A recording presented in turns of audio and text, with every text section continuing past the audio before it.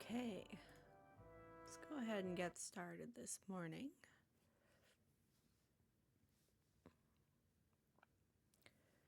So I have two goals, but they're opposing goals. So it's a whichever comes first kind of situation.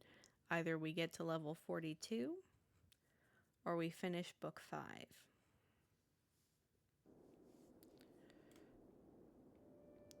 So we'll see how this goes. Give me money, or that is fine. Um,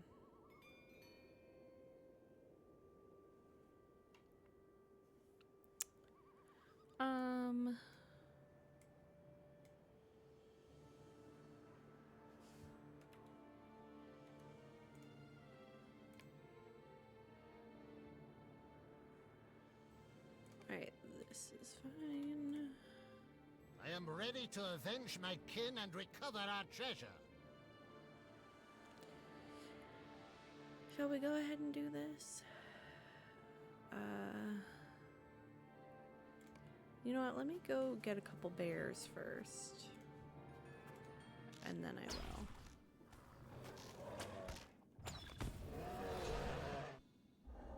Forgot I had the volume turned on. Hi, Jay. Welcome in.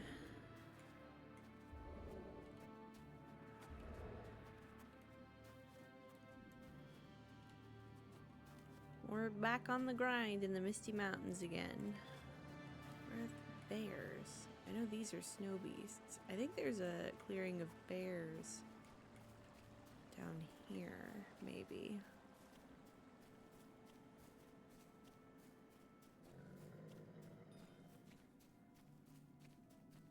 Thank you. I hope you're doing well too.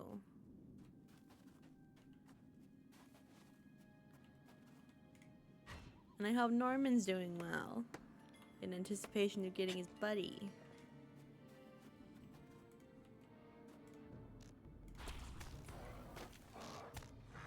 Hi.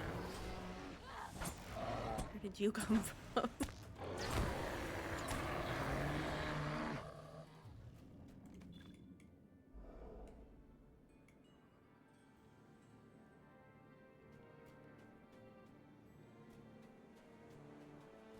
Oh, I needed more than 4 bears. I can't count. I think they have a little den over here.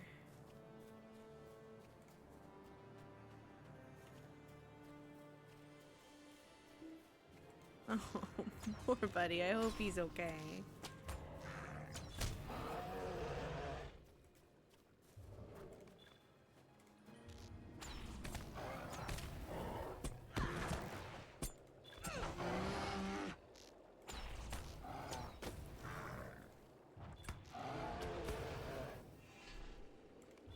And one more.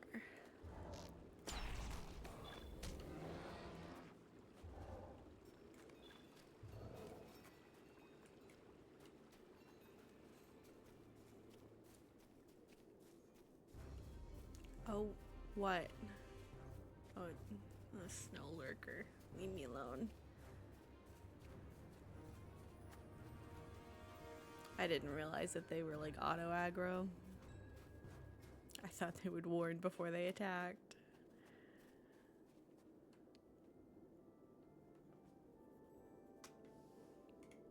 I am ready to avenge my kin and recover our treasure. Bingo's quest to have an adventure full of excitement and daring has now brought him up the bitter stair to the dangerous stronghold of Heligrod. Walk.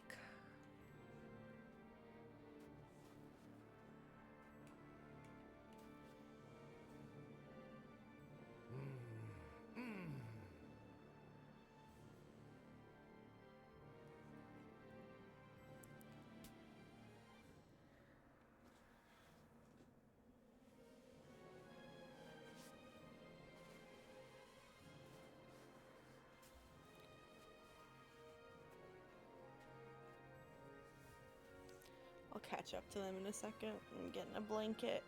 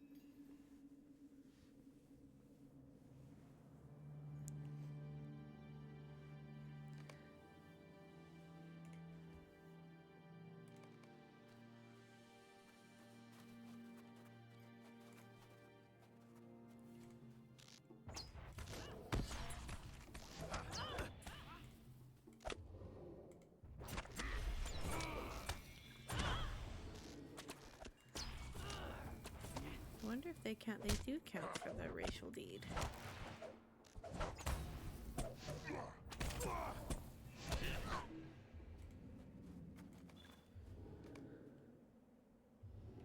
What's happening to me?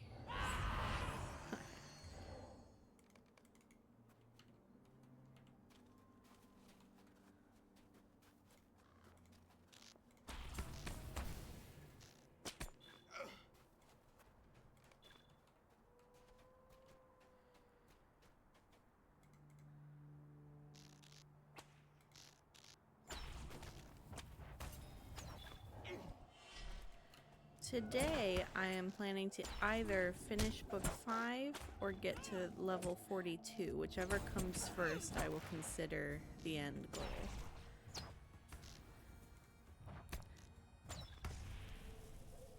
Luckily, book 5 is just levels 42 and 43, so I'm not too far behind where I'm supposed to be at, luckily. So, hello? Are there like little traps? Sometimes I end up quite a few levels behind where I'm supposed to be. But I think for the most part I'm fairly caught up now.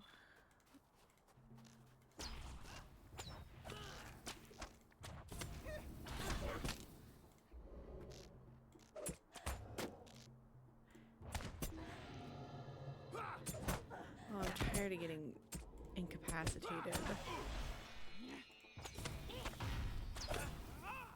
Just for that, even though I could have let some of you live, I'm not going to. Sucks to suck, I guess.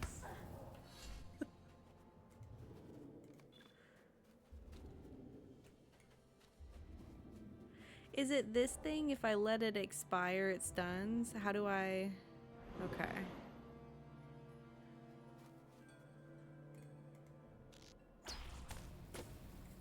I almost never do anything about little debuffs that I get. That one's almost evil to be like, okay, if you don't do anything about me, I'm gonna inconvenience you even more.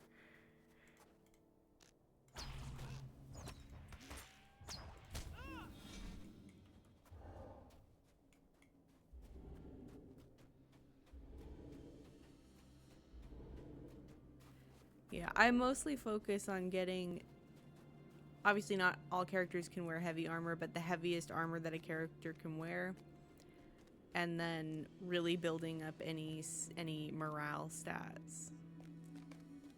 So like all of the virtues that I've selected are all morale, morale, morale, morale, morale. And different little things like vitality, regen, things like that.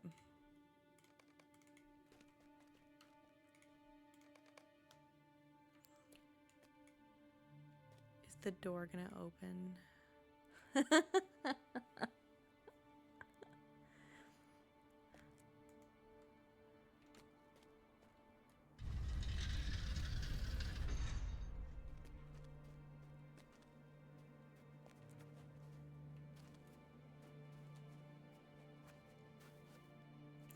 This was one of the only times in the game when I was playing on my River Hobbit that I didn't see the twist coming that Spalvey was a dour hand. So I was like genuinely surprised.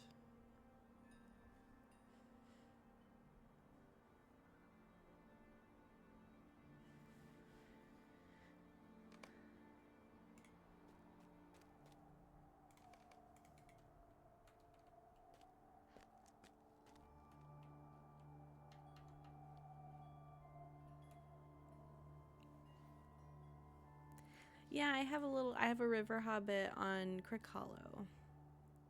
And she's the character that I've deigned to be my Bingo Boffin character for the most part.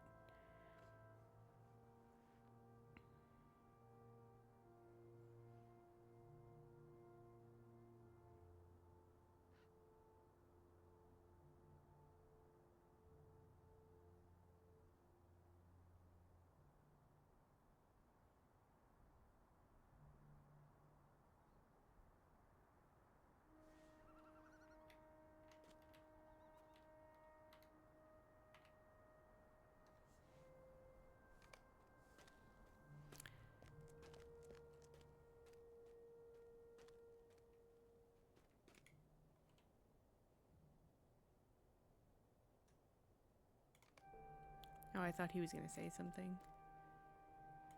I guess not.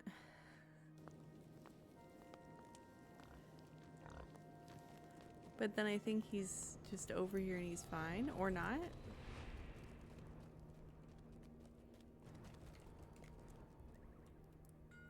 How can I be of service?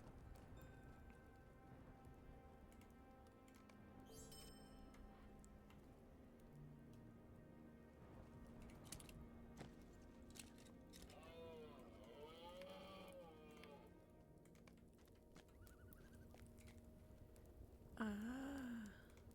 No dawdling. Greetings, traveler. Will you stay a moment? No dawdling. Oh, nice. My reputation changed.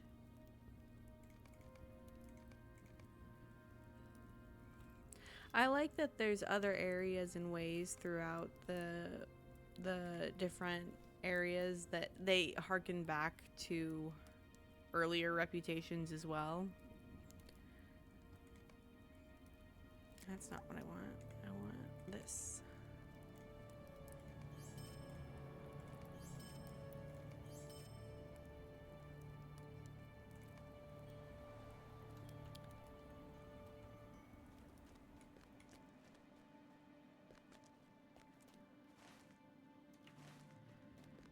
I think what I'm gonna do is I'm gonna turn in a task over here. Don't know which one. Yeah, I think Trestlebridge. It's interesting because I think Trestlebridge counts as part of Breland with the Wildwood, but it's technically speaking in the North Downs. Which I think technically the North Downs is a part of Breland. But because it's like a different settlement, they decided to sort of make it its own map. Because I think the North Downs was probably like... If I recall correctly, I could be completely wrong. I think Fornost was kind of the seat of the Kingdom of Arnor. And then this would be like southern Arnor. And then down into Cardolan and Swanfleet and stuff.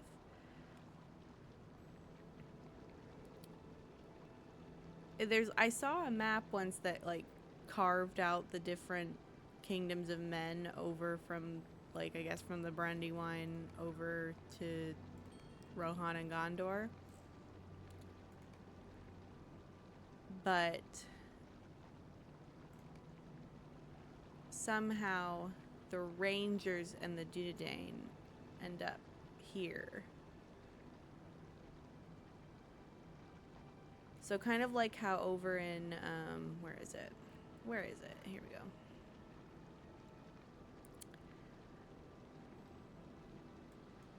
Kind of like Rangers live over here in Sarnford to protect the Shire. They also live in the North Downs to protect Breland, which starts at Trestlebridge. What am I turning in? Studded sword sheaths.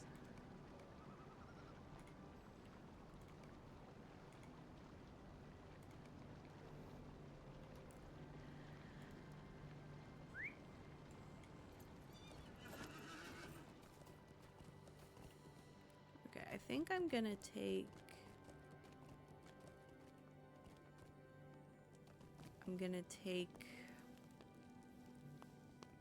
You're not the right one. See, because both of their... I think what it is I always read this little byline of what the NPC is, so it doesn't register with me that, like, his name is Mission Recruiter. Greetings.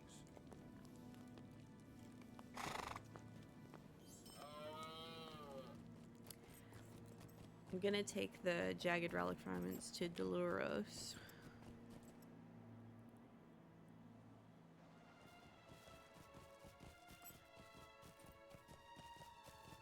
And then I'm gonna stop into the Hall of Fire to do a little, just the tiniest bit of crafting. Megovanen.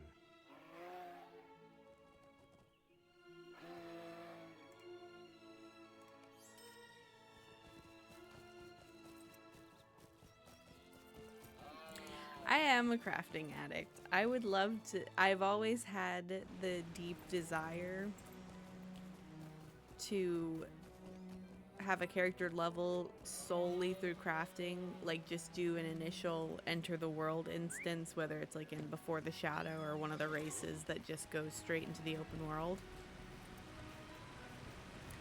And just only level with crafting. But the thing is, you run out of money quickly and often.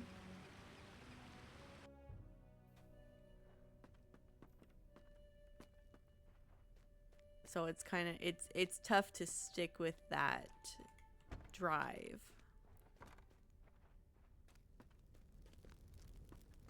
Oh, I should have gone to a workbench too. I wonder if there's a workbench somewhere in here. No. Oh, there's Willem Whisker. He's sleeping by the fire.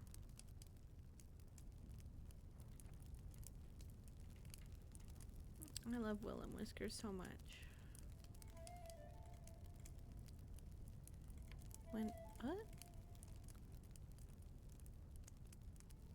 Okay, tomorrow.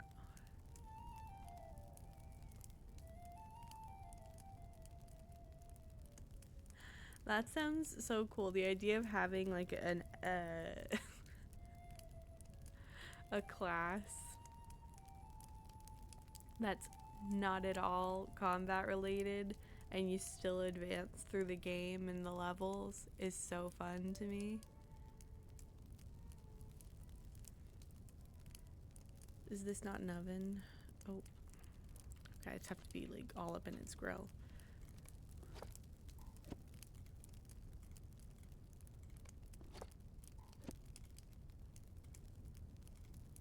Ah.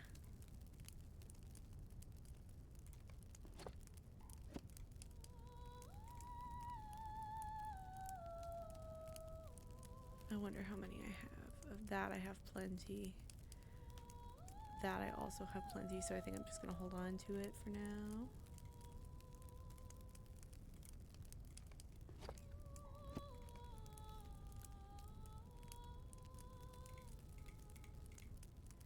It would be so cool if they added a game mode that was kind of like Monster Play, where it's like a separate game mode, but not necessarily in its own area, where you basically like create an NPC as your player character. You get to pick an industry, whether it's entertainment or hospitality.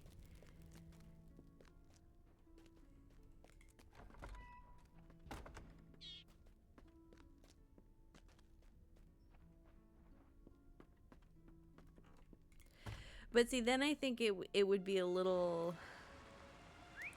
the overlap between the non-combat characters and the combat characters as far as crafting goes. I like devoting an entire section of the game just to crafting. I think it would be detractive instead of additive at a certain point. So I've just debunked my own cool idea.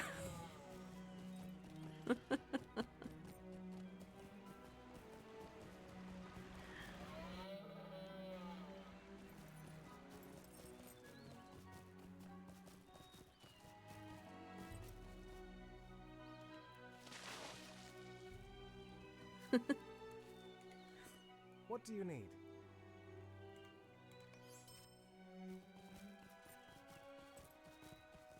Oh no. Luckily I have money to spare, but I didn't turn in that quest. How can I be of service?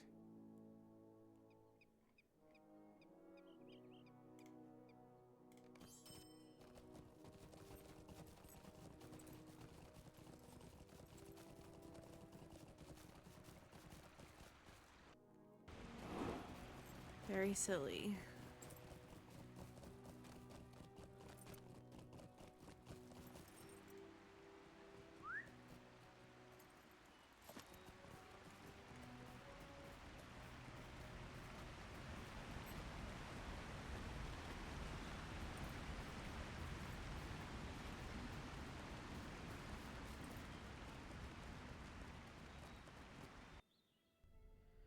Because I think I think there's one more section.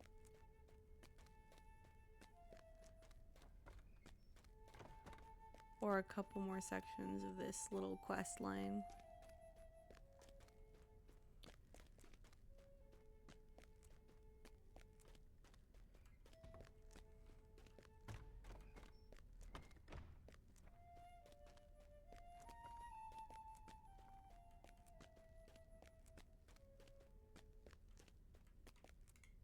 What can I do for you? Will you lend me your ear?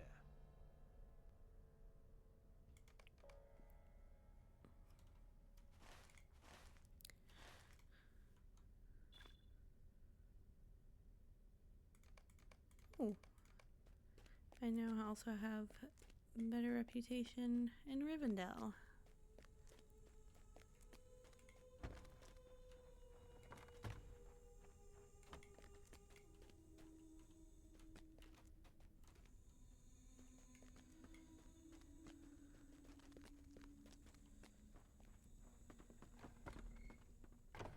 Oh, she's so fast. Oh, she must have Find the Path on.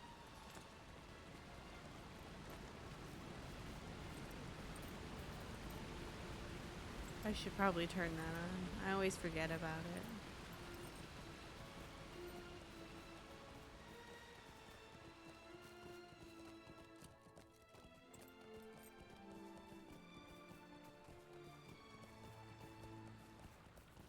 Do I have any mail? No.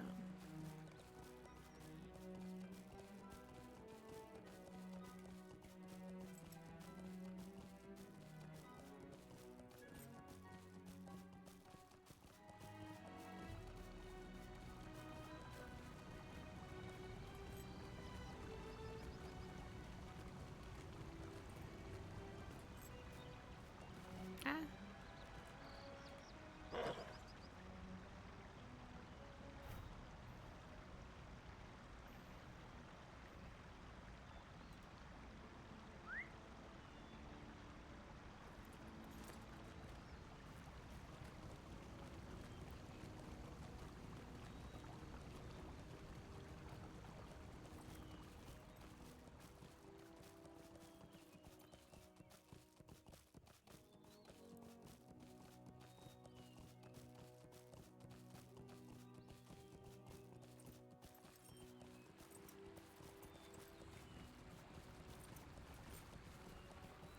I think Rivendell should have a housing neighborhood.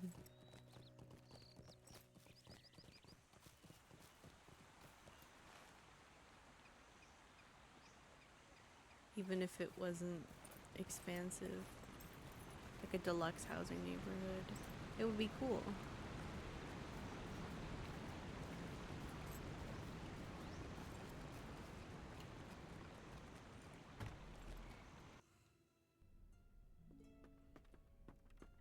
It would also be cool to have a feature where you could like actually rent a room at the various inns throughout the world.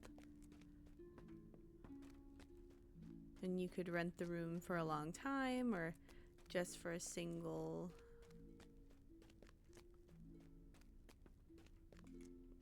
Well, I mean, with the day to night cycle being what it is, it would have to be like you can rent it for an hour of IRL time.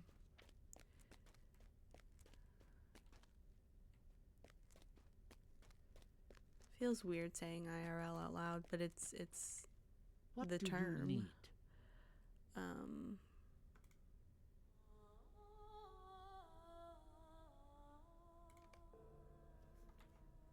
Somehow I think whatever hat I had before that hat was better, and then I got excited about that hat, so I kept it.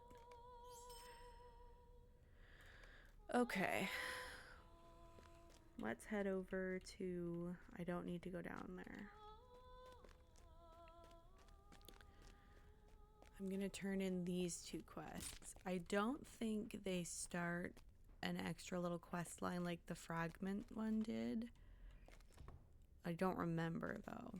It's been a hot minute since I did my little Misty Mountains power through on YouTube. It wasn't really a power through though. It was individual episodes. Sometimes it makes sense to do individual episodes, but like with book 3 being all level 30 and I was level 30, that one made sense to stream the whole thing and upload it later. That's the wrong place. What am I looking for? The stables. I was looking for the last homely house, but that's where I am. I did a little research yesterday, and I think before we go to Moria, I'm gonna go back to Ered Luin and try to max out my rep with Thorin's Hall so that I can get that goat. What do you need? Unless I find somewhere else to get a better goat. I don't think so. Where am I going? Glueen's camp.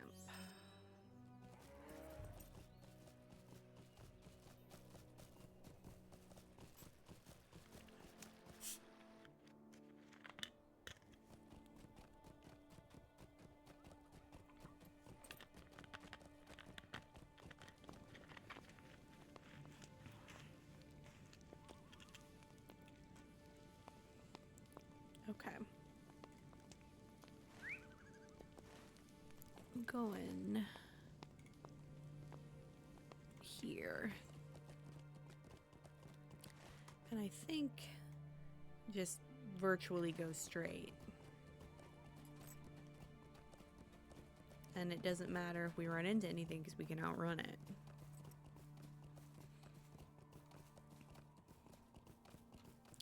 What reputation do I already have with Thorin's Hall? Acquaintance. But I mean, between doing tasks and doing quests up there, also I should look into which dwarven areas harken back to Thorin's Hall, because if Glowin's Camp does, and if the other Misty Mountains encampments do, then that'll be helpful.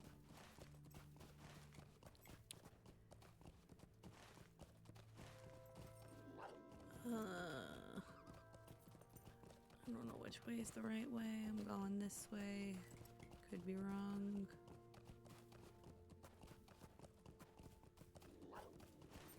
Seems like there's a path right here.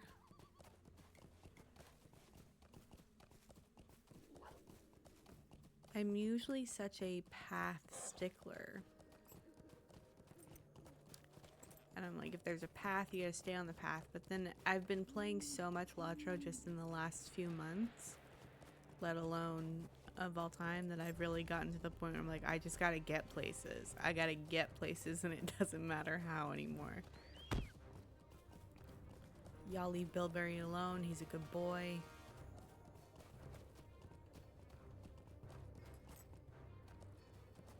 Do you have guards over here? No. I guess because there's only 3 of you. What do you need?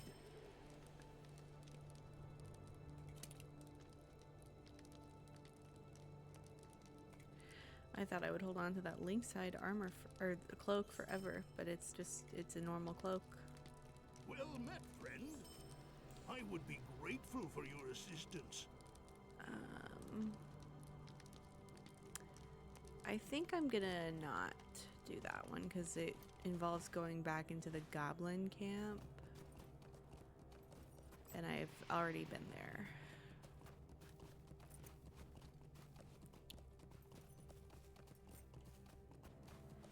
It's looking like I'll probably get to level 42 before I finish book 5, but I'll see how long, also how many chapters into book 5 I am when I get level 42 and how long I've been live, because that'll also determine whether or not I just finish book 5 as well.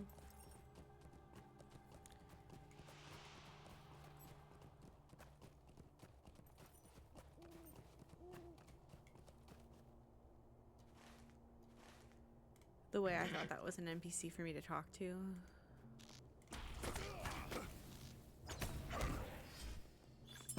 Aye. Nope. No. Oh, I have to go in, because if I don't, then I'm not going to be able to do the quest.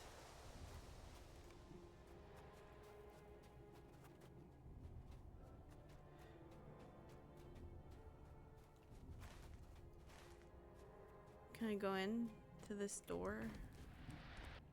Okay.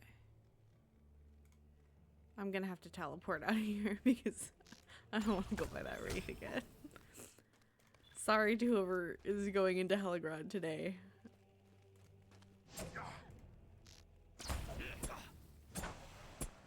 Oh no, I'm going into Heligrod today. Maybe I won't finish book 5.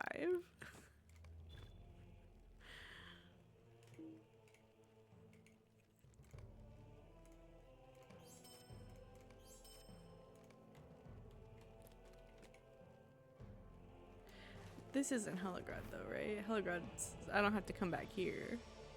Yeah, Heligrod's up there. It's sick. Okay, I'm going to... Oh, I should have marked that camp. I still have what's-his-face's camp marked. I need to find another camp to mark. That'll be more helpful. Oh, I could have gone to a rally point. I should have done that.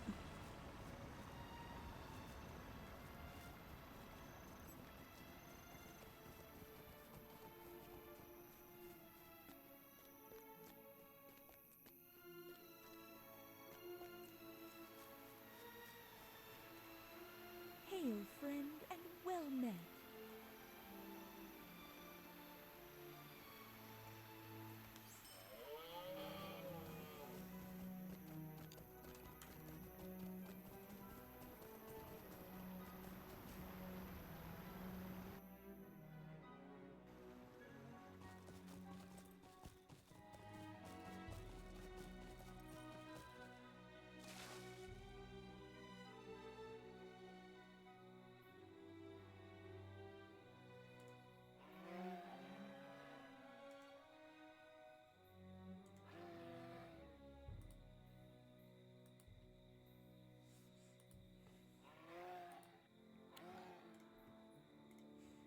That's a shirtless dwarf. Oh, where am I going? Somewhere. I don't know. What do you need?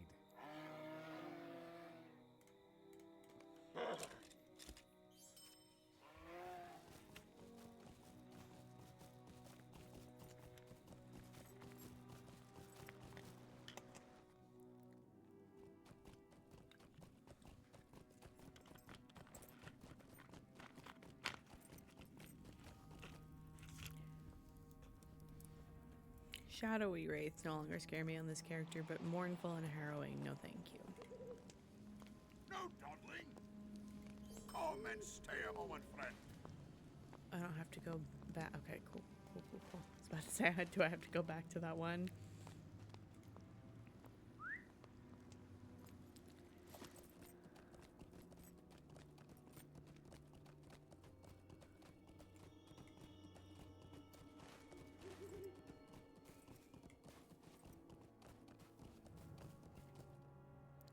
Oh, task item.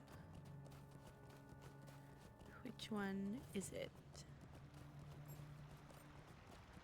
Broken halberds.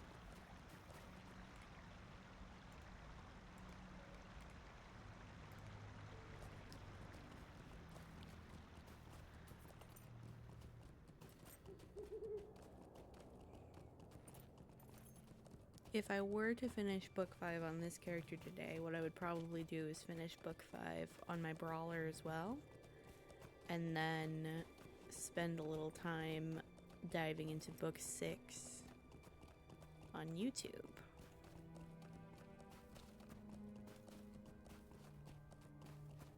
So we'll see. But as I've said many times in the past, I tend to shy away from the idea of sharing my ideas Because as soon as I say a plan out loud, something happens that plan falls apart. Ow.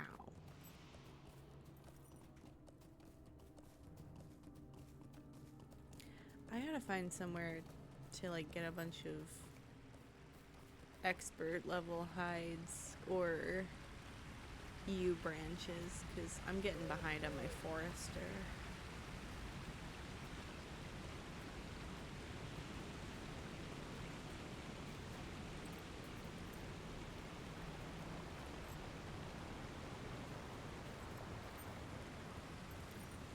Ooh.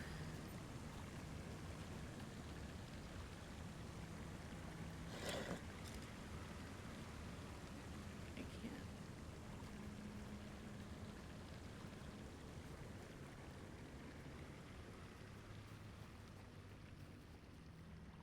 Okay, there's the keystone, so I think I'm gonna have to get these guys.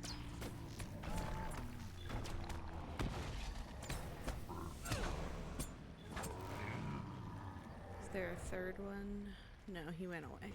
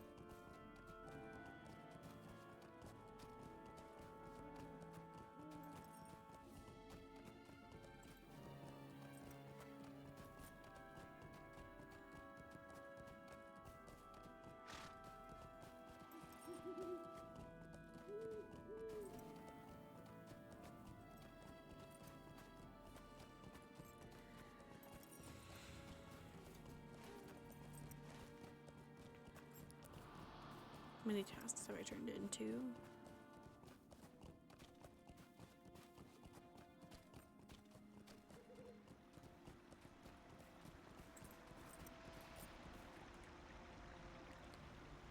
What's that one? Sleek skin.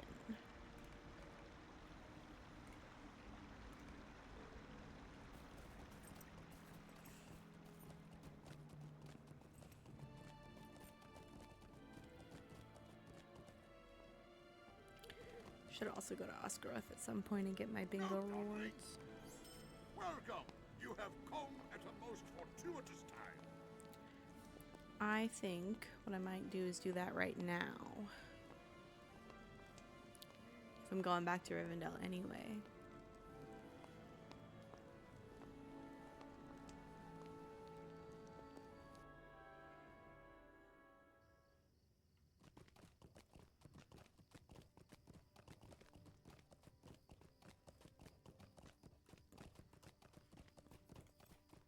While I'm here.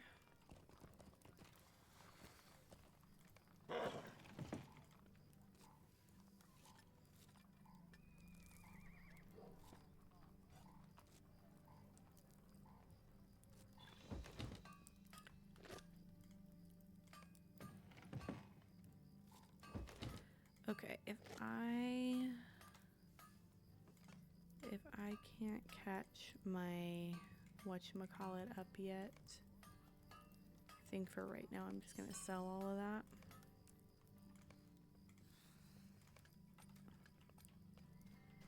I mastery.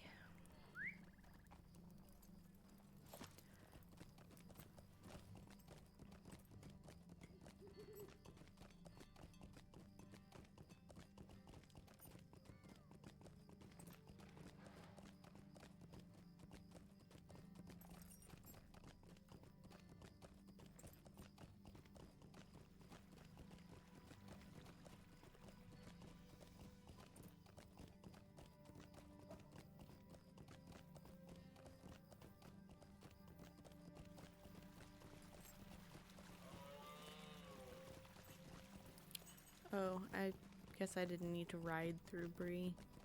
For some reason, I thought I was going to the crafting hall. It's fine. I don't need to swift travel everywhere. Going back to a free-to-play account it's crazy how much running is involved in the game. And how much you can circumvent with swift travel.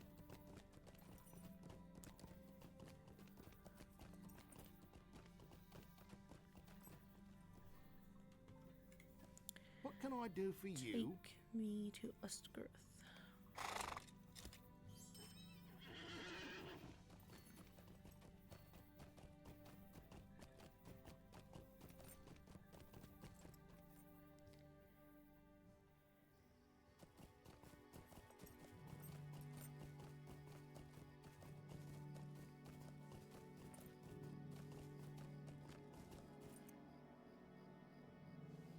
Before I talk to Bert, I have to stand up for 1 second.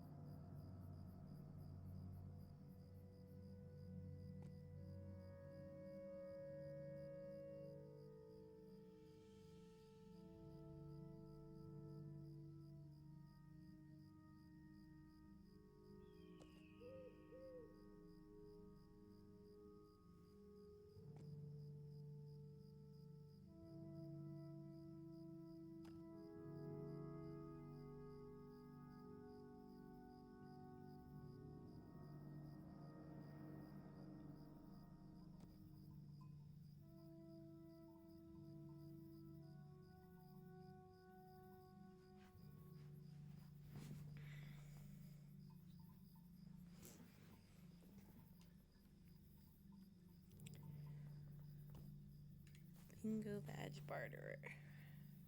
Bert Bartleby. Okay. I've collected many fine I'm items during gonna my open travels. my vault also. Just that's not my vault. Jesus. Open your vault.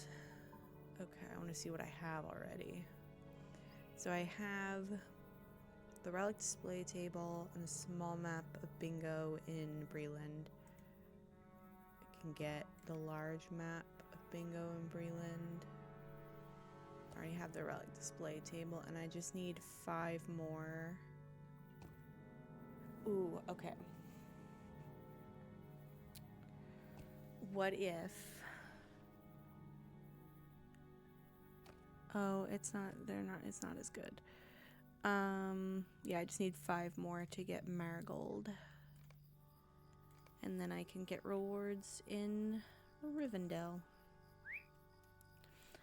I wonder if I should take this opportunity to try to get some yew branches.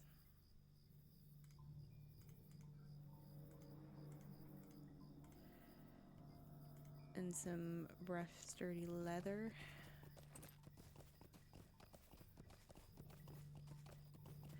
Oh, you know what's crazy? I don't know how many hides I got yesterday, but I was just selling them. I wonder if maybe I should go to the Warg Den.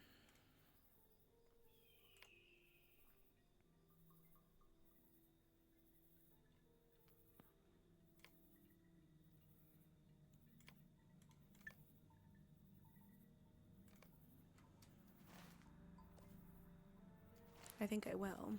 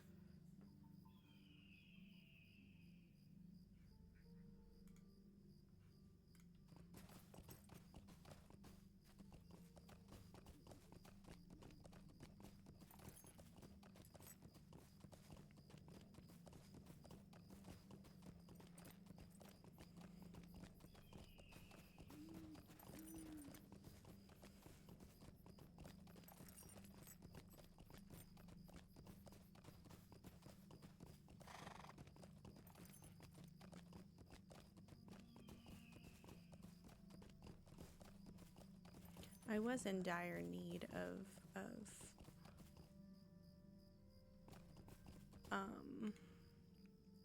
something. Money, I guess. Is the Wargden here?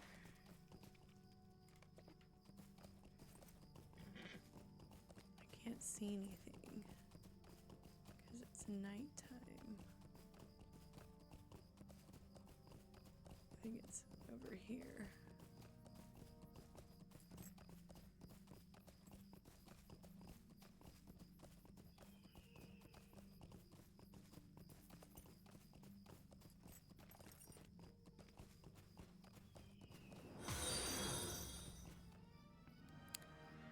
Thank you for the follow, MMORPG Dad.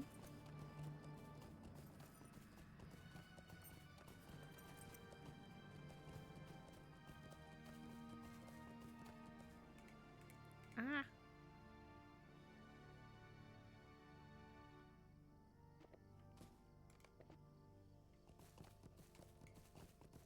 Hi.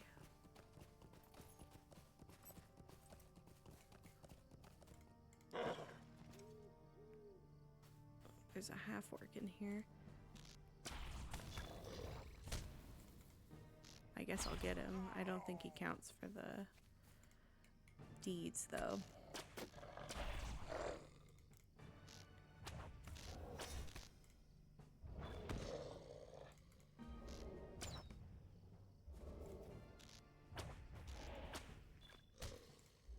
Oh, I didn't mean to click that. Somehow I always click that little knife swipe when I don't mean to.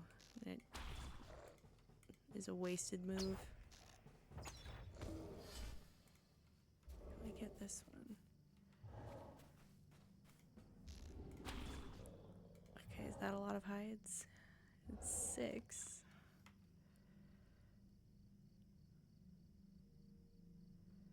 So I've got 5 branches, or I've got 5. Let me do a little math.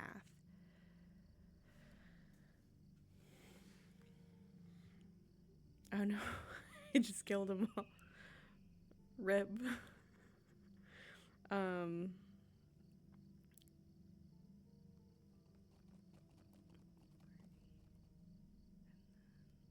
16.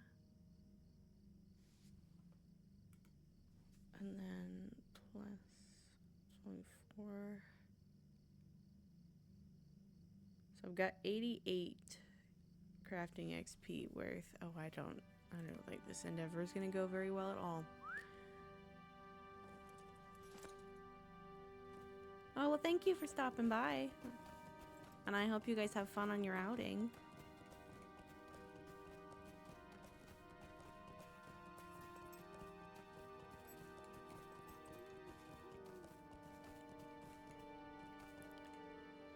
I wish there was like a processing option on the Forester.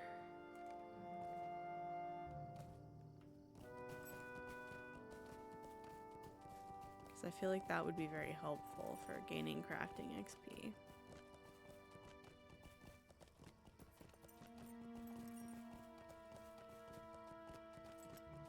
Oh, that's sweet.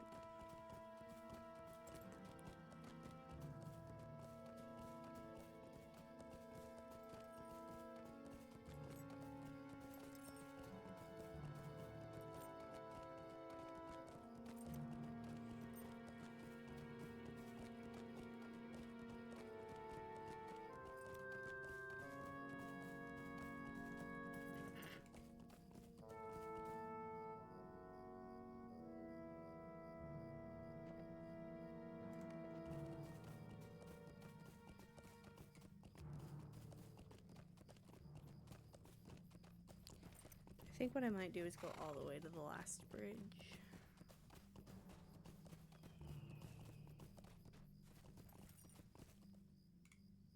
Or I'll just go back and forth until I have enough. I know this is a weird detour, but I was just thinking about catching up my crafting mastery. Goodness gracious, I can't use words. I don't know what they are.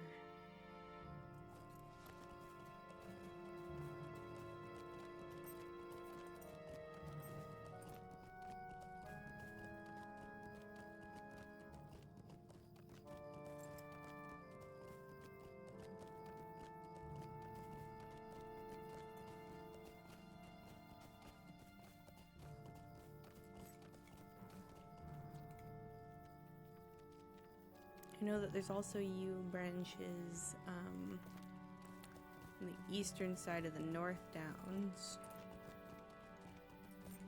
So that could be a good place to look.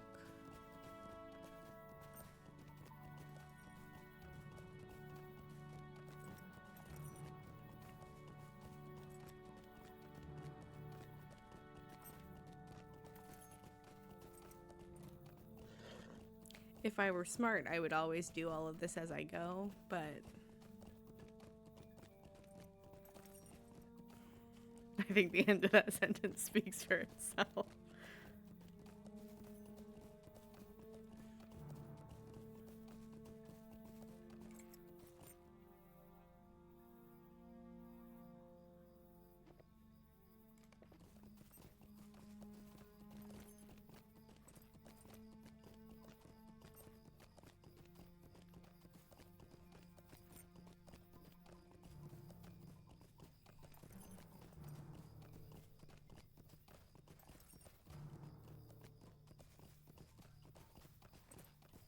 I can take a look at it. I would appreciate that. I use the wiki a lot too.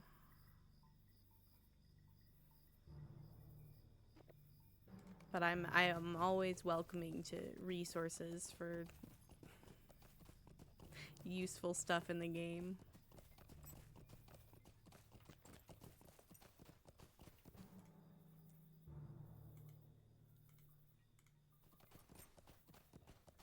Oh, nice.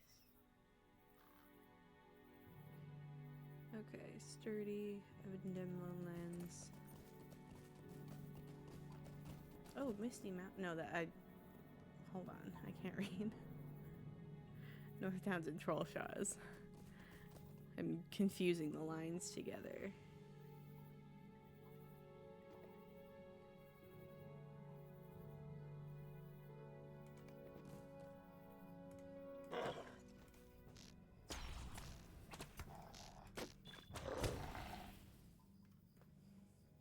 Oh, cool. Thank you.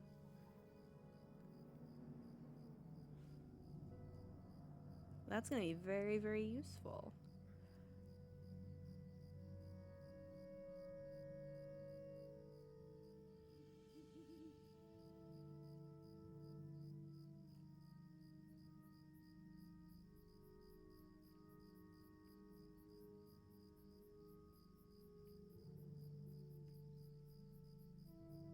So it does say that North Downs is the best place. Let me see the wood page as well. See if those overlap.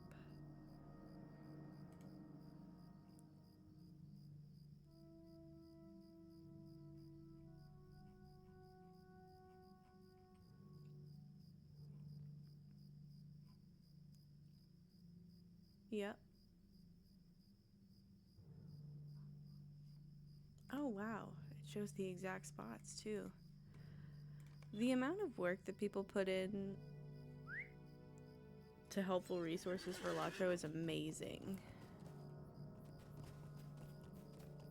No, this was great to find. Thank you.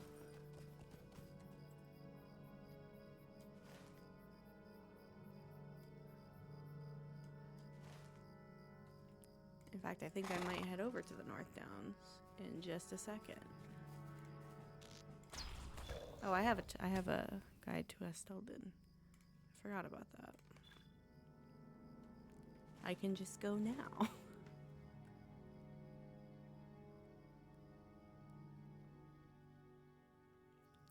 me see where the best overlap would be to do both at the same time.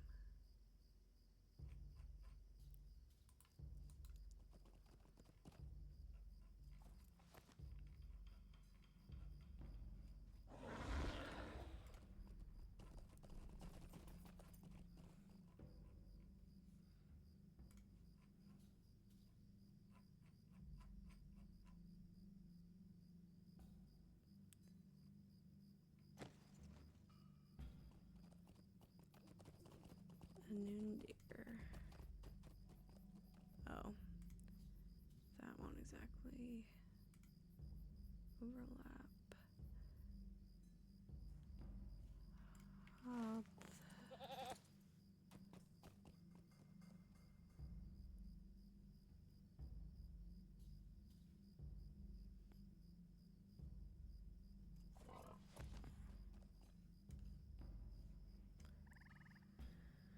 Um,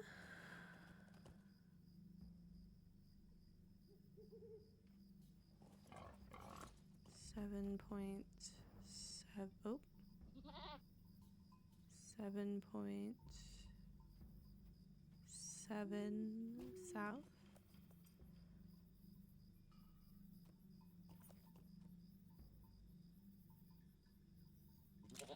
49.5.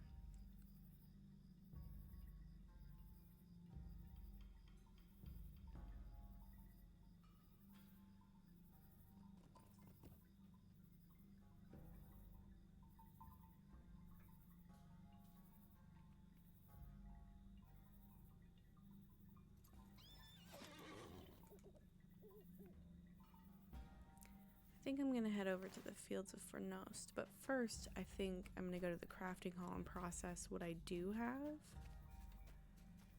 and see where that gets me.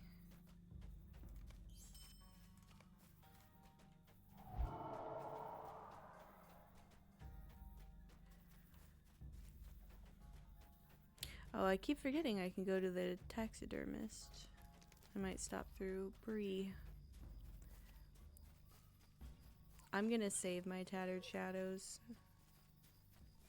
on this character. I haven't been saving them on my brawler. I want that cat.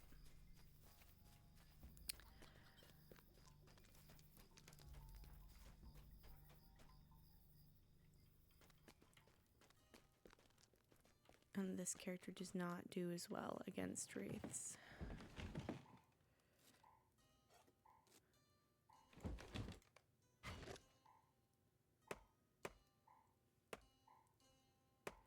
Well, on the legendary servers, Angmar and Mordor,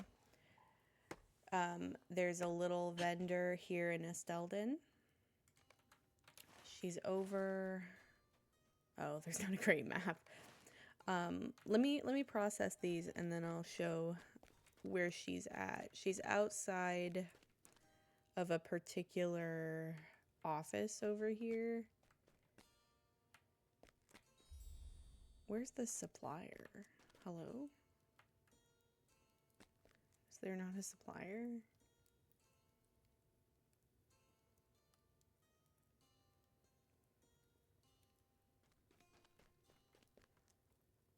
Oh, that's so rude. I guess I'll go now.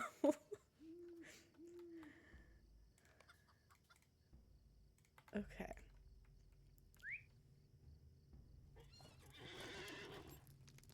Back. Oh, I should have snoozed the ad break.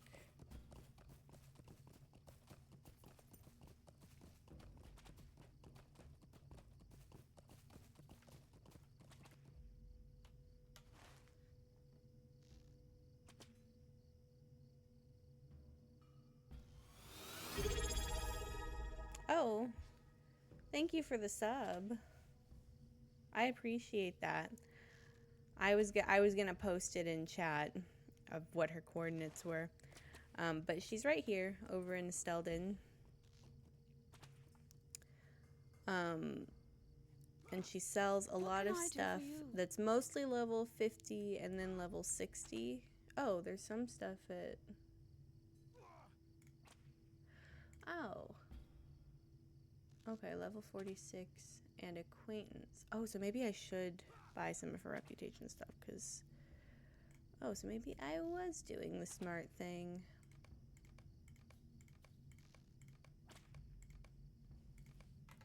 It'll take me a while to build up. Yeah, especially because if this only drops 50 rep, what's the... Are her reputation requirements normal? Yeah. Well, let me actually, So that one's 10,000. Hers is 2,500, so it's smaller. It's a little miniature sort of reputation faction slash vendor. So you would basically, you can use the Tattered Shadows to get her research scrolls, which gain reputation with her.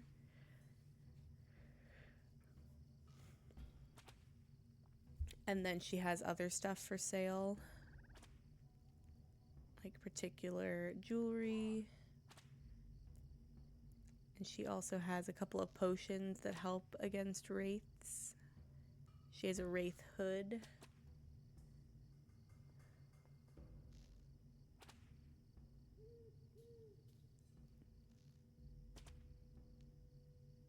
That unwelcome mat is interesting.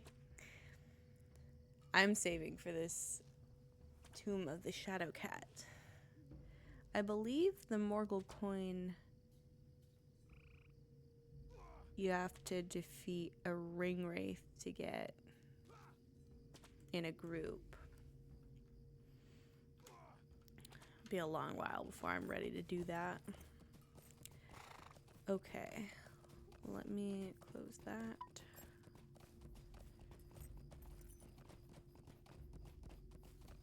And I'm gonna head over to the Fields of Fornost.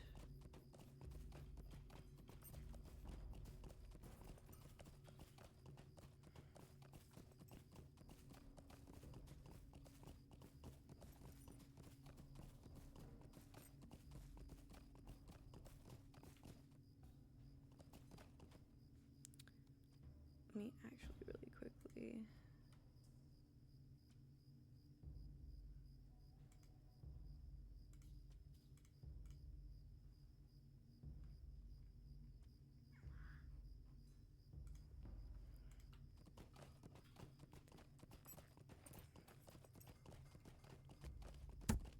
Oh, accidentally punched my microphone.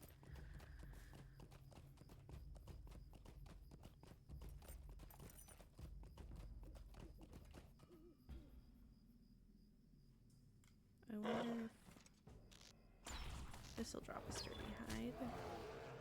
Yes. Okay, I think I'm gonna go on foot in case I see things that I can get along the way.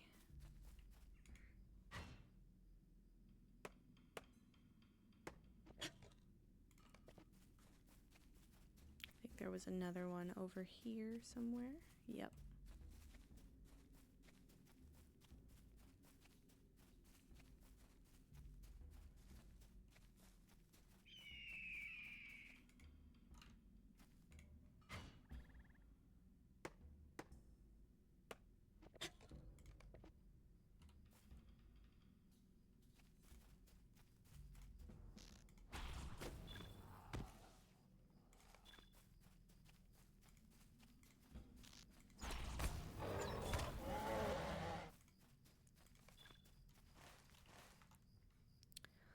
I might go ahead and put that there, that there.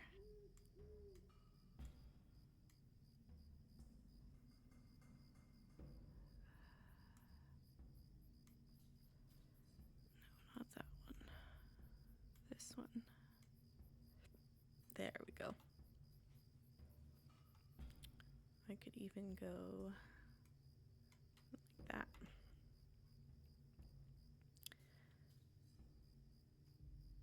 So we've got, let me do a little math.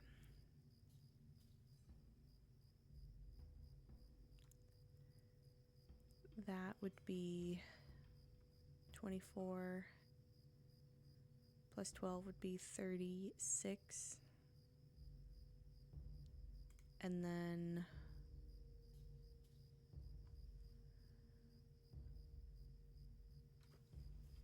I can do math. Hold on. I've got 36. I need to know 15 times 8, but I don't. I should have. So 156, and then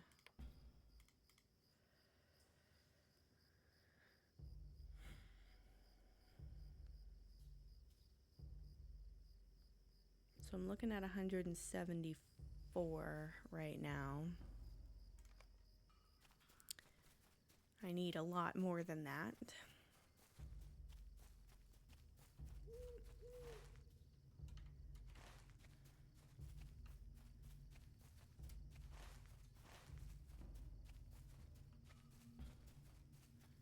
But maybe not all that much more. I don't think this will take too long. I know it's a strange little detour, but I don't want to get so far behind in my Forester mastery that I can't go back and get it reasonably. Debatably reasonably.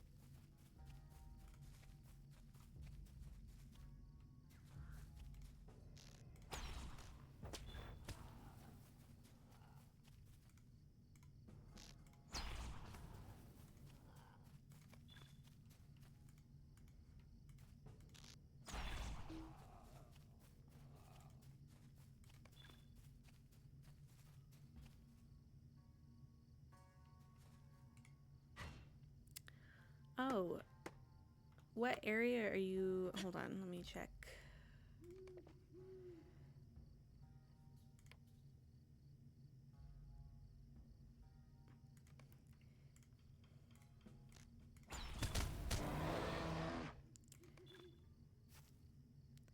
I think I'm going to save most of my task doing for the Misty Mountains. But if you have any deeds to do in the North Downs, or if you want any questing help in the North Downs, that's where I'm at right now, Jay.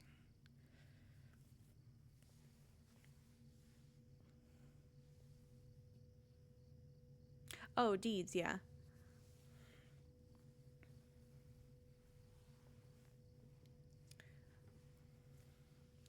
Which zone were you thinking of doing for deeds? North Downs?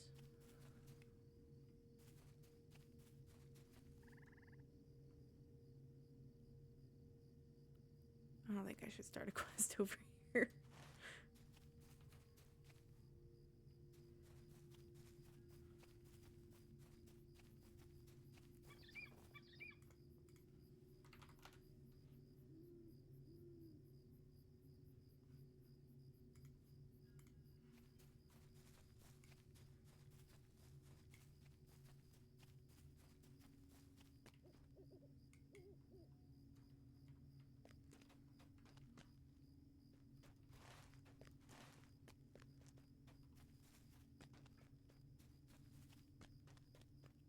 I've actually never been into the Yonder Shire.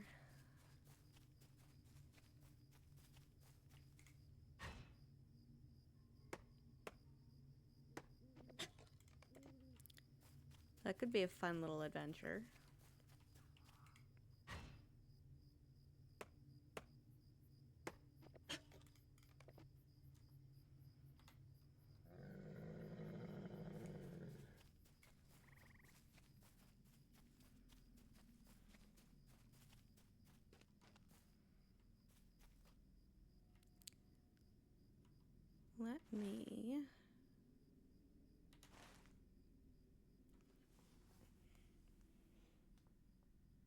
Let me see what resources are in the Yonder Shire. That'll help my decision.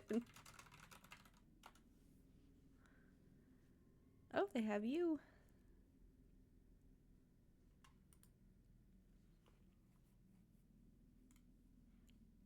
Have you started in the North Downs at all?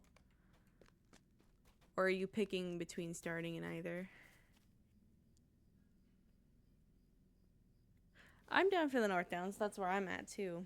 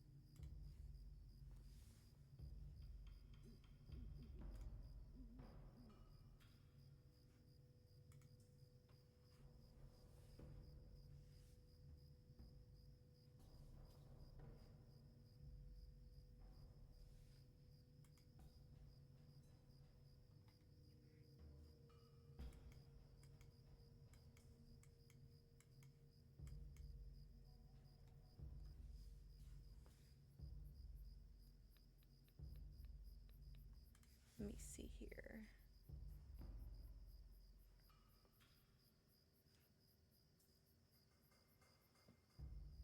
I can't read. What am I looking for?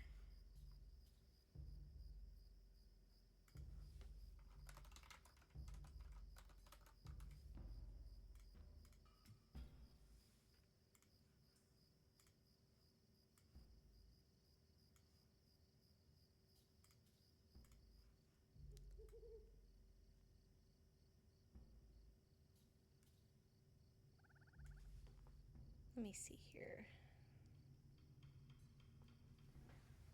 Hey, that's Pumpkin. Hello. I hope you're doing well today. I am. How's your day going? Couldn't be better. I got a phone call with my brother.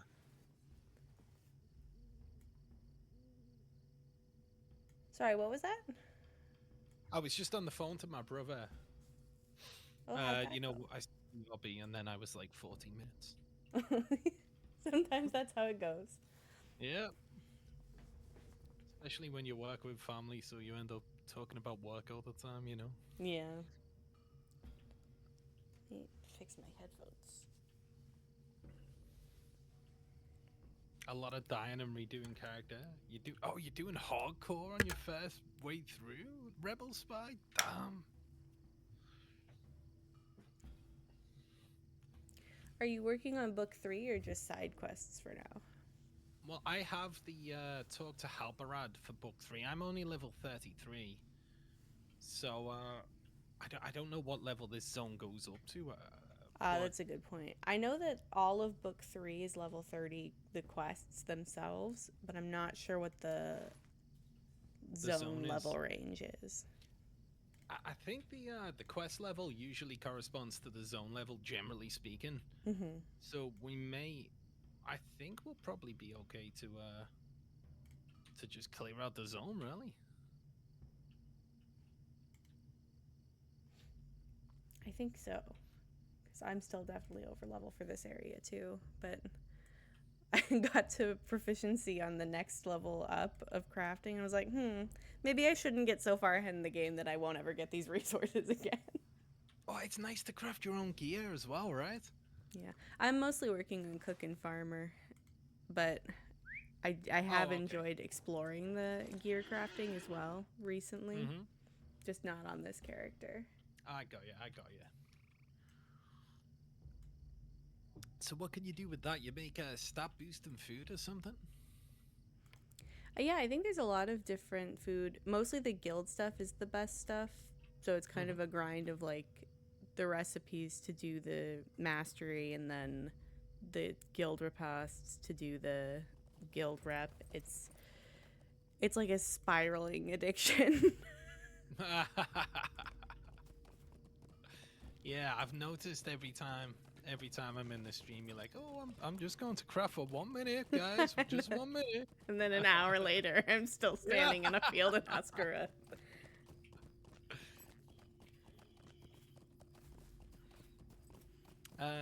The menu immediately said dead zones on the sticks, and I was like, nah, yeah, I couldn't play a ARPG on a controller, dude. I couldn't do that, man. I've seen a few streamers on controller on PC, though. I was like, what? But, you know, more power to them. Play how you want, right? But it's still a strange decision. So, Task Pumpkin, which zone of Middle Earth are you looking forward to exploring most in the future? I think... That's a tough one, because I think my heart is in the Shire, regardless of the media, whether it's the movies or the books or Lotro. And I also really love Breland. So it's like hard for me to get excited for future areas, because I'm already set. I've been in the best places I can go to. It's a good point, because Eriador as a zone is so much diverse than the other regions of Middle Earth, you know, just in terms of, you know, you've got the Shire, you've got Bree, you've got humans, you've got elves, you've got dwarves, you've got hobbits, you've got the rangers, you've got Angmar. There's so much going on there that it's hard to get as excited about a single other zone. Yeah. I do have some fascination with Esgaroth, Lake Town, because I love The Hobbit. Oh, yeah. I know. So I guess if a future area that would be, but I do love Eriador, and I love it was the best place the game could have started, and it does Oh, make yeah, for sense that you sure. start at the beginning of Frodo's journey, and Bilbo's, depending on what your interest is. It does make sense. I remember they announced that that's where it was going to take place, and I was like, what? They're making a Lord of the Rings MMO, but you can't go to Gondor or Rohan or Mordor. But you know what? I was so disappointed, but it completely makes sense, really.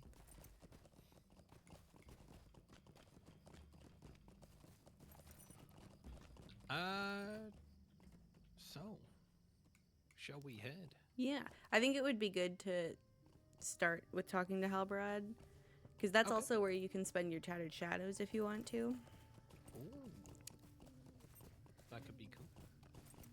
Hi, And Jack. I This- learned a little bit more about the rewards. Oh, sorry, chat. You learn more about the rewards. What have you learned? A lot of the rewards, I think they added this feature of showing what the requirements were, because back before when I was trying to spend my Tattered Shadows, everything just said, your level is too low. No other explanation. I was like, okay, Oh, that- I that guess it's kinda all level sucks. 50. Some of it is level 50. I think the minimum is 46, and then there's 46, 50, and then I think 56. And it's varying Okay. gear. But you also have to have reputation with the vendor. Her name's Amelia.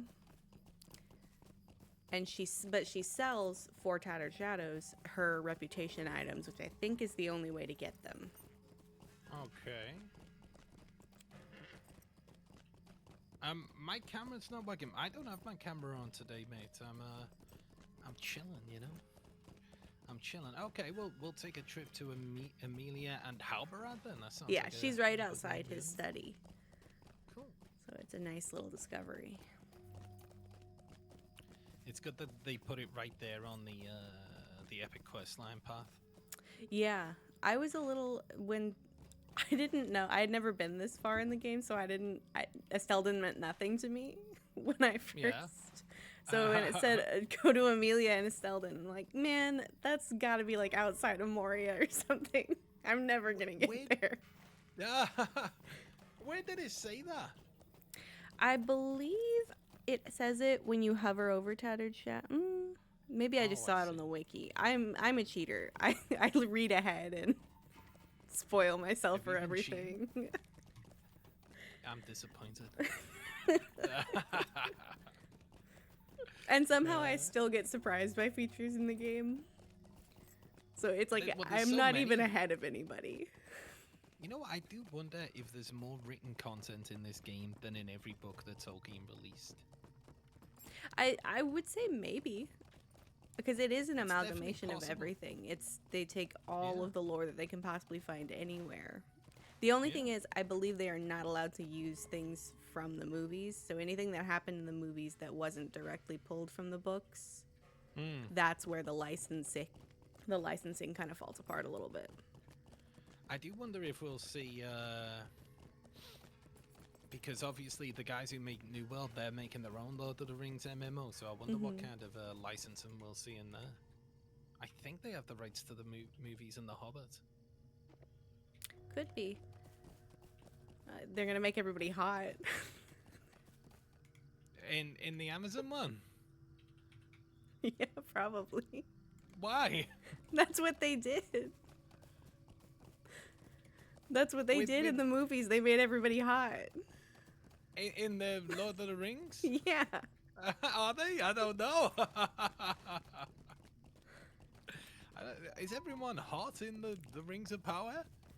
I haven't actually seen the Rings of Power, but I would say yes, maybe. I'm thinking I- specifically of Richard Armitage as Thorin Oakenshield. That's my only reference. He's a bit of a grizzly guy. I can see where the ladies might like him.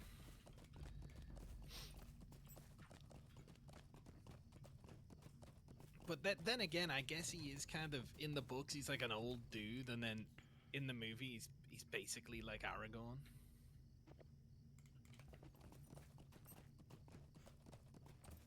Hey, H Gunner, how you doing, man? Good to see you, bro.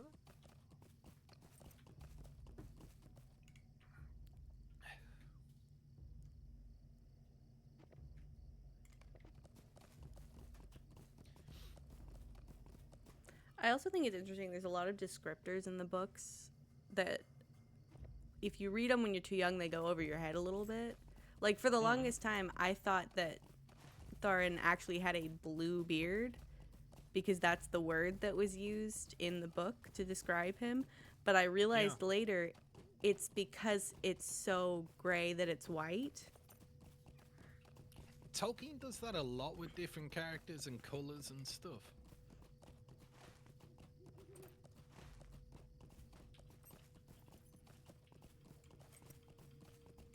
His writing style's amazing. He was definitely good with the English language, no doubts about it. And the way all the turns of phrase and how all the sentences kind of work together, even the ones that are technically grammatically incorrect, that's one of my favorite things, is when there's 9 million commas in a Tolkien sentence, you know it's a good one. Yeah. I'm terrible with commas, you know, because I overthink them all the time. Like, is there a comma here? Am I putting a comma here? What about here? All the time. I'm the same way. Even if I'm just writing in Twitch, and it's like, who cares if there's a comma there? It's a 10-word sentence, you know. Yeah, I go back and forth a lot. Sometimes I'll write a paragraph that's all commas because I thought it was going to be one sentence and now it's like a wall of text. And then sometimes I'll write a paragraph that's no punctuation whatsoever. Yeah. Do you ever put loads of commas and it's like, you put so many that it barely makes sense anymore? I know, it's like, where is what the conversation turning? Is that a full stop? Yeah. Is this all one thought? Here's Amelia outside of Halbrad's office. I'm gonna go into the crafting hall really quick. Thank you. Hello, Amelia. I left a wraith somewhere in the Misty Mountains earlier. A mournful one. When I'm by myself, I can't take on the mournful wraiths. So I now just some left poor it soul's there. gonna be adventuring, and it will say Tasked Pumpkin's Luckily- mournful wraith. And now you've got a Luckily- mortal enemy out there looking for you. Luckily, I'm slightly under level for the area I was in anyway, so hopefully whoever else goes in there will be better equipped than I was. Someone's doing the you know, the ones who do like Frodo's journey at a level 5 hobbit, and they've got to go from the Shire to Mordor. And then again, I guess they've only got Moria on this server, so you couldn't do it. But that's a really cool idea. I like it when people do that stuff. Some of the like the little gameplay challenges that people come up with to keep things interesting are so good. Oh yeah, I mean, people come up with some crazy stuff as well. I do think, you know, the microtransactions can devalue some of that stuff a little bit in the... You know, if you were to have a fan-made hardcore challenge, it's difficult because it's like, well, what if someone just uses a 200% XP boost the entire way, you know? But I guess you just gotta not take that stuff too seriously. Yeah, I think it's... I agree that I think some of the microtransactions, if all of the pricing made sense always across the board and everything was based on... If the Lotro points had a value that was tangible... Yeah. Because I think there are some things in the store that are unreasonably priced. Like a carryall, a large carryall is 1,995 Lotro points. 5 inventory slots. So a carryall has 50 slots of that stack to 5,000. Yeah. A single inventory slot that will take one item and only stack it to maybe 50, maybe 500 if it's a crafting resource, is 115. So somewhere in there, the Lotro point has steeply lost its value when you're trying to buy an inventory slot. But then I guess... the economy doesn't make sense. Yeah. If it did make complete sense across the board, if there were like a tangible value and the things I mean, I suppose buying a single carry-all is very different from permanently expanding your bags, Yep. but it just seems like it loses its value somewhere. I definitely see what you're saying. Yeah, you know, I have a ton of carry-alls on Evernight, and that I've just bought over the years or got for free with an event or whatever it may be, and I've got a ton of them on Evernight, and I have noticed that the carry-alls kind of rely on the FOMO mentality of, oh no, I don't want to have to get rid of my crafting mats, but it's like, you're never gonna need them again, you know? Yeah. Once you get past that level. So it is just kind of like, I don't know how much you really need them, you know, but it feels like I should be holding on to this stuff. Maybe I'm a bit of I've got like the hoarder mentality or whatever. Yeah, I think that's why I've never invested in them, because I've always just been like, I want the gold more. I need the silver now. I don't know when I'm gonna need that thing, but I'll get it another time. Well, you know what that's just reminded me of? Talking about you and hoarding. I was watching your stream earlier, and I've noticed you're keeping all those chests in your bank. I was like, you what? Well, if I can't get, I think that's the thing. I don't ever want to just throw anything away meaninglessly. So I don't like to destroy things. If I can't sell something, it goes in the vault. In my head, I'm gonna open them eventually. But So do you spend all of your coins on those chests? Your local points? Mostly, the most of my points that I've spent so far on this account have been for keys. I've spent a little bit on investing in toolkits and stuff. I spent some on a 4th crafting slot that deeply disappointed me. Okay, so we're all friends here, and we've come for an intervention, okay? The addiction really started when I had this one character on, I think, Arkenstone, and Okay. when I opened one of the boxes with some keys that I had for free because of how long I've had my account, she got the steed Oh, I see. for the that big win. that You... that set, the and I was like, famous big well, win now that she keeps has to you have coming the back. outfit. Well, I think also is I can disenchant stuff into the figments, so it's kind of like, yes, I need to open them for the stuff, but also I get it's not a good thing. Don't open the boxes unless you actually care about the game. Just as a PSA to anybody watching. So have you got it? What have you got that's good out of the boxes so far? if you don't mind me asking. 'Cause Definitely I've the never steed, opened one ever. because it's very fast and very nice. Sometimes you get some really good gear that you can. It's actually practical gear. There's a cosmetic set that matches the steed, but you can also disenchant it if you get duplicates. And it gives you the figments of splendor and motes of enchantment that you can then spend intentionally to buy specific pieces from, like, Filbert Fig, and the other one's name is Rowan Raspberry, I think. Also, I have another small PSA. Anytime no. one of them isn't there, the other one is. So don't ever think that you're going to run out of time to buy things from them, because the other one will Don't show panic, up guys. and they sell the exact same stuff. So it's Don't fine. panic, guys, okay? You can always spend your money on keys, okay? Don't worry. You See, can I always haven't- get the high I whenever will you do. say, I haven't bought any Lotro points with money for the purpose of opening keys. I've only used the ones Okay. that I've earned. I gotcha. The only Lotro points that I've bought were back when I bought Before the Shadow and some character slots when I first started.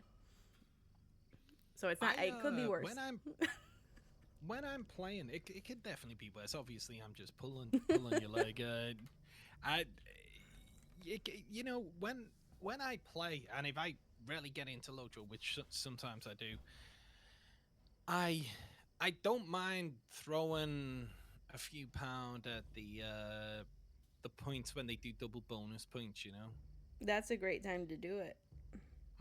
And then if you make sure that you're only buying the stuff when they're on sale, you can really maximize the dollar to Lotro points exchange rate there. Yeah. So, what are you thinking about doing now?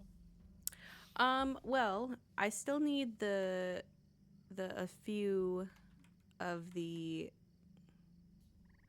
I can't read, crafting resources. Okay. And are they east of Estelden or west?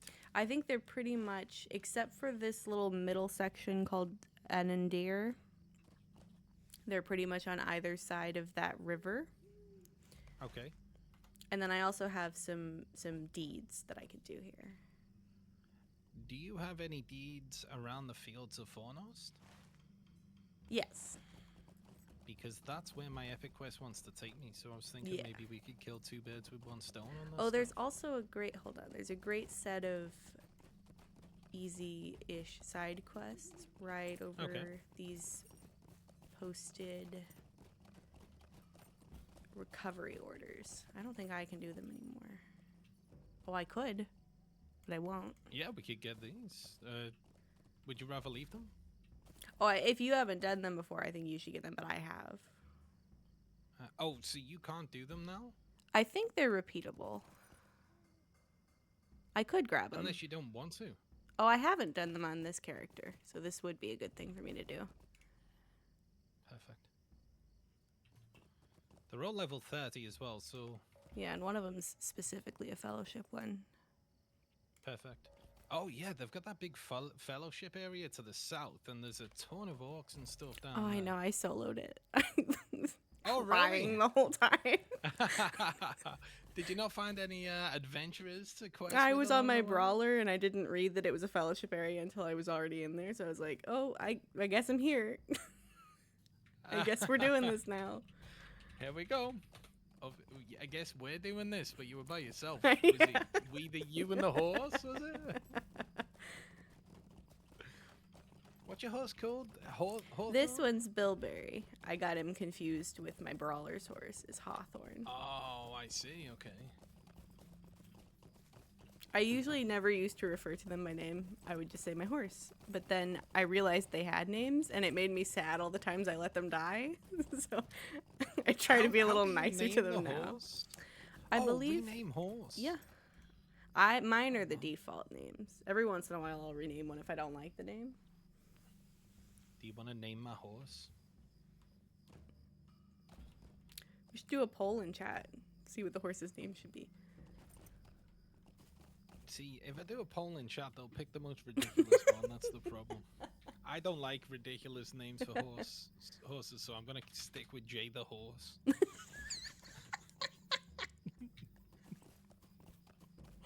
Oh god. Role players will hate me. Just Jay the horse. There's Jay the alligator rider, Jay the horse. Immersion ruin. I know some So we people turn off the floaty names purely for that reason. You know what? I don't blame them. Obviously, if you see any deposits along the way, Yeah, I'll might let as you well know. grab 'em. Oh, sorry, I was referring to yours. Oh yeah. Lots of I rich had just irony. turned the track wood off. Oh, you just turned it off? Why? I turned it back on now, but I was like, I don't need this right now. It's just gonna distract me. We're here to get some resources. Yeah, I think if I And we're just here got to- hides, it would be enough because I'm kind of close to mastery. But it never hurts. Oh, so you don't really need the wood right now? Wood or hides, either way. Okay.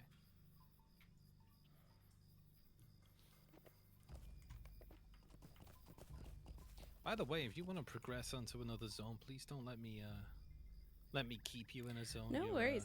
I am a little bit behind where I should be level wise for the Right, epic okay. quest. Yep.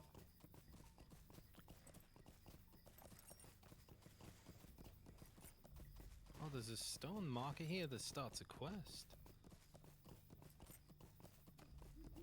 Oh yeah, there's a couple of them around. There's another one a little bit further to the west.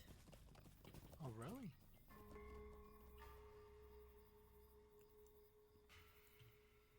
See, this is a dangerous game I'm playing, going for all the deposits, because, you know, it's like you find one and then there's another one further north away from the path, and before you know it, you're in Angmar.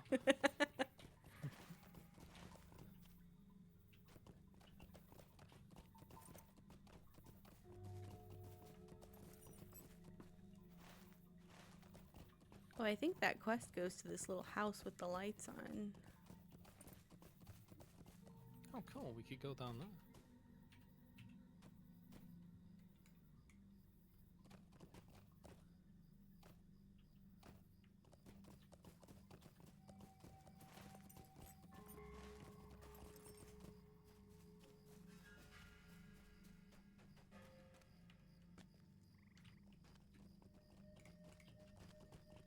How can I be of service?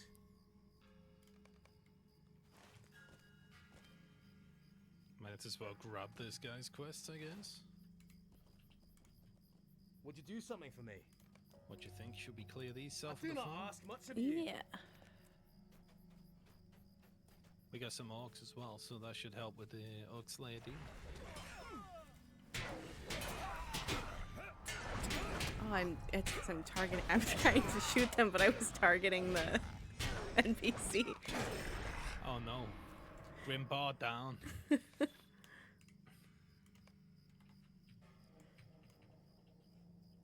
me. I like that they make you wait a short while before fighting the proper fully armored orcs. Yeah.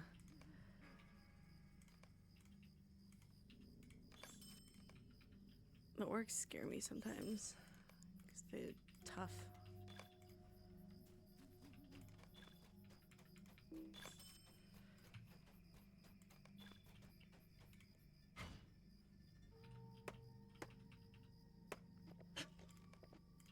Oop.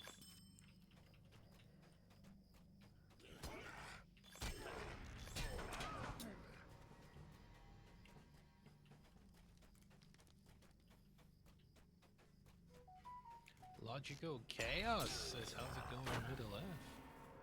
G-R-E-A-T, great dude. How the heck are you doing, my friend?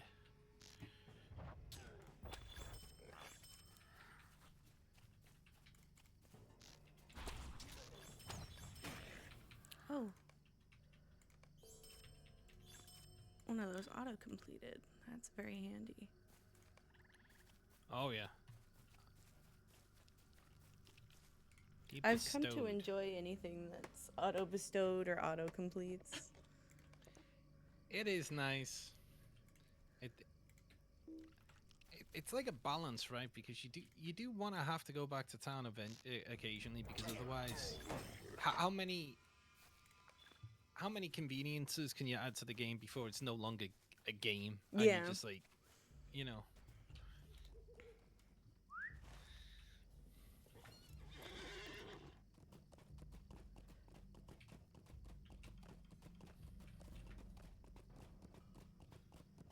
Doing good so far. About to jump into Middle Earth yourself. Heck yes, man. Ooh, fun. You'll have to add me as a friend, dude.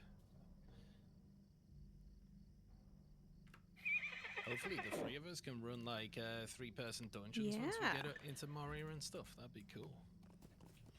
Get a little group going. Yeah. This is intolerable. Or if we eventually end up doing like I do Shire not ask deeds and much of you. Eredluin deeds, we could take you with us as well, Logical, because you'd be the right level for them. Collect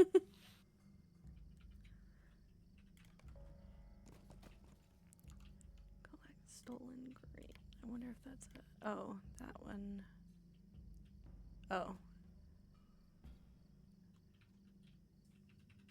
From. Aha. How is Path of Exile, mate? Any good?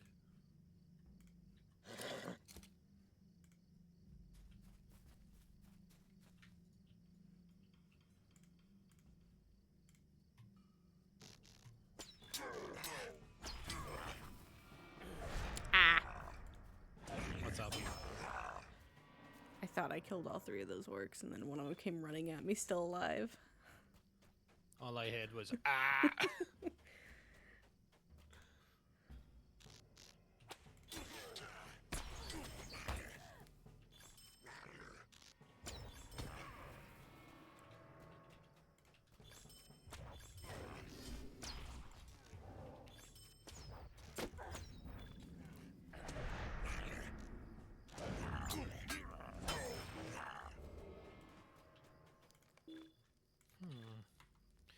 the green one, that's called Spider Bounty. So do you have the spider? You do. You do Yeah. have the Spider Bounty. So I guess that's the one we need right now, but I don't Did really you see what grab the spiders. there was a second quest that one of those, the stolen grain quest. Stolen grain. I is think that you have what to it's turn called? in one of the ones we just did Ah, okay. over here. Perfect. It's good but more difficult than PoE 1. Is that a good thing or a bad thing? I'm hearing there's maybe some Souls-like inspirations in there. Grain Hunter, got ya. Got ya. Perfect.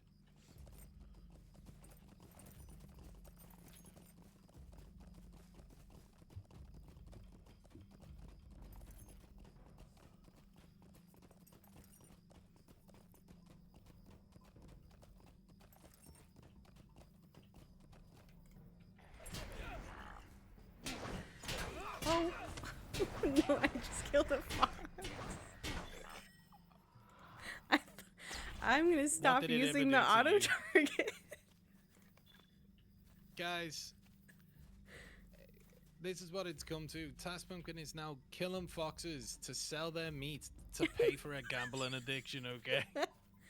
There's an orc over here that I think if we kill him, it starts a quest. I think you're right. I think we both have to hit him for it to count, though. Oh, there's one over there. Oh, we didn't both have to hit him. Oh, I got one as well. Yeah. So I think it's any orc, right? Well, because I didn't hit Oh. that one yet, so it's. Oh, I see. Oh, my bad. I just impulsively said kill. I was thinking about it too. I was like, what if I just kill it? Yeah. Well, you get into that habit in games, and sometimes it'll throw a quest at you where you're not meant to kill people, and you're like, wait, Yeah. why did I fail the mission? I was just killing. Or when the corn maze says don't cheat, and you think you found a special path, but that counts as cheating. I hate that corn maze during the Harvest Math Festival. Which I don't know this. I don't do the over in- festivals. Oh, there's a special area for the Halloween festival, and it has a little corn maze in it. Little is, it's not little. It's a big Oh, is corn this maze. the haunted house you go into? No, I love That's the a haunted different burrow thing. because I've learned it. I could get through there in seconds. The corn maze is different every day, and so there's not really a great way to learn it, Okay. and you just wander through. And there's, I mean, it's not as chaotic as the haunted burrow, but sometimes it's very frustrating. Yeah. Maybe Maybe I'll have to give it a go next October. Yeah, one of the days has where it has these little breaches in the corn where you can go through the wall. But apparently you're not supposed to do that if you're doing a time challenge. So if that's the only way you made it through the maze, sorry. Can't do it now. Savage. Savage. It's not too bad to learn them. It's just gear check. Not much good gear drops to help you. So, would you say you're not having as much fun as you were hoping, Logical?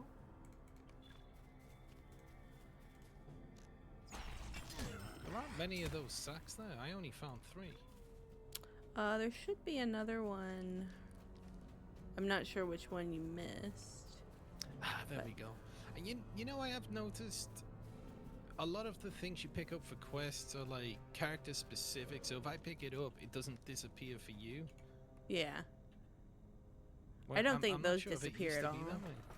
I feel like we're just grabbing a handful out. Yeah, I think you're right. There's more down here actually, but obviously we don't need more.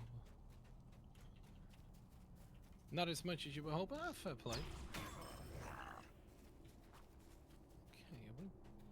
Okay, there's a quest marker here. I don't know what it's for.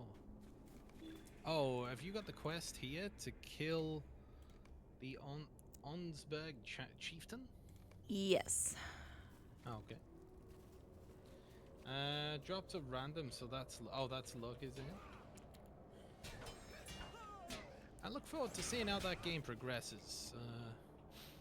It's a free-to-play game, however, you can play it now ahead of time if you pay, you know, for, I don't know, the supporter package, whatever they call it. And for me, I'd rather just wait till it's free-to-play, you know.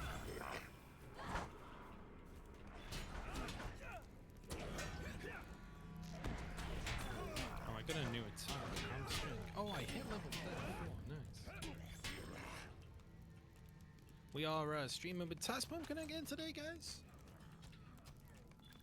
Hello. And, rocking. Yeah. Oy. So if you want the link to her channel, there we go.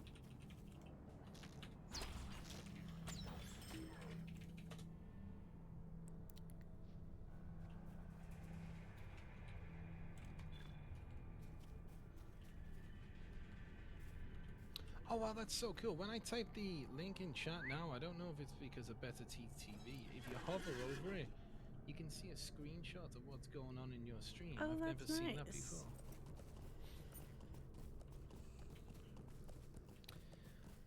Seems they ramped up the Souls-like difficulty, but gear doesn't drop other than magic gear. Rares and uniques don't drop that often. It's probably playable for you in a week or two. Okay. Oh, right, so it's just a couple of weeks. I thought it was, you know, next year.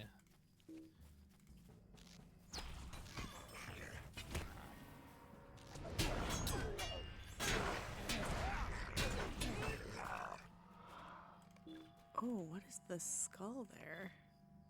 Yeah, they've killed something. I think it's those aurochs. I think you're right. It's those creatures roaming around there. The grazing horn mantle.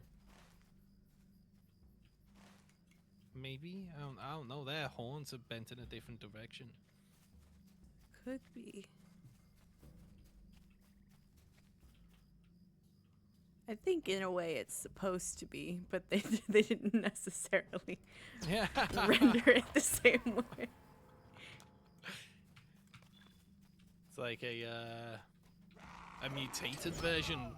Sauron, what kind of mutations are you producing? Oh, full release isn't for 6 to 12 months. I'll wait for that, you know, and then maybe give it a try.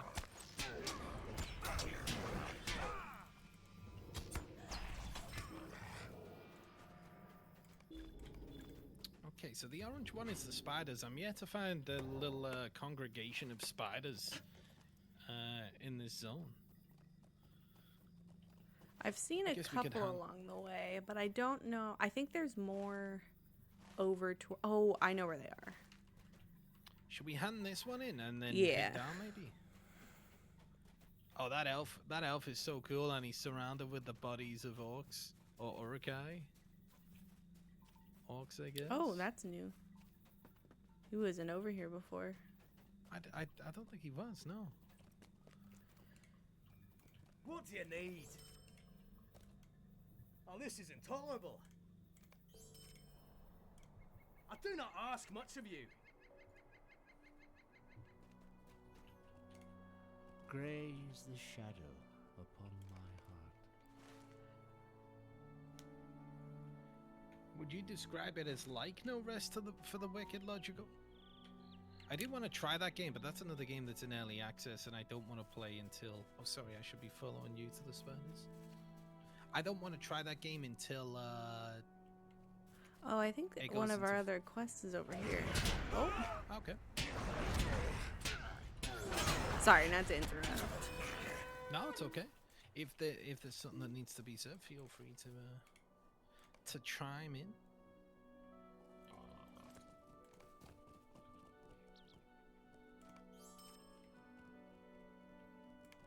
Oh, I accidentally sold all my crafting stuff. No.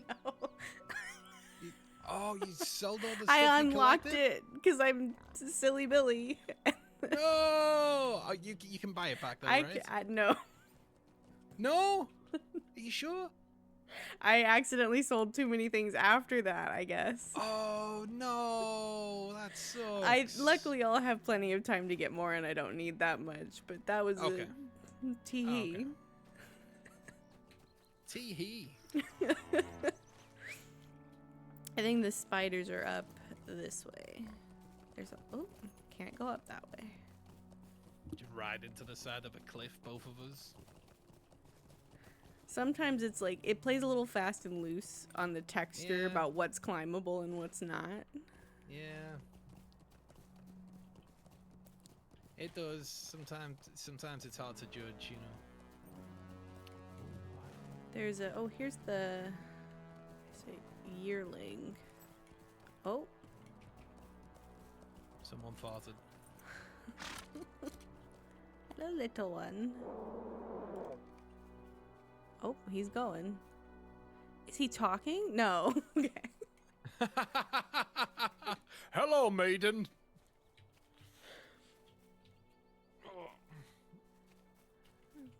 His legs are moving so fast, but he's really not getting anywhere. Little guy. I love little dogs that run like that, Oh yeah. where their owner is walking leisurely and the dog's running as fast as they can. Well, you know, when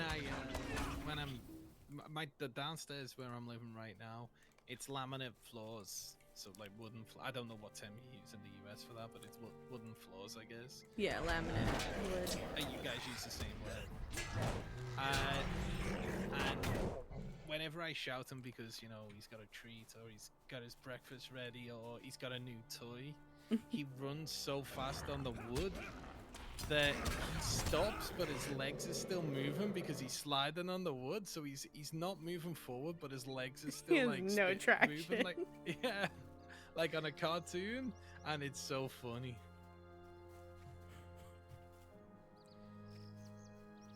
There are many things I do like about Path of Exile 2. The graphics are awesome. I wonder how that game will catch on over time. That new Marvel Rivals looks cool. I haven't seen any of the gameplay, but I've seen a lot of people playing it. Yeah, it's quite popular. I mean, it's a Marvel themed online game. I think it's gonna be popular regardless of the quality, right? Is it like card game style, or is it like Have League you of played Legends Overwatch? style? Oh, It's very much like Overwatch, so it's a hero shooter. You choose a character, 6v6, with an objective, and each character has a unique move set, and yeah. that sounds kind of cool. Yeah, there are also those shooters. What I like about those hero shooters is they have different character types. So I don't know how this one works, but in Overwatch you have tanks, healers, and DPS. So even if What do you people need? aren't, you know, big into shooters, a lot of people who like healing and things like that, they'll just play the healer and sit back and heal people. Will you let me speak my So piece? I guess it makes sense that Blizzard kind of made Overwatch because they made Warcraft, so there's MMO elements to it, I guess. I'm babbling on. No, I'm listening. I'm I listening dutifully. Sometimes I listen and talk at the same time, and then sometimes I'm like, okay, be quiet, just listen. Yeah, yeah. Sometimes social interactions are difficult. You How know, can I you be can of definitely service? overthink them. I know I do a lot. I'm like, do I talk? Oh, now? I triggered orcs attacking.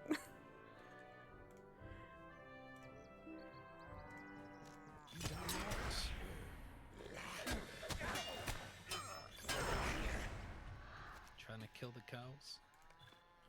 You can't kill these cows. We want to kill these cows in 3 days for beef.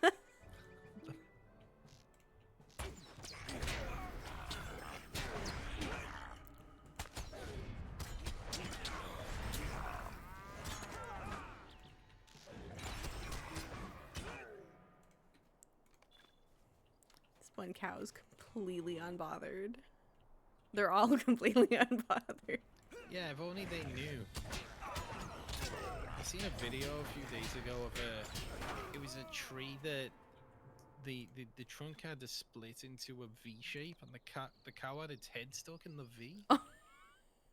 and the guy had to get it out. And cows are so clumsy that it's almost hilarious, you know. Oh, I saw a video of a cow. Someone said when your cow plays like a puppy because she doesn't know how big she is, and the Yeah. cow was actually like fainting back and forth the way that a dog does. You know, sometimes I do feel bad because, you know, I like a beef burger or a steak, but sometimes you see them and I'm like, I feel kind of bad, you know. Yeah. I'm not the biggest beef eater, like every once in a while. So I Yeah. kind of feel like I eat just enough where it's like, okay, I'm not eating a whole cow. I'm not responsible solely for the death of a cow. But I think I sometimes probably do killed a think- field. But you know, it is. It's the thing is as well. Like, how much of an alternative is there? Because even if they're growing crops, they have to kill animals to stop them from destroying the crops and stuff. And Yeah, I think there's a certain amount that natural order plays into it too. Like everything's got to eat. yeah, and I guess they wouldn't be alive. It's no excuse. It's a terrible excuse to say they wouldn't be alive. We're enough for the farmers, but it helps me sleep and eat at night. Yeah. It helps me sleep on a full stomach. I think at if night. other animals could cultivate their prey instead of Oh, they hunting definitely them, would. they would. So it's Yeah. humans are just animals at the end of the day. Yeah. I mostly eat chicken and turkey, and I justify that by saying that chickens are stupid and turkeys are evil, which is true. Both of those statements are true. Hey, we got a spider. Oh, Even some of the big streamers are saying that. It hit 1.2 million viewers, Logical. Sheesh. Man, Twitch. You know, I think I heard that Twitch is not profitable, and I was sitting there thinking, this platform is basically people just throwing money at the screen, and you not even paying the people who are getting them to throw money at the screen. How is it not profitable?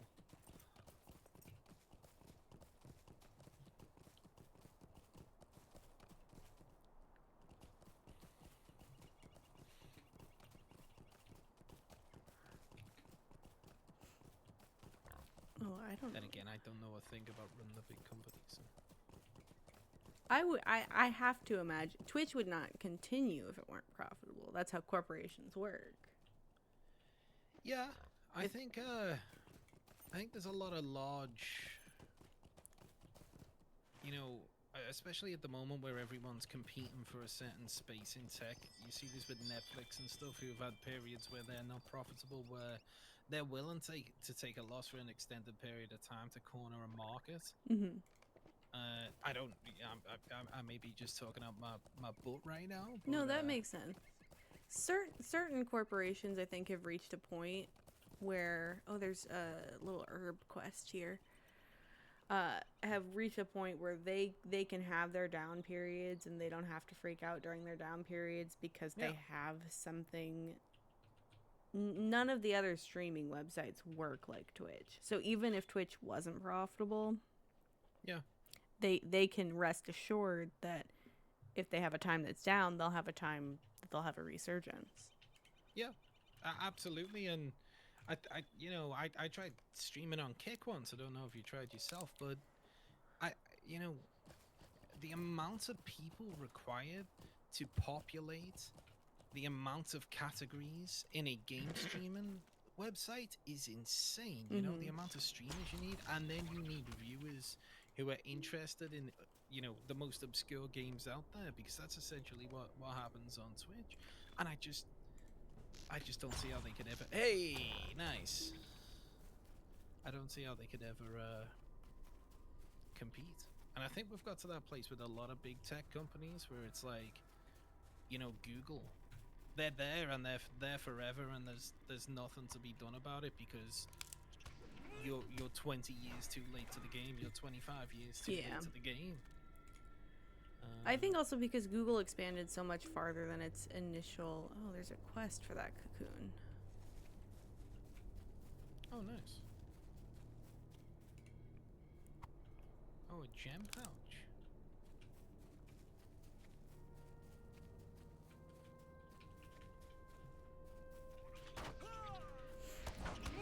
They expanded so far beyond just a search engine Yeah. and into an office space, like a Use- office software. I mean, Yeah. um, Mobile phone operating system. They I think own maybe the biggest YouTube. in the world. they're an internet provider. They've expanded so far beyond what they originally were, and I think that tends to be what most corporations need to do to survive.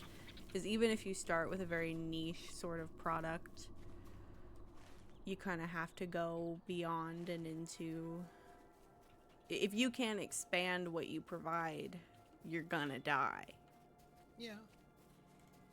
Unless you have something that's so niche that no one could ever replicate it. Yeah, it yeah, I guess they just gotta keep on going, right? And I don't know. Well, I found a little hill, but there's no spiders up here. Oh, there's a few. I may have killed them. Oh, Oh, we got all these plants we can get as well. Have you got this meadow sweet quest? yeah. Hey, logical that you're a cat. Let me add you as a friend. Sweet dude, I got you added up.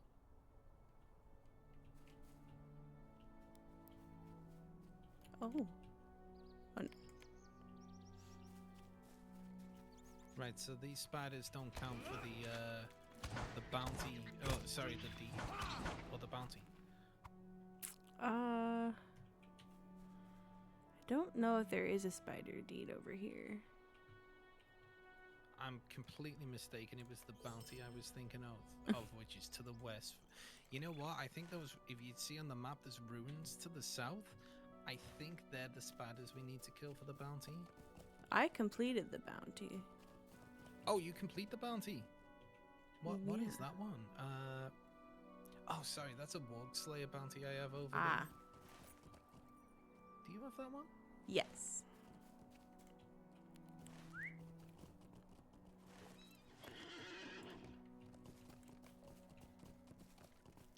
Oh, I have that twice. Oh, I didn't get that one somehow. Should we go again? Oh, I got it just now. Would you like me to share any quests in this zone that you don't currently have? Yes. Okay.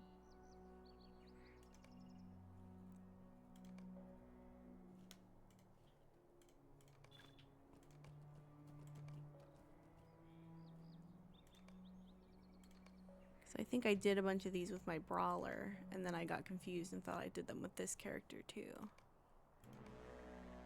It can just sort of gel together a little bit when you're playing multiple characters. Let me pop some of them back in. My tracker got full up. Okay. There's also a couple areas that overlap with the epic quest. Okay, yep. Namely, and- the Melwinen area will overlap with the epic quest, and then that northern area called Can't Read, Othrakar. That's a strange name for a Tolkien area. Can't read. Okay. So wherever you want to go to next, that's where we shall head. I think, what's this? Let me see what this purple one is. Hi, Star guys. Warg Slayer. I think if we get the wargs, then the rest of it, everything that's on the east side of the Estelden encampment will not overlap with the epic quests. Mhm. Oh, is that the Spider Queen?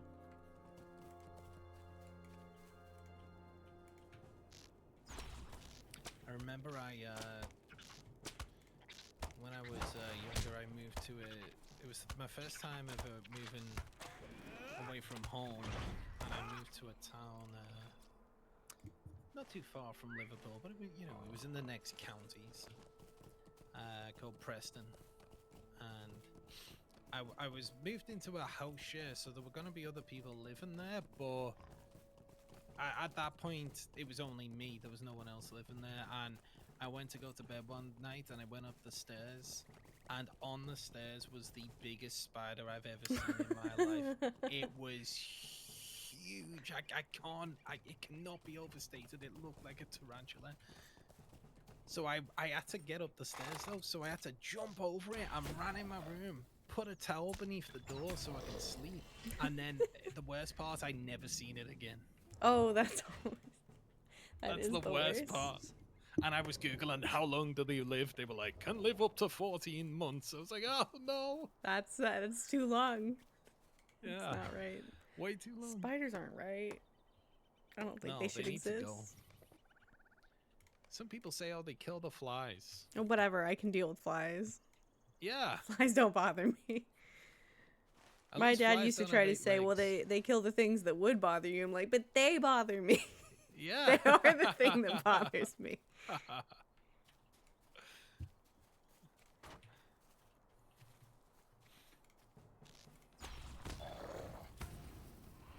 Oh, Logical and Jay coming in with that Joe high swim. Well done, Logical. We love to see that, my dude. Okay, I think I have a tracker. There's supposed to be like a hill where there's wargs, but I think it's in a different section. There's quite a few over here. Okay.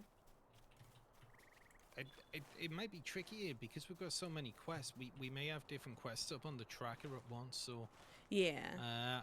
I'll follow you for the time being for the wargs, and then we can kind of see where we I want to go have next. I a guess. passage of nature that I can use, unless they would be something else. No. They are. Okay, cool. Because I can't see them on the mini map. I mean, What's this song playing again? Oh my god, it's been repeating the same song for 20 minutes. It keeps going, this is my promise. So what the hell's this? Sorry guys. I do apologize about the one song situation there. do I need... I don't think I need honey. I don't have room for anything I don't need. Oh, you need to sell stuff? Oh no, I'm good. I just wasn't going to pick up that honey. I used to go no thoughts head empty, just pick up anything I could find, and then I would run out of bag space so quickly. Yeah.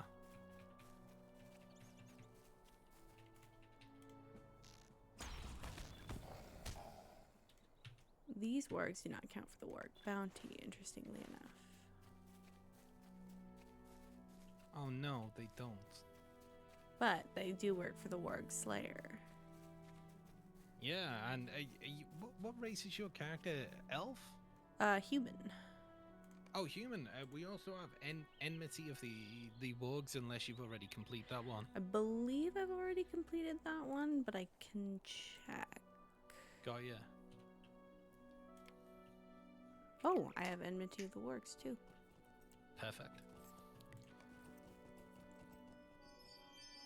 Oh, I was gonna put on my undying title, but then I remembered I don't have it. Hello, darkness, my old friend. Trying to find... Oh, I guess this character's from Dale. I didn't even remember that. I usually always make my human characters from Bree.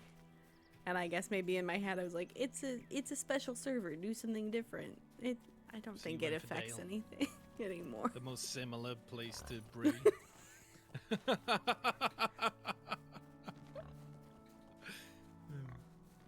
Dale's cool though. It's a cool backstory. Are we looking for wargs? Think so. Oh, I have... keep forgetting. I always forget that I have this passage of nature. Eh. Oh, it said in combat, and I was like, that's interesting. And I realized it was in combat with you. Well, you've got gambling on your mind, I can tell. Okay, that one has to be turned in. That's an oh.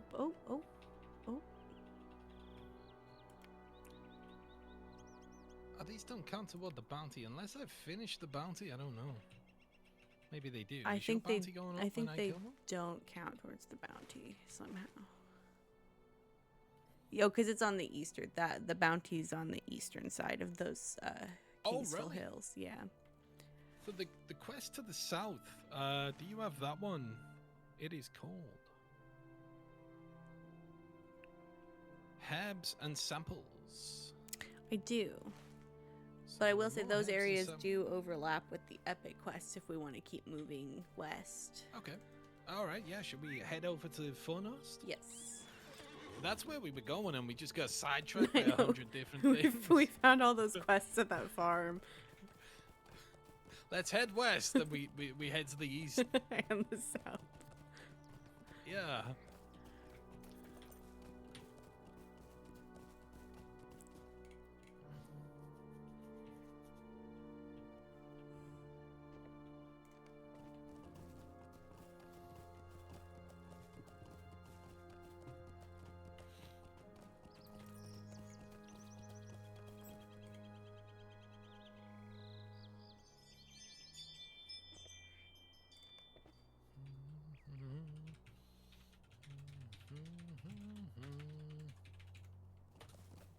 I'll pin that so if people want to. Oh, thank you. That's okay.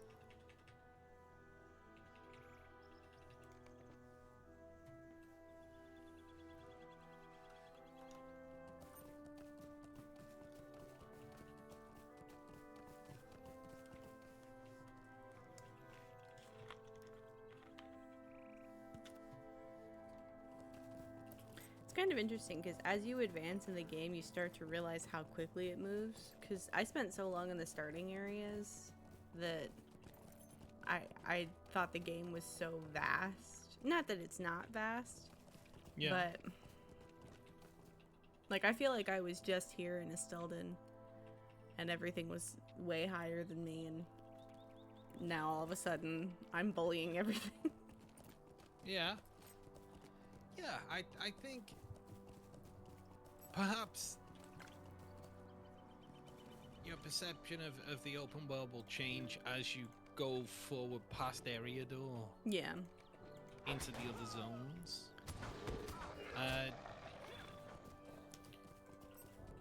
But I do think Eriador is so much better than those zones, you know, that's the only downside. But there's a lot of cool stuff to see. There's a lot of cool stuff to see. Yeah, I had so- never seen any of Moria, and then I was hanging out in Nate's stream yesterday, and now I kind of don't want to go because they keep sending him on these, like, they give him a single quest, and then he comes back and turns it in, and then they give him another single quest in the same area. It's like, I don't One want to quest, do one, that. one, one. Yeah. And that's the only thing about Moria as well. Whereas with Eriador, you have choices. You know, do you want to go to yonder Yeah. shire? Do you want to go here, there? With Moria, it's more like, you know, here it is again. You know, second time through, third time through, same stuff, no variation. Yeah, I think that's the thing is it's very similar to the issue that you run into in Star Wars: The Old Republic, where at first everything's Yeah. different. Everybody has their own individual storyline, and there is still the concept of the individual storyline for a long time. Yeah. But then as soon as you complete the class story, I really wish they had just continued the class stories. I don't see Yeah. why they decided to just make one. I guess in the interest of time management, probably. I think what it was with SWTOR is when SWTOR launched, it was the highest budget a video game had ever had. and I don't think it was as successful as EA wanted it to be, and for that reason they lost a lot of their funding. So I think that part of that was budget cuts, but at the same time, they could have just said, all right, every expansion is one new class story with in-game content, instead of following the mold of, oh, it has to continue the story forward. They could have rethought the entire concept of an expansion and catered it to their game, but it just seems like they weren't, you know. They should throw all that money they're making on The Sims at it, because they're not throwing it at The Sims. That's for sure. Yeah, well, they're making a lot of money from that. Are you still playing The Sims? Yeah. I mean, I have years of Sims playing in me. Aren't you trying to populate the Western Hemisphere on that game right now or something? I have a 100 baby challenge in The Sims 3. Good lord.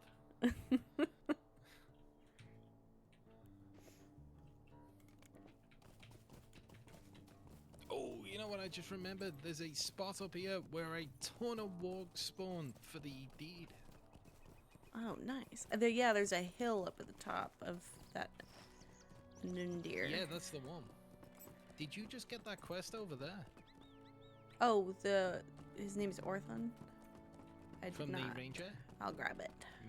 Maybe we can do that one while we're here. Just had a shadowy wraith appear and destroy me. Logical, rest in peace. You've just lost your undying title. R.I.P.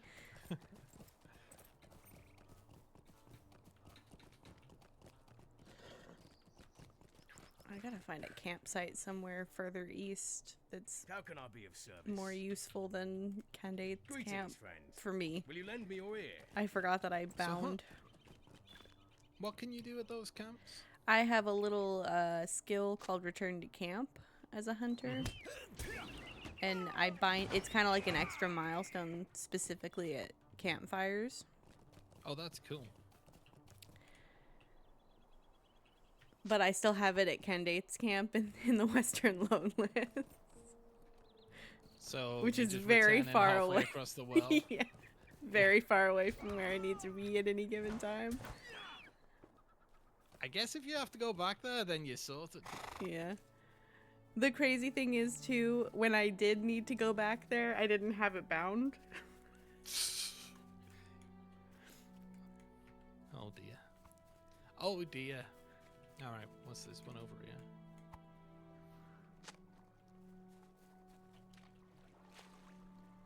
Usually you keep that for much longer. So how it works, Logical, is if you get to level 20 without dying, you get the Undying title forever. It doesn't track deaths after level 20. So, that's how it works. You probably already know that. I'm probably explaining something you already know, but... I wonder why they decided on level 20. No idea. Good question. I would have thought it would have... If the game started at 50, I would have thought it would go all the way up to 50. You'd imagine so, yeah. I wonder if there's something else that happens at level 20 where they decided, okay, this detail ends or this feature ends or... You know what it might be? When you enter the Greater Barrows and you start running dungeons around that level? Could be. I do wonder if they didn't want players to feel pressured to continuously start new characters.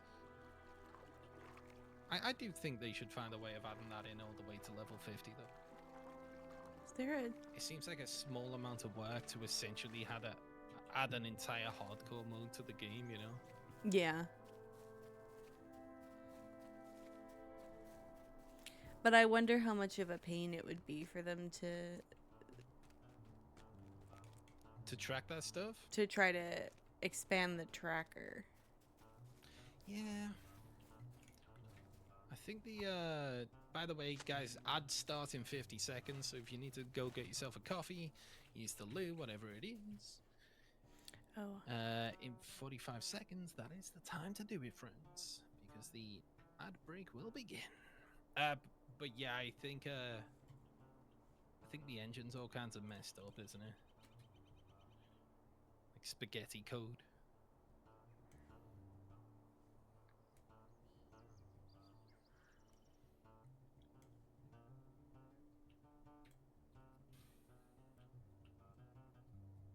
There we go.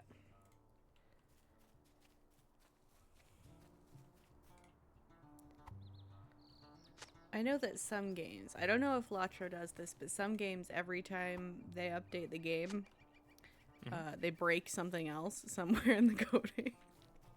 Oh yeah.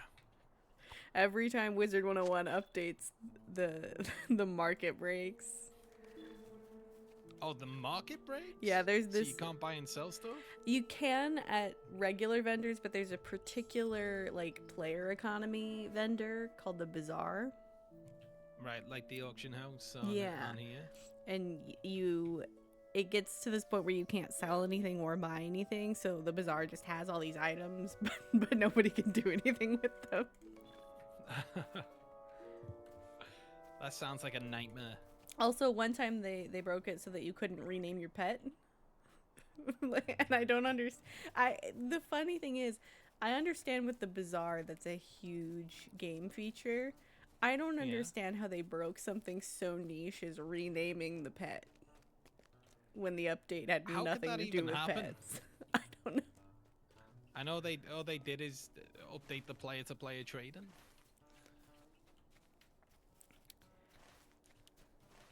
Sometimes when The Sims 4 updates, they have the funniest glitches ever.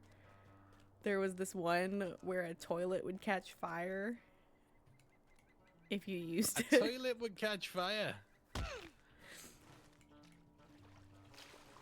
And this issue Sounds was like so prevalent that later in another pack, they added this ability to upgrade the toilet with a compost bin.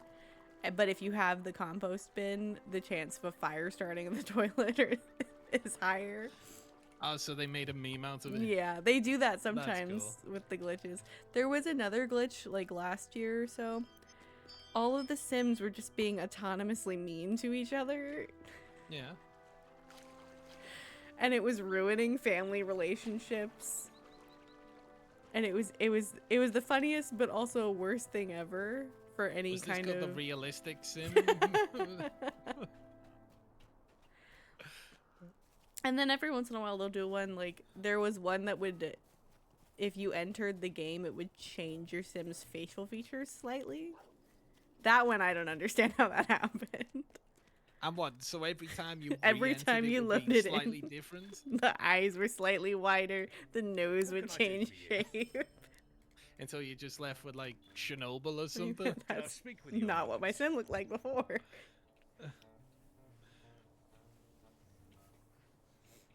So did you see that game that was announced? I think it was earlier this year. That looks like The Will you give me a Sims, but moment in of a your time, giant friend? city. Inzoi? Quite possibly, yeah. Quite I possibly, saw yeah. a little bit and I tried out the character creation demo. It's Right. massive though. Like, and not in a good way. Like, it's absurdly massive to the point like what computer would be able to run that game? Yeah. Yeah, so that's gonna require a lot of hardware. I have noticed with The Sims, it's one of those games that has a huge female player base. Mm-hmm. I think Stardew Valley is another one. Yeah.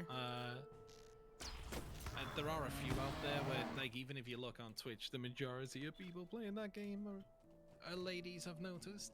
I remember when my sister used to really like it. I remember when The Sims 1 came out, and I think I was about 10, maybe 11, 10, 11, and a kid at school, I went to his house and I played it and I loved it, and he said, "Here, you can lend it."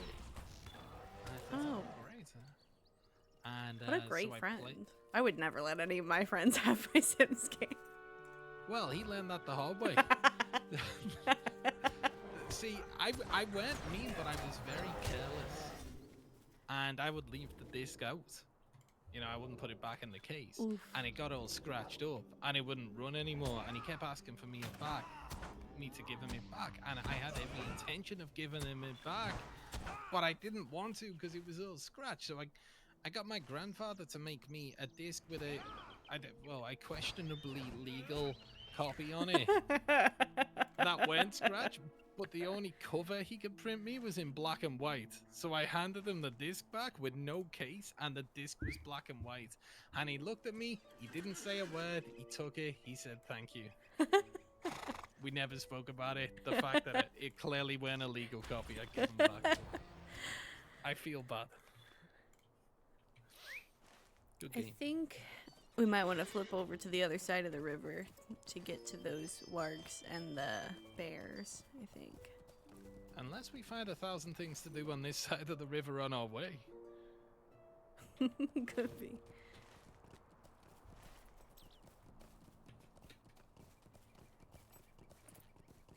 Oh, you already knew logical. I got you, brother.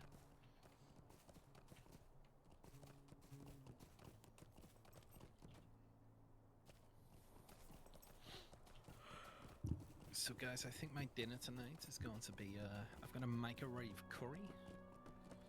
So I'm living the high life. That sounds yum. It is. I put a naan bread in the oven and throw a Oh, microwave nice. curry in the microwave.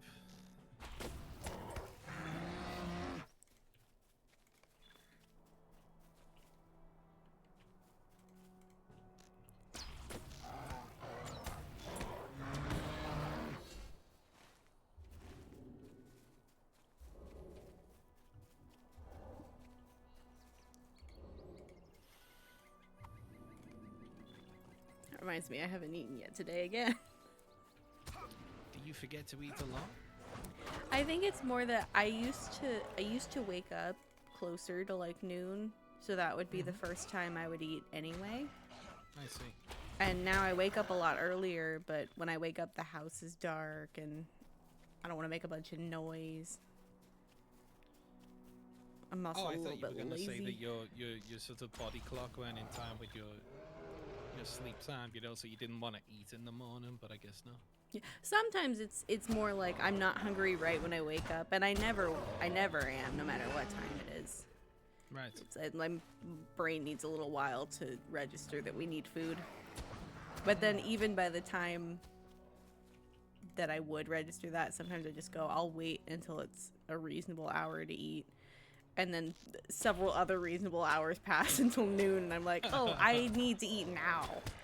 See, I'm not like you. I'm thinking about food before I'm awake. I'm very food motivated, though. I live my whole life from one meal to the next. It's just mostly... Is there any other way? It's mostly dinner that I'm concerned with. Do you order takeout food? I don't know what I'm gonna have tonight. Sometimes I do. Most of the time, I try to eat from home. Mm-hmm. It doesn't always work out that way. You know, I ordered takeout on a Friday. I didn't yesterday because I got it on Thursday. It's good. It's good to try to keep track and balance. It is. I found that's the only way I can. You know, that's my weakness. I don't drink much. I don't smoke. I don't take drugs. I don't do none of that stuff. So, but that takeout meal, that's my thing. You know, that's my. Oh, we get a question as well. So.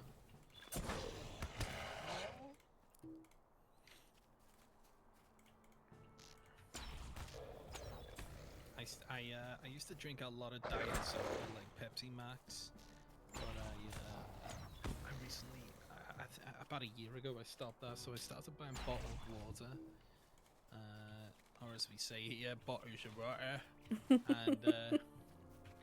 and yeah, I feel much better for that. Although sometimes, you know, when I wake up in the morning, I want that hit of crappy supplements. Yeah. I've tried to. Yeah, I've tried to cut down on soda because I know it's of all the things that you could drink, it's second only to alcohol. It's probably the worst. I hear the diet stuff's worse than the full sugar stuff. Yeah, because it has aspartame. See, I've heard this before. I've heard this word. So what is that, and how does it affect you? Do you know? I don't know the exact detail of why it's bad, but I do know that part of why it's bad is that it's a chemical versus a natural. The way that sugar is a natural production. I see. I seen a guy on. Somebody tried to tell me it's a carcinogen. Like everything is. The likelihood of getting cancer being a human is so high as it is that as long as you don't smoke, you're doing everything you can do not to get cancer. Yeah, I think eventually your body's just gonna say enough is enough. You know, one day, and cancer is usually the way it does that. So. That warg was a tiger. Hello? Excuse me? It's a big old tabby warg. Tiger warg? Yeah, No, now I'm thinking about tiger bread.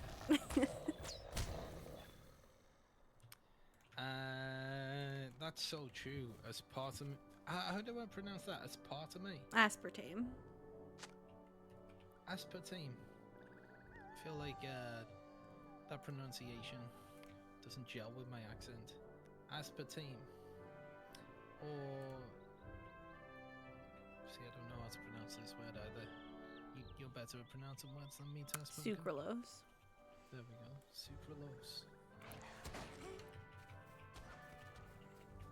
I can do one word. One word I can do. If you give me a sentence to try to read out loud, my brain starts short-circuiting. And I don't know what any words mean anymore. You know, yeah, I think that's common. Yeah, do you ever find when you're playing games for extended periods of time and someone types something in chat and you're just like, what, bro? It's like your brain has just gone to mush because you've been playing for 7 hours. Yep. Trying to make sense of a very simple sentence.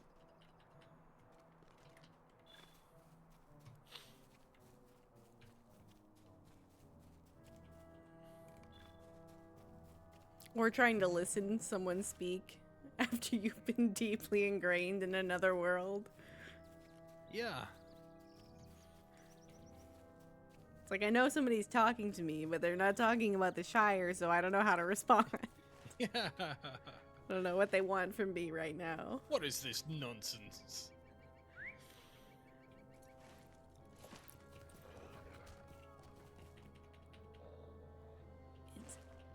Oh, I keep forgetting that warg bounty is on the eastern side. I'm like, nothing counts.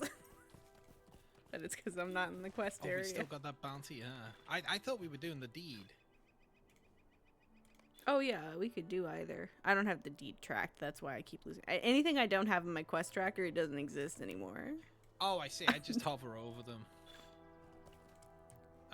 Usually to do this deed, you just run around in circles and kill all these wargs. But if you want to ride off, we can just go somewhere else. Oh yeah, if we want to mow down the wargs a little bit. Okay. Oh, we could always get the quests done and then finish what's left on the deeds if you want to do it that way. I was thinking that, yeah. Okay. All right. Now we will finally head west. Oh wait, we gotta head east to hand in this quest first. Yeah, that's where I was going.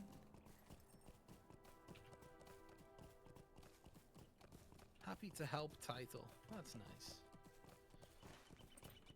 Oh, I'm gonna run right into the river. Bad idea.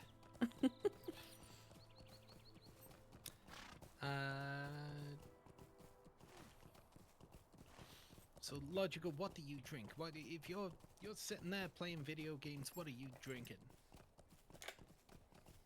See, people say don't drink bottled water because the microplastics can get into your bloodstream.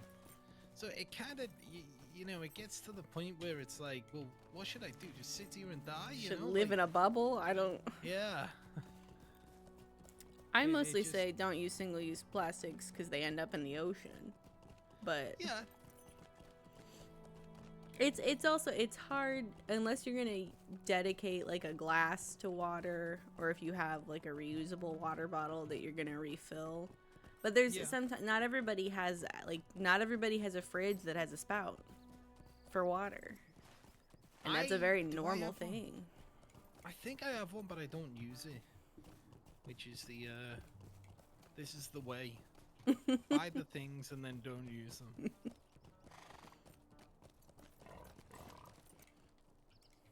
How can I be of service? Greetings to you. What can I do for you? Will you give me a moment of your time, friend? You doing a quest up here? I tried to drink only coffee or water. I have reverse osmosis water filtration set up to try and keep my water really clean. That's good. What? Hold on, I have a question. What does reverse osmosis mean? What does you know what, Sash Pumpkin? How can you not know what reverse osmosis means? How on earth can you not know? Now let me explain. Let me explain to you right off the top of my dome what reverse osmosis means. Reverse osmosis is a water purification process that uses a semi-permeable membrane to separate water molecules from other substances. RO applies pressure to overcome osmotic pressure that favors even distributions. RO can remove dissolved or suspended chemical species as well as biological substances as is used in industrial processes and the production of potable water. Interesting. I just off the top of my dome there, guys. It's funny how, like, I knew what each of those words meant by themselves. Yeah. Reverse being obvious and osmosis I'm very familiar with. But then Okay. somehow you put two words together and all of a sudden they don't mean anything anymore. Oh, I had no idea what it meant. I'm sure that came across. No, I was laughing because I could hear the clicking. Oh, you can hear the clicking? Yeah.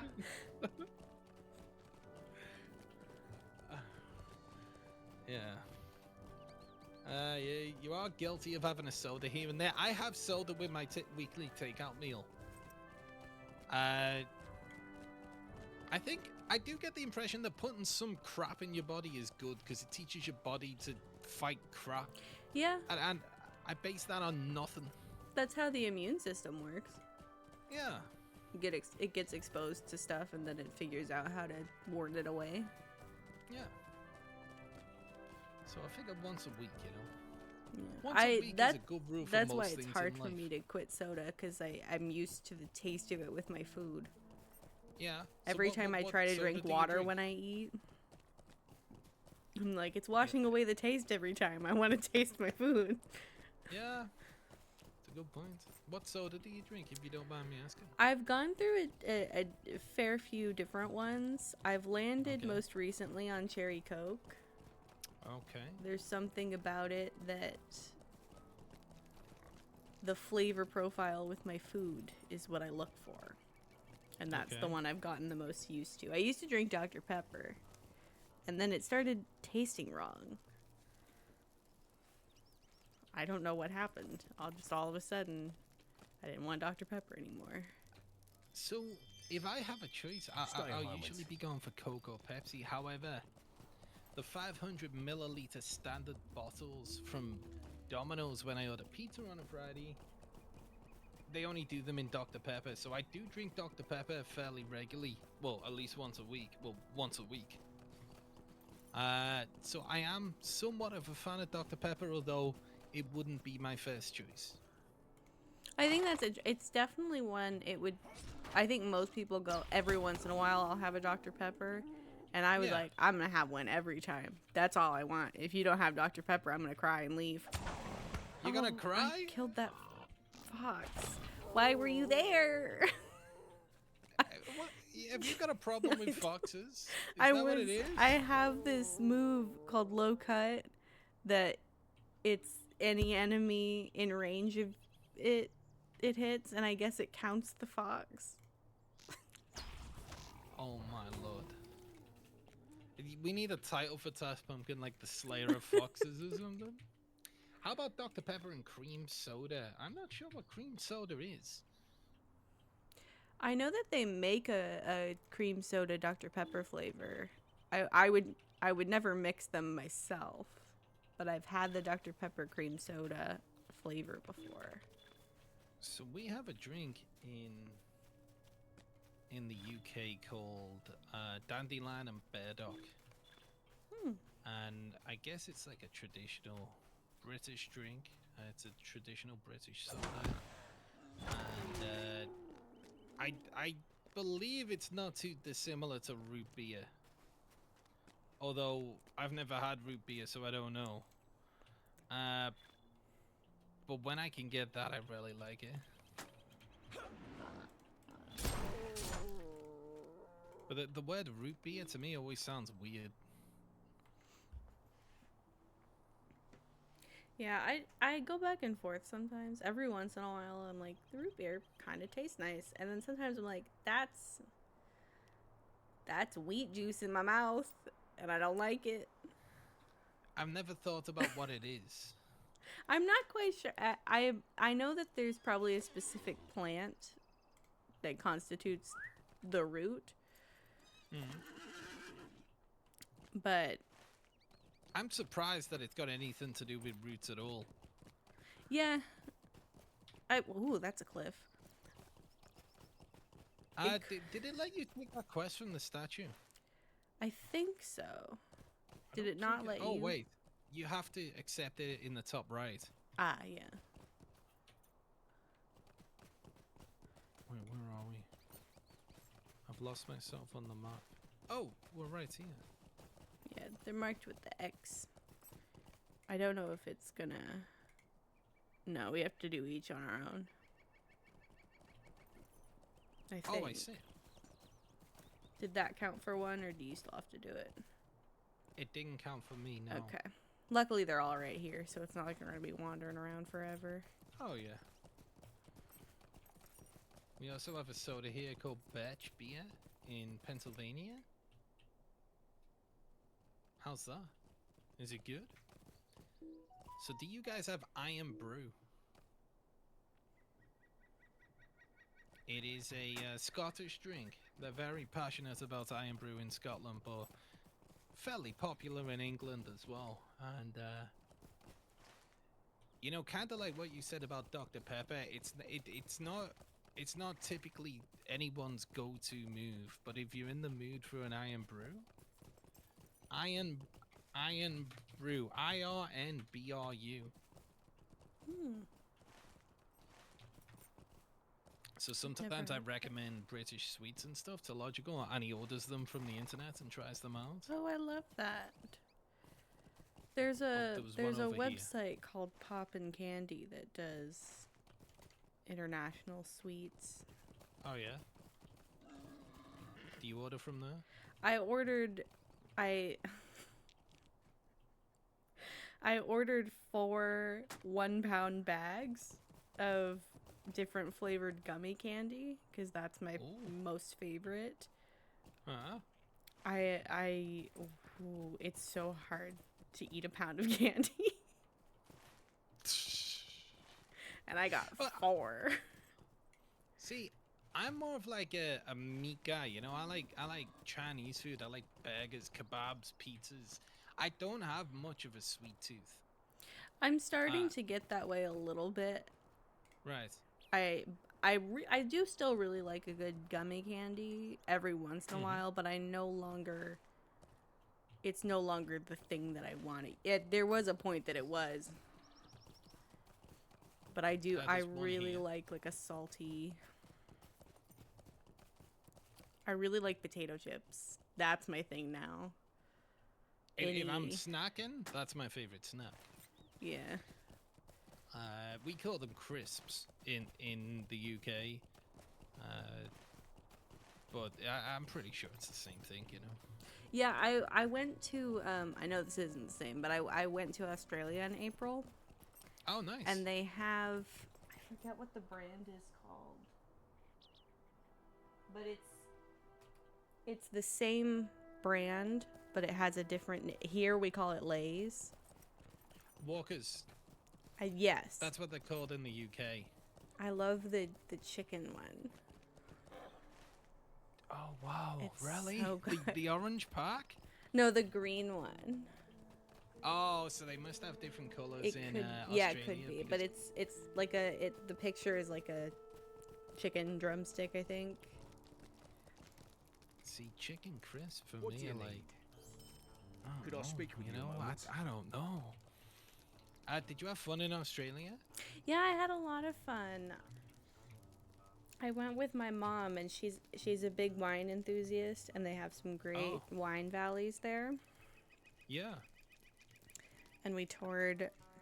I think we toured one. Can't remember if we did two. Oh, we did do two. We did the Yarra Valley and then McLaren Vale. And there she is. Good morning, Mom.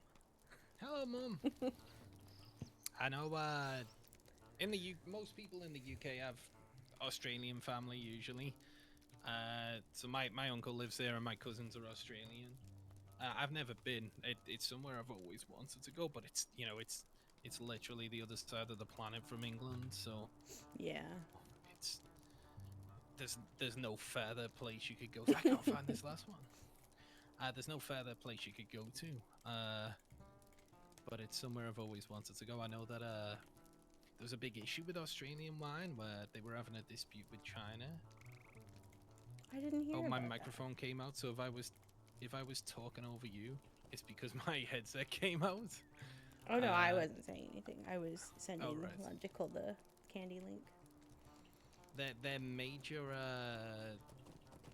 sort of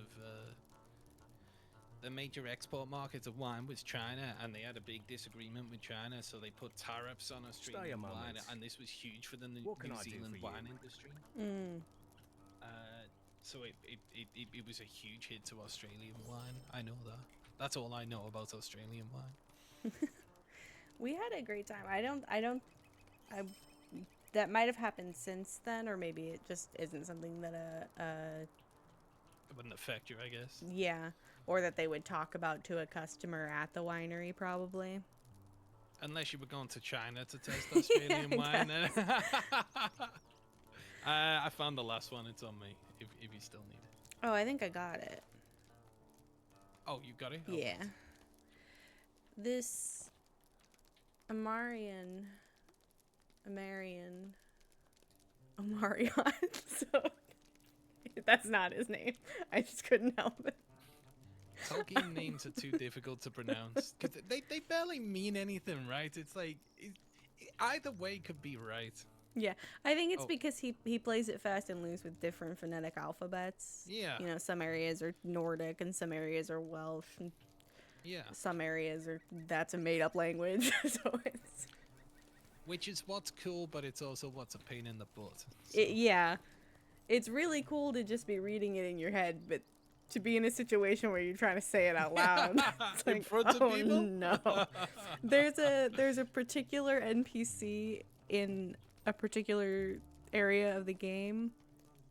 I don't remember where or what the name was, but I caught myself on stream. Every time I said that name, I said it differently. Every single time. Even if I said it quickly and successfully. And it's just something my brain does where it's like, I know how to say this word, or I know what the most logical way to say this word is, but whatever comes out of my mouth is unpredictable. would you even for describe that me. as logical chaos? It's up to your joke. Yeah. So what I do, here's what I do. I just skip the word, Would you do something for and Yep, the that sentences thing. don't make sense. That place. Yeah. Oh yeah. That. Like go over here. And we went to. My day was going fine. You know, just Completely nondescript. yeah, just from one to the other. He has Could I speak another with you a moment? quest, but I don't really want to do it because it involves going undetected by the enemy. And you would God. think as a hunter I would be good at that, but then I have to remind myself I'm a hunter in a video game where I'm using keyboard keys to move, and I can't be trusted with that. I believe in you, but if you want to skip it, we can skip I it. think I'm And gonna that's skip it. Okay. Is this the defeat? Oh, what's this defeat Wogs one? Do you want to get Oh that? yeah, I grabbed that one. Oh, I did not grab this one. Hello. One that I don't you know if you can skipped. help me. You know what it's called? It's Stay a moment. spying on the goblins. Okay, so are we heading to the northeast here? We could do that since it's right there, or we could go up to Fornos, because I know that after Fornos is going to send you right back to Esteldin, so we could hit it on the way back. Okay, so we could go to Fornos. I have that quest marker there at, you know, the little ranger camp. Yeah, that's where you got to go first. That site does have double-decker moon pies, which a double-decker moon pie. What on earth is a moon pie? Oh, Which I didn't know existed. I feel like there's not an accurate way to describe a moon pie. Is this a Google It's- job? Is it? I think so, because in my head I know what it is, but it's not. I see. It's a dessert, and that's about as specific as my brain wants to get right now. It looks. I don't even know how I. It's American. It says on Wikipedia. It's somewhere between like a pastry and a, oh, I had the other word. Hey, Cloud. A how you candy doing, man? bar. It's like somewhere between, it's like if a piece of cake was a candy bar or a candy bar was a piece of cake. That's like kind of Is what it a it bit is. fluffy? Shout out to my mom. Knows exactly what it is. Chocolate marshmallow. So graham it's a cracker. marshmallow with like a graham cracker. I think it's 2 marshmallows with See, graham you guys cracker. pronounce the word Graham completely different to how we do. You guys say Graham, and that it's also Craig. We say Craig. You say Crag. I've noticed. I'll stop banging on. No, I do think it's interesting how even phonetic alphabets are dialect based rather than language based, and I think that's something that a lot of people miss. And that's kind of where accents come from, is people speak from the phonetic alphabet that they understand. Yeah. So, like, if you think about language too long, it just falls apart, and all of a sudden you're like, I'm just making noises. Yeah. I'm meowing like a cat, but in the human version. You were thinking that earlier.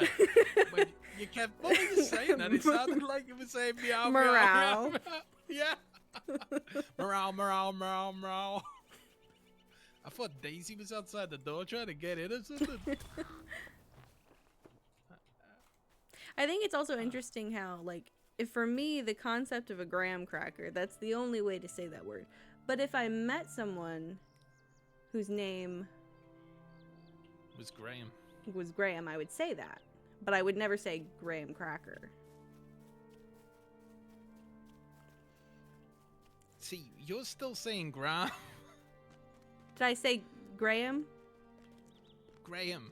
Graham. That's how we would say it. But there's people get caught up in the whole like rivalry between, you know, how British people say things and how Americans say things. There's no correct way of saying it, right? It's just that's just All a words are difference in made how up. people- Yeah. So And so it's not a matter of one is correct and the other's incorrect. It's just and it's a also noticeable difference. with the size of the United States, across the United States, there's different pronunciations for different words all over the place.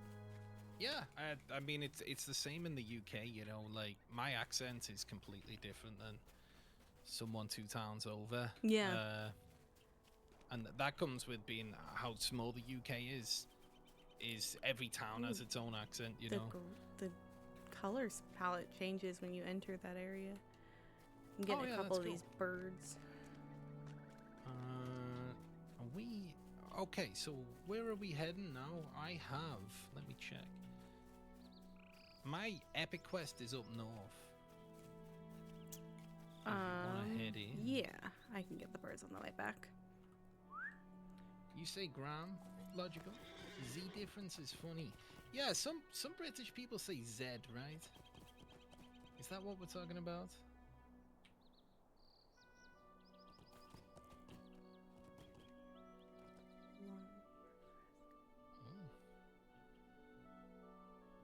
task Munkin? I don't know what any. I've never heard any of those words. I don't I don't remember what she's talking about. It's weird because none of those words sound Australian at all, you know? Well, part of it is that a lot of the wineries around the world, all of the grapes go back to the French names or the Italian names. And there's not really... They don't create their own grapes. They just find the ones that grow in their climate.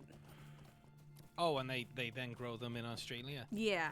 Every once in a while, I see. I think there are some Argentine grapes. That's cool. I'm gonna have to ask her what one of I think when we went to the McLaren Vale, we started a really great winery that had a lot of wines that I could drink, and then it was kind of over for me after that because I'm already zooted. Oh, well, what suited me? Does that mean you're drunk? A little tipsy enough that I don't remember any of the other wineries. At least not what the wine tasted like. So I drink beer if I drink. I do like a glass of Oh, wine, did you get know? that Blood Eye quest? Yes, I did. I yeah. think he's back here. Oh, it's down there. Yeah. I drink beer if I drink. There's an Italian beer called Peroni. That's my favorite. Mm. But I don't drink much. The last time I got really drunk, I was in Liverpool city centre with my brother and my dad, and I just drank so much, an absurd amount that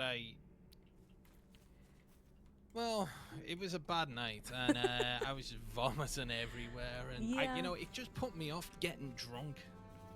Yeah, I've never had so much to drink that I got sick. There have been a few times that I almost did. But Peroni's and oh, sorry. no worries. I'm short and I don't weigh a whole lot. So I'm a little bit of a lightweight. Okay, I got you. So I have like one glass of wine and I'm done. That's probably a good thing, you know? Yeah. If you can find the right place that balances like the fun part. I think the idea of drinking so much that you're drunk all the time, every time you drink, is crazy.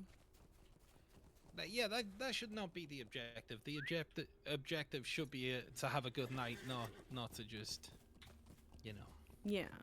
make a complete fool out of yourself and vomit everywhere and maybe get thrown out of a taxi and have to get picked up by your brother's girlfriend. Oh no. And It's getting then- specific. I'm just saying, this is just a hypothetical. Peronis are nice because they're very light. Peroni is nice and light. They are. They go down a treat, On a hot day, you get a Peroni in a beer garden or something. I mean, it's good, especially if you get it on draft. The bottles are great. I get the bottles in the house sometimes. I have 4 last weekend, I think. And they're great as well, but if you get it on draft in the pub, spot on. Oh, nice. The objective is to start walking like Captain Jack Sparrow. Is that the objective? It's an objective.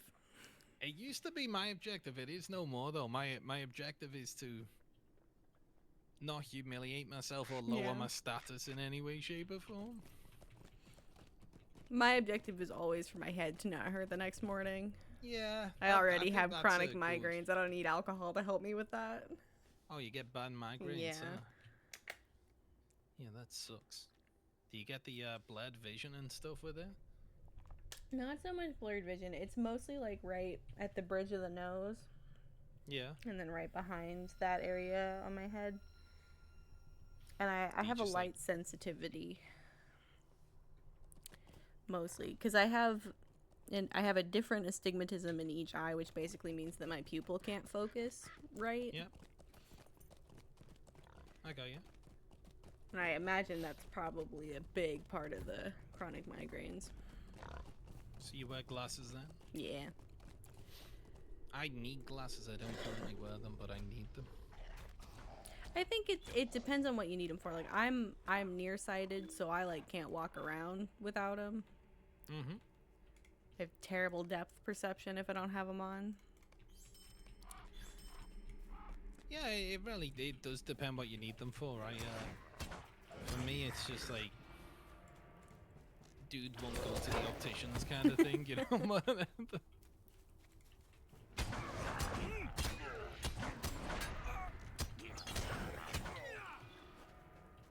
A Yering Station Shiraz Viognier from Yarra Valley was the favorite thing from that region. I remember that one. Was it The good? Euro, it was very good. It was nice and light and sweet. I'm very much a like sweet malt liquor or sweet wines kind of person. I don't love Yeah. things that are hearty and bitter. Yeah. I think one thing is I have in my head when somebody says sweet, it means like fruity sweet, like with that like candy type flavor. Yeah. And sometimes sweet just means not dry and not Right. necessarily actually sweet. So like a wine. Yeah. So obviously your mother's a wine enthusiast. When you went tasting wine, I don't know the difference from one wine to the other. Someone puts wine in front of me, I just drink it, you know. Could you tell the difference, like genuinely? Was it like, oh, these high quality wines, they're next level? I wouldn't say that any wine is like next level from the wine you can get anywhere, no matter where. Yeah. But that's just my experience. I haven't been to any wineries that are like. Well, we did go to the Domaine Chandon, which is. What's the parent company of Domaine Chandon? It's a luxury company. I can't remember what it is. You can tell by the name, right? That it's luxury.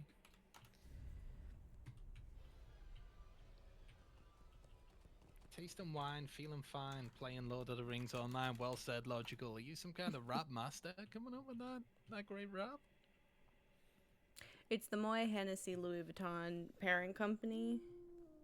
And then this is where they make champagne at Domaine Chandon. I don't love bubbly. I get this weird reaction with effervescent wines.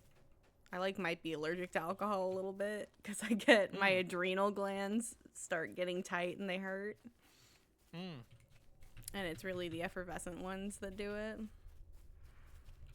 But in the Yarra Valley, we went to a cheese shop and a chocolate shop that they have there. And it was really, really good. The chocolate shop does gourmet, and they get their chocolate from a South American country that I can't remember. There's so many of them. I know. I want to say Brazil, but I don't think that's right. And I don't want to say something that's wrong.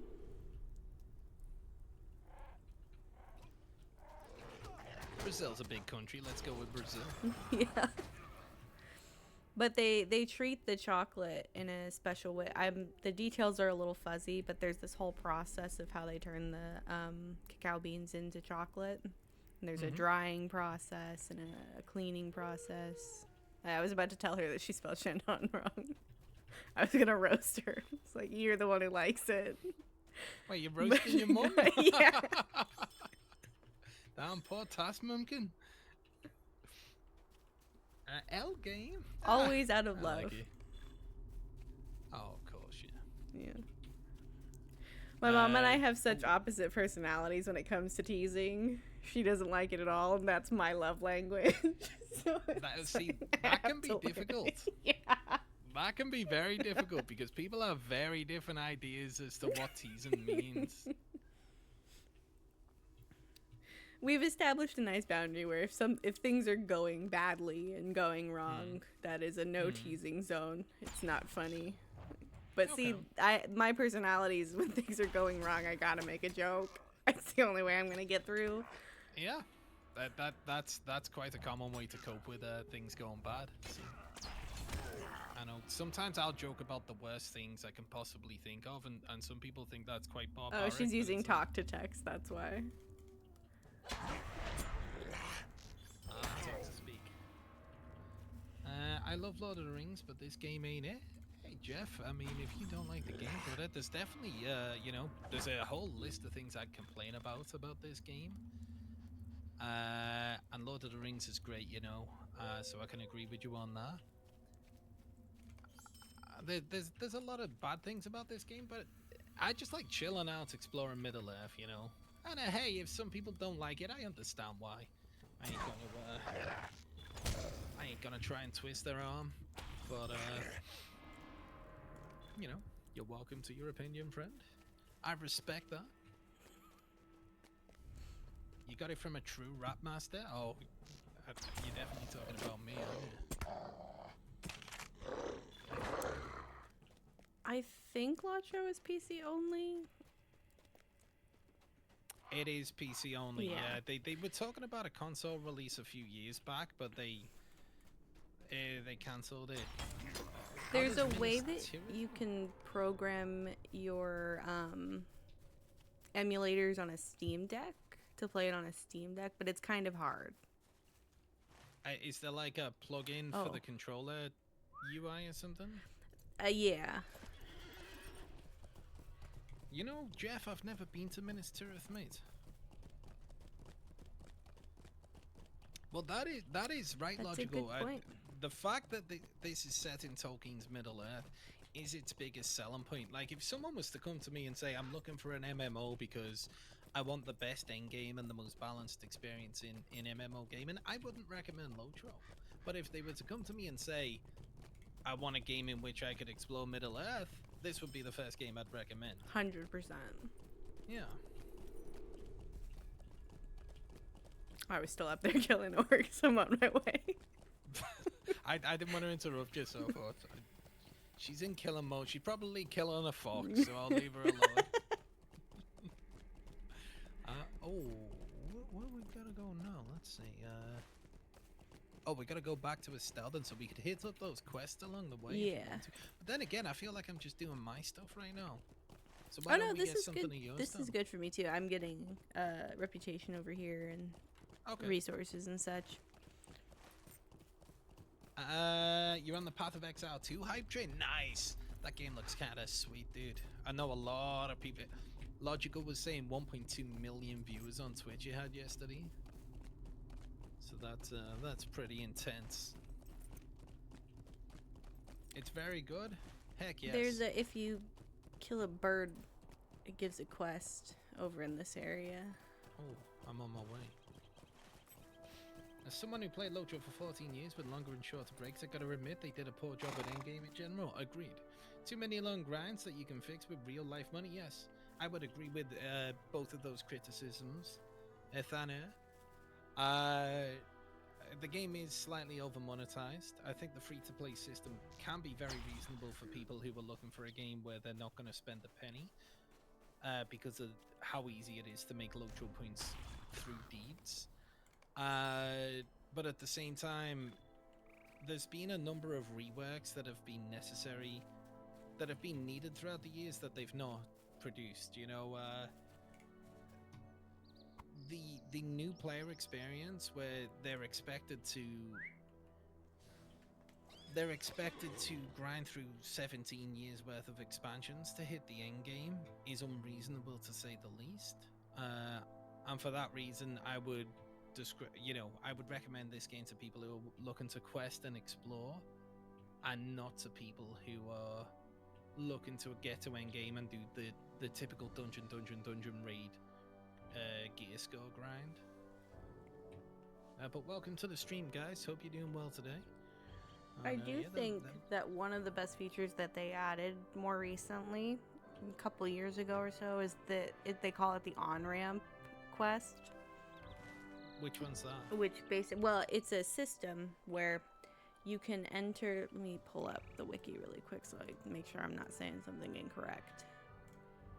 There's a bunch of points in the game where you can enter the epic quest line even if you haven't completed it up until that point. So there's the epic introduction, or you enter straight at the prologue before the shadow. And then all four of the starting Shadows of Angmar books are on-ramp books, so you wouldn't have to do book 1 to do book 2 or so on. And then there's several other on-ramp areas throughout the different books. That is cool. You know, the issue I have with that, and this may have been prior to that system being introduced, I'm not sure, was I got a character to, I think, 95, 96, something like that. And then when they had the 15-year anniversary event and they gave away a bunch of Valors, I used a 120 Valor, but I needed to access a certain instance of Minas Tirith for my epic quest line, but I couldn't access that instance prior to doing a previous chapter, and I didn't know where the chapter began. I didn't know how to get there. I didn't have the stables unlocked, etc., etc. And it was just a mess, you know. And I got so frustrated I never played the character again. That might have been before the feature was added, because I remember it was like a year or two ago. I think it was when they did Before the Shadow was when they really were like, let's try to customize the leveling experience a little bit. So this will have been before that. Killing these crows, I think I did this quest before we okay. But we can do it now. Oh, I finished it. Oh, you finished. If you want to play it like an RPG and enjoy chill leveling with a really good lore, yes, exactly. Yeah, that's really what it's for. Yeah. That's what should be bringing you to Lotro.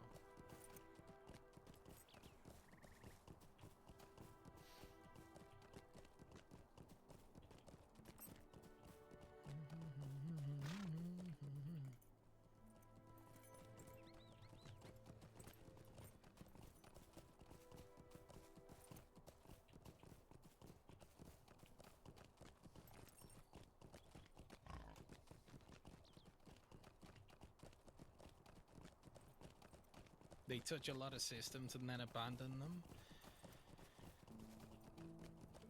See, I've never really interacted with the end game. I have witnessed some of that stuff through Twitch streams.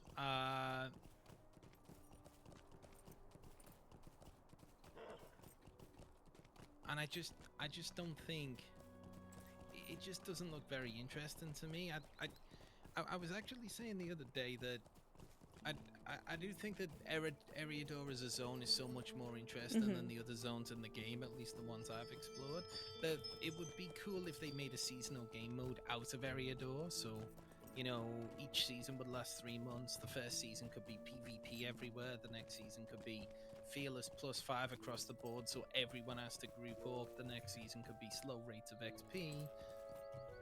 The next season could be, you know, I don't know, you know, you could come up with all kinds of twists and modifiers, because I think there's something to that early game zone that people just want to continuously live within that region of Middle-earth and experience that early game level grind. Yeah. So if they could turn that into its own game mode, I think they'd be onto a winner.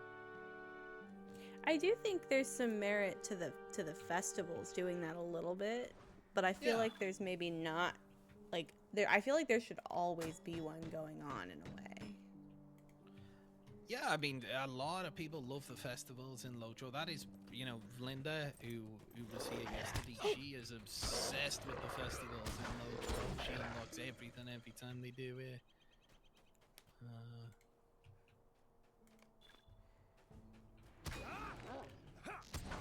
They did do the first 1 to 50 areas better than the other. We were actually discussing this before about SWTOR, and I think a lot of these MMOs, when they launch, especially the licensed MMOs, where the license costs a lot of money, they launch and maybe they're not quite as successful as the producer had hoped.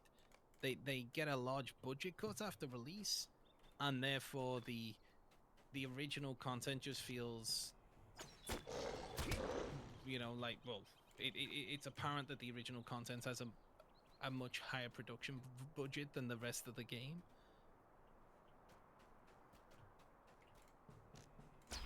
I think it's kind of similar to how some TV shows work out, where they have a really strong concept for season 1 because they've been developing it and pitching it and trying to get it made. And then if season 1 takes off, sometimes they lose their magic after that. That's a good point. Like, maybe they're using a lot of their best ideas at, at the beginning. Trying to get it off the ground, and then now it's like, okay, what next? And they're like, oh, I don't know, I didn't get this far. Yeah, good points. Yeah. A lot of TV shows season 1's the best season. Scott, thank you for the follow, friend. Do appreciate that. How you doing today?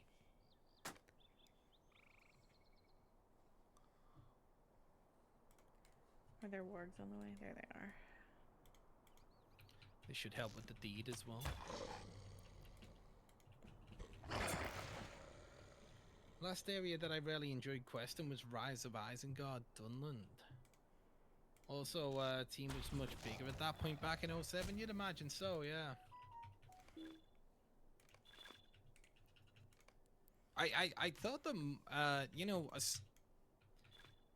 know they have numbers that suggest that a lot of players drop off after, level 50 or whatever.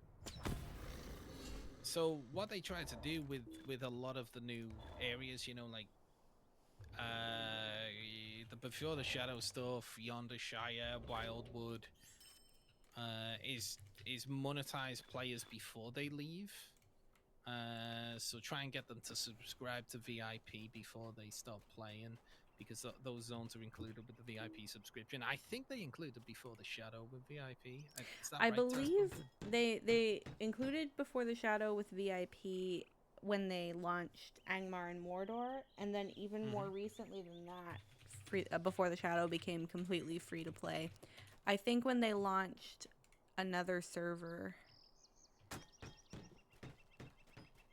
that had another special feature,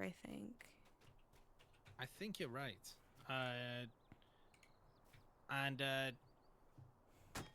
Funnily enough, Eriador was the zone in the game, in my opinion, which least needed updating. However, financially, I guess it just made the most sense. I was hoping after we got Before the Shadow, we got, the Yonder Shire, the Angle, the Wildwood. I was hoping they'd give Moria the same treatment, or Rohan or Isengard, but we never got it. And another thought I had is, and I had this the other day when I found out that they were increasing the difficulty of endgame boss for the Mines of Moria. My thought process was, this would be the perfect time to spruce up those expansions, so as they went through each expansion, they could maybe change the level and experience a little bit and update it, and remove things that people didn't like, or add a new zone here and there. I don't think they'll do that, but financially it would make sense, because they want to keep people subscribed to play the VIP servers, and that's a good way to do it. I think there's some chance that they will, but they obviously needed to get the launch of Moria on the legendary servers up and running first. Yeah. Because that was something. I think they try a lot of the times to focus on things that they know are promised to the players, like an update to a legendary server. Hey, Task Mumkin, thanks for the follow. That's the best follow. I got the mum follow. Chorus84, thank you for the follow. Guys, please make sure you're following Task Pumpkin here. She's the voice you can hear here, chatting with me. Sorry to interrupt you there. Didn't mean No to. worries. I don't think I was saying anything. I think I finished. Public Enemy TTV, thank you for the follow, friend. Scar says, doing good, seeing you playing Lojo, one of my top MMO games. Wants to show support while doing my final project. Ooh, the final project. There will be no more projects. That sounds awesome. And thank you for those follows, friends. I do apologize if I interrupted you there. I have such a goldfish brain. If I was saying anything, I thought I was done, you know? So it's like, Okay, all right, all right. I got you. I got you.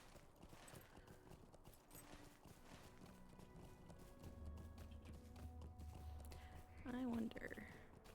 Oh, I have this guide to Estelden that I can use that should bring the fellowship with me. Oh, that's one of the hunter abilities. Mm-hmm. Perfect. Deadman121, thank you for the follow. How you doing today, friend? Welcome on in, everyone. Hope you're doing well. We are doing a co-stream today with Tass Pumpkin. We're doing some deeds, some quests. Oh, Some did you add the exploration. holiday hoopla tag Oh, I to do. unlock I need to the add- emotes? You know what? It may be on from yesterday. Ah, good. What do you need? What can I do for you?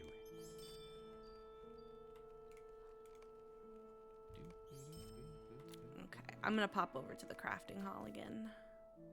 Okie dokie. It's on from yesterday. Perfect. Nice. So I guess the viewers get those emotes as well. I hope. I think so. I believe it's unlocked for your channel, so it should go into a section. YouTube recommended a video about this game and decided to give it a try. Deadman, how long have you been playing? Which class are you playing? And are you playing the progression servers or the regular servers? Sorry for hitting you with 3 questions straight away, but also too bad they'll never do a classic Locho. That would be great if they did a proper classic Locho. I do get the impression that perhaps they're concerned about undermining or undercutting their microtransaction based servers. Financially it may not make too much sense. Oh, you've never played. So what I'm doing here, this server's called Modo, and there's one for NA, one for EU. This is a EU server. They're called what do we call them, Tusk? What are these legendary servers? Yeah. They're called legendary servers, and what they do is they take the game back to level 50, which was the original cap, and you cannot progress past the game's original content until they add the first expansion 3 months later, and then about 3 months after that they release another expansion, so you can experience something that's not too dissimilar to the original progression of the game, although it is basically just the game as it exists today, with invisible walls and a level cap preventing you from going past various content, as opposed to a true classic version of the game, which, you know, looks and plays the way it did back in the day. I think after playing it now, I think I would be like uncomfortable with the original graphics. Yeah. Oh, I you know, I could see that as well. There's yeah. Who am I supposed to take that letter to? Oh, I see. Okay.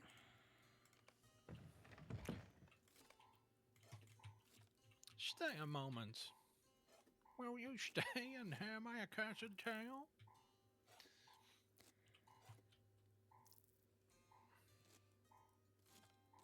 But this server is not free to play. It's only available to people who pay the monthly subscription fee. That is the catch. That is the catch, guys. That's how they get you. Yeah, the echoes of Angmar private server coming soon. I am worried that if I stream that, they would ban my stream, because I know they have issued a takedown notice. Middle-earth Enterprises issued a takedown notice through Stand and Stone Games. So, yeah. For the private server? Yeah. That's kind of lame. Which is, it is. I, you know, if they were doing their own version, it's like, okay, fine. I completely get it. But they're not.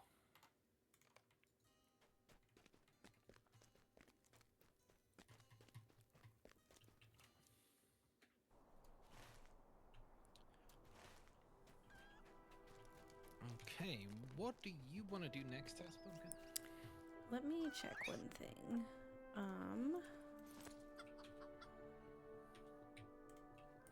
Let me look at the quests in book 3. Which book 3 chapter are you on? I am on book 3, chapter 6, which is the one where you have to win the favor of men, elves, and dwarves. So there's 3 So parts. it's the chapters 4 through 6, yeah. Oh yeah, that's right. Yeah. Well, let me think for a second. I don't want to waste all your time doing my stuff. No, it's totally fine.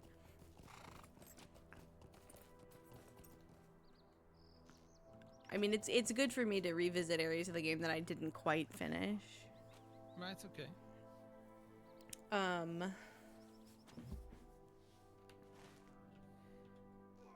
Have you turned in any of the other quests that we came back with?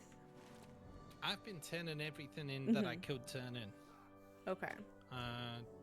So we could do whichever ones we have. I know we had a bunch of quests that wanted Over us on to the go. east side, yeah. Yeah. So we could maybe do that. Because I don't mind just getting quests that we both have done, doing the deeds, and then maybe when I'm I on just by know that myself later tonight. there's a couple sections of, but I don't think you. There's a couple of sections where you would get inspiration soloing it, because it's like designed for a fellowship, and I think it's these 2 areas to the north and south, the dwarf settlement and the elven settlement. Okay. So if we wanted to do those first, Sure. and then the stuff to the east maybe, because I think after that the rest of it would just be.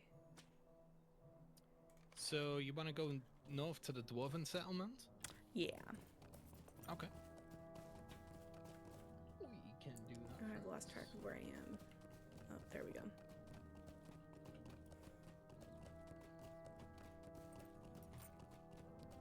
And then I believe the men when you go down to Trestle Bridge. I think you're right. If I remember correctly, there was an instance where you need to defend Trestlebridge from attackers. Ooh, now that I think about that though, maybe if we did do the stuff on the east now and then did the stuff in the Epic Quest area, when we get down to Trestle Bridge, I can branch off. Okay. Perfect. Right. I have some tasks to hand in. So let me see what I've got before we head out. While you're doing that, I might try to go find something to eat really quick. Got ya. Take your time. I I'll might be right back. Okay. All right. Got ya. So I hope everyone's doing well, guys. Who have we got in chat? We've got there were a few streams of echoes and no one got banned. I seen that. I wonder if the mentality will shift once the server's actually launched. That's what I was worried about. Broken wood spears. Okay, I'll just have to do tough carcasses.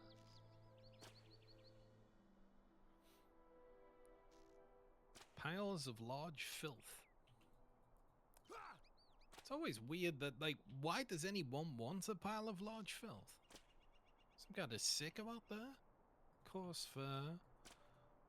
And, what's this one? Coarse skins.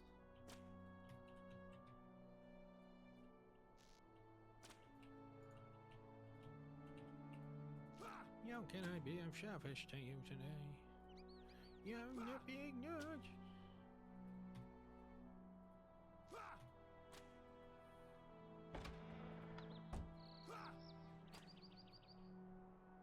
Oh, I'm at my task limit, huh?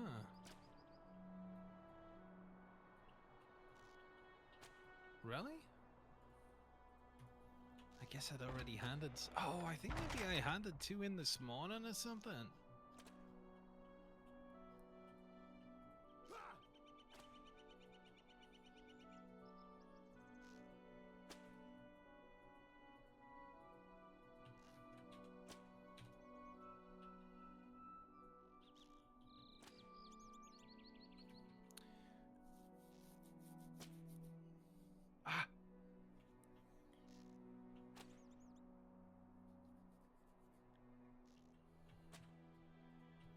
Alright, guys, I tell you what.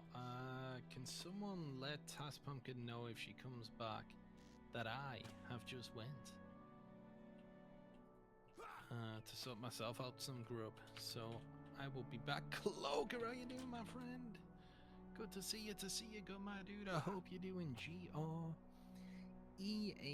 Great, I really do. Thank you so much, everyone in chat, for joining me today. We are playing some Lord of the Rings Online.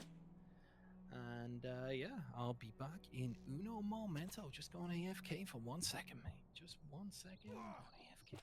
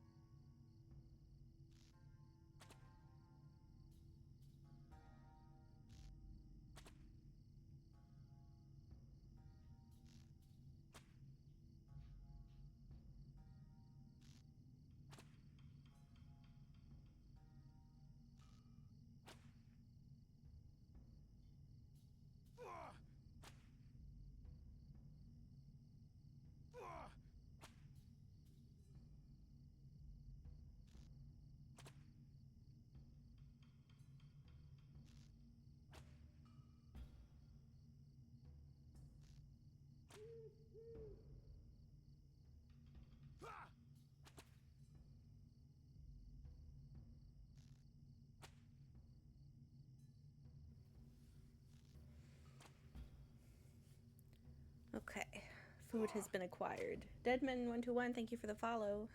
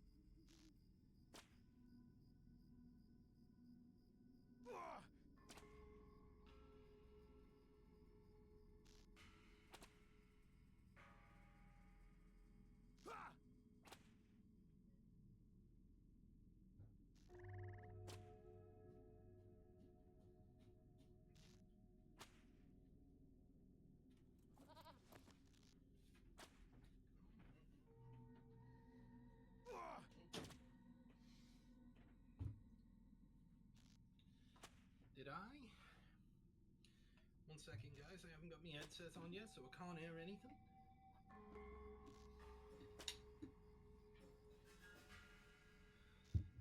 Billy, how you doing today, my friend? Oh, well, thank you, Task Pumpkin.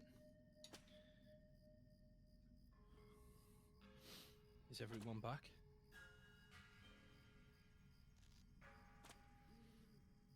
I just took that opportunity to make my dinner and feed the dog.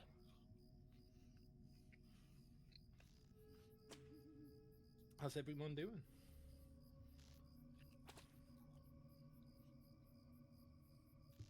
I hope we're doing phenomenally well. You know I do.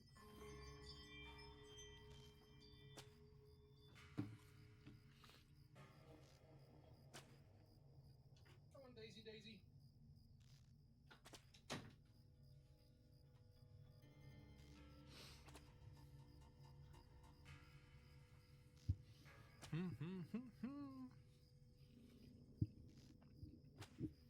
Okay. Keep on munching.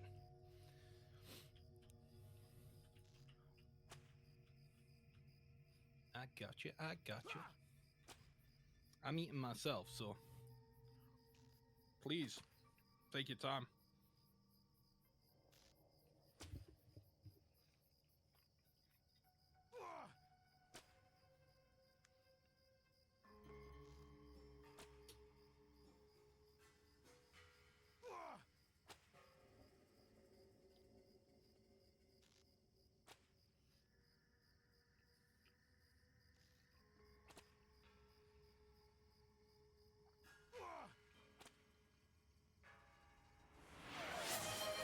That's good.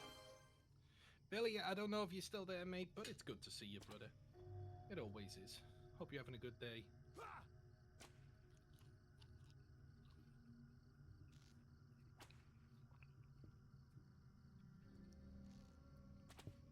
I'm just getting my grub on, guys, and we'll be ready.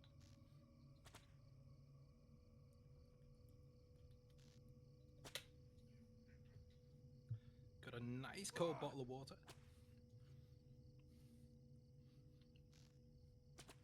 We are questing and deeding in Lotro Billy. Match Master, hello there. How you doing, Match? Good to see you, buddy.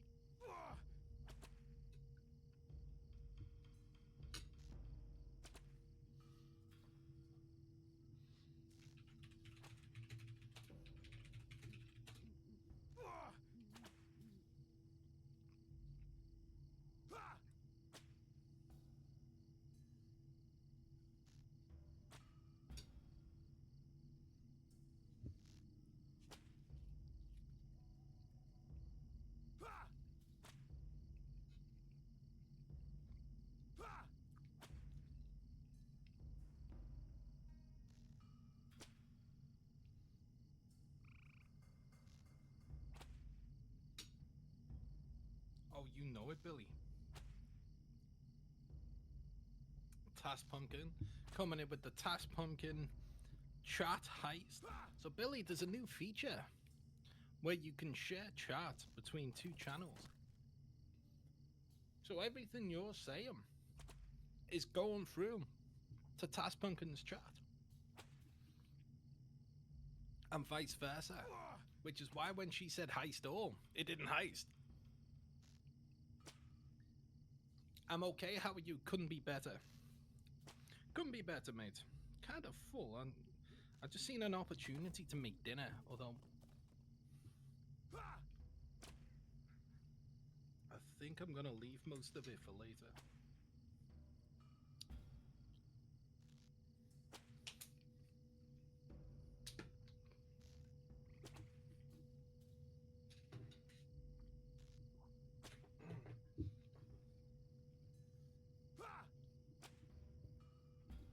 Everyone loves a little feisty heisty. Oh, you know it.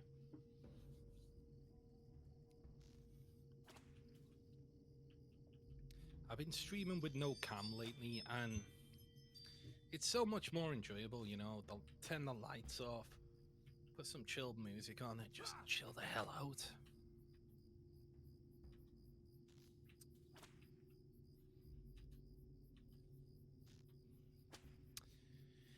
Okay, let's get rid of these, the rest of these, task items.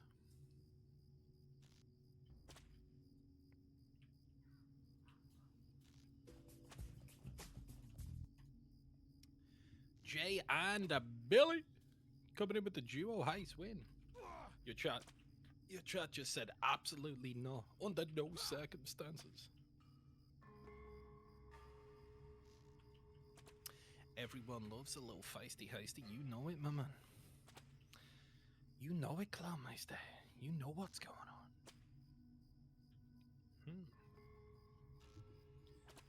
Should we see what's going on the internet today?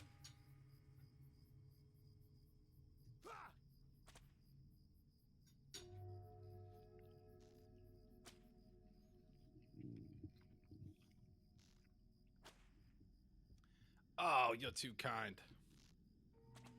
You are too kind.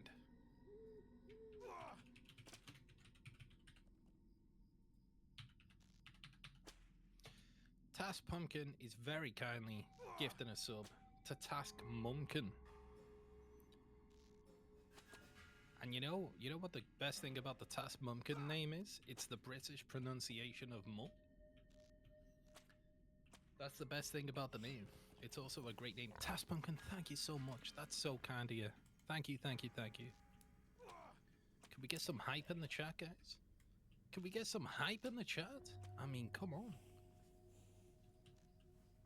I had her as mum in my phone for years. With the U? Yeah. Oh, hell yes. And then Heck yes, I mean, there was something that happened. I had my dad as Farsha, as what? as the Swedish word for father. Why was that? You just liked it? I think so. I think I heard PewDiePie say it, and it was funny, so I made it my dad's phone contact. And I was like, if something happens to me, somebody should know which number's in my phone to call.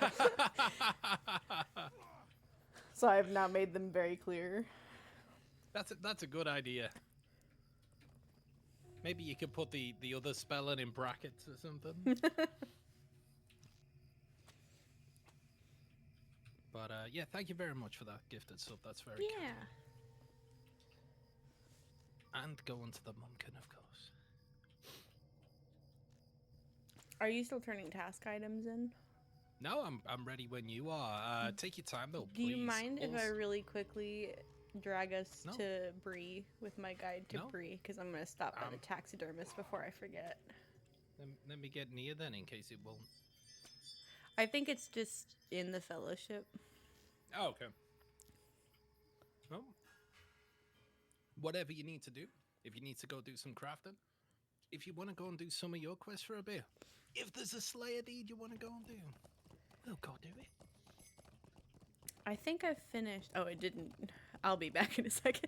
It's okay. There is. Apparently, there is a proximity. That's okay. You couldn't have known. Where's the does the taxidermist not? Oh, it's because he's it in a little hadn't. house. It hadn't loaded in, so the sign wasn't there. So I was like, "Is that a feature that's not available yet?" It's hard to know I sometimes. know. I was on the map earlier trying to look at Esgaroth and the Lonely Mountain, and the plus sign to click onto a map wasn't loading up. Yeah, sometimes So they're I in was weird like- places. But then I realized it's also because it's not any area that's not unlocked on the legendary server. You can't go look at the map. I'm looking at Rohan. What Oh, can I do for you today? maybe I'm silly. Or maybe the game's silly. I can look I at the think Iron it's Hills. probably the latter. I just can't find the. That must be what it is. Maybe if I hover over. Oh, Are you it's trying to you have to click on the. It's great. It's all part of the Aaron Lescalen map area. It's kind of dumb sometimes, isn't it? I feel like, how are you supposed to know where to go in Lake Toad? Yep. It's so tiny Yep. on this map. Have you ever done the Wildwood? I've done a little bit of the missions up there. Oh, not me immediately about to sell those things I made at the taxidermist. That's the way. Just sell everything and then regret later.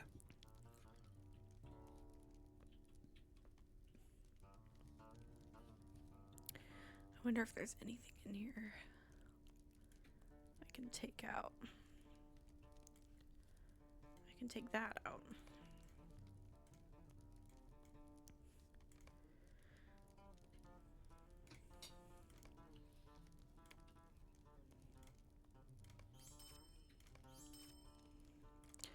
I'm gonna swing by the crafting hall down here because there's not a supplier at the crafting hall Got ya. in Estelden. Oh, really? I was doing a little circle of the crafting hall and I was like, who am I supposed to buy things from?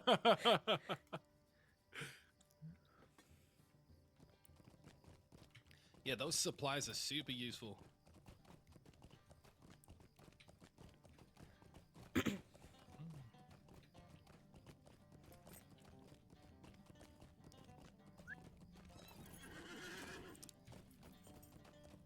I love seeing all the people standing around and Bree.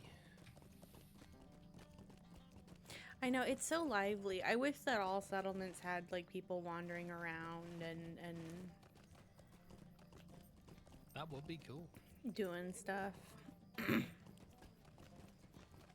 So you doing some crafting?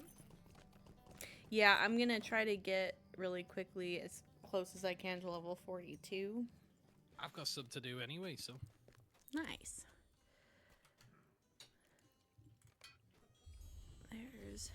Where's... May I please have some wax? What can I do for you? It's weird the way you become like a master apprentice. Mm-hmm. Like, what the heck's this mean? The best... I wonder what the title is for the mastery on the master level. I actually want to look at I that hope now. it's master or ultimate master. One of the either or.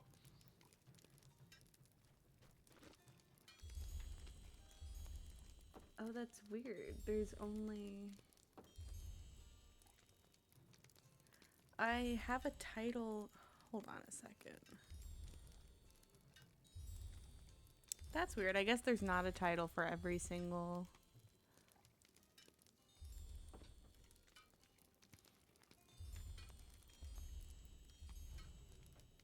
Why not the matchmaster? There can be only one.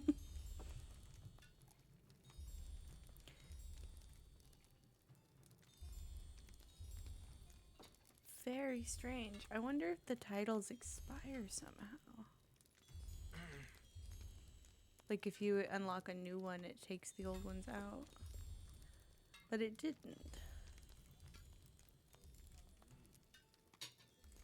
That's weird. Oh, I forgot how much wax I need. 20, 30.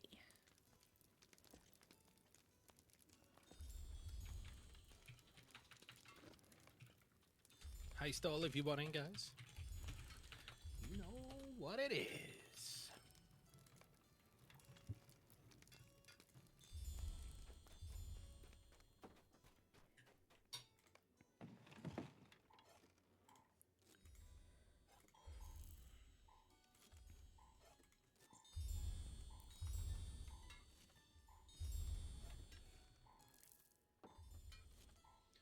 Because I've got Prospector, Metalsmith, and Weaponsmith, it requires a lot of ores to get both of them to the expert level on every tier. Because they both rely on the same regions.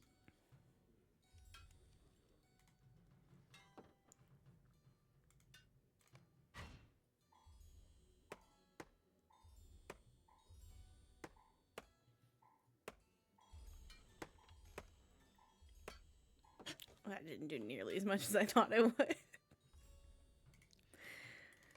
Rest in peace.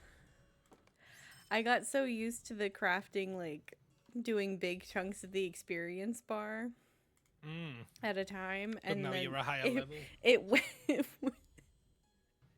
It went like It half, went half like a 1 centimeter. centimeter. Yeah. That's funny.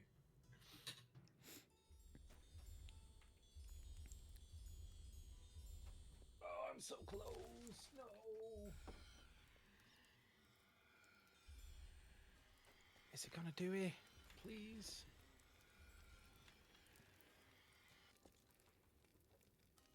Hey, I got the master level for expert weaponsmith. Nice.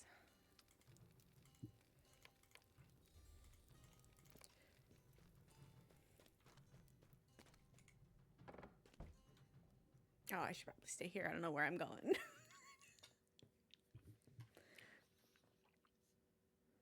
Are you ready to go? I think so, if you are. Okay. Yeah. Whenever you're ready. My game's stuck on the was loading just- screen. Gosh darn loading screens.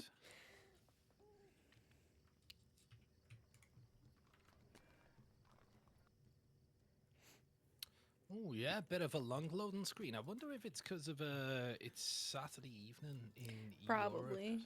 And it's Saturday now, like noon-ish. Yeah, so For even anybody US who's- players who are playing over here, they're going to be fairly active as well. Okay. I wouldn't be got surprised the- if there's a decent US-based population on Mordor because they've come to the conclusion that this server will be around longer than Angmar. I would bet so.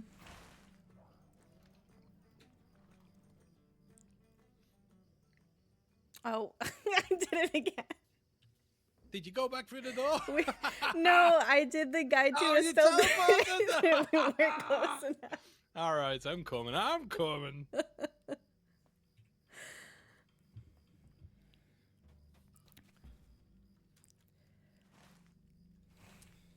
So what was the plan? Were we gonna go east and do those quests? I think so, because if we go east first, then we can move back towards the west, and when we get down to Trestle Bridge, I'll break off and start heading back towards the Misty Mountains.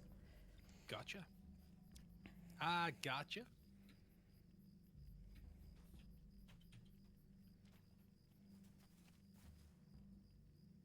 Oh, I thought this Beorning was running up to me, and I was like, I don't have any treats for you. What was? There's a Beorning that was running up to the town crier, and Trying to get some honey? it was very much the same motion of a dog that's like, this is my friend now. Bears are too big to be friends. If not someone's friend, telling why the story. friend shaped? That's true. That is true. One of my favorite memes is that bear meme where it's like, if bears are so dangerous, then explain this. And it's just a picture of the little rounded bear ears. Bear ears? Well, because they're cute. They are, they're so cute. Well, we do teach kids when they're young. The bears are cute. So, probably not the smartest idea in the world. Yeah. I think what it relies a little bit on, like, you teach kids that something's cute, but you also teach kids don't touch anything, nothing. Don't be friends Definitely with don't anything. touch a bear. Ah. Okay, let me try to stack all of these missions to the east.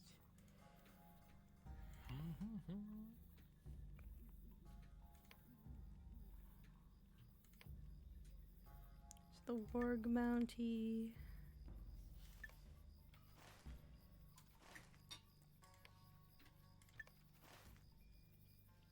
Okay, that one's not to the east. So most of those missions to the east, are they level 28?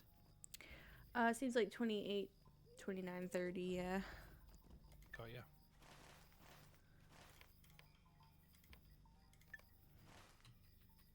Okay, I think I've got my map arranged. I'm going to see if there's any missions I can share with you around that level zone, just in case. Yeah, because I've got Warg Bounty, Code of Shadow, Meat for the Hungry, Reclamation, and Ravaging Orc Bounty. Hopefully they came through.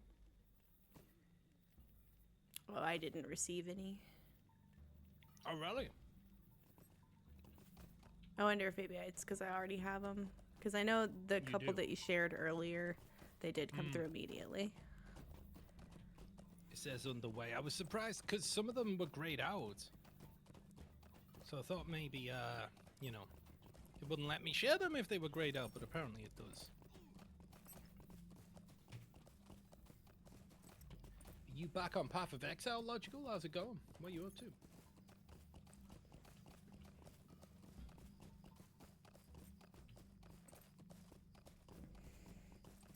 Oh, what a great angle that I have the camera at.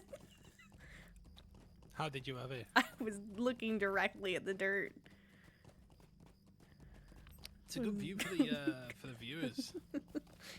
Sometimes I find myself firing at enemies from like inside a bush. I'm like, wow, this is riveting content. Stealthy.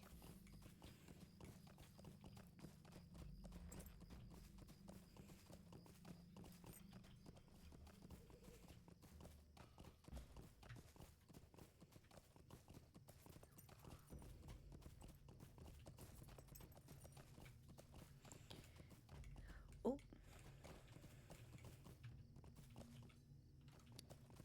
Oh, a quest from this one. Very are snazzy. those the giant kind? They are not the Earthkin. Oh, they are. I like the Earthkin. Me too, but they must die.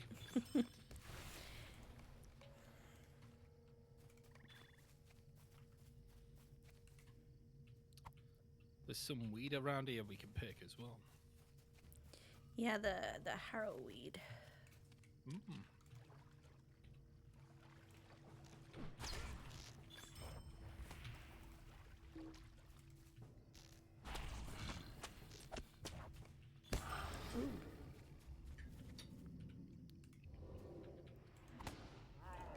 I may have just killed a fox. Your ways are rubbing off on me. I'm a terrible influence. I'll be buying steel keys soon or whatever they're called.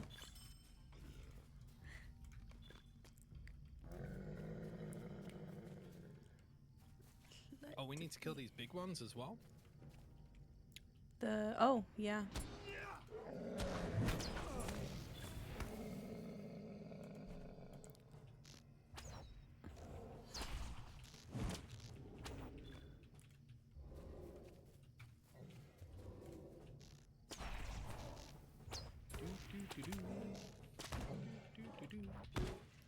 The wargs are somewhere over here too.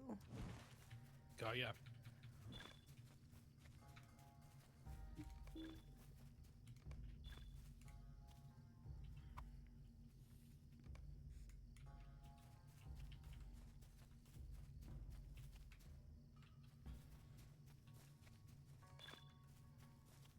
I got one walk. It was definitely the right call to leave the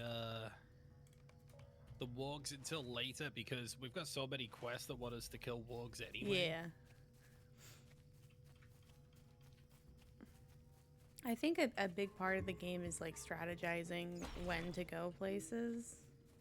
Because so much overlaps. There is, and it's actually quite fun, you know, when you hit up an outpost and it's like, okay, I've got one quest here, here, I've got a deed there, I've got to hand it over there, and then you plan your route all the way around. It can be quite satisfying figuring out the optimal route for a zone and then just going through it.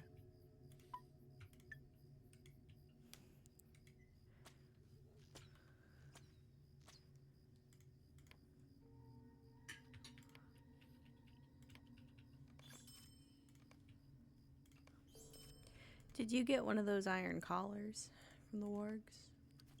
The one that started the quest? Yeah. I did, yeah. Okay.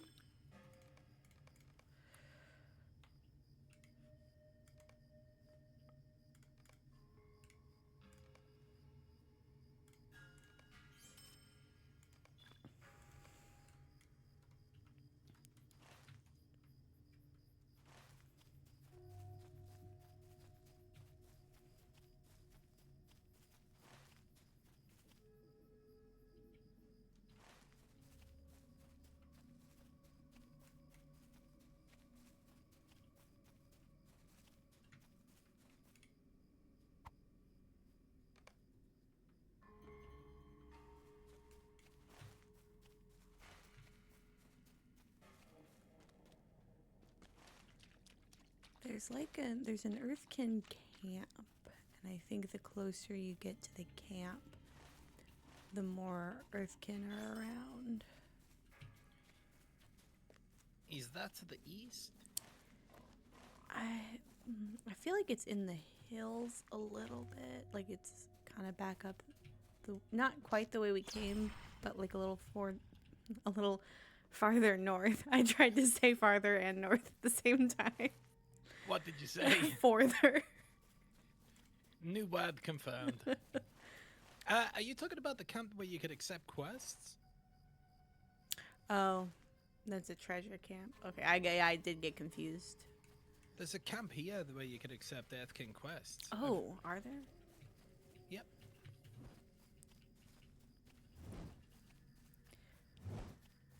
Oh, I thought I heard like wings for a second. The combat sounds. No Nazgul right now, thankfully.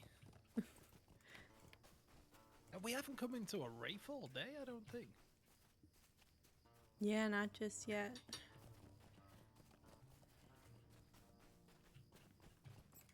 What brings you to this place?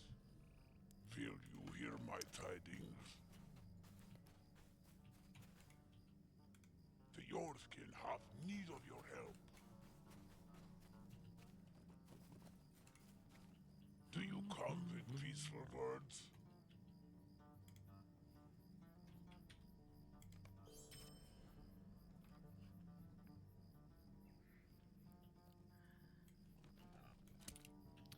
The wolf stealing.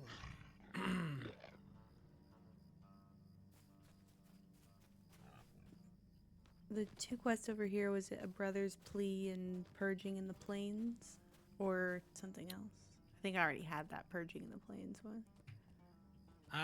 I've got a brother's plea, purging in the plains. Yep, got both of them. Yeah. So Lots of warg quests.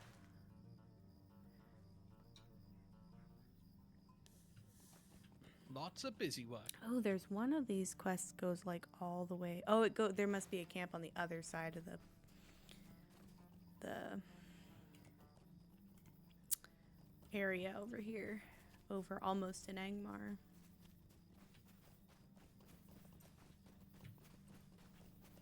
Have you ever been to I Angmar? one time a long time ago, I died in an area I wasn't supposed to be in, and I think the game freaked out, and I And sent you to awoke. Angmar? I came to a rally point in Angmar. That must have been kind Yeah, of truly terrifying. Nothing's worse than dying in a red zone and waking up in another red zone. Oh yeah.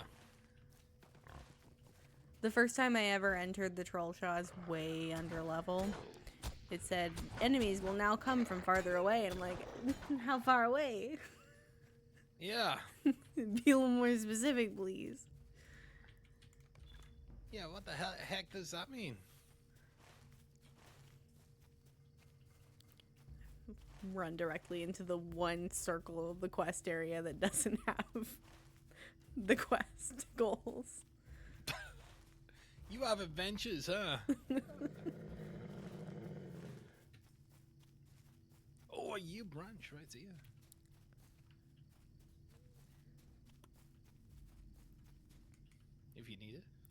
I think I pretty much finished that one. Oh, you done? Yeah.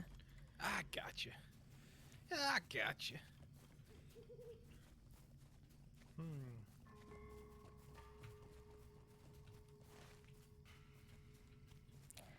I've got the the Brothers Plea tracked to kind of keep like a straight line across.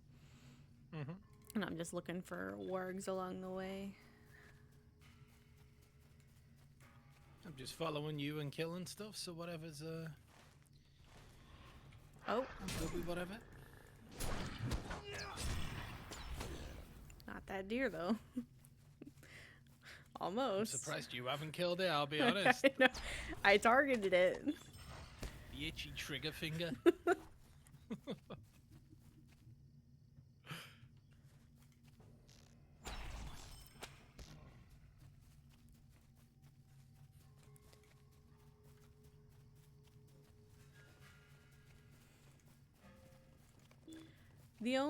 I like the North Downs. The only thing I don't like is at nighttime when that bell rings intermittently, and it's like I've never noticed I'm, it. What is I'm- the bell? And it's in like the soundtrack essentially for the nighttime in this area. So it's like it's hard to describe exactly, but it invokes a sense of dread. Is it kind of spooky? A little bit. Is it meant to make you feel like we're close to Angmar? Be scared. It definitely feels like we're entering some kind of horror movie area. It's like it's so dear. quiet that I can hear the bells of a distant town far, far away that aren't gonna Kinda come cool. help me. I've never noticed that, but I do play most of the time without the soundtrack on. Yeah. Although the music in this game is very good.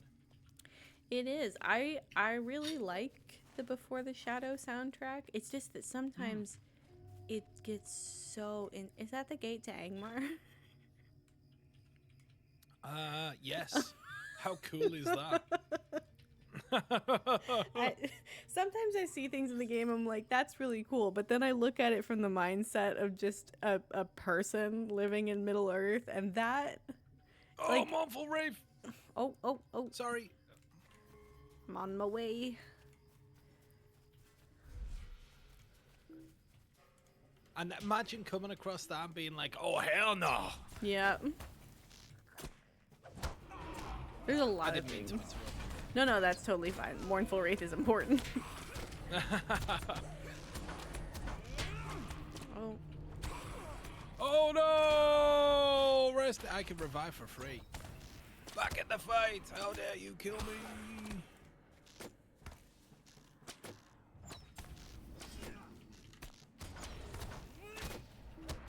oh, I'm facing completely the wrong way. I think that's the only area where I struggle with kiting. Is I keep turning away from the enemy. Nice. Yeah. Because you're like running away. So Well, you- because you- I you almost naturally- always just go forward and change my camera angle. Mhm. Oh no! What's happened? I killed the deer. No! Bambi! Bambi's mum! I'm gonna stand in front of this one just to take any That's shots that right. may fly toward it. The idea that you're trying to protect it and it thinks you're aggressing. Can you believe this, dead man? Tass Pumpkin, the slayer of the innocent. I know. R.I.P. that deer. Do you see on the mini map this like weird line down the middle? Yeah, I was just thinking about that myself. What's up? Someone used Microsoft Paint to like color it in or something? No, no.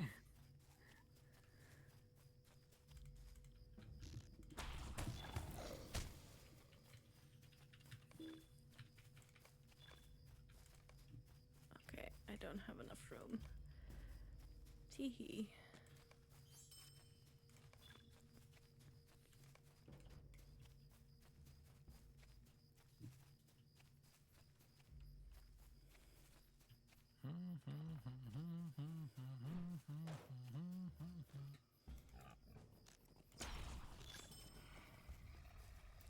So I guess it's kind of like there's the Earthkin camp that are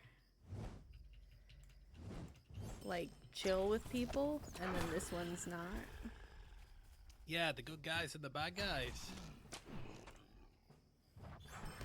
I like that sometimes in Latro,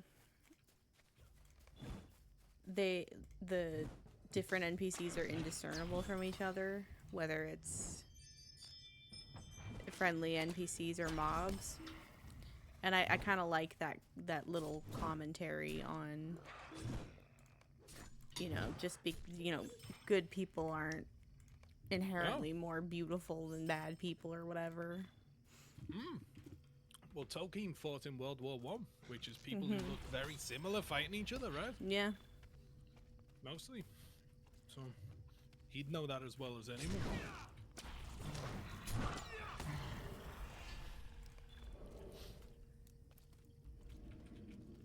I think that shaped a lot of his, a lot of his views on things. His experience in World War One. Yeah. I know we based Sam on. He was an officer because I guess it was kind of the military was class based back then very much, where the middle class guys would become the officers and the working class lads would be the Still soldiers. kind of the way it is. Kind of, yeah. And he had a working class lad under his command who he described as the most loyal person he's ever met, and that's who he based Samwise Gamgee on. He said he was jealous of. You probably heard this before. He was jealous of his character, of sort of how good of a person he was, and that's why he wrote Sam Gamgee.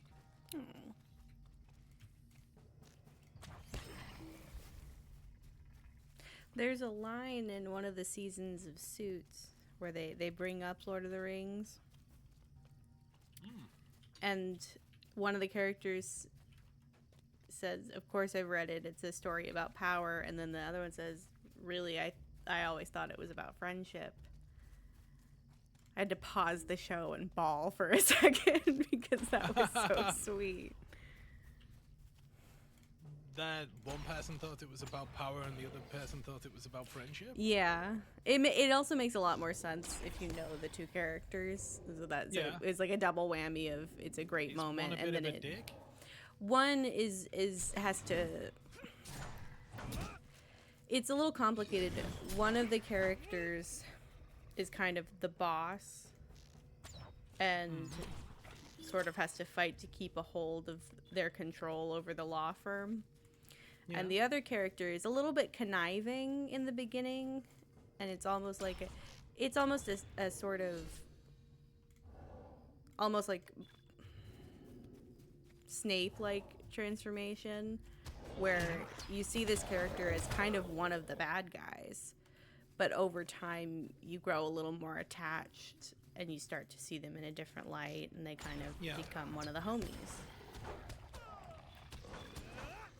I think that I think I find that with people a lot. I meet people and maybe I'm like, I'm not sure about that guy, and then he ends up being a really cool dude, or vice versa, unfortunately, sometimes. I think it's just that people are complex, and even the people that you love the most can have flaws that you really can't abide by. Yeah. But they're your favorite people. Yeah.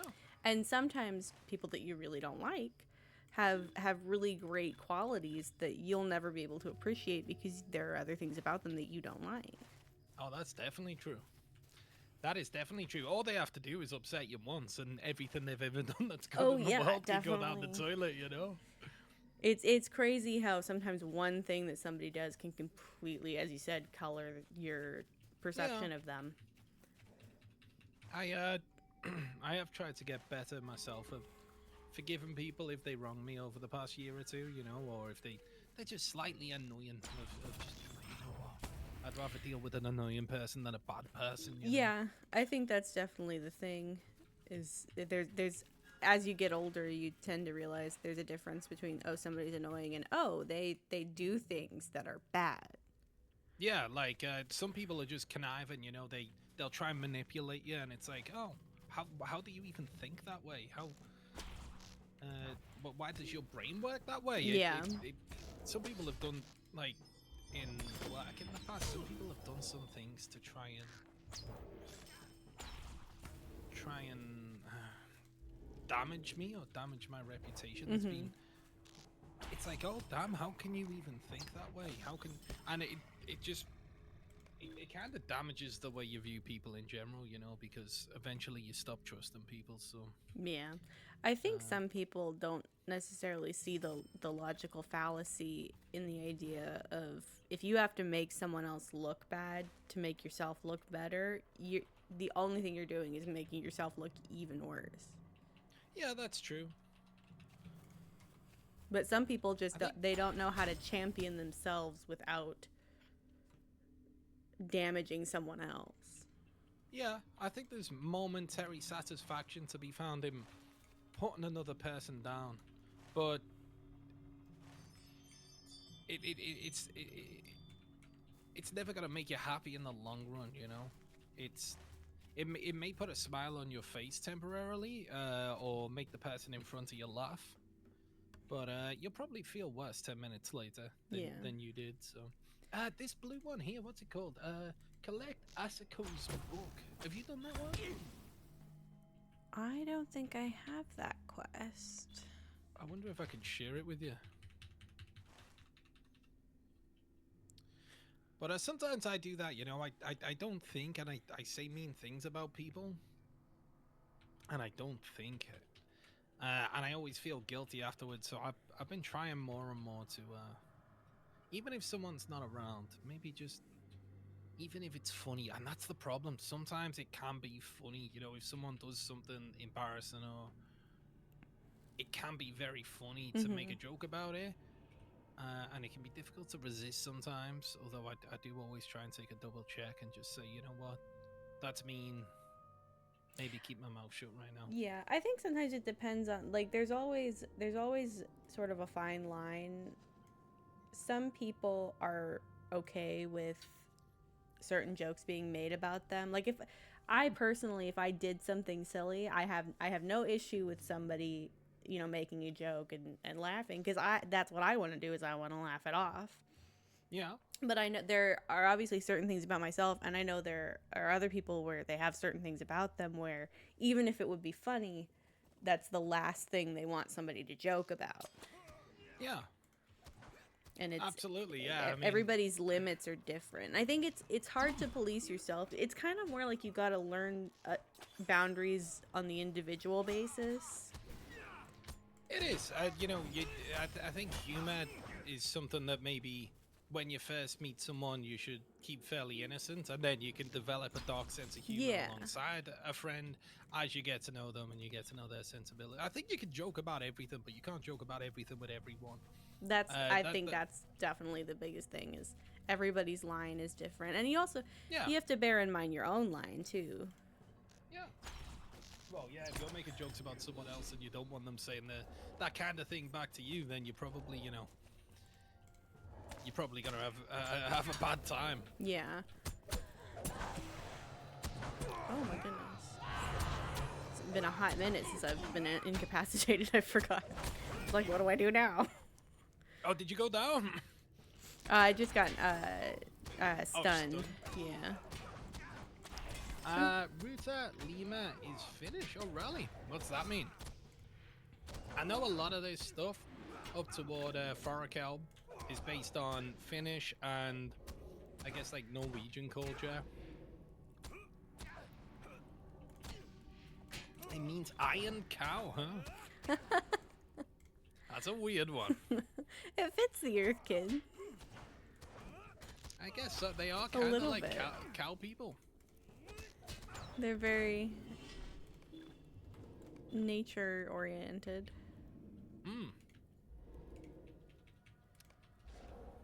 Tolkien took a lot of inspiration from various, primarily European mythologies.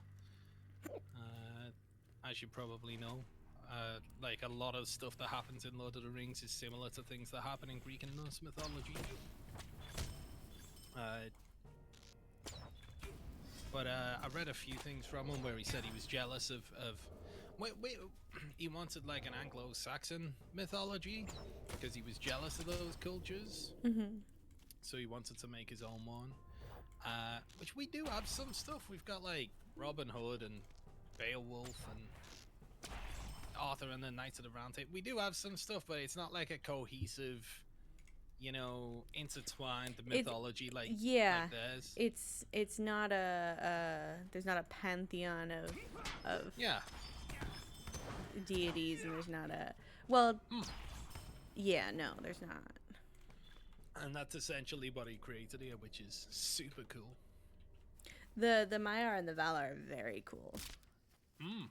I've always I don't know particularly a whole lot about them individually, and I've always wanted to kind of learn them a little better.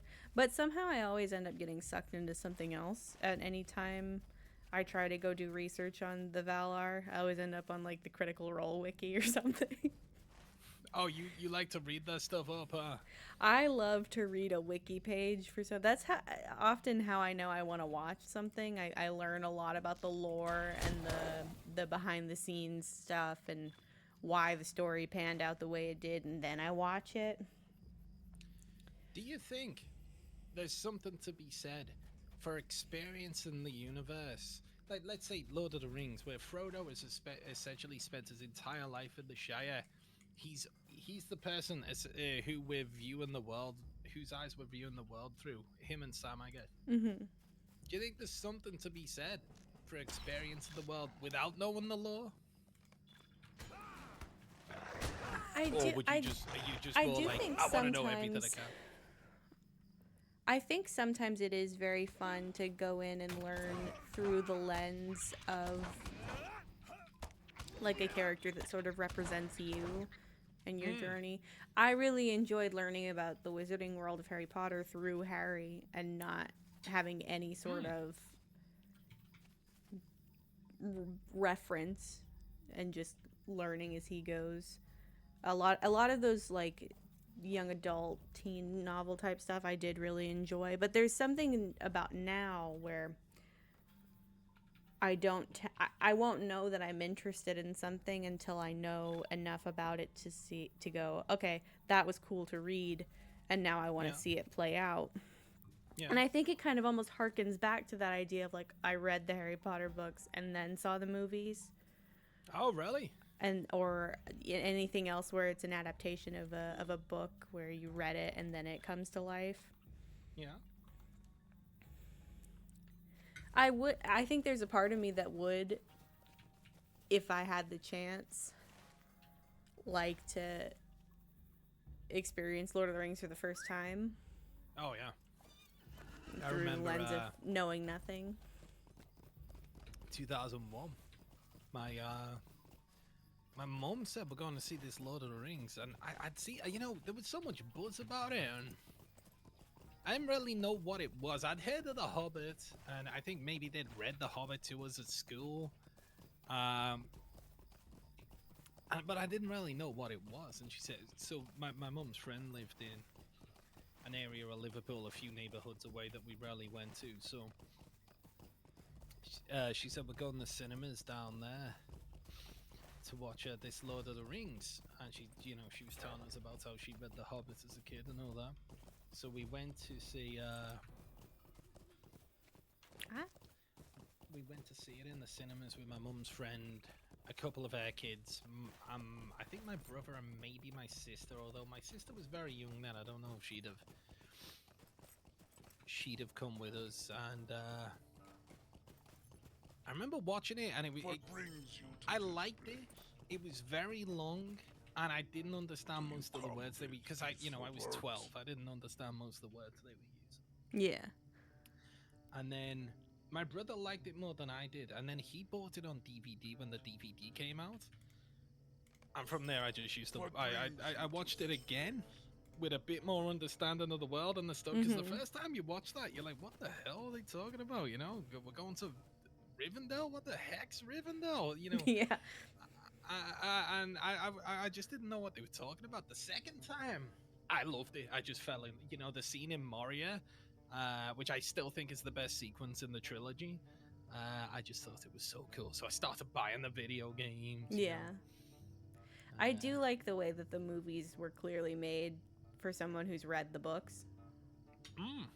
And it's not because a lot of times when they adapt something now, they expand into things that weren't highlighted in the books so that you have an understanding, or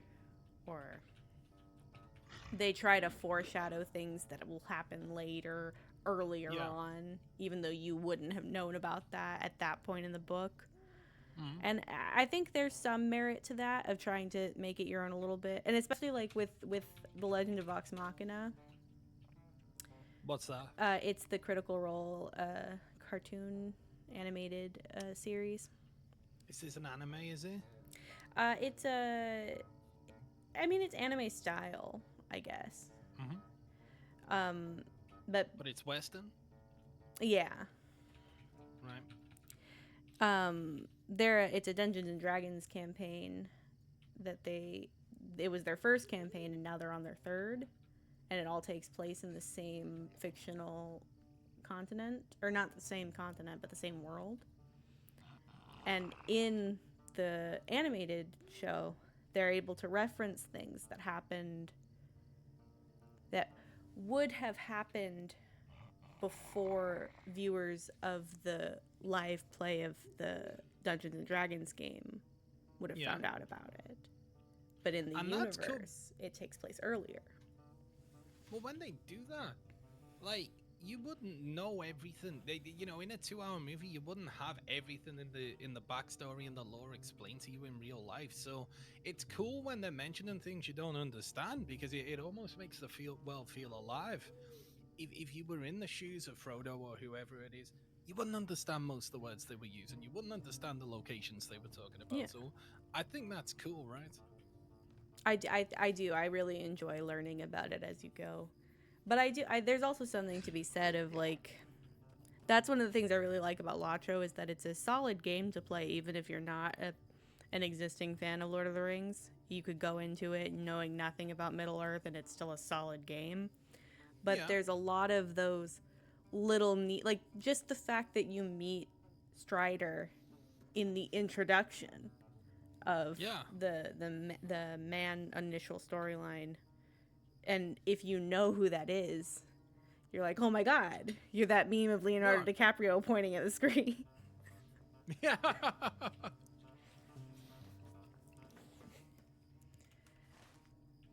Okay, I heard some rumors that Leonardo DiCaprio might be in trouble. I'm sure We'll see. it would make sense. Oh, really? Yeah, I guess it kind of would. Yeah. I'm gonna get up for a bathroom break really quick, because Okay. if I don't get up now, it's gonna be a problem. Okay. Yeah, definitely get up. Yeah, I'll be right back. All right. How we doing, guys? I think Tolkien was inspired by Kalevala. Let me Google it. Kalevala.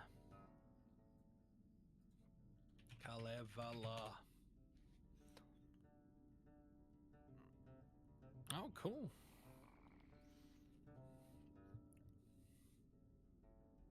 Finnish folklore.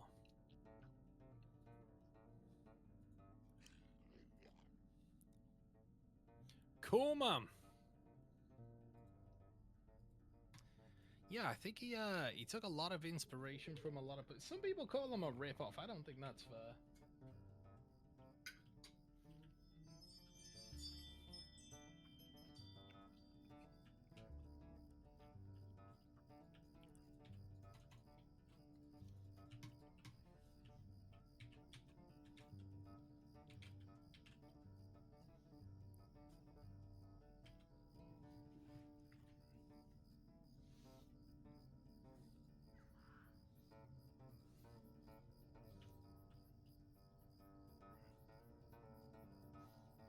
I hope everyone in chat's having a good day today, guys. I really do.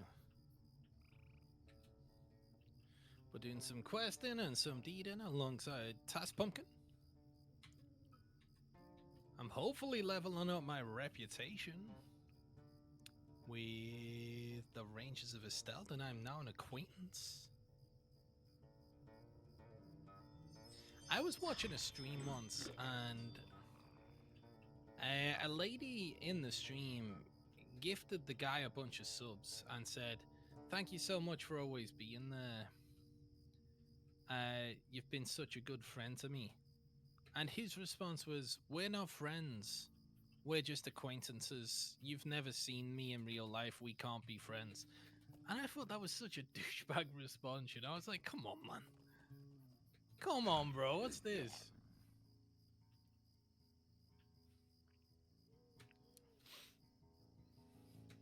It was such a mean-spirited response. Every time I call someone a friend, I think about... I don't know why. It always sticks with me. Okay.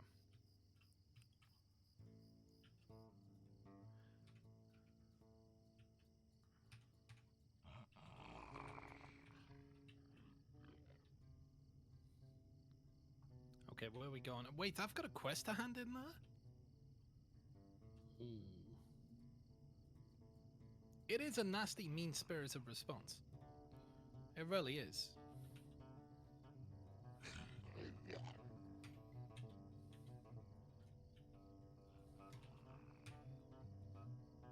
It is a backhand, yeah. I was half tempted to tell her, you know, stop going to this guy's channel. He's just being rude. I understand maybe he's got problems, you know, but... Hey, Quee, how you doing today? Any plans to try Marvel Rivals? I installed that game today, and for some reason it kept telling me I was out of VRAM. I got 16 gig of VRAM, so there's just no way that was the case, you know? So what I'll do, I'll wait for a couple of patches, and then I'll get it installed. I doubt I'll play it on stream. But if anyone wants to play that off stream, I'd be more than happy to jump in with a few of you guys. So, yes, I am interested. I like the character design in that game. The moves look fun. And I am interested in that game, yeah, because I liked Overwatch. Yeah, she was being so nice to him, and she was giving him money, logical. So it was like, why would you spit in the face of someone who's being so polite? Well, you know, what kind of behavior is that? He must have been depressed, you know, that's the only reason I can think why someone would respond that way is because they're deeply depressed. It feels like Overwatch 1. I loved Overwatch 1. Quee.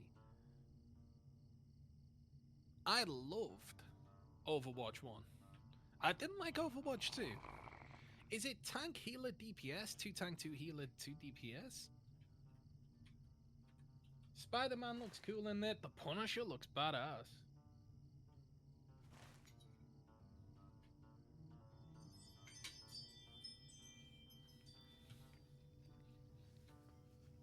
Okay. Welcome back. Thank you. Came back to Spider-Man. Now I'm interested. Spidey. Marvel Rivals, the new free-to-play shooter. Yeah. I was talking about earlier. So I might check it out. It sounds interesting. If you ever want to play, hit us up. Yeah. I've never played a game I like similar to that. I never played Overwatch. I think that I know this isn't particularly the same, but I think the closest I've ever gotten was I once played League of Legends, like a couple rounds with some friends that played. I think the similarities there are in that that is a character-based game as well with different abilities. And the team matchups. What's that one? Oh, I would say the team matchups in League of Legends. Oh yeah, absolutely, yeah. Are we going south here? Yeah. I think one of my friends was on the other team for some reason. And they let me kill them, and then I never got another kill again.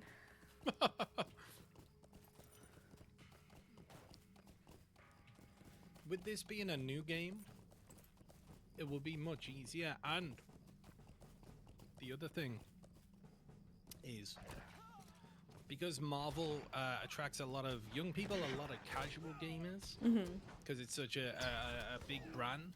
You'll find that the skill of the average player is probably significantly lower on that than League of Legends. I don't remember how long League of Legends had been out when I played. I don't think it was new. But I don't think it was like something where people have devoted their entire adult life to it yet. I think that's also a very high skill cap game, right? From what I've never played it, but I get the impression that's something that people can sink their life into that game. And do, yeah. Yeah. Oh, I can't play. Sorry. I keep thinking that's like a dragon flying over when I hear the Earthkin swinging their weapon. Sounds like a wing. It's a dragon? It's like a wing flapping, like a really big one. It'd be cool if like Smaug just came down and got it. Well, it wouldn't be cool. It'd be cool in one way. Isn't there? I don't remember if it's the North Downs or the Barrow Downs, but there's a roving threat that's a dragon that sometimes just shows up. I've not seen it, but that sounds badass. You know, sometimes in Mordor you can see the Nazgul riding around. Oh, I've never been, but that sounds terrifying.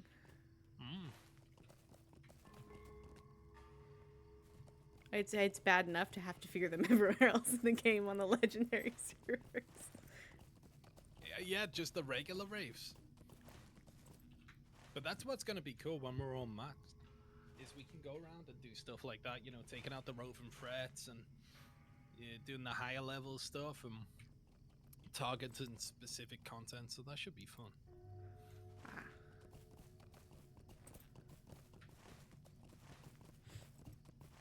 I'm kind of excited to, like, I think when I get to level 50, I'm not going to go into Moria until I've gotten to join in a ring wraith fight. I definitely hope I can. Ooh, these Because words that are all sounds fun as hell. burnt.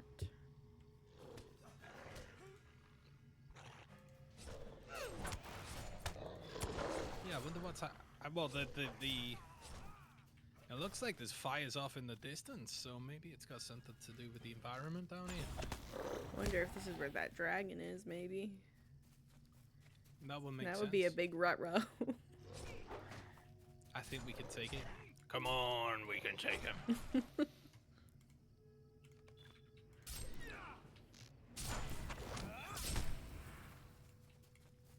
It does seem like this camp might be on fire. It's kind of, sort of. There's a lot of smoke.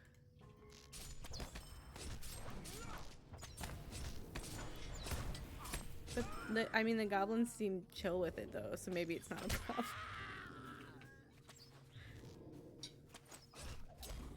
Yeah, the goblins seem fine. I guess this is their vibe. This is what Goblins are like, what do you mean? This is normal.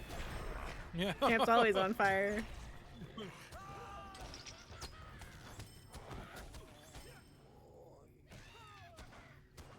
I seen in Rings of Power Season 2, they tried to make the orcs relatable. Yeah, they have one has a wife and a child. Yeah, I don't think that's ever what they were meant to be, though. You know, they're more like just the pure manifestation of evil as opposed to, you know. I guess the writers are trying to make messaging of like sympathizing with people on the other side, but I don't think that's ever what Tolkien was getting at, you know. Yeah, I think sometimes people want to tell the story they want to tell. Yeah. And I kind of wish those people would just create their own world to tell it in. I think that's the logical thing to do, right? But unfortunately, they may lack the talent to create a world as meaningful as Middle-earth, unfortunately. Yeah, I would say world building is usually the hardest part of telling a story like an epic story like that. I've never tried, but it could well be the case, yeah. Have you ever tried to write a story? I've dabbled. Oh, is there a wraith? It's a shadowy one. It's fine. I can kill this one first. I have, over the years, I've dabbled in writing. I've never had anything stick to where an idea like panned out into something like a massive world or anything like that. Or Right. even just I'm not great at the world building part. I'm great at individual characters. That's Yeah. my jam. How about do you do like fan stories or anything like that? I've dabbled in the past. Mm-hmm. But it's always been more of like an original character inserted into the story rather than changing the story that exists. Yeah. I'm big on character work. Whether it's creating one or studying one in an existing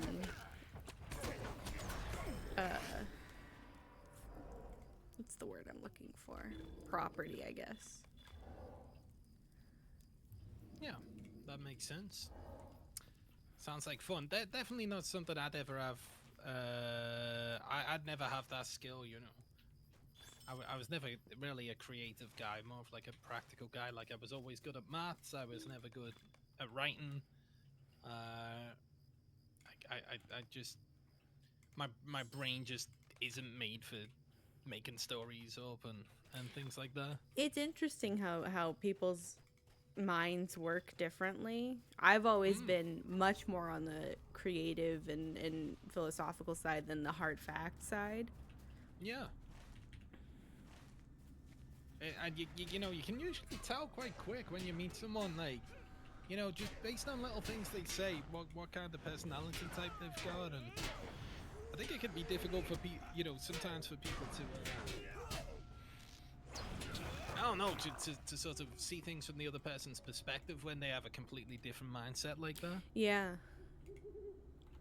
I think that's one thing that's great about games though, is that it's that convalescence of there's all the creative side of the artwork and the lore and characterization, and then there's also the math side and the strategy side. And it's a great way for different people to get to approach things and either That's very true, yeah. not need to engage with the other side, or a good way, because I think if you're someone who's a lot more fact-minded and you know, with like math, science, kind of that side, I don't think it necessarily, creativity doesn't detract from your world experience, but you don't need it, versus someone who's creative minded kind of needs that injection of math, science, fact into their life, because it's hard to wrap your brain around it. I was terrible at math before I started playing video games. Oh, really? And I've gotten very much on the handle of like quick, easy math. I don't think I'll ever be like a calculus girly, but well, I lost it over time, you know. I don't know if you find that, like, if you don't sort of keep your mind active with those kind of things, it just goes away. I think mine was there. It reached a point where I not only was I gonna lose whatever I had learned, I could no longer engage with what I was learning. Like there was a point, I think I was in high school maybe. I got about halfway through what we call Algebra 2, which I don't like that the names of math have changed over the years, because what we were learning was basically calculus, but we were calling it algebra. Algebra 2, like the sequel, huh? Yeah, they split it in half and put geometry in the middle. Back with a vengeance. Gotta give everybody a break. With new letters. Yeah. And I think that was the point where I drew the line. I was like, this is serving me none in my life outside of school. That's a good thing about leaving high school, I guess, is you get to sort of, you get to choose what you want to learn then. Yeah, but I also think that there's a point where, at least in the American education system, I don't necessarily know how it works in other countries or how it could work.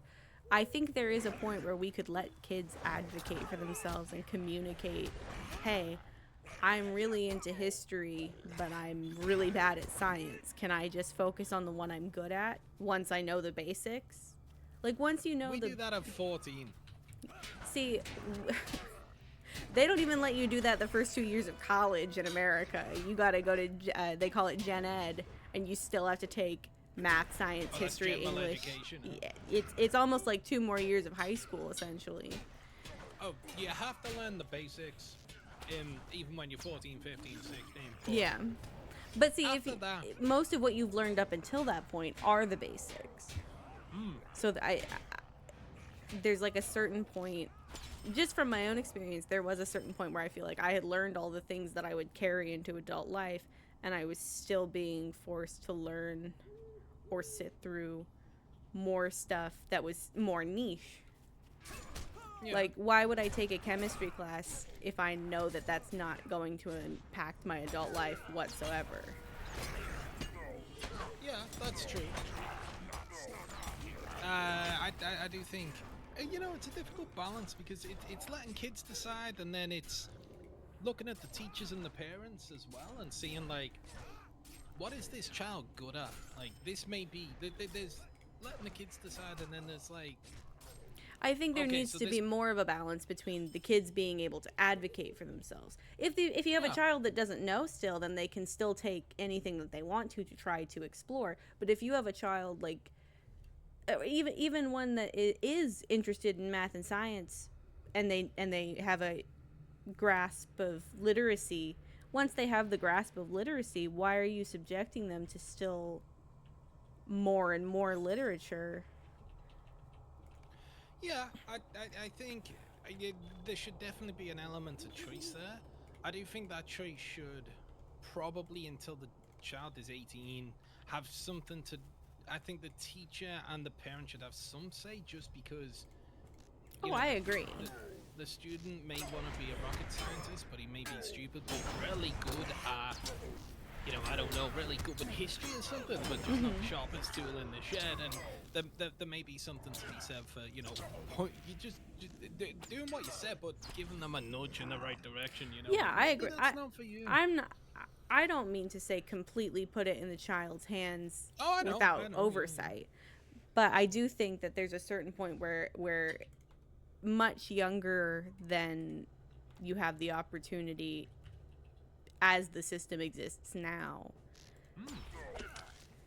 Because as the system exists now, you get to be about 20, 21 before you're allowed to say, okay, I'd like to just focus on this one thing, please. I don't think that's how we do it. When you're 16, 17, there is, like, you need, like, basic English and maths to get into university, which I think is reasonable with English and maths. There's other subjects where it's like, well, I think it's hard to do anything significant in education if you don't have like a half decent grasp of English and maths. Yeah. So I think it's reasonable with those two subjects, but when it comes to, like, chemistry and physics, Yeah, those I don't- those kind of Yeah. niche studies where it's Yeah. like even people who study them professionally, even they are still learning at that stage. But see, if you don't let someone, there's also the flip side. Think about how much more they could know if they could have focused on that earlier, Yeah. without being bogged down with a bunch of other stuff that doesn't apply to their career and doesn't apply to their personal life. I do wonder if if that's like a budgetary thing, maybe in private schools there's more of that. I don't know. It could be like there's just not the budget in state schools right now to. I would wager that probably.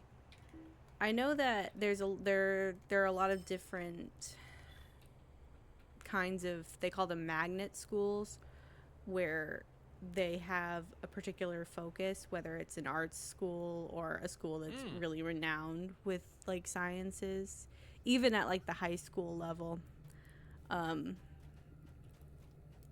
And they call it a magnet school because the students can come from wherever they live to go to that school. Normally they would go to a school that they are they divide it up by the region, and they divide it up by like, okay, in this radius you'll go to this school, and in this radius you'll go to this school. But a magnet school, you can leave your radius to go to. That's for talented children, is it?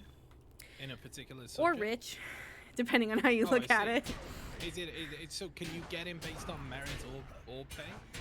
I think so. It depends on the school.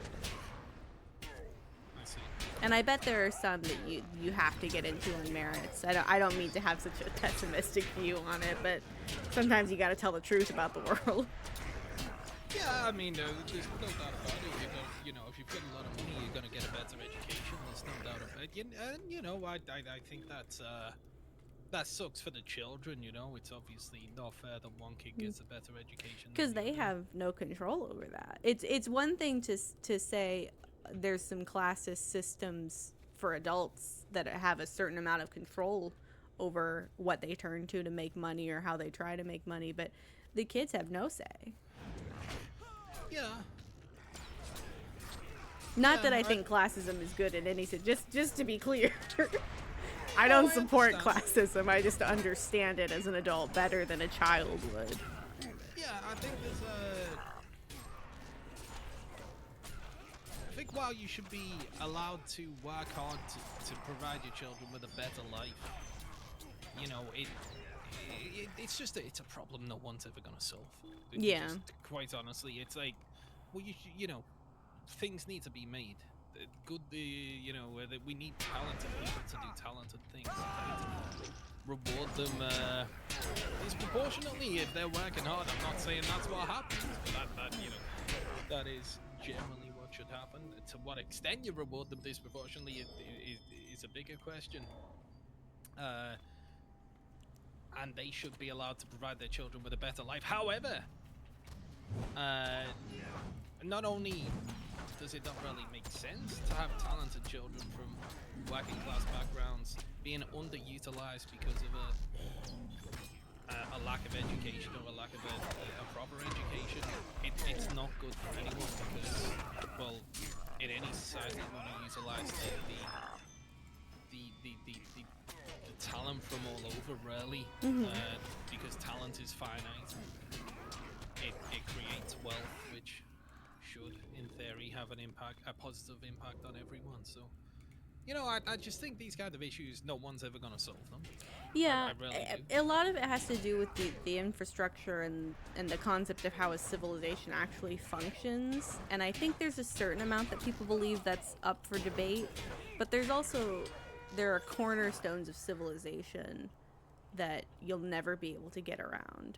And there's no way to get around commerce, whether it's currency or goods. There's no way to get around the idea of trade, of one thing for another, because something for nothing is how a con artist works. Yeah, you've got to force people to do things at that point, and it's just not, you know, it's not gonna work. You know, I think it's difficult. It's very difficult, and you know, as I say, not only is it unfair on the children from poor backgrounds, but it doesn't make sense for anyone to have unutilized talent walking the street.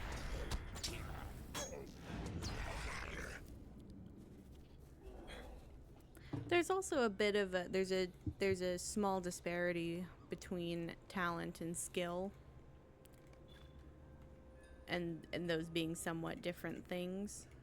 Because someone can have talent, but if they can't train the skill, it doesn't matter. And somebody can train a skill that they don't have a natural talent in to a certain point to be functional.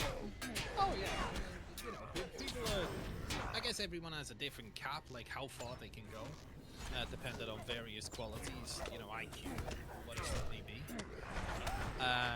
Ooh, please don't be mine. Okay, it's fine. We got a low level one.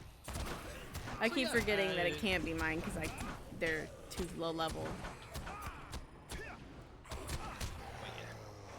it's you know, it is what it is. Yeah, I think that's the thing. It's no matter how much anybody at any stage, whether it's you and I talking about this, just streaming on Twitch, or people in Yeah. government positions talking about it. There's not really solutions. There's No, small I- fixes, but Yeah. I think people offering solutions are snake oil merchants as well. yeah. Not to say we can't do things better. I'm sure we can do things better and things Yeah. can be fairer, but... I still think it's crazy. A couple of years ago, Elon Musk proposed to Parliament, said, "Give me the budget for how to completely eradicate poverty in the UK, and I'll give you the money." And they did it. They came up with this plan, and then he's like, "I just bought Twitter. I can't." In the UK? Yeah. What, the government did? He as a private citizen just said, put it out there, said, "Give me a plan and I'll give you the money." And they came up with the plan, and he didn't give them the money. And it didn't do it? Nope. Oh, I think you need a lot of money, huh? Yeah, There's a lot of poverty in the UK. yeah. But I mean, whoa, I don't know what's happening right now. There's a lot of people that have a lot of money that could do a lot of things, but then there's also, like, how much of a right do they have to that money? Like, it's like, can you tell someone that they don't have a right to have as much money as they do, or can you not? It's like, and it's Yeah, hard and to I think- define what the line is. Where do I say that well, somebody earned that, and where do I say that it's luck, you know? Yeah, there's definitely luck. There's no doubt about it. I think you can dramatically increase your chances of becoming lucky by putting yourself consistently in a good position. That's really what it's all about. However, luck will always play a role in becoming successful. There's no Yeah. doubt about it. But you know, when it comes to rich people spending money, there's so much that's sort of involved in that, where it's like,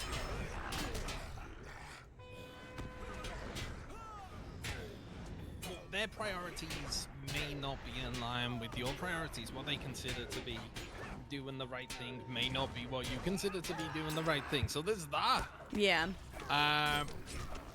There's priorities, there's utilization of wealth, and how much wealth can you create in the long term with your wealth, and how could you maximize the amount of good you can do with other people through investing wealth over a long period of time, which may sound like an excuse. Yeah. There's that, which, so I don't know. It does seem like some people have an extremely large amount of money, but I don't trust anyone to. There's no like head of government out there who I'm like, yeah, he's the right guy to redistribute everyone's wealth. He'll do the right thing. Yeah. And I think the truth is, I don't think there's any one person in the world that can decide what's fair in any way, Yeah. whether it's small scale or large scale. It's just gonna, you know, if you try and do something like that, it's probably gonna lead to all kinds of civil wars. Yeah. And people just being like, I ain't giving you my money, motherfucker. You know, it's like, oh, I apologize for swearing. No worries. But you know, that's basically what it's gotta be. Which is kind of understandable, you know. If you work, if you scratch and claw from the bottom and become rich, like I kind of understand the mentality of you ain't taking my money, you know. Yeah, I kind of agree with that. It's debatable what any one person's responsibility to society is. It's like, Yeah. if this is mine, then I can have it, right? Because that's how it worked for everybody when I was trying to get it. No, absolutely, and that's just where it comes down to, you know, just differences in opinion. People are gonna have all kinds of opinions as to how much money you should give society when you're rich, and how much you deserve to have. And the simple matter of fact is, there's no objective truth there. There's no answer to that question. It's just, you know, people shooting the shit. Yeah. and there's going to be a million factors to take into account, and people are going to listen to the factors that support their position and completely ignore any that don't, because that's the way it works. Especially on the internet, where everyone's algorithms are just skewed in favor of what they already think.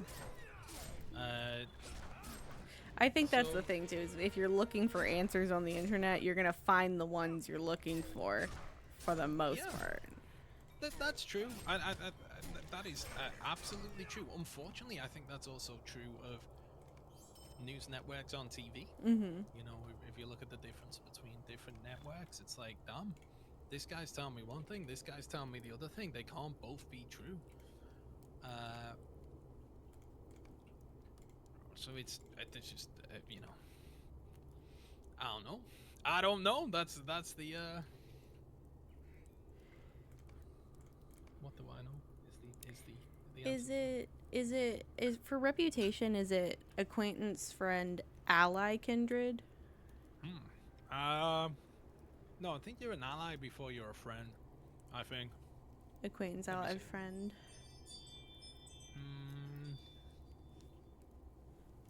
That would make sense. Some of them are neutral.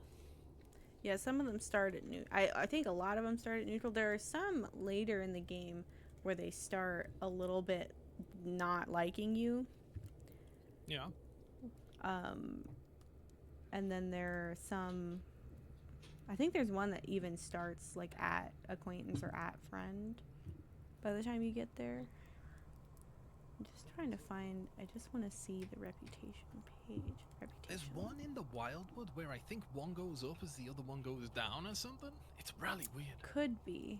There's. I think it's the same thing a little bit of the in league and the Ale Association is as you progress with one, the other one's like, you're on their side. Thank you. Yeah. So if we look through those gates there, I think there's a metric ton of trolls up in that direction. Oh my goodness. Okay, yeah, it's neutral is where you start with most of them, and then acquaintance, friend, ally, kindred. I was just checking my progress on the Glane. No, that's the wrong one. Who am I thinking of? Who was I supposed to look at? You picked the Rangers Dwarf of Guardian, Estelvin. which... Oh, sorry. Oh, hello? Oh, yeah. They respawn so that fast. was a wake-up call, wasn't it? Which server you playing on, Deadman?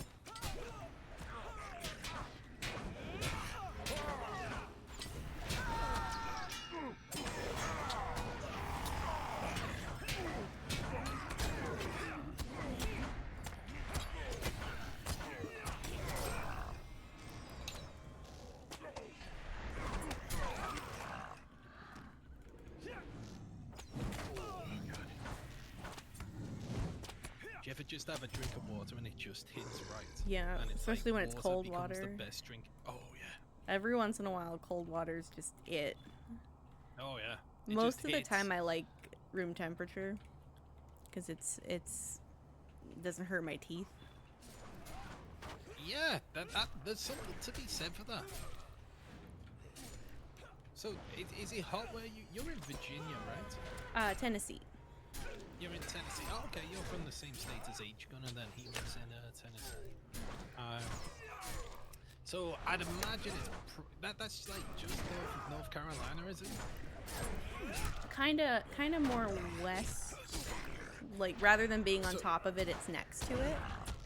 Okay, so it's probably very hot where you are then. And not particularly. Oh, in the summer, yeah. I see. It's actually quite cold right now. I live kind of in the Okay. mountains though, so it's different at different parts of the state. Oh, that's where Rocky Top is, huh? We've been, you know the song Rocky Top? Oh, Evernight's a good server. I picked Evernight. Evernight, that's where my other characters are on. I play this server now. I would recommend that if you do decide, I'm guessing you're based in Europe, Deadman, if you do decide to subscribe to the VIP service in time, I would recommend rolling onto the Moria server or giving it a try. I would also recommend that. Because I've had most of my, like, lag trouble on Angmar, surprisingly. 35, let's go.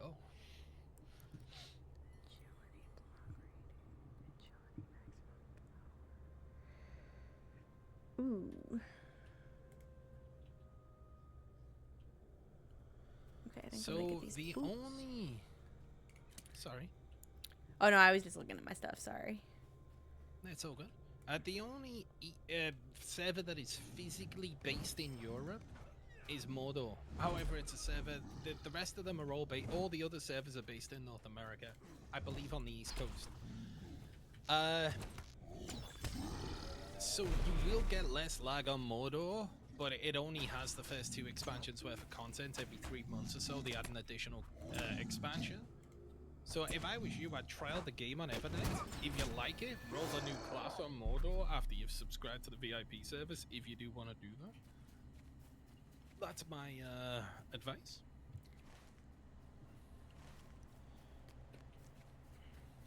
Hey, go UT. Excuse me? University of Tennessee. Ah, is that what you do? I did not. I grew up in California and I moved here a few years ago. Most of do my you family prefer? lives here. Weather-wise, I prefer California. But I think I do enjoy living I live in Nashville. Oh, nice. That's a big city, right? Because I've heard of Nashville a bunch of times, so Yeah, I'm guessing it's they a call it significant- Music City. Oh, really? Yeah. It's So a nice which place. bands are from Nashville? Oh, too many to list.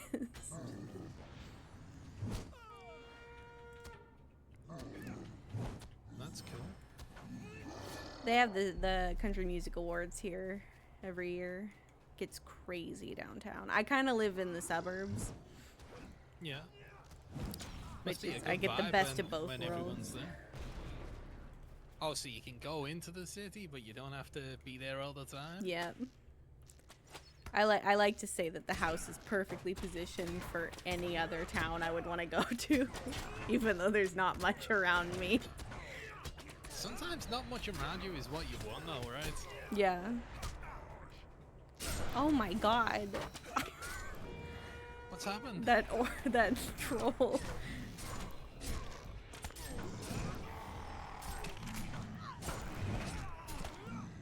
I cannot imagine the size of the bird they took the feathers off of for this armored helm. Oh, he healed himself while I wasn't paying attention. Oh. Goodness gracious. Trying to think of what it could be now. One of the You eagles, think of maybe. things I would never think of, you know? I was wondering what never it was. I think- was like, do they have hair? But it's feathers and it's Do dragons have feathers? in most cases I would say no. There might be some lore out there Scales. where dragons have like little feathers. I have a little I'll put a picture of him on Discord later. I have this little stuffy that someone made. I forget the name of but he's like a fuzzy dragon. And his name is Peanut Butter Jelly Time, which is very suiting for his color scheme. Okay, that sounds pretty cool. He has little feathers and scales. Is he orange? He's very orange. Is everything in your house orange? A lot of stuff is orange now. Interestingly enough, I for a long time, because I didn't like the flavor of oranges, the fruit, I didn't like the color orange because I associated it with that. And I said, absolutely not. Solid logic. And then when I saw this little pumpkin hat in Among Us, I was like, that's me. I have to wear that. And it made sense And now to you wear eat it. oranges. And no, I still hate oranges. Oh, that would have been the perfect end to the story. I still hate oranges, but now orange is my favorite color. Well, when you click on these signature level enemies, their health bar's orange. Yeah.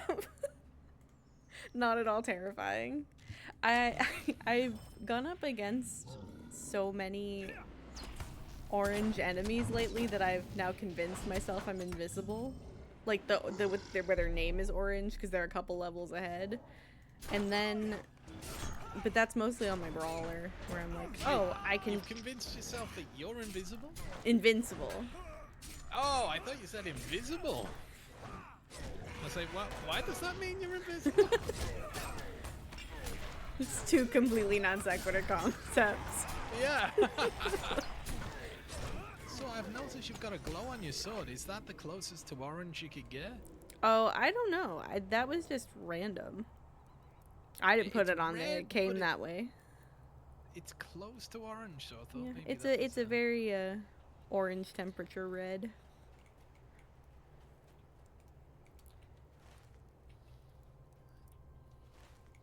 I remember being in this area on my brawler. Okay, let me get all these flashing lights going. Beep boop beep beep boop boop beep bop bop bop bop bop bop bop bop bop bop bop beep bop bop. Okay. For Gondor. I wonder if there's any way I could make a little room in my vault.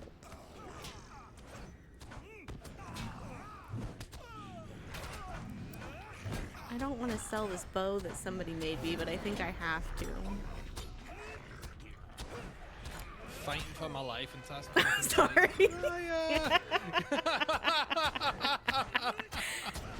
Could I maybe sort out my vault space right now? Oh no.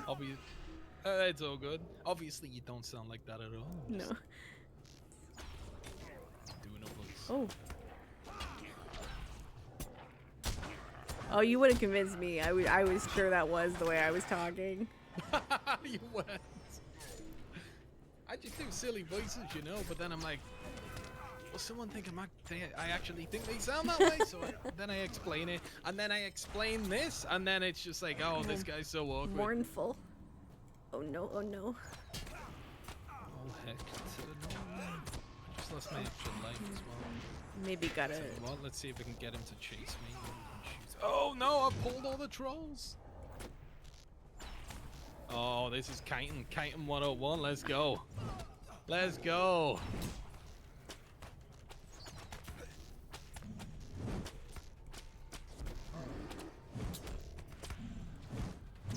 Oh. Oh no, he's gone back. Oh, good.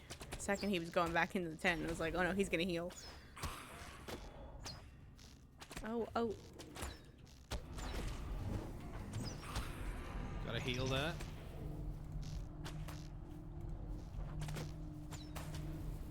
I pulled another one. Heck no. Oh. What's wrong with Good kill me? on the. Low and blue. Those mournful ones are gnarly. Yeah, they're not to be messed around with. I'm gonna have to quit the game when I get to the harrowing ones. Hopefully, I'll be a higher level, so I'll be more helpful by then. Yeah, I think you'll catch up to me pretty quickly. I hope so, but you've been going pretty hard on this thing. I've noticed the past few days.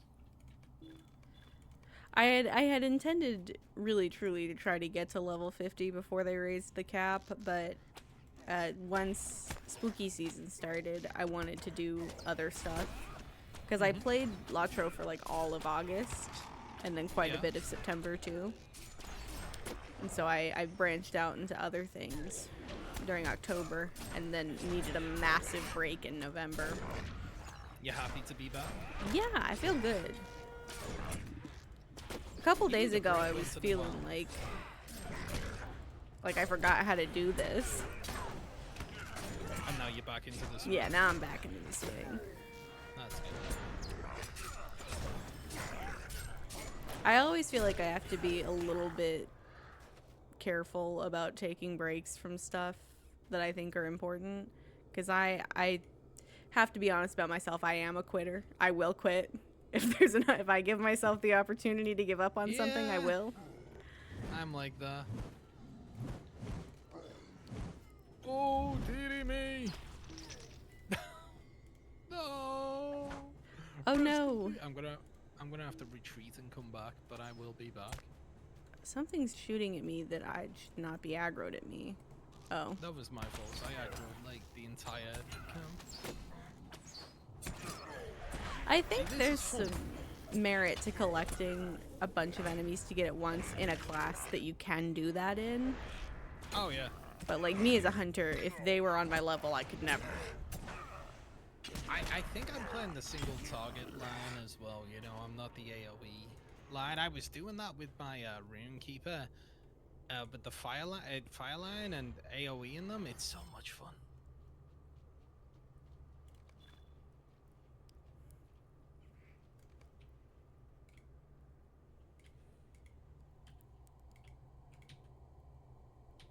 I think that the hunter AOE is probably the yellow one. Because it's traps. And that one's fun. But it doesn't set you up for success to go quickly through the combat. Yeah, that's the one of reworking, right? I think they're just doing a retouch on the entire hunter class. I kind of hope that they right. leave it as the 3, because I think I obviously can't speak for other classes, but for hunter, I think they have 3 solid different specializations. I've never played yellow, but red and blue are certainly solid specs. Yeah, I think yellow's fun, and I think it has some merits. And if they want to retouch it and make it itself but better, then that would be cool. But I'm worried that they'll take it away and make it where you can only do red or blue, and then yellow is like the fundament. Okay, I could see that, yeah. But, you know, if they are onto something unique and fun with the yellow line, then hopefully they don't go what makes that, made that so special in the first place. That would suck.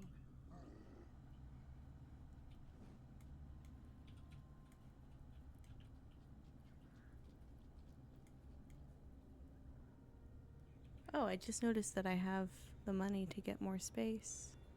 I'll do that in a little while.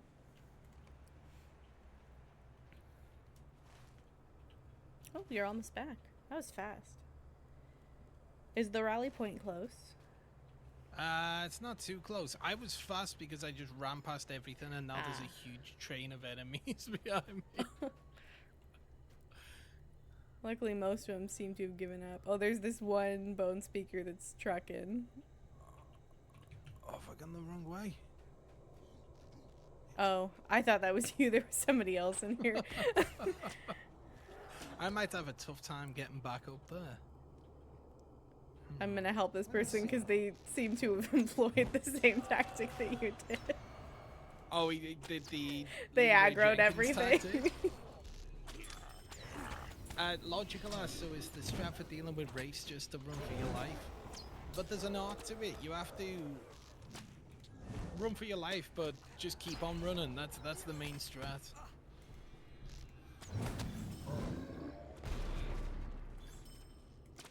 I think it depends. It depends on your class, and it also depends on the level of the wraith.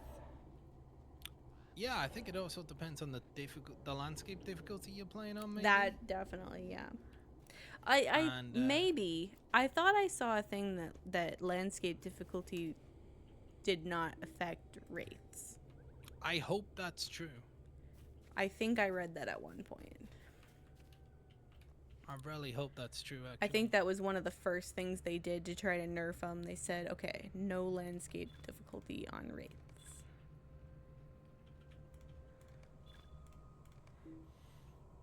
Oh, I have so much stuff. I would like a little less stuff, please. Lotro cannot comply.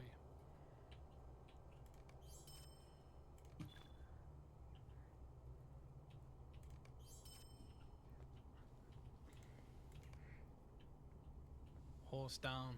Yeah, I would say if they start spawning at either level 7 or level 10. I'm unclear if it's level 7 or level 10. I saw one for the first time at level 7, but I think it was somebody else's that was level 10. So they'll start spawning on you at level 10.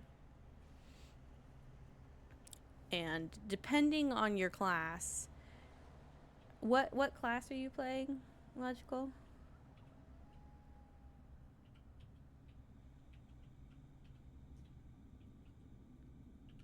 Oh my god, I outrun them.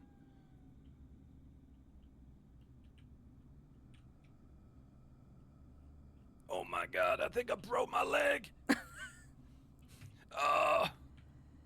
Bit of role play in there. I heard that the lore master, I don't remember which specialization it was, but I heard that the lore master was good against wraiths. It might be the blue one. Because I think that's the one where your pet still stays out with you.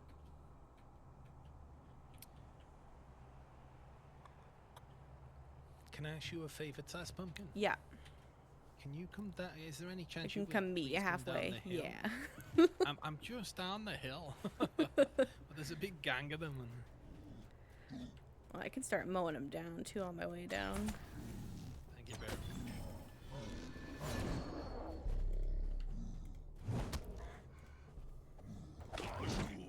Yeah, I think somebody said blue was good against wraiths, and I think I might have made this part up, but it had to do with the pets tanking the wraith. That makes sense.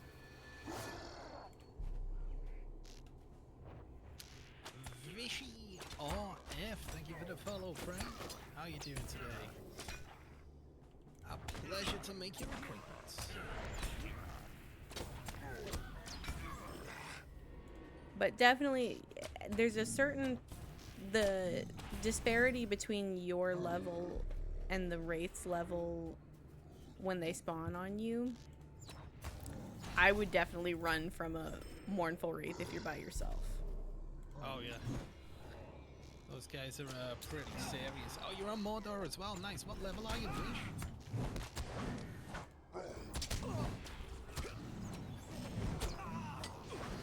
Always nice to be more Mordorians. That's what I'm referring to as this.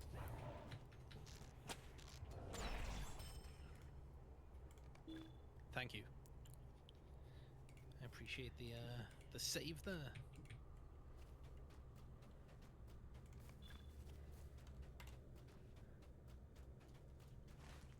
$56 on your main, 50 Lawmaster, and 21 Bayon. Nice. I did Bayon on Treebeard.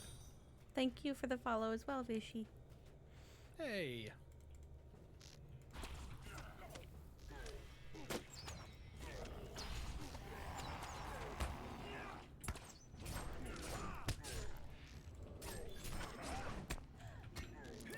I That's really right, like guys, just a reminder. Bayornings. Bayonins are fun, and you know, because I used to be called Manbear J, it just made sense. The logical choice. Hmm.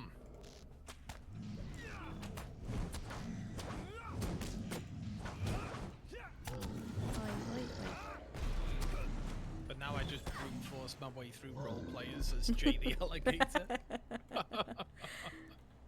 Yesterday I was telling people I'm the son of Gandalf. The worst roleplay ever. Just oh yeah, I'm the all-powerful son of Gandalf.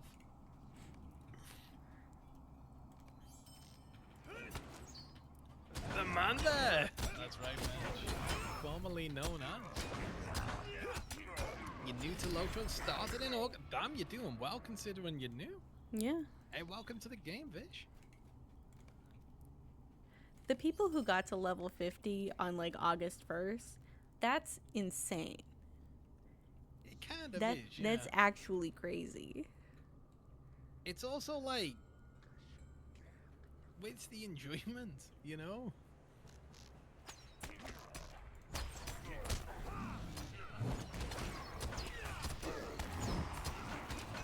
You using the bear pet? Nice. Love to see you rapping, dude.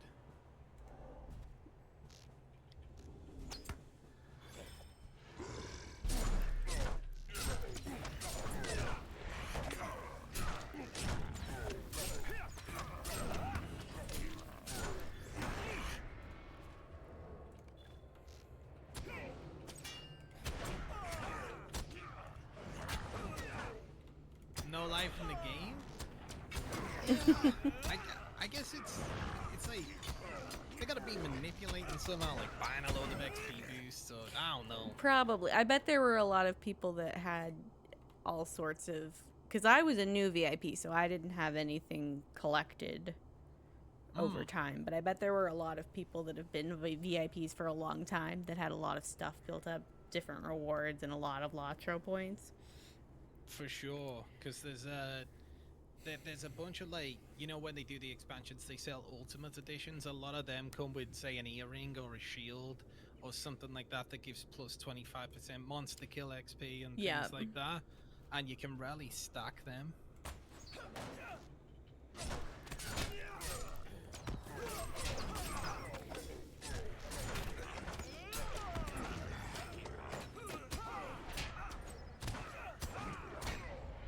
Oh, missions are a great way to do it too. Oh yeah, those missions, they're kind of fun. You as defeat well. a lot of things, and then you also get a bunch of XP when you finish one. And there's some cool unlocks you can get from the vendors. I'm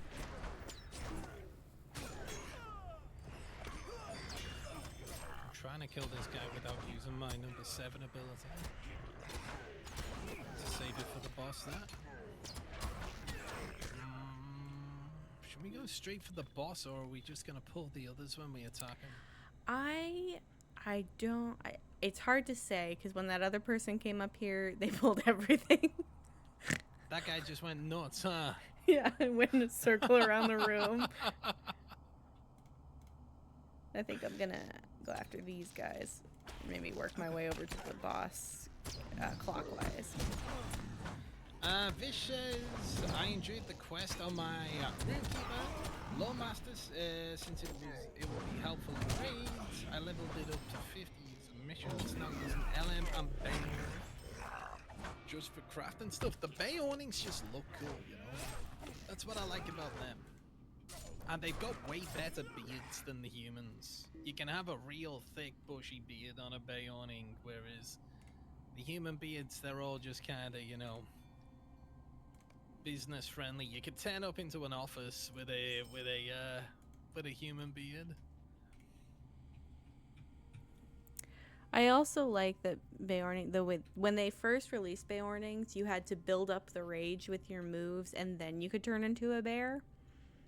And I like that they made it that you can turn into the bear whenever and stay as the bear for as long as you want until you need to do something that the bear can't do, like talk to a stable master. Yeah. Because I thought it was really interesting how they flipped it at first, and I was like, well, that makes more sense because this is like your birthright as a Beorning to be able to turn into a bear. So why would you have to have a condition on that? Yeah. Maybe limitations in town would make sense. But and they not. do have limitations now. I don't think they? you can interact with certain things. I think you can talk to people as a bear. Okay, fair enough. But I don't think you can interact with certain, like you can't craft as a bear. I don't think you can harvest things as a bear. It'd be hard without those thumbs. Yeah. Well, depending. You could just grab a branch in your teeth and take it back to the crafting hall yourself.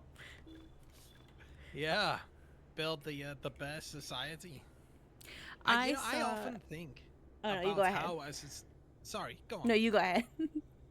About how a society would function with an intelligent species that doesn't have hands. I think about this all the time. How could it evolve For a second, and create engineering? For a second, I was like, yeah, it would be fine. And then I started thinking about it more. I'm like, no, it wouldn't be fine. I think about this all the time. It's like, you know, they say men think about the Roman Empire. That is your Roman I think Empire. about this. Yeah. I don't know why, but I always think about it.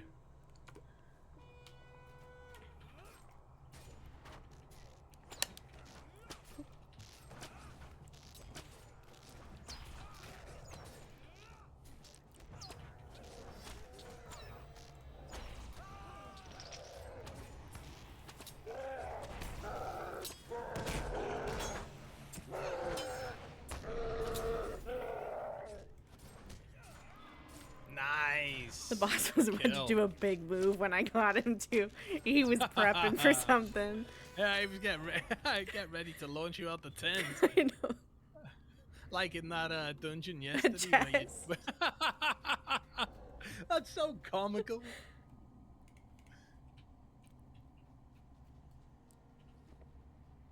Oh. Ooh, he says before he passes on literally everything.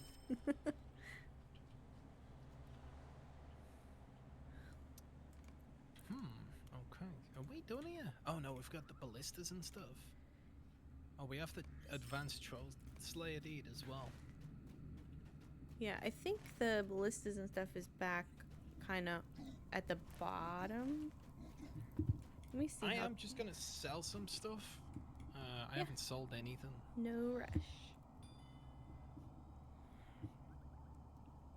I think we could make it down this cliff without too much falling damage. Famous last words.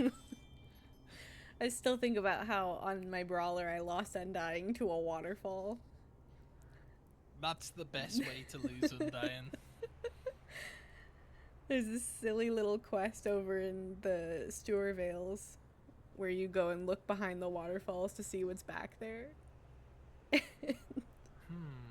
Is that in Bree? It's over in Swanfleet. I don't remember that one. In the before the shadow starting area. Oh, I got you. Yeah, there's a big hobbit area called the Stour Vales, which are where the Stour hobbits are from before they moved to the Shire, and some of them still live in the Stour Vales. Oh, that's cool. And you go and look at the waterfalls, and I was doing so good. I was soloing wraiths, everything was fine. I got too close to the top of this waterfall trying to do the quest. At least I got the quest done. This sounds like an avoidable death.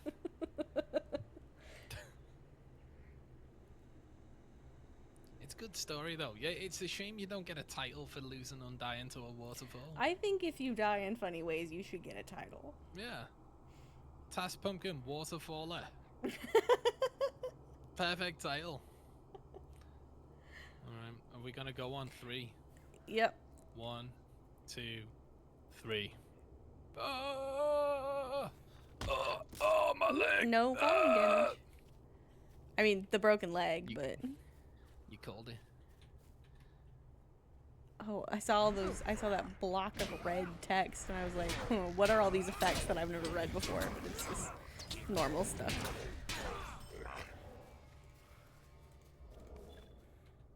Hey, thanks, Vish. Vishy says happy Yeah, Swinging thanks to for you and stopping Tasman. by. Yeah. We appreciate it. I wish I had a soundboard to play that my leg noise from SpongeBob. Is this a SpongeBob meme, is it? Now I gotta Google it. My leg. I broke my leg. Yeah, that was a clip we did in the channel a long time ago. I fell down a cliff. And I guess I just started screaming, I broke my leg, no! You know, like getting into it. That was a media for a while.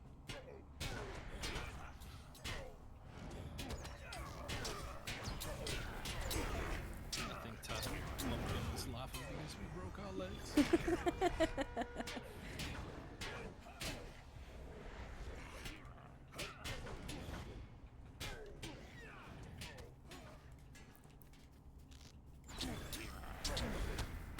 You was remembering that clip? That was fun. Oh. I remember Coagulator telling me that he showed everyone in his office at work that clip.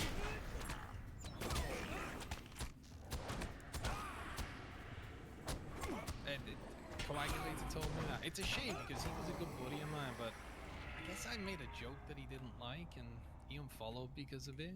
Oh. Which was a shame because I really didn't mean nothing by it, you know? Yeah, I think I do think that's a bit of an not an extreme reaction, but a very quick. I mean, I guess if it was something he couldn't abide by, then that's his prerogative. But it seems almost like Well, I just called him an arsehole jokingly, is what it was. It went something terrible, but I was playing. We used to play like that all the time, you know, just like dudes ripping on each other.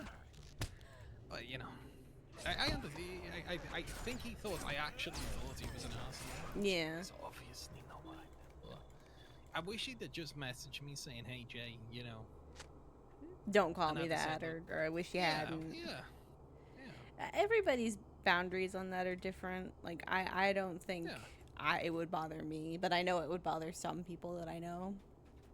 It would, yeah, but I think what surprised us all is that I thought I was gonna run up he that was log the king too. of banter. What? oh yeah, running up the log. And then we both fell through it. It's not rendered all the way to the top.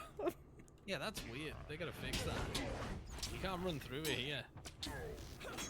And yet, that's exactly where you fall down, I think. Oh no, you can't. Can you not go up at all? It looks No. like there's a spot where maybe you can take a little run up. Oh, weird, because you can run through to the... Oh, I can run further than you. My lack of hair got me an inch further.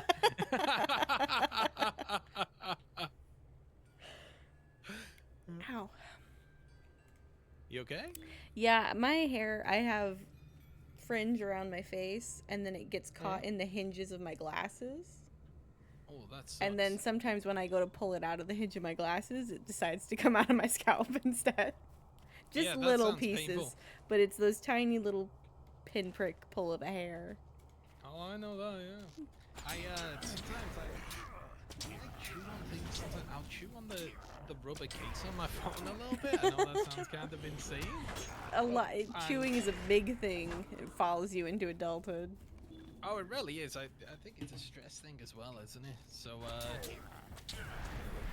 I'll chew on the phone case, and there's like ridges in it, and sometimes a beard hair will get stuck in it, and the only way to get it out is to pull the beard hair out, and it's like,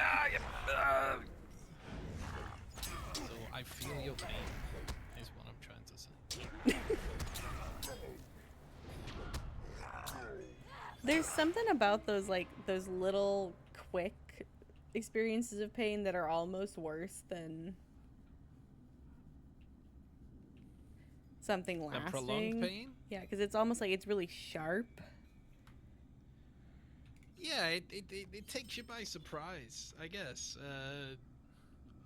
For me, I'll take them over any kind of prolonged pain, but I don't think that's quite. I mean, that was. Hold on. Sometimes my I see where you're coming from. mouth goes a little faster than my brain. I see where you're coming from. Don't get me wrong. I think it's more like I would rather have an injury than a paper cut. Paper cuts are so inconvenient to me, and I always get them on the pads of my fingers, like the most tactile part of my body that I use all the time. See, I never get paper cuts. Probably because I don't use any paper. I get them from all sorts of things. I get them from like little.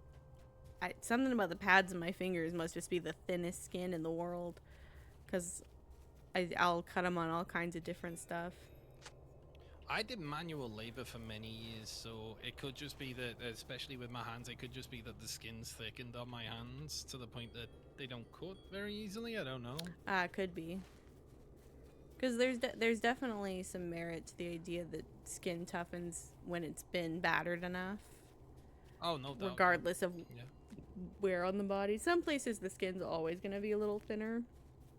Yeah. I have very sturdy pads in my fingers. I've always noticed that. But I don't know if they're exactly like calloused. I wouldn't call them that.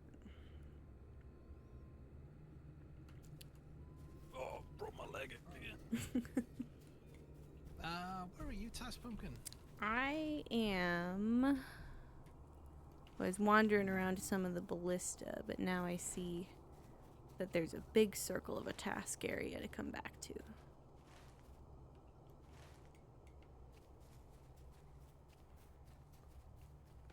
Whee. That boar is so We've cool. got Oh, it really is. You know what's funny about this boar is they changed its teeth, but they used to have like, if you used to look at its teeth, it had perfectly straight white human teeth that looked Oh my god. ridiculous. But now they've changed it to look like boar teeth. But I used to show everyone every time I get the boar house, I'd show them the teeth. And I know a couple of the devs used to come here, so I don't know, or at least one of them did. So I don't know if maybe he's seen that and changed it. I don't know. But someone changed it. Caitlin, how you doing today? Good to see you. Ooh, I found one of the battle masters.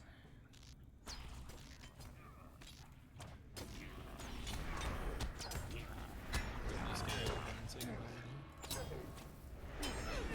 You doing good? Glad to hear. Caitlin's always got a different story about what she's been doing with her operating system, like making a virtual machine of Windows 7 and then making it look like Windows XP or some crazy stuff. Like, I don't know. She's always up to something crazy.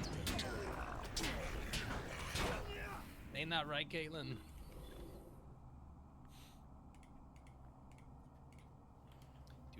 I've always found that very interesting. A lot of people think creativity is always on the, you know, like literature art side. Yeah. But there are some things that you could call them nothing else but creative that people do on the tech side and the science side. And I think the overlap there is very interesting.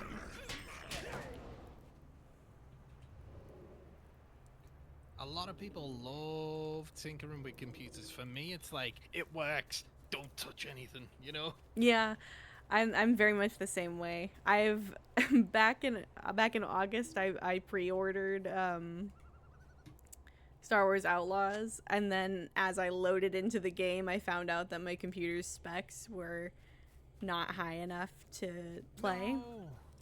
No. So I bought a couple of RAM sticks on the advice of my friend, and I've just been neglecting to put them in. Oh, you 'Cause don't I've- want to touch it? I've never opened up a computer before. I've never done any kind of hardware upgrade, anything. I've Yeah. opened a laptop once to clean the fan, but that's about the extent. And I'm like, what if I take out the RAM stick that's in there and I can't get the ones that I bought in, and now I have no RAM? Well, you can put that one back in. So I think if you follow a guide on YouTube, Yeah. be careful. I have take it that easy, that you'll be friend fine. is an engineer, so Oh, right, okay. I'm gonna request that she supervise. Oh, I Well, did not mean. that makes complete sense. She's gonna know what she's doing. Yeah. Even I've replaced RAM. It's like, and you know, I'm crap. So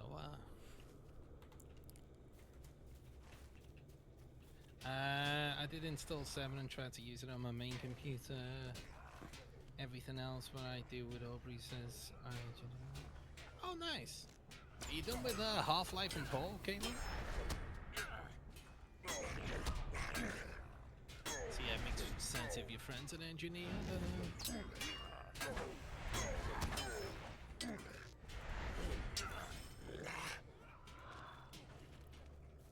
You never did finish Portal. Portal's a fun game. Have you played that, Tess Pumpkin? I have not. It's really challenging in a super unique way. I like Portal a lot.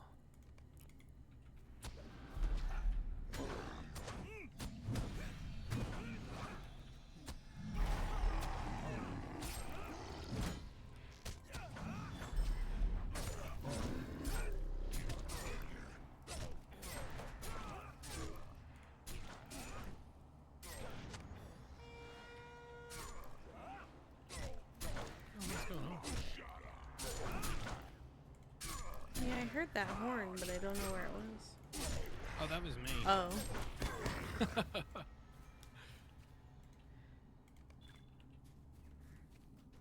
I think it's fun. I noticed that I never miss the features of the other classes because I never play them, so I have no reference. And then when I run into someone playing a completely different class, I know nothing about their class.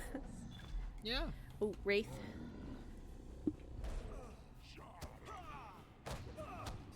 I've played a decent amount of classes to level 50. There's a couple I've never really messed with. But I played a decent amount to level 50 to kind of have a basic grasp of what people are doing most of the time.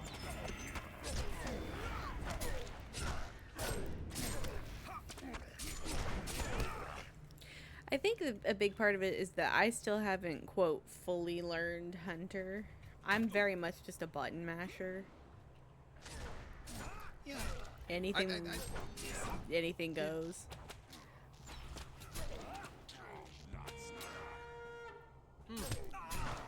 It really, as I say yesterday, it doesn't give you much of a reason to learn the clash yet. I guess once we get to in-game Memoria, we can start, you know, doing some raids, dungeons, killing world bosses. If everyone, you know, everyone wants to level up and stuff, then you're gonna have a legit reason to increase your DPS and actually look at what you're doing. Same here. I've done a little bit. I've tried to maximize my gear, or optimize is probably the better word. And I've worked out a virtue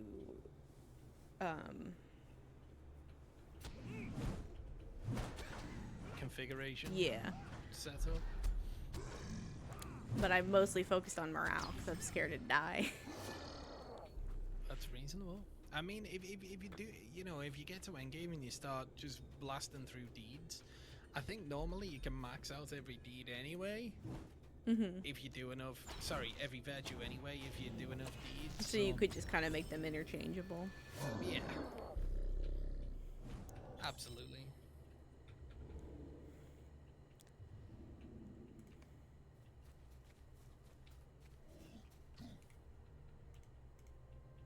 Oh, we got a Bayoning running through. I think this Ooh, little bear buddy. wants our help. Ah.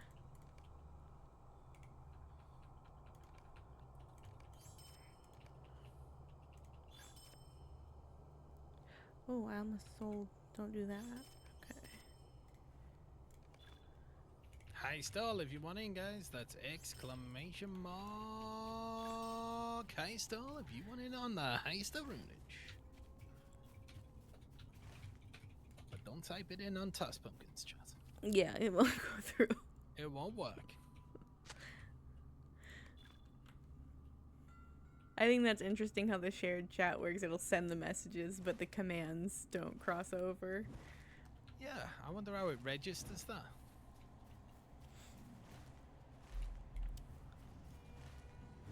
I think it depends on which page you have open. Because I noticed that you were able to pin my link in your chat, but I have your link pinned in mine. Yeah, so it's different Oh. pins.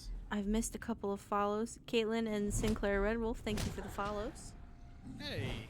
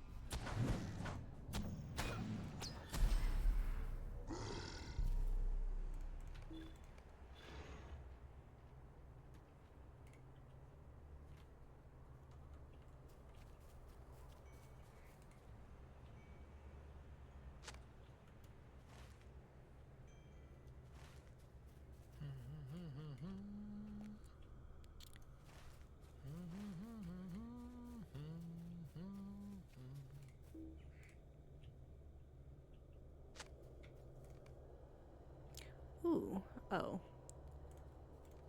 Sometimes I forget that I'm in an area that I'm kind of technically past, and I'm like, a bow, but the bow I have is better. Yeah, oh, a new weapon.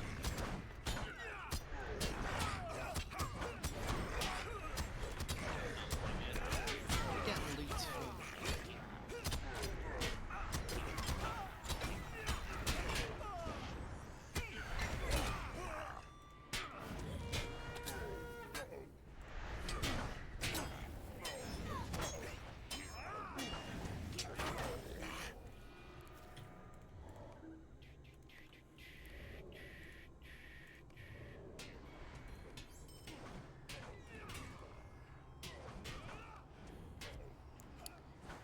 I wish there was a way to like pop out the reputation so you could just track one of your reputations instead of having to go check the tab every time. That would be cool. Yeah, I've never even thought about that. Kind of like the quest tracker. Yeah, and the way that you can track certain deeds that have, I guess it has to have a number counter for it to be something trackable. They do have, if you hover over the rep, there is a number. Yeah, if there was a way to track that, that would be good. Right, there's... I guess you can kind of, you can pop the deed out for, well, no, because those deeds are auto completed without being bestowed. So it's like when you gain the reputation, you complete the deed, but it never shows you the deed before you get it. Okay. I've never paid that much attention to whether it's given me a deed or not beforehand. Yeah, there are I think some. you're right though. There are some that when you complete them, they show up, but I think the wiki calls them hidden deeds.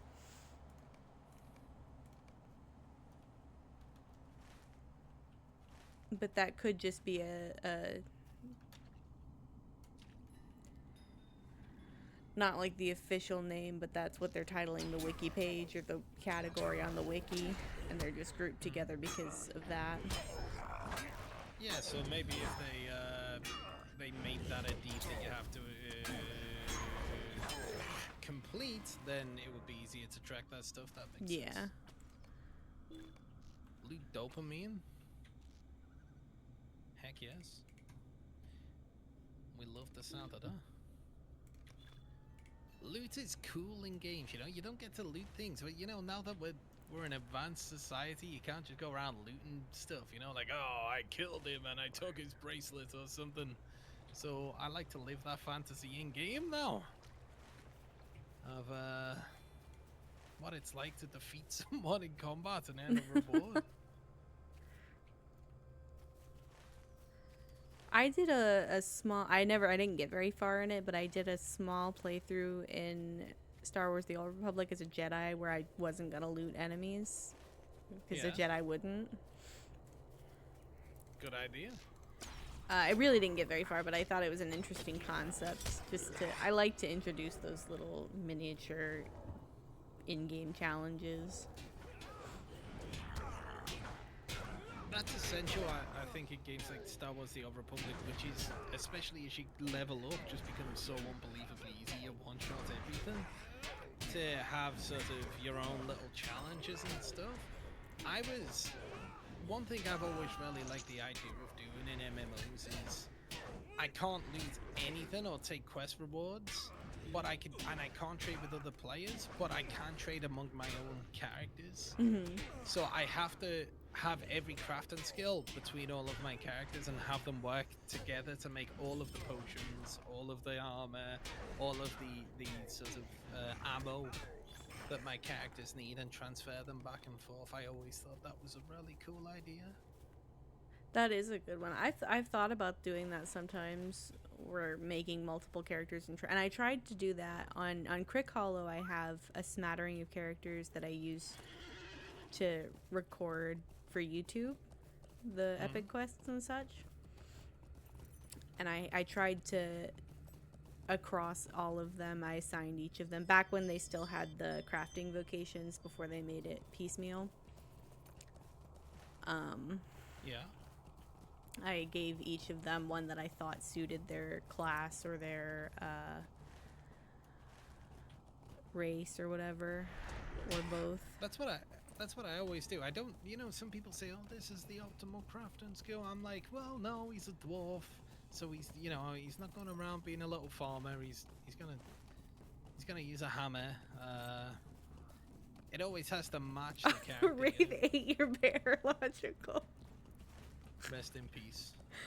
Oh no, that poor bear. What is this warg master? Oh, have you defeated this warg called Rags? Oh no. It's a He's an orc, but he is the warg master, I think. I have not, but I will make my way to your location. I'm looking for him. It's up a runage. I'm trying to find the rest of these ballistas and stuff. I can't find them. It's always been a I think- Peter quest. I think they show up individually with little rings on the map.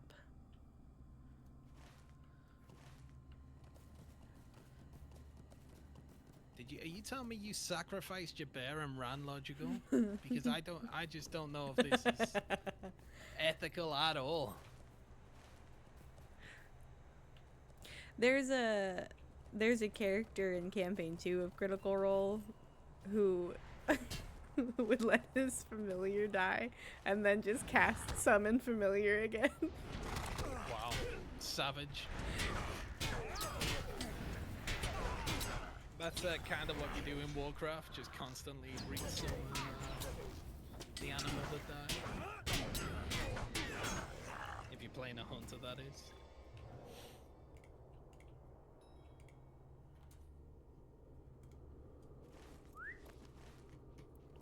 Sometimes I think about that, Critical like, role, huh? if I, am I just getting a new horse and calling it Bilberry every time Bilberry dies? Is it some people do that with dogs. They'll get a new dog and call it the same name, and I kind of feel like, That's that's animal abuse. I think it's abusing yourself at least. Like let go. You gotta let go. The pet ain't coming back. I wonder if maybe this orc is not actually in this area. Oh, I could use Excuse Passage me? of Foes. And then just look for his Ooh, name. I could use. What's the? I didn't know the name of it.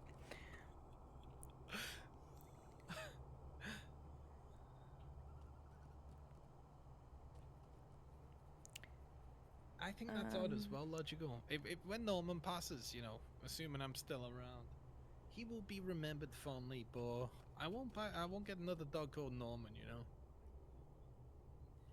Oh, my skill ended and I didn't find him. I was scrolling through the list of orcs and then it said, okay, that was enough time. You didn't pick one. Now you don't get to use it. Wait, what happened? I was looking through the list of my enemy tracking options and I didn't pick one in time. I see. I'm looking for a warg. We got a keeper. quest over this way. He might be over there. Sometimes that happens where they're not quite in the quest area. I thought maybe Helps to have a hunter with you. these warg keepers would lead to his location. Maybe if we defeat them. Because the name of the quest is Warg Master. So that leads me to believe... The logic is solid. There is no chaos to your logic. And there's no log 1 cal KO5 to your logic either.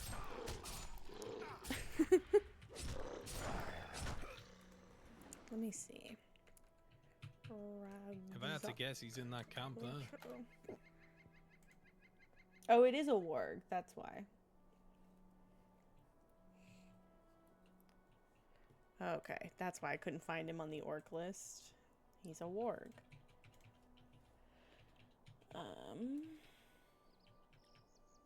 Well, he didn't come up on the list. Could be that somebody else defeated him and he hasn't respawned yet. The Bayonin came in and stole our kill and left. What, the bear? Yeah. It better not have been that bear. That was the reincarnation of Logical's bear, who's now pissed off with us because Logical left him to die.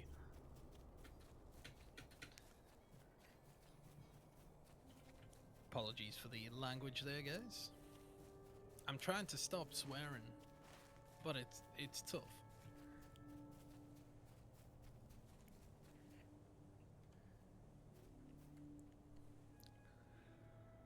Try passage of nature again. I think that's what worked before. Ah, I got him. He's this way. Oh, he can't get up this way. Uh-oh. Don't untrack, please.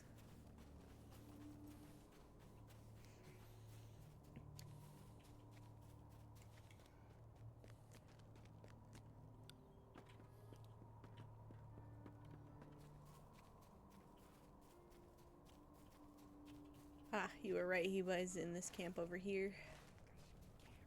He's snoozing.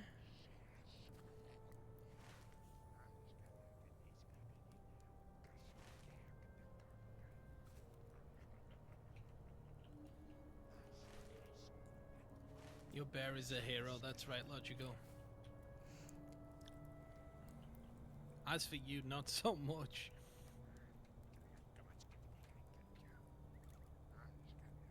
No, you are a hero to me, my friend. And you always will be.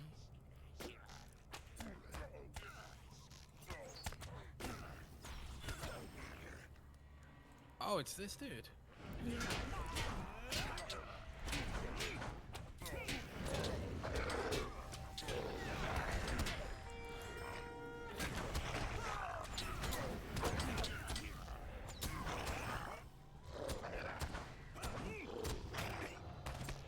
You ran fast from that rave. That thing eats. Oh, it really does. Hey, it's one we can complete right now. Yeah, I've been one shot by a couple wraiths. I didn't even know they were there, and suddenly I'm dead. Especially at the beginning there, they are savage.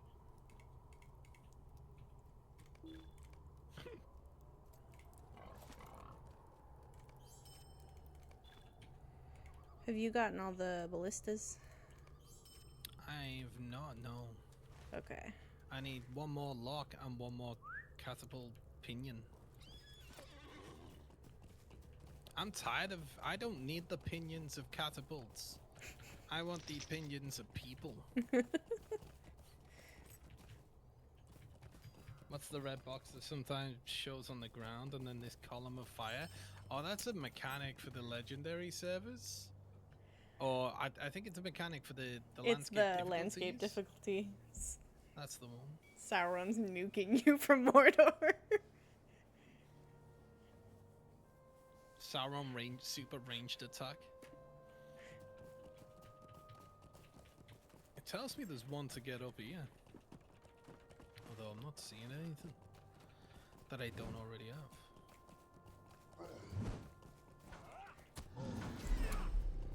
It's not the big one. Huh.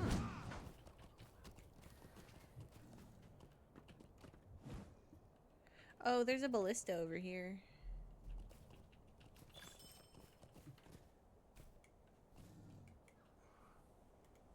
Have you got them all? Yeah.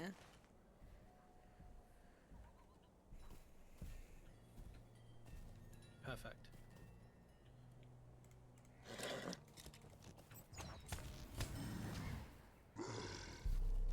Okay, so now I need to listen to the pinion of a catapult.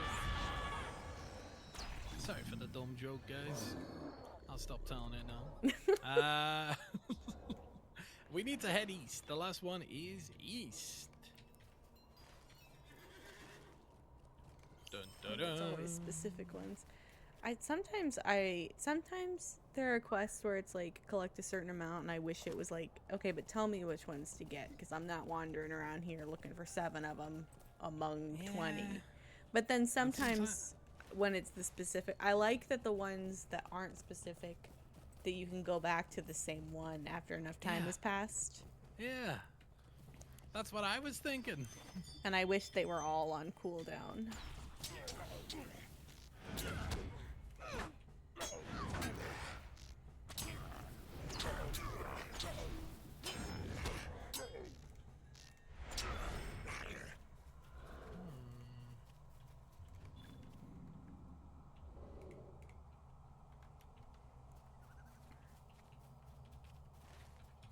Yeah, so you gotta get outside of that box, basically. When you see it. It's not the best mechanic ever, but it's something, I guess.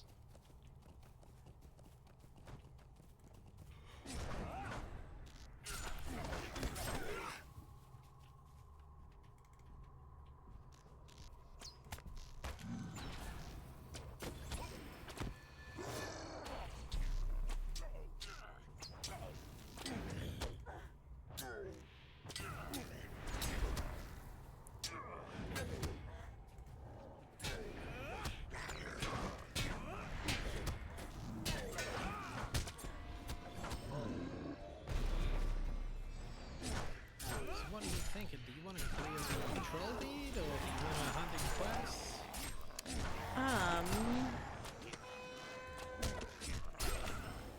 I think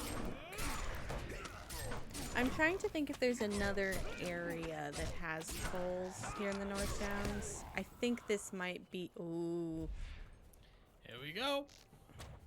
It's showtime. I forget what his range is. I'm like really good at keeping moving, but then they're still hitting me because I don't get far enough out of their range. Yeah, that's the problem with kiting these guys, is they will just hit you from a distance as well. It's hard for me to discern if my range is farther than theirs also. Uh-oh.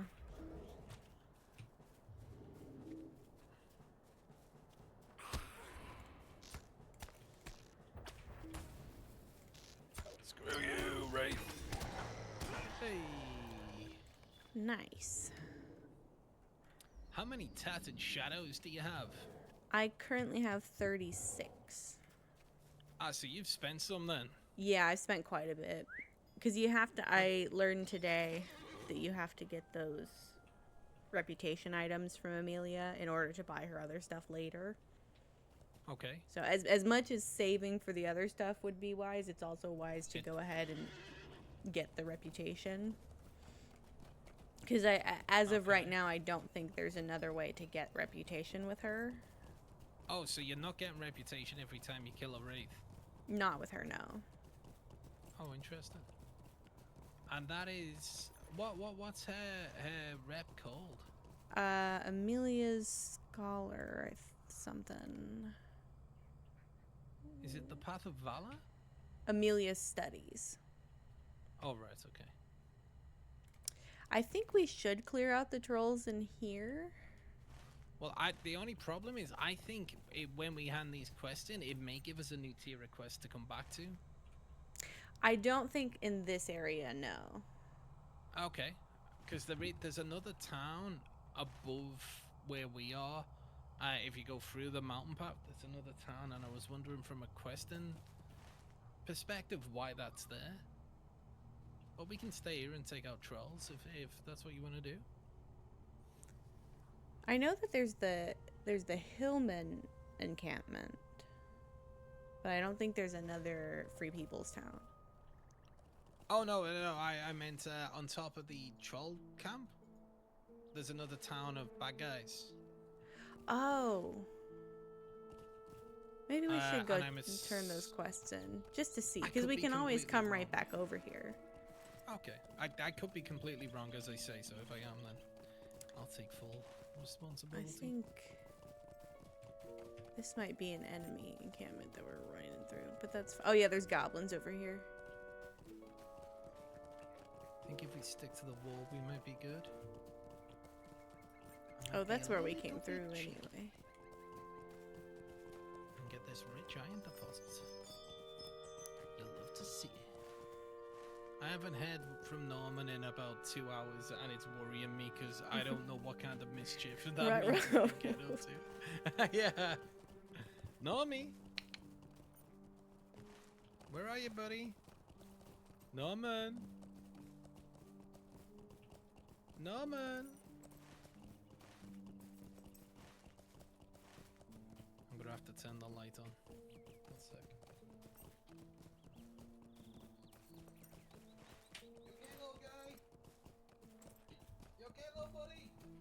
Nah, he's just having a nap. He's laying there like, what? Yeah, well, yeah. Sometimes he makes hilarious noises in his sleep. He goes, I don't know what he's dreaming about, but something. Meg says, tell Norman I love can I him. be of Norman, service? Meg loves you. Everyone loves Norman. He's adorable.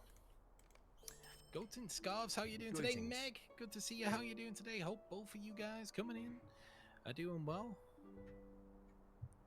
Norman. I'll take him down for a wee maybe when we get there, if you don't mind. Yeah, I could probably stand to go to the bathroom too.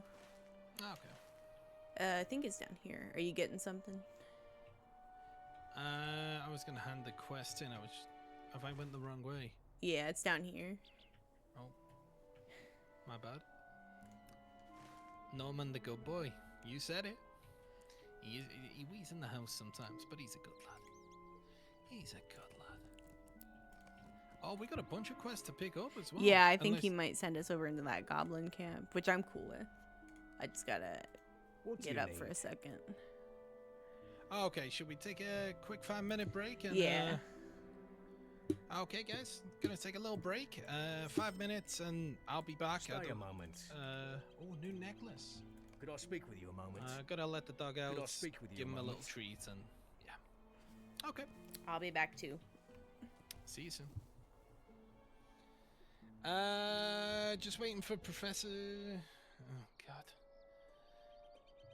All right, guys, back in a minute, okay?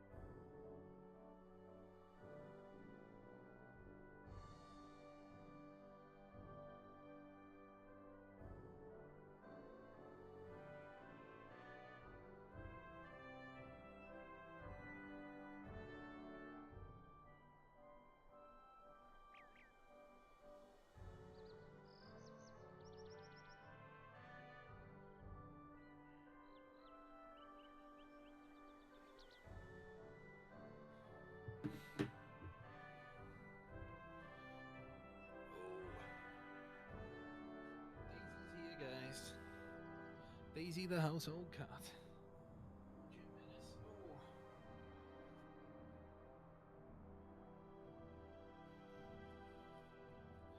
Alright guys, are we ready to rock?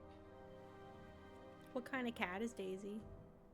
Oh, Daisy is a house cat who is white and grey. And I don't think she's like a, you know, a particular breed, just a normal house cat. I don't know if that's a thing, and maybe she is a particular breed. Well, there are particular breeds, but there are some that are just like so like tabbies are so common. Some of them are more niche. Yeah. She's white and gray. She might be a gray tuxedo. Well, so you got a tuxedo, Daisy, that you're not telling me about? Going to special functions, buying your way in. Yeah, they're also usually ragdolls, tuxedos. They're usually both. Ragdolls are the ones that go limp when you pick them up. Let me see. She goes a little bit limp, I guess. You okay, madam? She's pairing. Aww. The thing about Daisy is she's nearly 15 now. She's an old girl, but she runs around like she's 2. So I do think she'll live till she's 20, hopefully, you know? Yeah, some cats are real spry for a long time. Oh, yeah. When I move into my new house, Norman's going with me. Daisy's going to my mum's because she just can't get along with them, so it's just... But she loves my mum, so... At least she'll still be in the family. Yeah. I'll still see her, and... She'll probably have a better time, to be honest. She'll get spoiled, so... Yeah, one of my childhood cats, my grandma would watch her when we went on vacations. And then one time she's like, no, I live here now. I'm not coming with you. Oh, really? Yeah. Was that heartbreaking? A little bit. It would have been more. There was a period of time that she had ran away, and I think at that point she kind of became not our cat anymore, because we did find her, but our relationship with her was just never the same after. How long was she gone for? I want to say months, maybe weeks. Ah, okay. But I was a little kid, so it could have just been a couple days. I don't know. Yeah. Who knows? There's one of these quests is like a collect quest that he handed over. I think it's up in this northern area.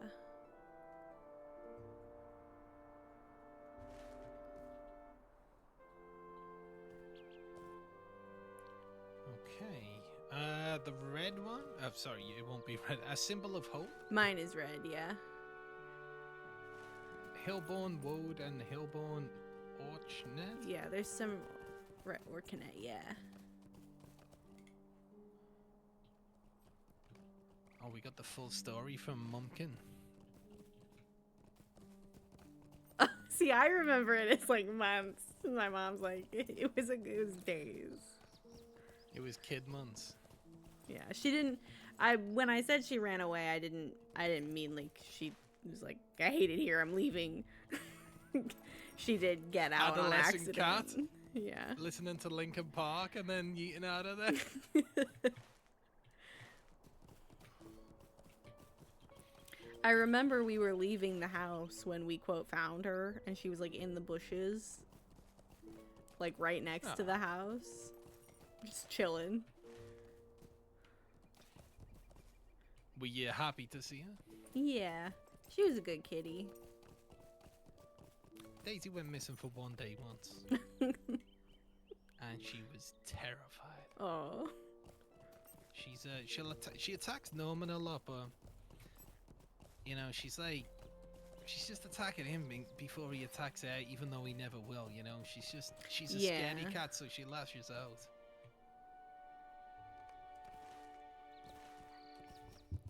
So she's good natured, rarely, but she will lash out in, you know, because she thinks the world's out to get her, unfortunately, because she's a scaredy cat.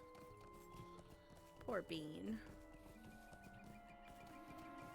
I'm just roaming around looking for these herbs. Right, Or we're looking for flowers and herbs. such.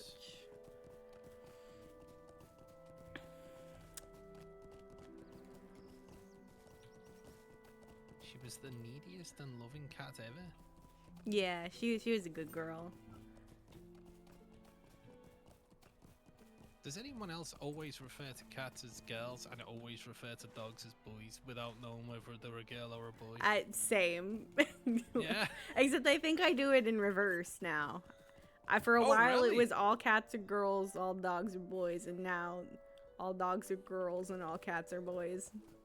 I guess that's like your personal experiences with them, you know? Yeah, what kind 'cause of cats for- you have, what kind of dogs you have. Yeah, the two childhood cats that was the one who got away once were girls, and then when I was a little older, my dad had a girl and a boy that were litter mates. They were the only two tuxedo cats in a litter of tabbies. So the boy outlived the girl by a few years. So I got so used to boy cats, and we have a little neighborhood kitty who comes around. We thought he was a girl at first, but he's a boy. And he's a very good boy. Oh, he sounds like a good boy. Yeah. So, Goats has just posted a picture of his cat in Discord, although I'm pretty sure it's just a Ligma joke. Because it's got Professor Suck on, so, you know, I'm like, I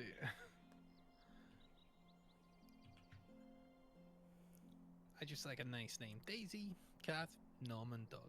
That'll do me. Sometimes. Norman always tries to play with Daisy. Apricot. And, kitty.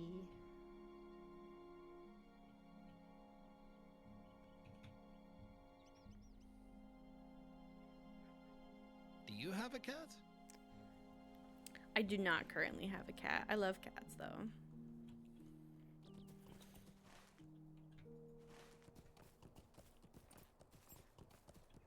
Sometimes I consider the little neighborhood kitty.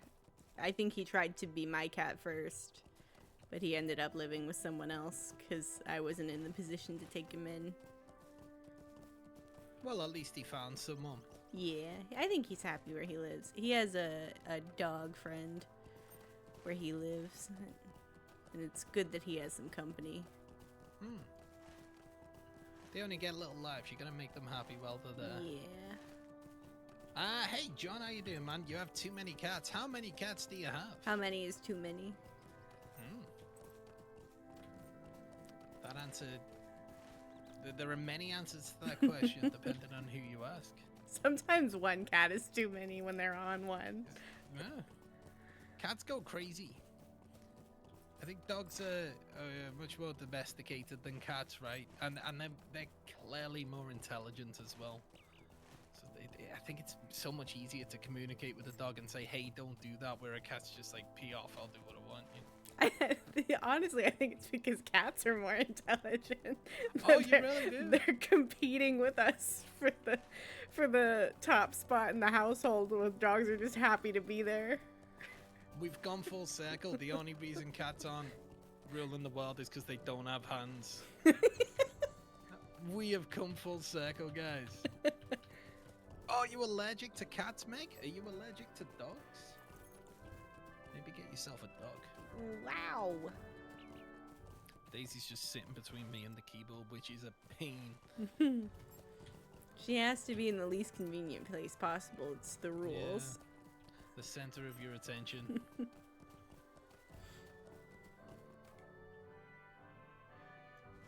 Go on, Daisy. She's getting worked up now, so she has to go. Go on, madam.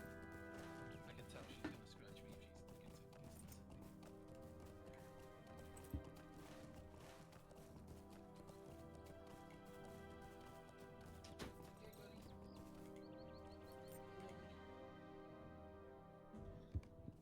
No, he's a good lad. He's gonna be over the moon when he gets his buddy Ronnie back. Oh, The outside cats number between 6 and 12. It's a lot of cats. That's a I lot was of poop. thinking it was gonna be like 3 or 4. That seemed like I'd a say big 3 or n- 4 is Ooh. too many. But 6 to 12 is like... No, no, that's a job. I want to try to see that again. There was a cool.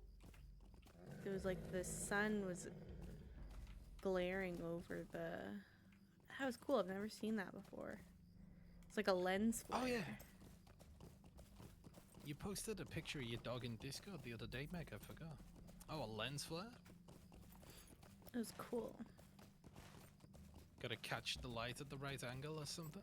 Yeah, I think the sun's going. Yeah, it's gone down. It's gloaming. I love when day-night cycles in MMOs correspond to the day-night cycle in real life. They do that in Warcraft. I don't know if they do it in Lotro. Day and night cycle. Mm-hmm. They do.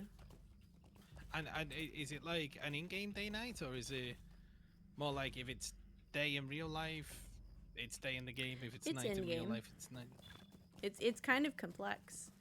There's a certain number of minutes for each time of day, and there's a couple. It goes from dawn to midnight to dawn again, and there's also little niche times. There are big ones like morning and afternoon and evening, and they have foredawn, which is right before dawn, obviously. There's late watches, which is right before foredawn, and it's basically like when kind of the last people to take watch for the night would be up, and it's almost time for everybody to get up and travel again. There's gloaming, which is, I think it's either right before or right after dusk. There's a whole complex little system of the day to night, and in some of the smaller encampments, the NPCs that aren't needed for quests will go to sleep. That's cool. I had no idea that happened. Yeah, it's kind of cool. I've always wanted to do some kind of playthrough that had something to do with the time of day for like immersion purposes. And I might have something in the works, but it's I'm still working out the kinks and sort of making like a challenge. Sounds like a fun challenge. You have to go back to town at night or something and hand in all your quests. Yeah, I'm thinking that's kind of whereabouts. Like you can only travel during the daylight hours. Or- maybe no fast travel. Yeah. Hey, Minty, how you doing, man? Good to see you, brother.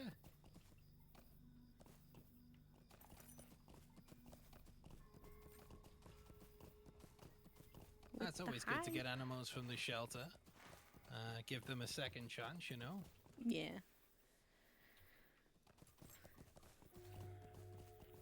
My favorite thing is when people will adopt senior pets from the shelter. Yeah. I think that's one thing that holds me back from getting a pet is I know it's going to hurt me a lot when they're not around anymore. Mhm. And I just don't think I'm at a point in my life where I can make my peace with that happening again and over again. Because I love animals. That's what Logical said yesterday.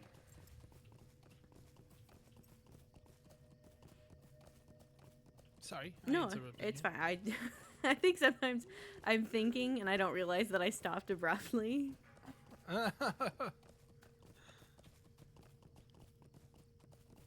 Oop, But, that's a cliff. yeah, that is.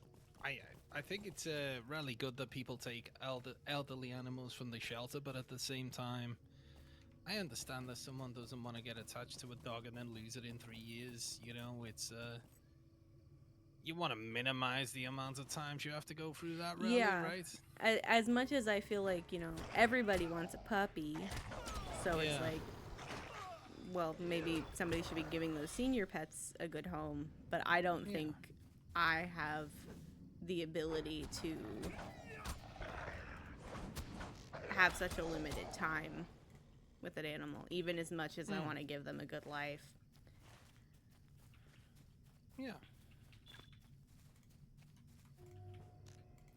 Oh, you're researching before you decided to play, John. Ooh. Very wise. Yeah. I think especially if you're gonna get a game that's either gonna be a money sink or a time sink, as much as you don't wanna like spoil the whole game for yourself, it's good to watch somebody else play it a little bit and make sure that it's something you're actually interested in. Twitch is a great tool for that. I do find that Twitch is a much more useful tool for me in terms of finding out whether or not a game's any good. Like, if I look at a game review, I don't know the taste, the likes and the dislikes of that reviewer. I don't really know, what kind of biases they come in with, or Yeah. Or if they made anything mistakes like in their playthrough that if they had done something different, not mistakes, but if they had done something in their playthrough where they could have done it differently and it would have they would have liked it more. yeah, maybe they played a class that was just bad in that video game, and every other class is really fun.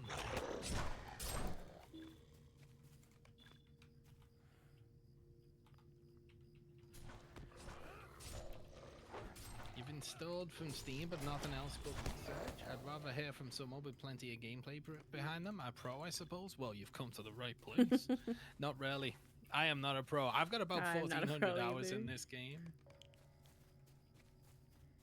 I don't know. I've seen you with that bow. I don't know.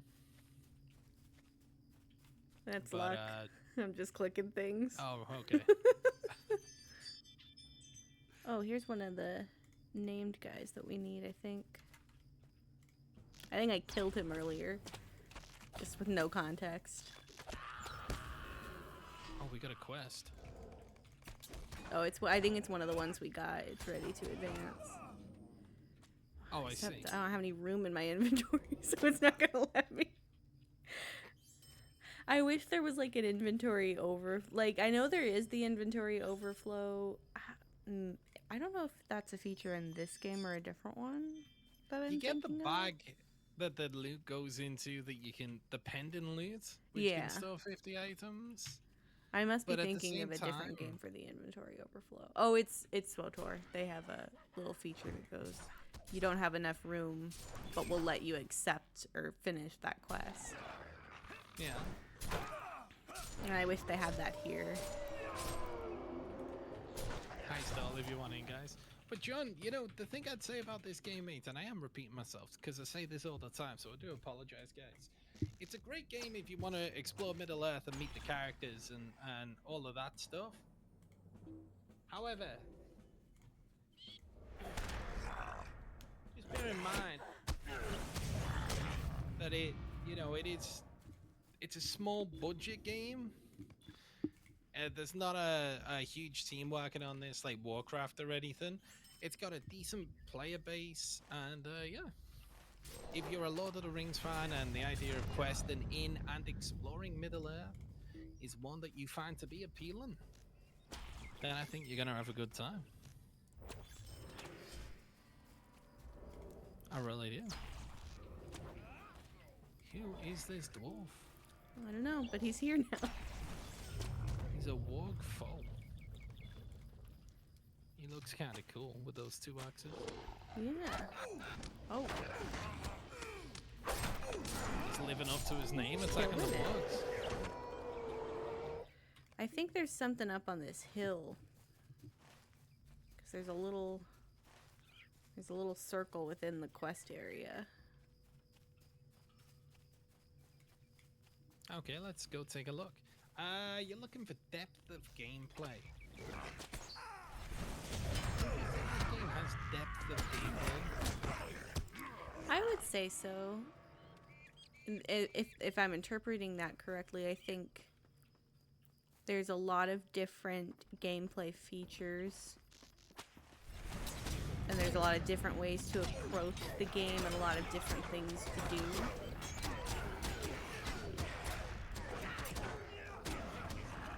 If that's the way you're interpreting death.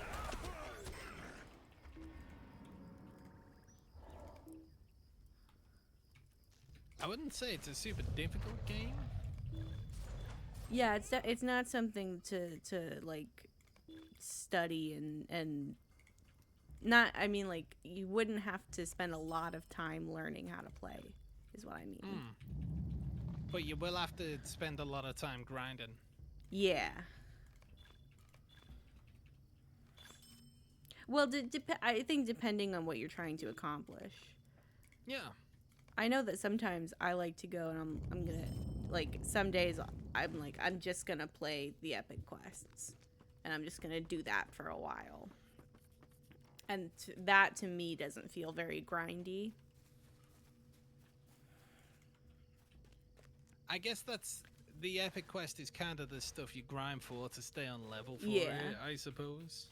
I Oh, we think got the there's guy here, the there's a overseer. certain amount that Oop. I think there's a certain amount that you can go through the epic quests without doing too much side questing to progress. There are obviously certain points also where you're very far behind if you aren't doing other stuff too. I would say can't more so complete in the quest. For the the quest. Which one? The one we just complete, because you know the little blue thing that comes up over the map? Yeah. I clicked on the map and it's gone on top of it, so I'll have to log out and log back in. Okay. There should be a way if you do control backslash, I think you can move the quest action button to somewhere where it's not conflicting with the map. Oh, that's a good shout.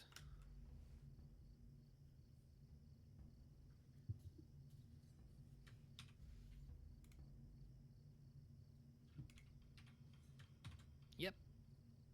There we go. Thank you for the tip. And the invite. Nice.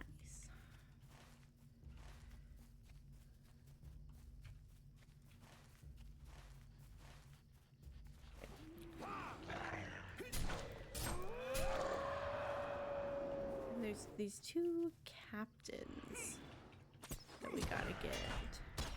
And there's one kind of close, like right over here.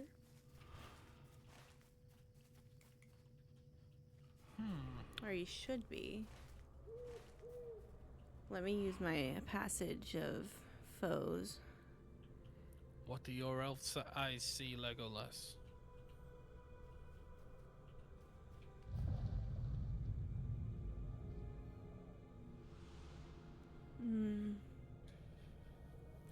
I think maybe they haven't loaded in unless there's something else.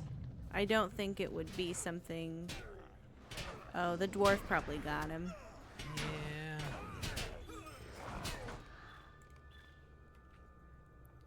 I was just thinking that, but when you were saying that, I was thinking, oh, I think maybe the dwarf's got him.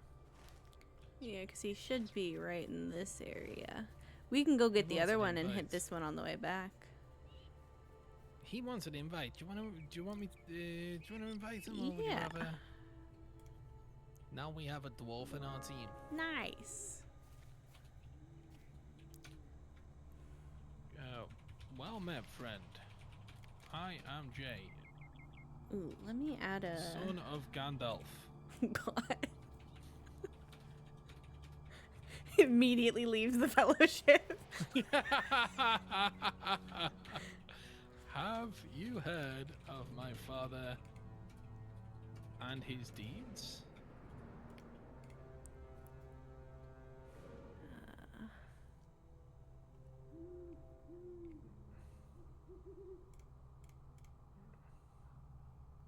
There we go.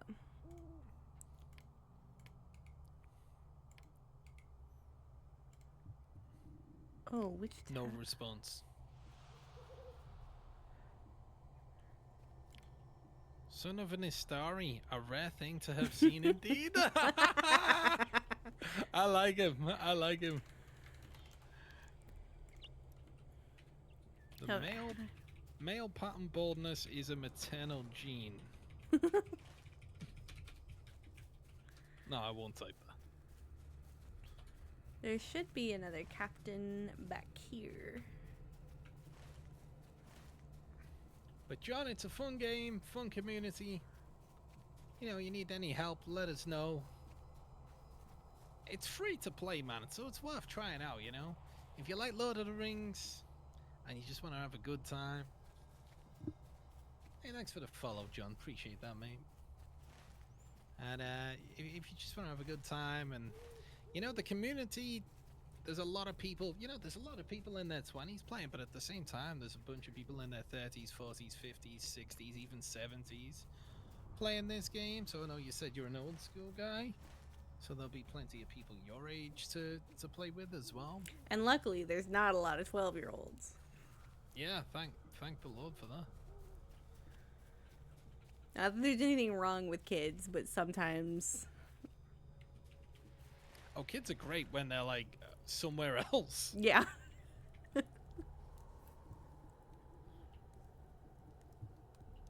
60-year-old gamers sound so funny.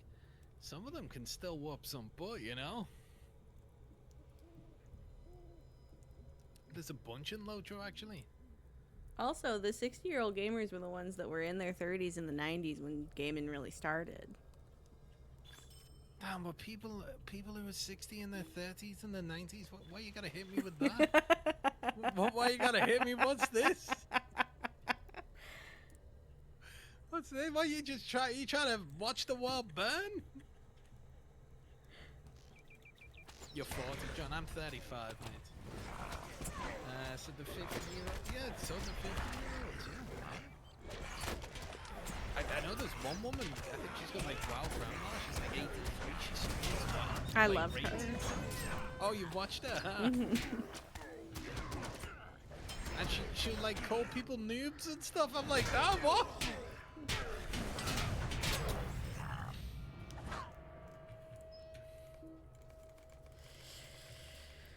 Oh my god, I'm coming so close to wanting to buy an inventory row. But I won't. Do you have the coins? No. I opened all those boxes. Oh, yeah, wow, grandma, Those logical. accursed boxes. You know, gambling is not a good habit. That's all I'm saying. Have you noticed whenever we're in a fellowship, the Wraith only spawns at the lowest members level? Yeah. Level being my level. I think That if must we be the were, rule. it's I think it's whoever it spawns on, and I'm so over level in this area that it won't spawn on anything I kill. Oh, okay. I gotcha. It is funny when she called people noobs. Yeah, I used to go to a guy's stream who was in his 60s, and he played RuneScape 3. I modded for him for a short period of time, but I went to the stream for a couple of years, on and off. And he passed away, I think, the year after the year before last. He was savage. You know, if trolls come into his, he looked like a sweet old granddad. But if trolls come into his channel, he'd start, saying all shit about their mums and all kinds of stuff. Truly unleashed. Yeah. Hi, Stall, if you want in, guys. Very big call an ambulance, but not for me energy. Yeah.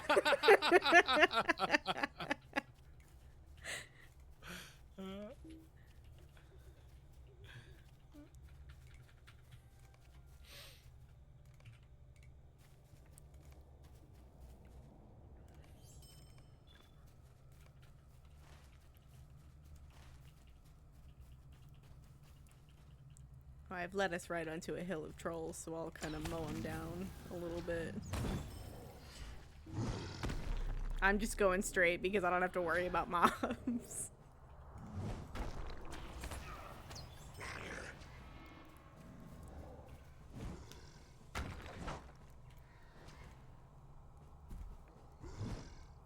I gotcha. The question for anyone who loves playing games, will you be an elder gamer? Oh yeah. I'll still be gaming all my life till I die. Yep. As long as I Meg's gonna- still can.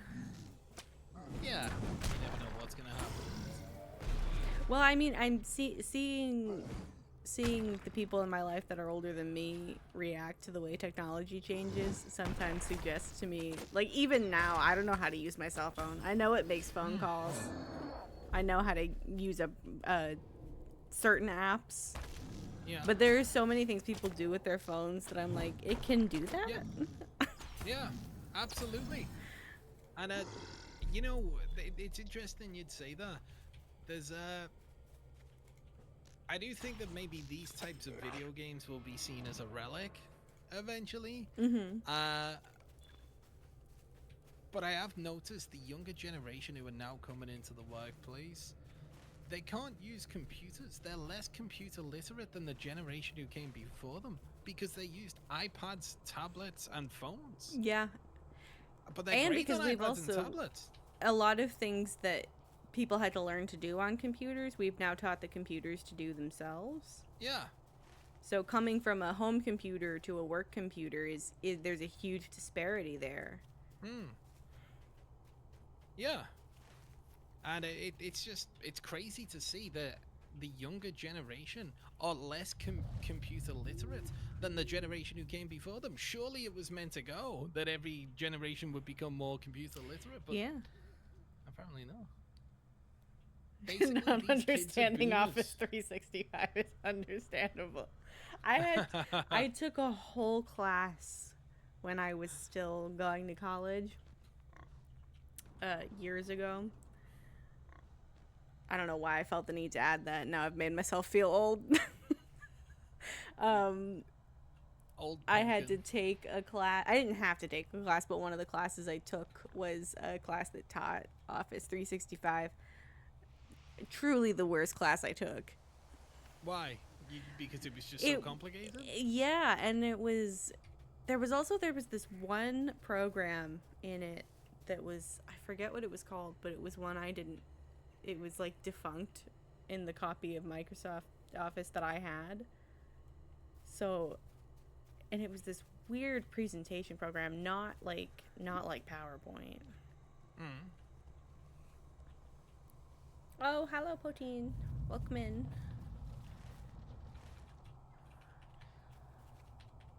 It is a lot to take in with those programs, you know. It can get a bit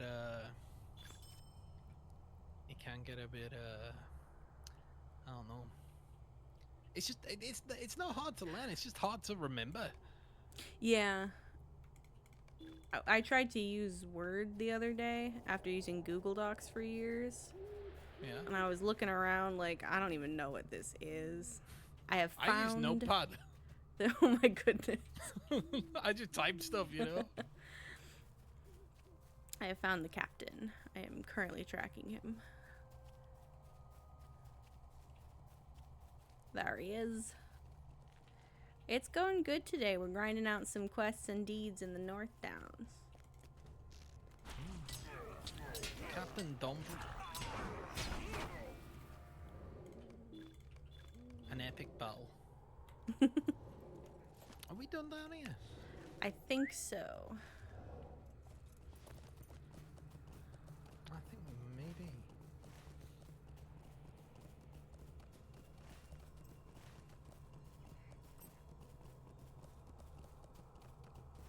Yeah, I think that's all the quests that we had down here. Are we gonna leave this guy to his leave you to your misery? Oh, you know what? We do still need to do the because I think this is the area for the trolls. I don't think we're gonna find another good area for the trolls. Okay. I know that in Nanwathren there's a lot of goblins. I don't remember if there are trolls over there though. Okay.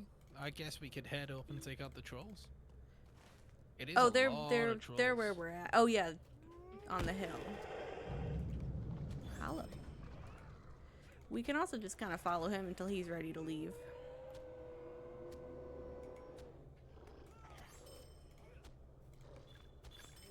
Usually if I end up following with someone, like, just in game chat, Yeah.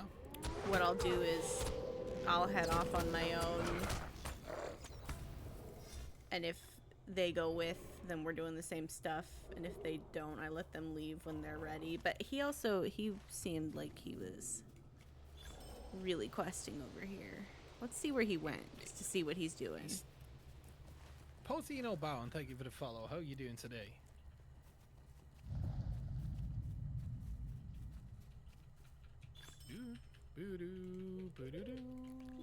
I think he's heading up the troll hill, maybe.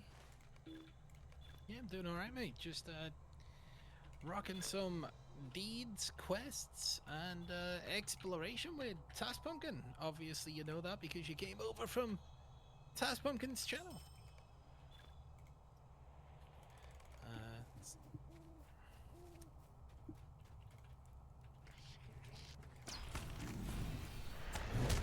Oh my god. Sometimes when the trolls just yeet me, it still surprises me. I know they're gonna do that. But I just go flying. Well, I think it was like yesterday when we got yeeted. It's so out of the ordinary for this Yeah. game. It's like, damn, what the hell happened, you know? Oh, okay, shadowy. Oh, welcome on in, Posey. Hope you're having a good day.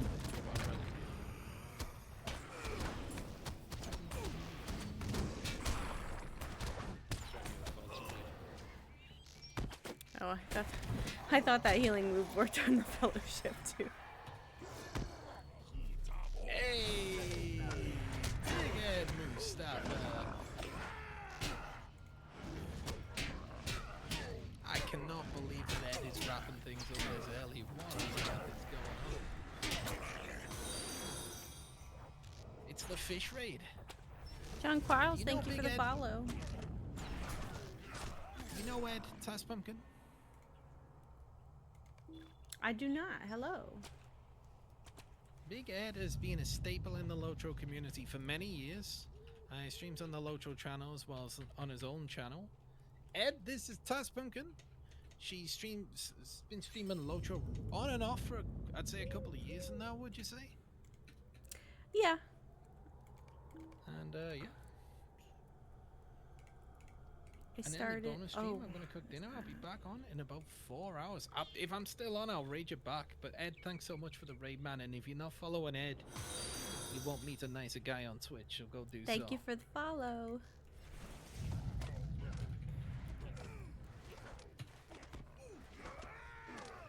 Oh.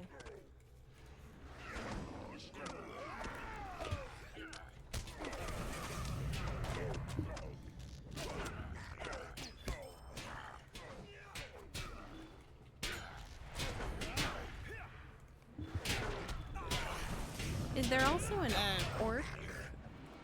I think we may have already completed that one. I don't know if there's an orc deed. Yeah. It can be hard to tell when you've got so many quests, right? Like, which... Because they're not all on the tracker. Oh, the iron. That one is back on the, it's over on the, you gotta go all the way back to, like, up into the fields of Farnost. I'm gonna put that one away, okay. actually. Happy to support any and every Lotro streamer. Well, thanks, but I do appreciate the raid, and I'll try and get you back. I'll try and get you. But we're doing a, for anyone coming in, guys, welcome on in from Ed's channel. We're doing a co-stream with Task Pumpkin here. We're just doing some questing, exploration, fellowship quests in the North Downs right now on Mordor. The Grandmaster of the Lord's Sunrise. That sounds about right, to be fair. That sounds about right to me. Oh, better get that one. I'm so close to being dead right now. I am so close to being dead Sometimes right now. you just gotta clutch.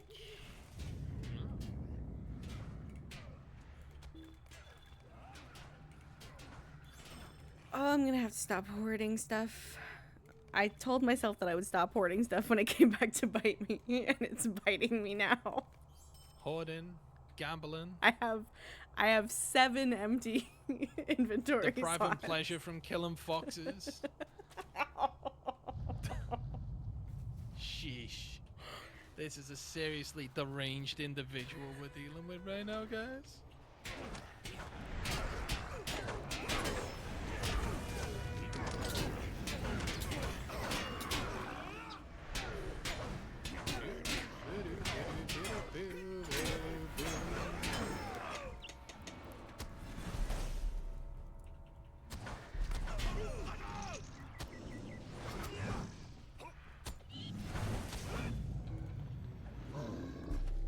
Yeah.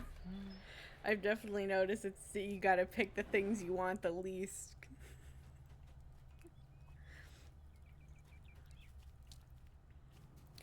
Everyone in Slack was telling you, huh? You know, I I've might- never used Slack. I've only might heard about it actually- from, I think it's an American thing. It's not about throwing away what you don't want to make room for. It's about throwing what you want. Oh, that's true, huh?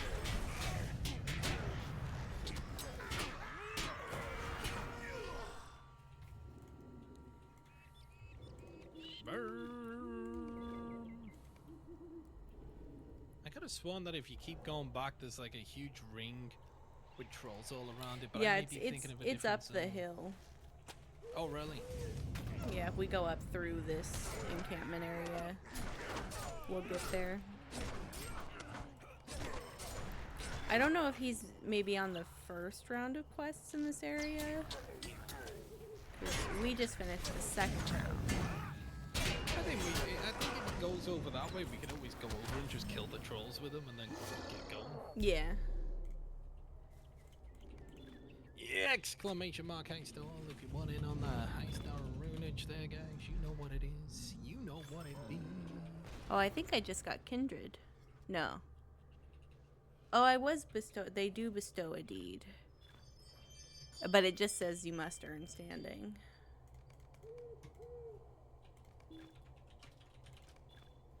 we go.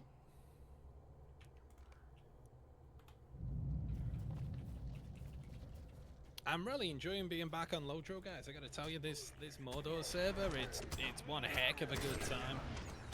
It really is. I think it's also good for the people who know that they're gonna need a break at some point to be able to go, Yeah. okay, I only have to get to level 50 or I only have to get to level 60. Rather than starting a new character and going, man, 150 is a long way away. Yeah, it's insurmountable. It's you know, it's almost like when I don't know, when you do anything in life, you have to set yourself manageable goals or you're just gonna burn out. And this kind of sets those goals for you, so that's pretty nice, I guess.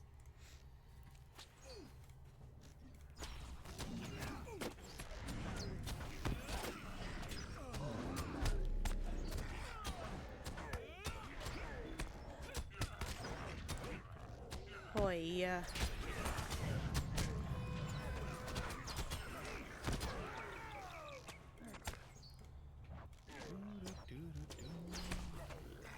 Hope you guys are enjoying the music tonight, the vibes.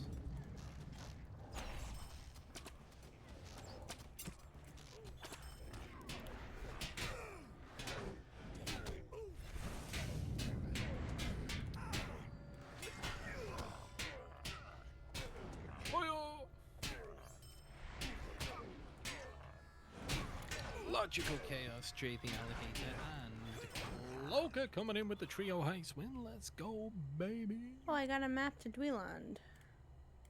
Except I'm destroying it. 'Cause I don't have any room. Easy come, easy go. If it were somewhere ahead, I would probably kept it, but Dweeland's back in Arid Luin. You just don't want to sell anything, huh? I've sold so much.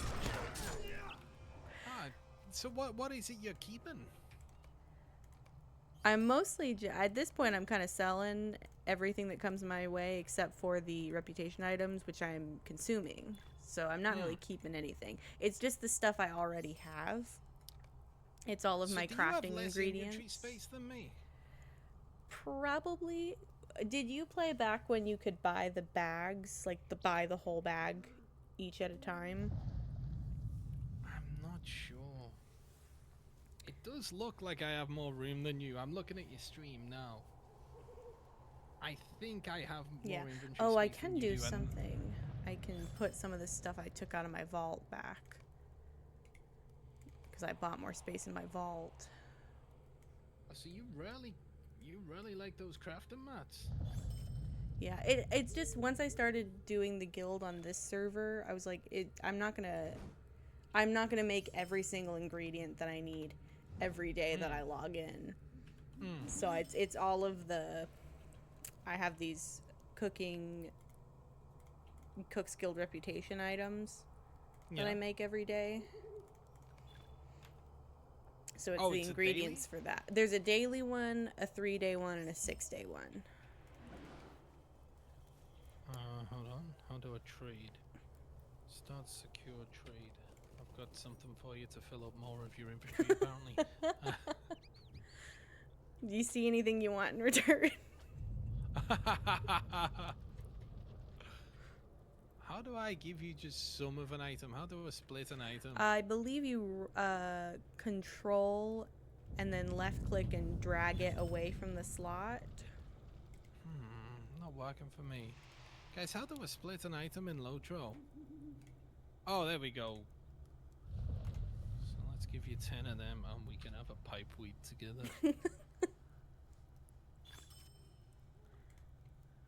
Do you also have the farmer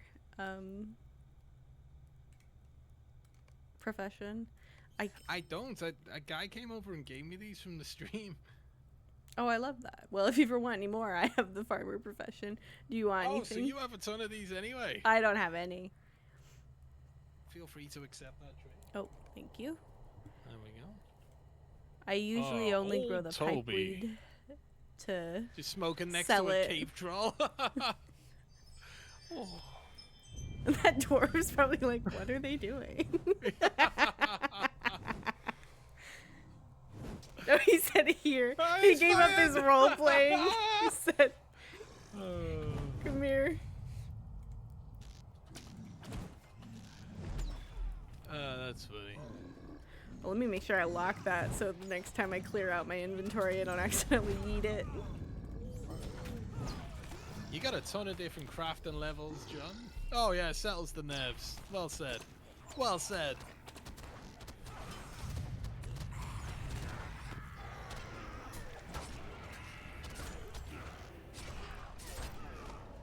That's something straight out of a Dungeons and Dragons campaign. One of the party members is achieving things while the other two are trying to discuss the best way to get their smoke in. You know, talking about Dungeons and Dragons campaigns, I've never played one, but I played a bit of Baldur's Gate, the latest one. I thought that was really fun, but I never completed it. I don't know. I just kind of got. I think it's something where it's the kind of game that you really have to be into that sort of. There has to be something to hold your interest. Yeah. I've never actually gotten to play Dungeons and Dragons like in a group as a tabletop RPG, but I have played a lot of Dungeons and Dragons themed games. Like Neverwinter or something? Mostly Baldur's Gate, and there was Okay. another one that I'm thinking of, but I can't think of the name of it. Is it a CRPG? I think I know what you mean. I'll think of it 6 days from now when neither of us remember having this conversation.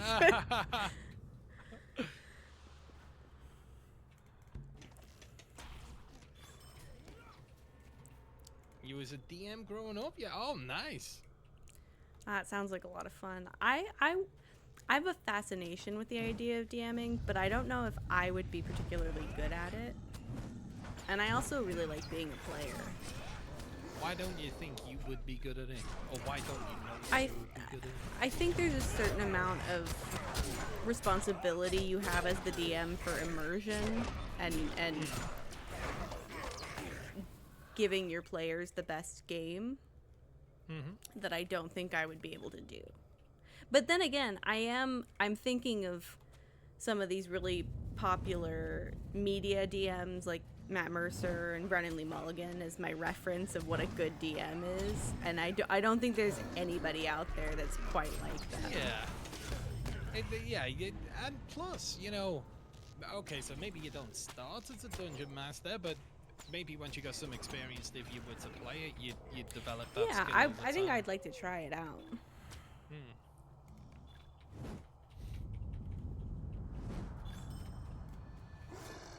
But I wonder if there's also some merit to being a player before being a dungeon master. I'd imagine there is. And I've never gotten to be a player, so maybe I should start there. Oh god. This Pakanka Siege Master scared me earlier, scared me again. Just when I'd forgotten he existed. Damn you, Pakanka. Oy.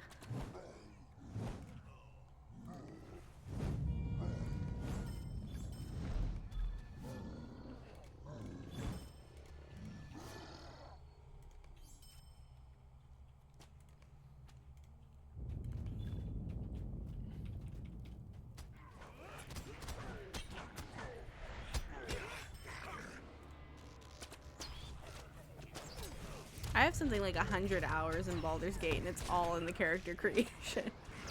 Oh, that character creator is intense.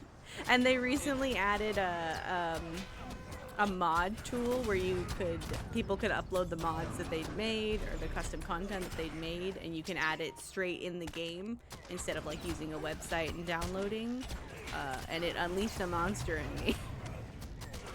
Oh, so now you've got 1 million mods. I haven't played the game at all, and I have like 150 mods. I think I've got 6 gigabytes of mods. Damn. It is like, I don't know, you know, there's, I don't know if you do this for Baldur's Gate, but there's so many Lord of the Rings and Middle-earth mods for Skyrim that I always wanted to try. I do wonder if they do that for Baldur's Gate as well, because it's the perfect game, really. I bet there's someone out there who has some. I know that I've seen, as far as the custom content, I've seen some Witcher stuff. I've seen some nice. stuff from like Critical Role and other Dungeons and Dragons properties. Not that Critical Role is officially a Dungeons and Dragons property, but I am not using another NPC. The game is yelling at me for doing things I'm not doing. What do you? And I Oh, I won't see. Yeah, stand that's for neutral it. for you. Well, wait to make a stand. Send SSG a dirty email. Strongly worded email. I would like the game to stop yelling at me, please. I sent them a strongly worded tweet about the way you pay for subscriptions once, but I don't think they were happy about it. I mean nothing by it, you know. You'd like sport. Is that the game where you evolve? Yeah, is that the one with the dragons? Oh, there's dragons in that, huh? I think they're little dragon creatures, and you evolve them. That game looked interesting. If it's what I'm thinking about. I think I've played it before on a friend's computer when I was in I was like a teenager. My friend had it.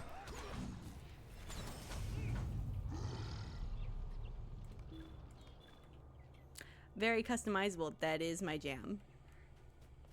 If there's a character creation or any kind of customization, that's where I'm at.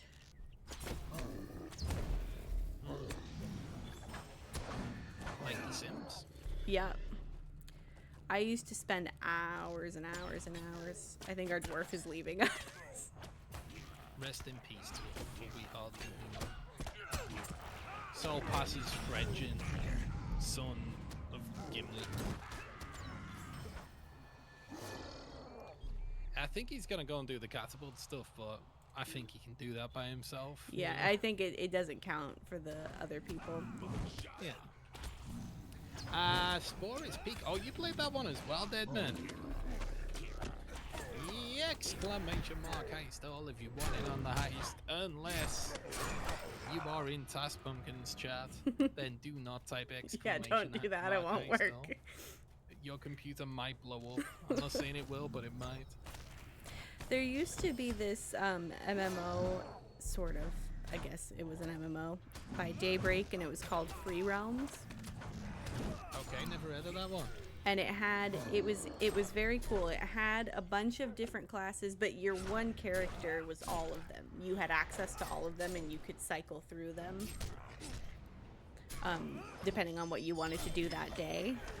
Yeah. And you could change the outfit for all of them, change the weapons for all of them. There were like 20 levels for each of them.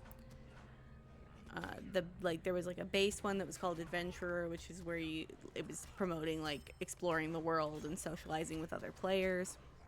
There was a brawler that was fighting, and a warrior that was fighting, an archer, and there was also like chef and postman and cart driver, and it was just all sorts of stuff in this like wacky little world, and it was so cool. And Daybreak, I guess, decided that it wasn't making them the kind of money they wanted it to. And they shut it They down? shut it down. But there are two Discord servers where people are working. I'm down to see where this goes. Watch, we end up in Breland. That's what I was thinking. Oh, you're right. It is Hillman. You were right. Yeah. Do we have a quest here? We don't have a quest, but we can. There There's must be a quest a for that. racial. It might be later though. Enmity of the Hillman. Do you have that one? Yeah, because it's a racial deed. You want to take him out? Let me see how many I. Yeah, sure.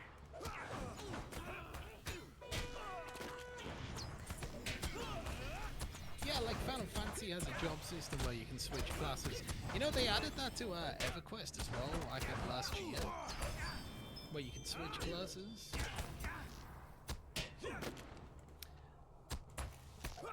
Logical ask, was that before Sony Online Entertainment became Daybreak? I think it was right around the same time. Like, they were still Sony Online Entertainment when Free Realms was open, and as they were becoming Daybreak, they decided to close Free Realms. Oh, but there's two Discord servers dedicated to essentially like a Free Realms rewritten. One is an open source, and then one is called Free Realms Sunrise. Open source has a workable, they call it a walkthrough client, where you can go into the game, the last version of someone's game, and you can explore the world, but you can't do any quests or anything. But it is really nice to sometimes just go walk around. Are they backwards engineering that? I think so. They're taking like a bunch of people's game files and what they remember and working on recoding it. Oh, that's cool. And I think guys who make private servers of short MMOs who spend all their time and money on their stuff are really heroes. I really do. Yeah.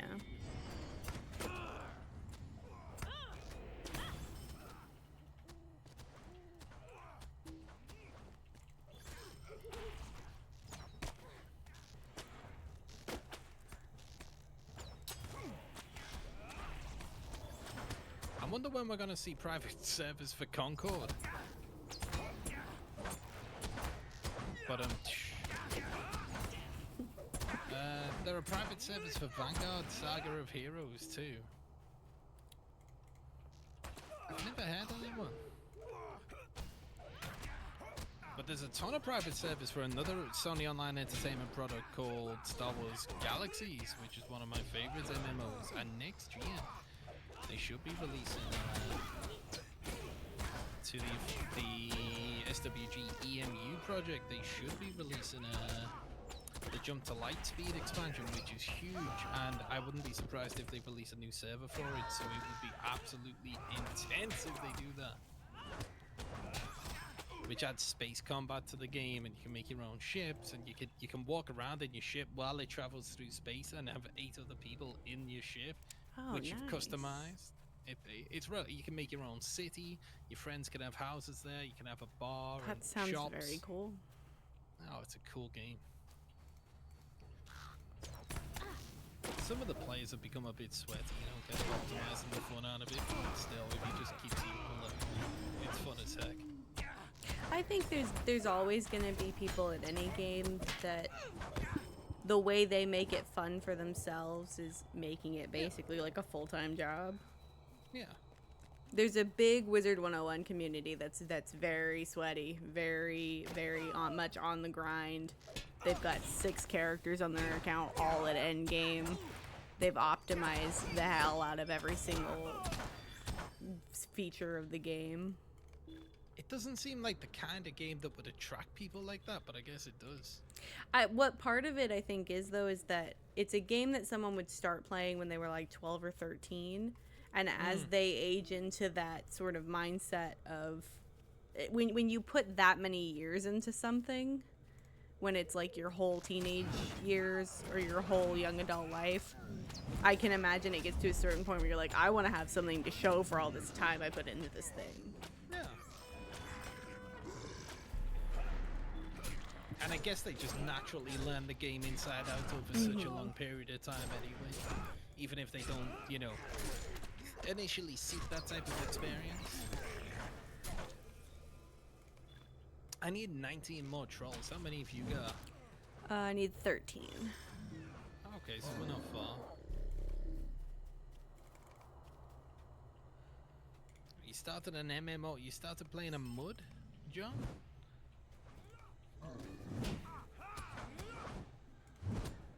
Way back in the day? Which MMOs have you played, John, if you don't mind me asking? They released Vanguard after SWG? Oh, I think I may have read about that the other day when I think we were in Discord talking about Ralph Kostner, or whatever his name is. Archaea Dreams of Divine Lands? Oh. Sounds interesting.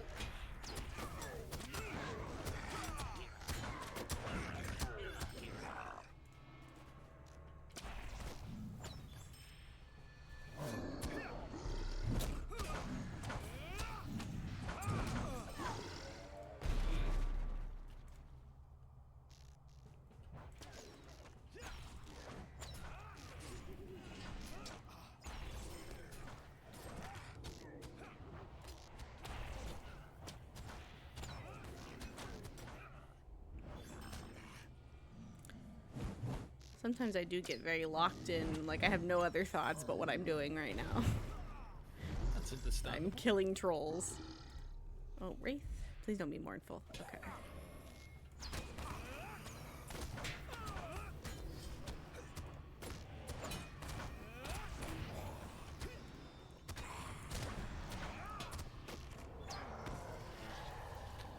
Should we head down and kill the rest on the way, maybe?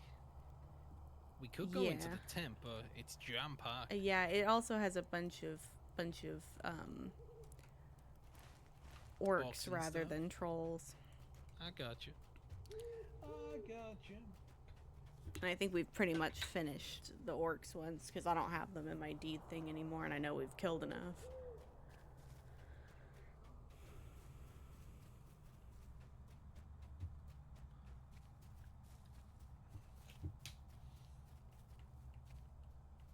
Wonder if we can avoid them.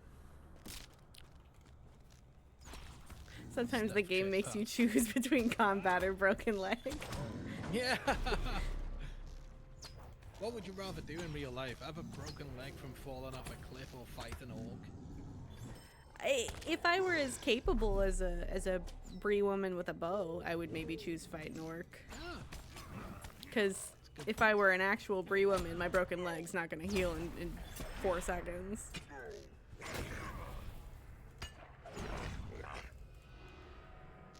Oh, it's Pekanka. oh no. Screw you, Pekonka. Sounds like, I don't know, like a Native American name or something, doesn't it? Pekonka. It does seem very tribal. SWG was 2003, EverQuest 2 released 2004, Matrix Online 2005. Oh, remember Matrix Online? Vanguard 07, Free Realms 09, DCUO. I think Taskpunkman plays DCUO. Yeah, I do play DC Universe Online. So is that a private server or is that game still live? They're very, very live.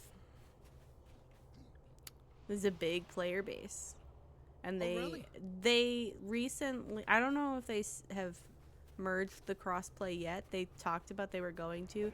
There's a couple of different consoles that crossplay, and I believe that the Nintendo Switch crossplays with something, but I can't remember what it crossplays with.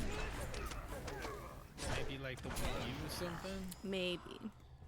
Like the older... Yeah, and I think Nintendo? PC and PlayStation crossplay. Oddly enough, they did something interesting where they did some servers that crossplay that aren't the same console at all, and I think that was one of them. So they're thinking about combining everything now? I think they were talking about that. They could have scrapped it, but I think it was a thing at one point. Because they just released a New World on Xbox and PlayStation, and that added a whole new player base to that game. So it can really help, you know, if you do that crossplay, it can really help a game extend its lifespan much longer than it would have otherwise survived.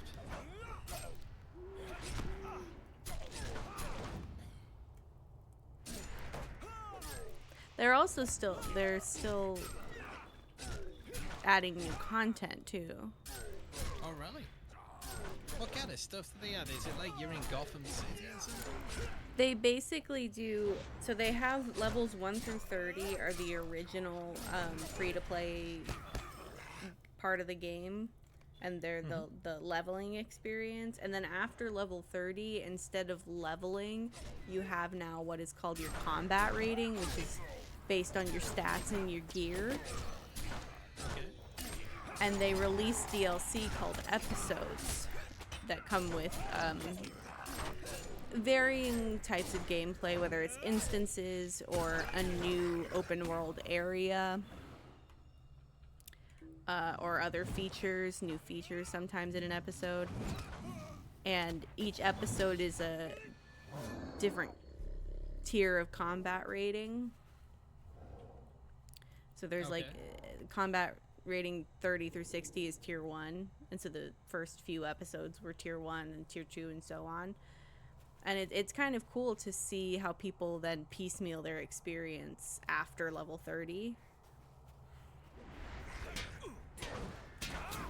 And you can go to different episodes?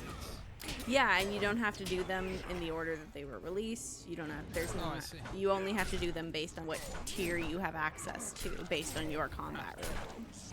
And is each episode dedicated to a different sort of character within the DC Online universe? For the most part, yeah, and different comic story arcs as well.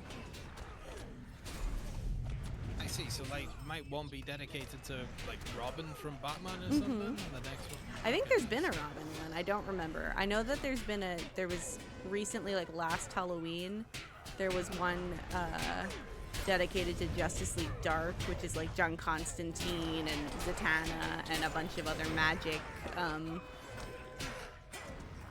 magic users in the DC universe. That's cool.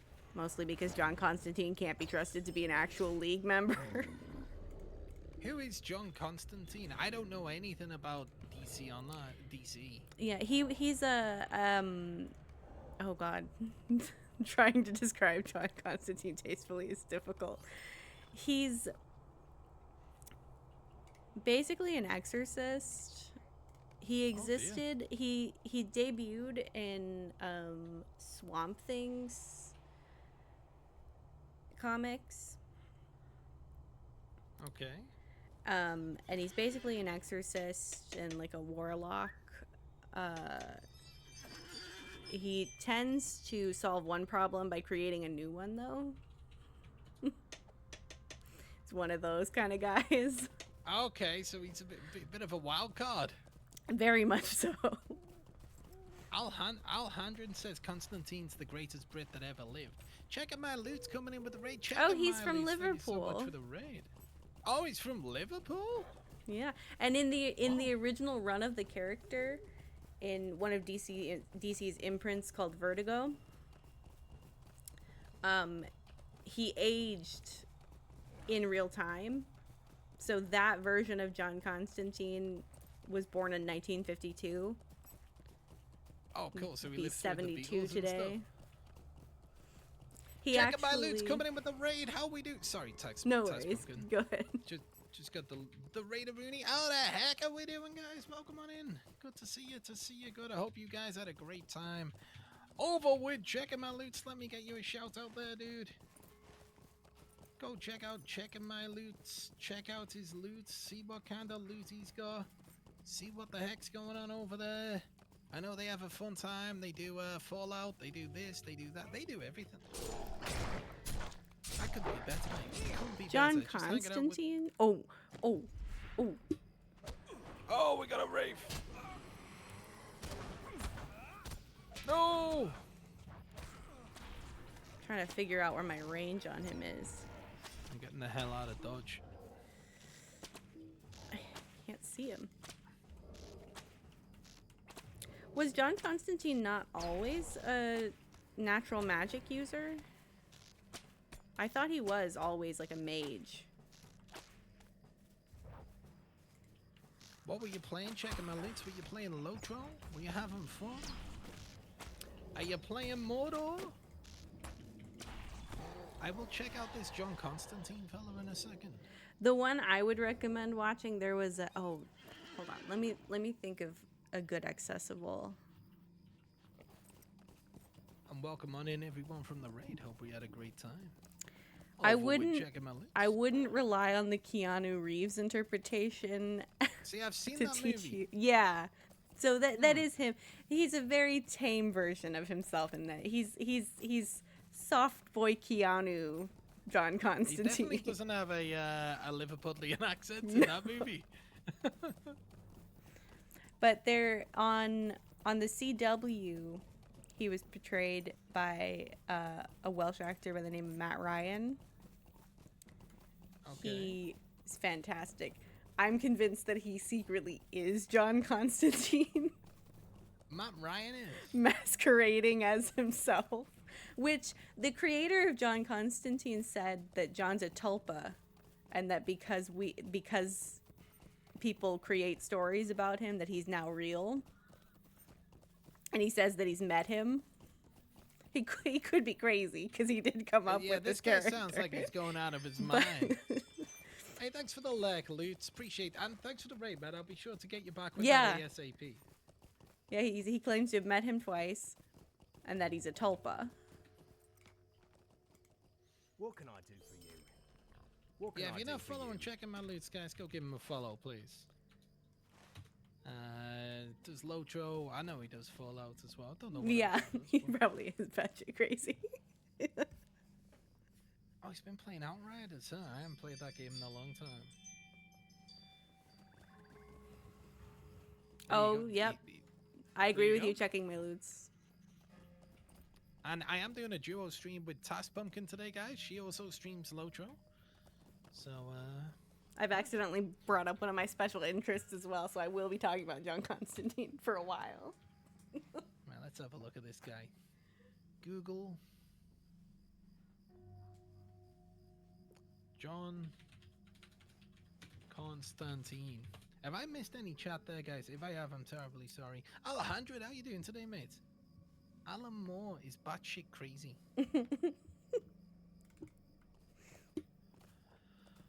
You gotta be to have come up with a character like John Constantine and all the twists and turns his life has gone on.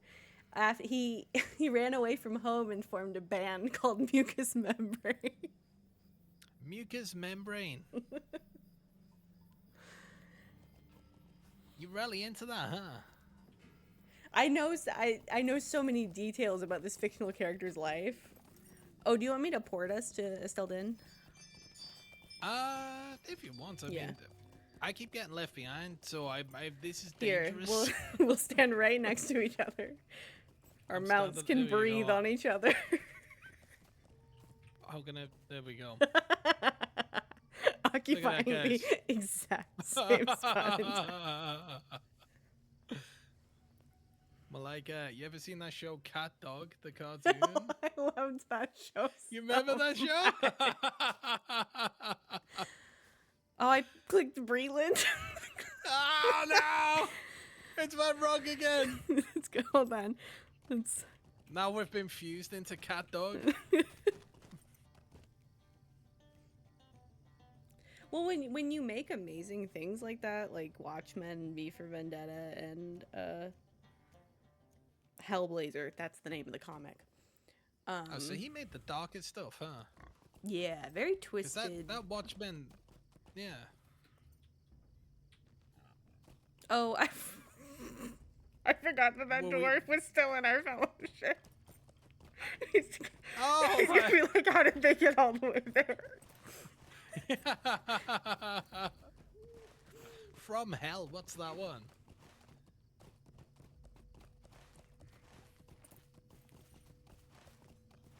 But yeah, welcome on in everyone from the raid. I hope you're doing well today, guys. I really do. Hope you're having a good day. You know what? Is I there hope you're another having a quest to great turn day. in over there? Is there another quest to turn in? Yes. I think we were at. Oh no. Let me see. Oh, I turned those ones in, and I assumed that's why I left. I assumed you did too. I think I don't know if I'm losing my mind. Let me see. I don't know what the heck I'm doing. I know that we turn in the dye plants to someone here in I Estelden. think, Yeah, I the think I turned them in, yeah. What can I do do you for need? you? The prized Estelden steed. I've got my eye on that steed. Oh, it's Jack the Ripper, huh? oh, fun. Why, you made him from Liverpool, of all places. Oh, so he's Alan Moore's English, huh? I didn't know. That's cool. Might I take a moment of your time? Oh, what's this Yeah, quest? he looks weird. I look weird though, so yeah. Hey, John, thanks for coming, man. Nice to meet you, brother. See you around, man. Have a good one, dude. Looks like Alan Moore even called Neil Gaiman to discuss a TV documentary about Jack the Ripper when researching that. Oh. Sometimes creatives are so funny that they'll just call each other with the craziest ideas and just talk about it like it's normal. Yeah. This has tickled you, huh? Well, Neil Gaiman does Good Omens and what was the other one? What's the name of the comic that the Sandman comes from? Is it the Sandman? I've never read a comic in my life, so I'm completely lost and useless in this conversation. I know so much. I know too much. You've seen too much. This is. It's all in my brain, all at once. This is the dangerous topics for me to talk about because I'll just start yapping for a long time. Hey, you can yap all you want. Yap away. Okay, I think. Well, I've got a bunch of other. Let me see where some of these other quests are that I have stocked up. Because I think I have enough now that I can put them all in my tracker and see where they all go. I know the Watchmen movie, the screenplay was written by David Hayter, who played Solid Snake in the Metal Gear Solid series. He also wrote the screenplay for the first two X-Men movies, I think. Oh, nice. But he's mostly known for playing Solid Snake because he's such a legendary video game character. But yeah, also a successful screenwriter. Do we want to start heading west again, and we can head up to those epic quest areas? Sure. I mean, the quest that you have active, so we have a bunch of the same quests here. You've completed some of the ones I've got, Yeah. by the looks of it. I've done all of the book 3 ones, so those ones I won't have. Maybe we should focus primarily on a Slayer deed. What about finishing that Wug Slayer up at that circle there? The Anundir? We could do that. I was thinking that what we would do, because there are a couple of these side quests over in the epic quest area as well, that we could swing through there, and it's sort of like a 2 birds 1 stone. We can do the side quests and you can do the epic quests. And then as we move west back through the North Downs, we can hit up those side quests. And when we get to Trestle Bridge, and when we finish the epic quest up in Trestle Bridge, you can head back to Estelden, and then I can head out of Trestle Bridge back to where I need to be. Lead the way. Okay.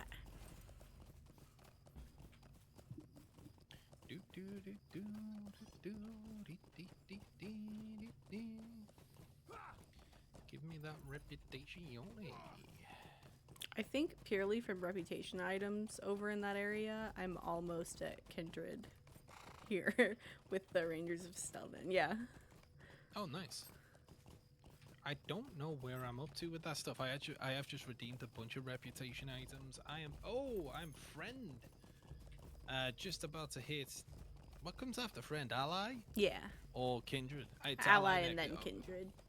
Got ya.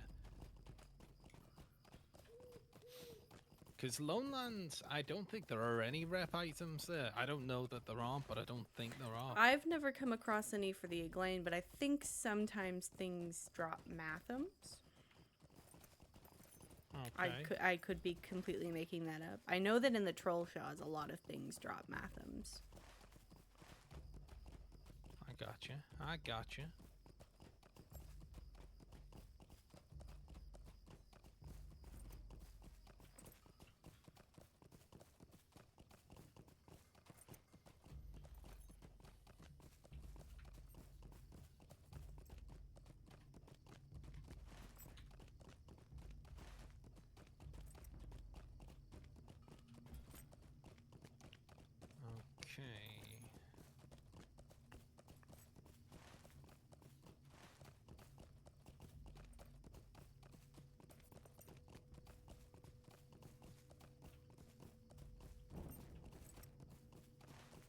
Oh, I think our dwarf friend left the fellowship. Gone but not forgotten. Gone but not forgotten. Oh, I've unlocked the plus 5% to with sword damage racial. Nice. I wonder if I've been looking at my traits on and off. If my calculations are correct, that should increase my DPS by about 5%.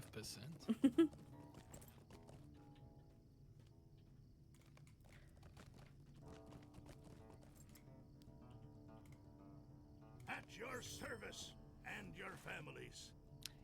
Exclamation mark, I stole if you want in. Oh, nice duration there, guys. You know what it is. You know Come and stay what it a is, moment, baby. friend.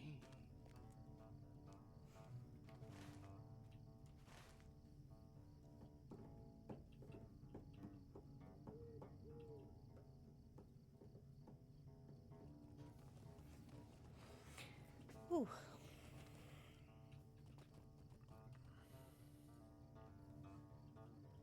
Are you picking up all the quests up here? Oh, I was about to, yes. Okay.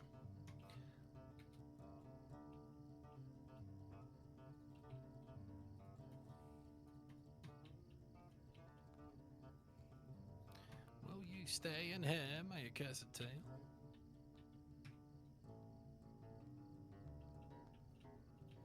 Completed ally to the Rangers of Stelden.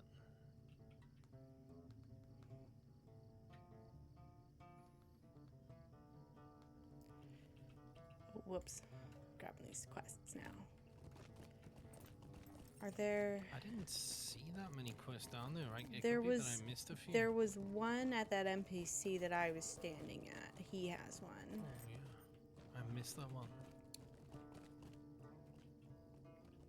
Have you spoken to... Oh, here's one. I would be grateful for I think I got that, guys. And then... Have you spoken to the Epic Quest NPC? The Epic Quest NPC erasure. I forget who it was that I talked to. I think it's one of these dwarves, like this guy or something. Book 3, find Dory. It says the Dowhands camp where Dory is being held is Okay, west. yeah. There's a little secret way we can go this way. Ooh. Sussy.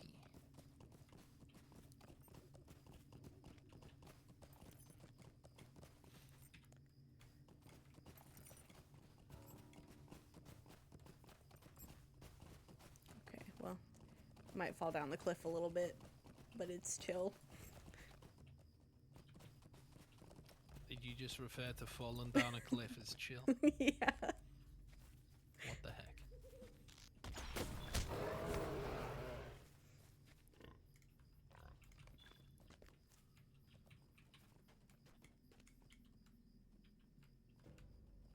Geronimo! Oh. We've got a boar down. Who ordered bacon? Oh god.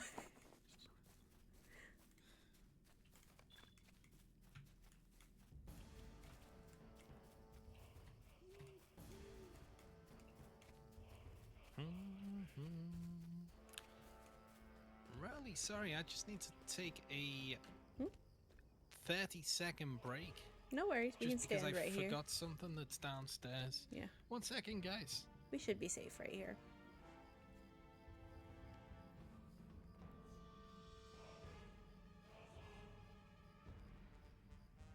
Tokens of heroism. I've never seen that before.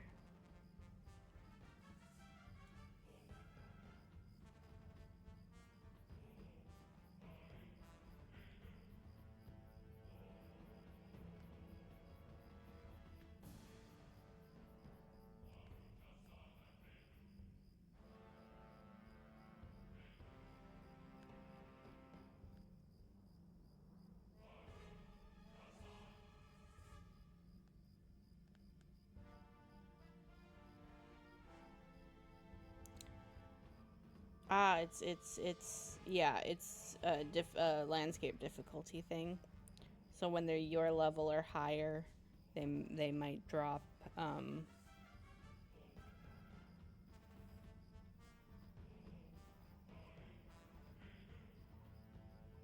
tokens of heroism, yeah.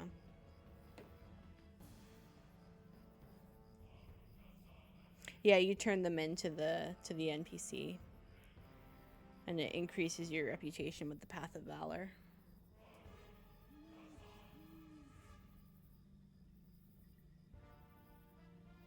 Oh, they stack to 60. Imagine getting 60 of those and then turning them in all at once. While Jay's up, I'm gonna find a hair tie. I'm still here, I'm just... I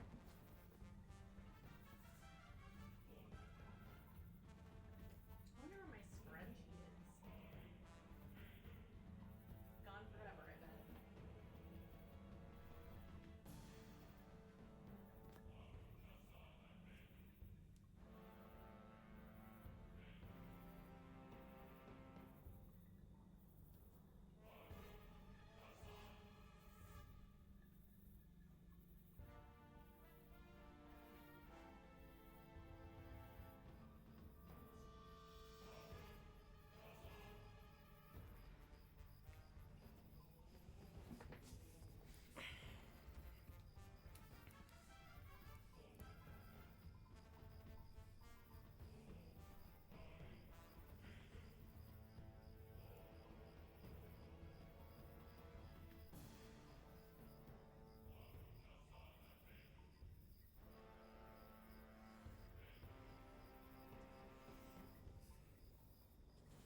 I'm not sure what Jay's plan is, but I think my tentative plan is still to get to level 42.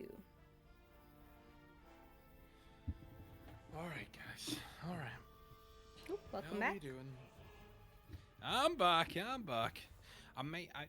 Daisy wanted to go out, so I may have to go and get her back in 5 minutes, just because there's bad storm, so I don't want to leave her out long. Yeah. But she does need to go do her business. Oh, there's a quest. There's a founding stone over here. Cool, cool, cool, cool, cool.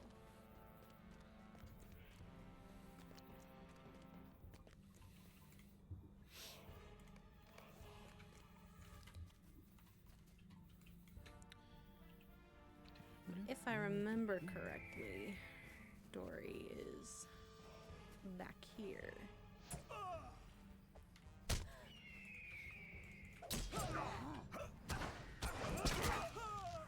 Oh, it's an escort quest, right? Yeah. Remember this one? It'll probably be just the right amount of time to escort Dory, and then you can go get Daisy back in. Okie dokie. Or if you need to go sooner, I can take Dory the rest of the way. Make sure you don't fail the quest. She'll take a couple of minutes to go do a thing, and then. So I think we should be okay.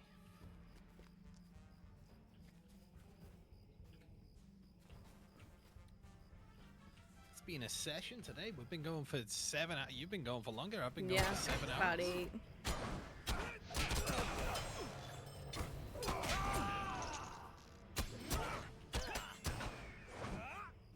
It kind of worked. The timing worked out very well because I ran out of side quests to help me level in the Misty Mountains. Mm-hmm. I don't quite remember where I left off.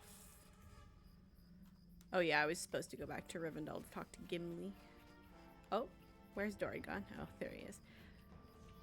I'm gonna try to see if I remember the path that he takes so that I can clear some of the dwarves out. Because when they get pulled into combat, they run back to where they were when the combat started. Instead of just taking a straight path. Yeah, I've noticed that. They take the scenic route back.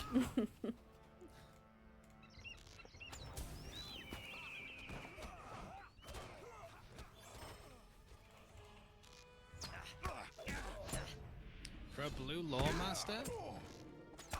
What is your damage based? Are you a spellcaster DPS logical?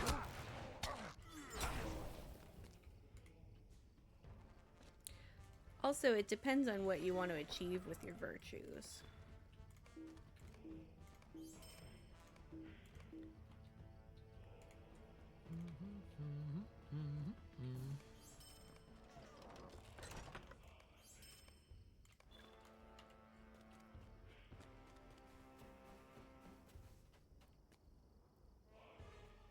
Does that one need a specific quest? Yeah.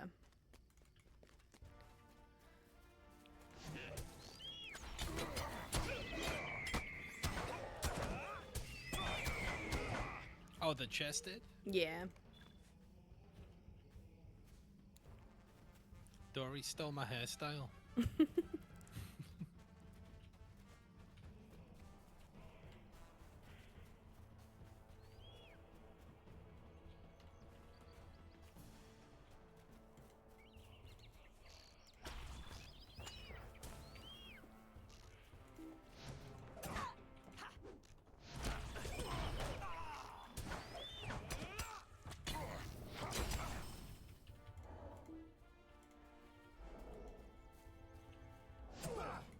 Oh, where did that...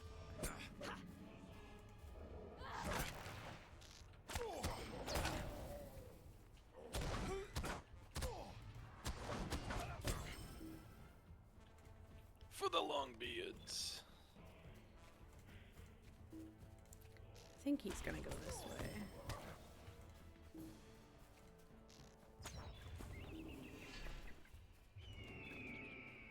Oh. They all spawn. I seen them spawn for the quest. funny.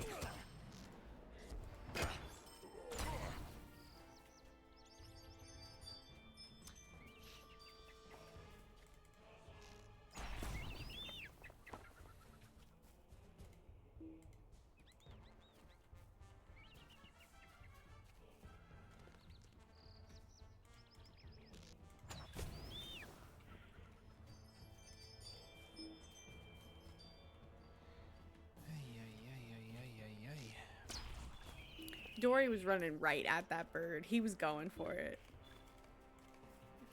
He The said, hell's "I'm wrong gonna with fight you, that Dory?" bird." I think he's like the bad version of you with foxes.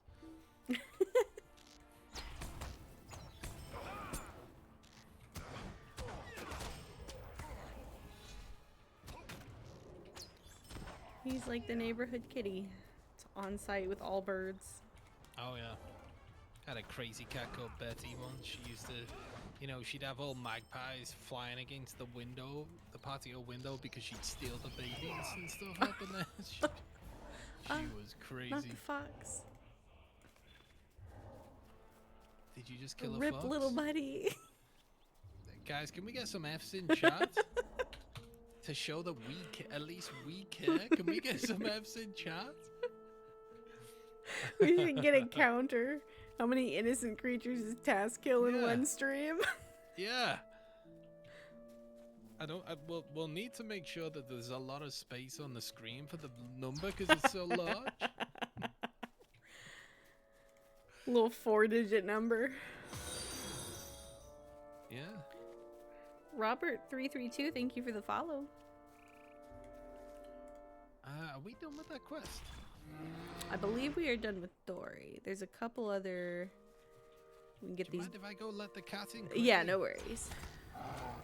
Sit down in this field and hopefully that deer over there is still alive when I get back. There's another fox over here that I almost just got. Oh God, it's already dead. It's already as good as dead. Loyalty is a good all-rounder. Heck yes. Yeah. Heck yes. Also, especially if depending on what you're trying to build with virtues, I have arranged all of my virtues to just optimize the crap out of my morale. Mm-hmm. All right, back in 1 second, friends. Back in 1 second, narration.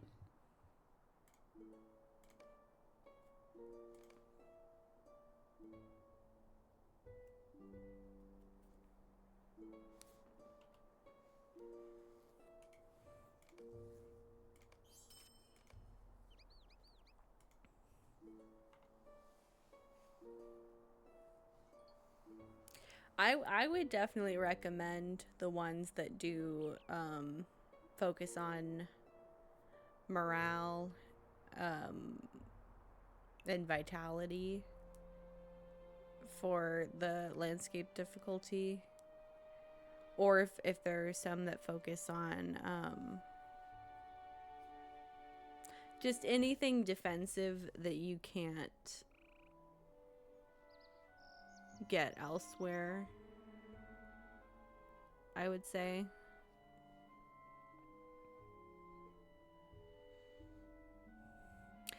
Tactical mitigation could be a good one too.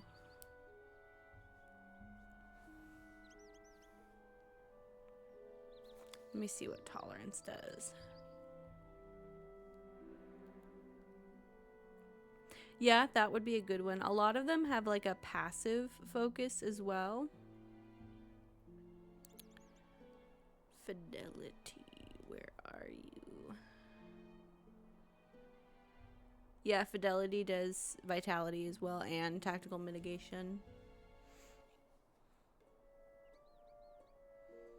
Fortitude is also a good universal one.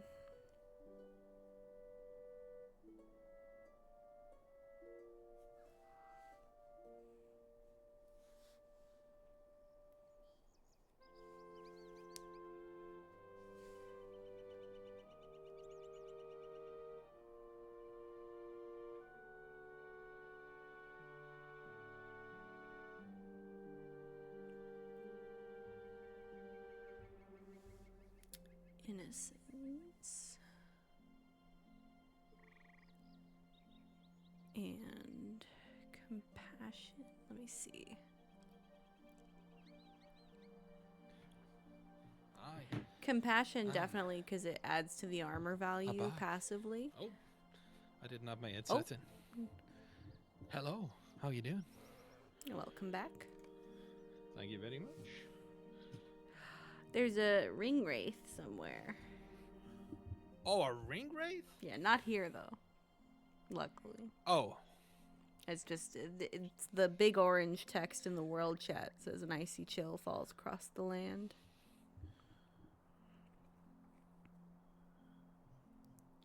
if only we were level 50. If only. Where's the fox? Alive. It's somewhere. there. Oh my, it's still alive. Compassion looks good. Yeah, Tass Pumpkin didn't train Compassion. And now she's just now she's just killing every fox in the world. I think that would be an interesting way to play though. Very, very immersion According based. to your virtues? Yeah. And focus on the virtues that you think fit the character that you're imagining. Yeah.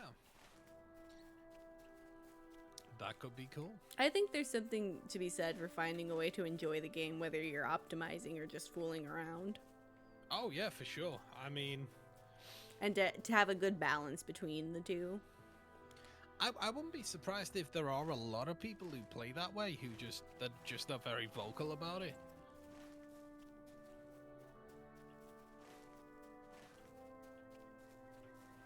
I dragged a wraith to the gods once and destroyed it. Yeah, I did that yesterday in the Misty Mountains. It's the funniest thing. They want, of all the things, the guards usually will fight something for a little while and like actually health sink it, and you'll get credit. But if you drag a wraith over to the guards, it pops. It insta dies. Oh really? And do you get the game. points? You don't. Oh, big oof. That's a giga oof. Oh, we got another player here. Level 31.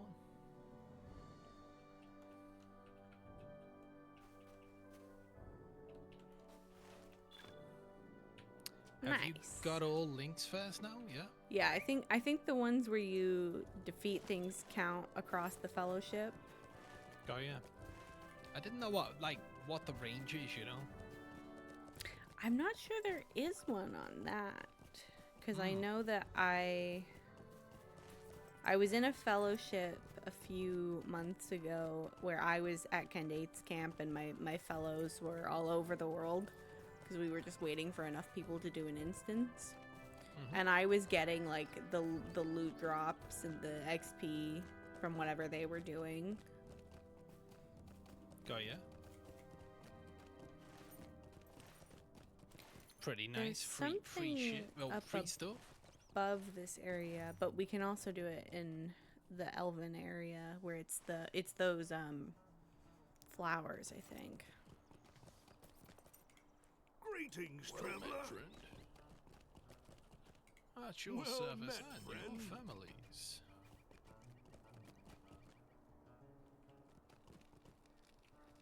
This is a very cool forge setup. It would be cool if this was an actual forge. Oh, I got stuck in the cart. You're stuck in the cart. Yeah, I dropped down in between where like the Oryx would go, and then I couldn't get out. It'd be cool if your character was well, it wouldn't. Forever bound. Yeah. You make Part one of mistake the and scenery you're forever. stuck here now. So we can. She's think but we- a skeleton these days. I think we might have a better time with that collection quest, the Periwinkle and Butterbird down in the Elven area, and we can turn in what's this one called? Defending the Herd and Heritage of Gilmar at that farm about halfway down. Oh, I'm going the wrong way. I don't know my way out of here.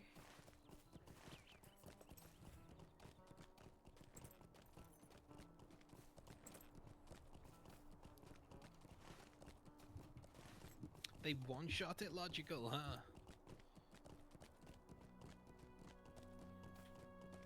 Okay, what's this? Played out. What's that one? Collect the mining records. Oh, is there another quest up there?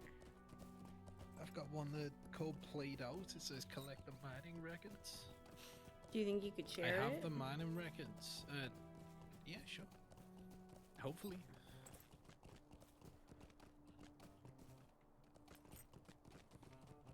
There we go. It Did you didn't get come through. It could be I don't have the... Oh, no, there it is. Hey. Sweet. Have you collected them? Nope. Okay. There's a footlocker here, though. I bet that's where it's at. Collected the mining records.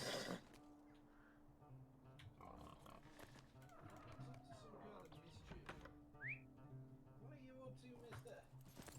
Hey, Mr. Man. He's always up to something, you know? He's always got a little scheme on the go to, like, destroy a piece of my furniture or something. Without me knowing. I would be The grateful for your exclamation mark heist all if you want in on the heist, unless of course you're in Task Pumpkin's channel. Do not type out heist all or your computer will Yeah. explode. I think I found the next person to talk to for this quest. Oh, sweet.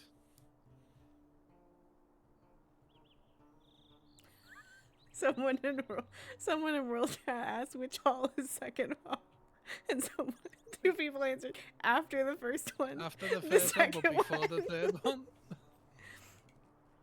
People in Wild Chat always give you sarcastic answers, huh? Oh, there's a bunch of people to talk to.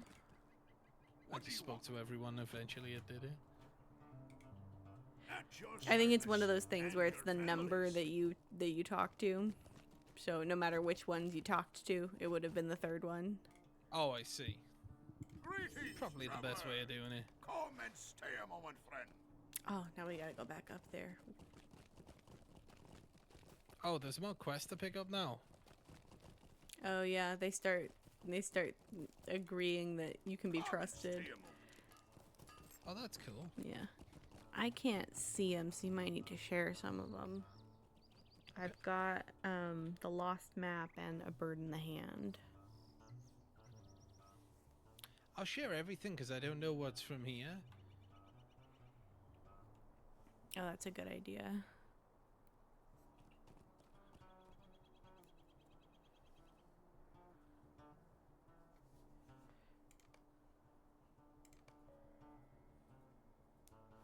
Did any come through? Ranger Troves came through. Okay. I did share everything, so whatever I've got, I think you've got. Yeah. You've got one for killing Dowerhands, right? You gotta kill 5 of them. The scouts. Let me clear out my thing and then try to look through. It's called Stop the Scouts.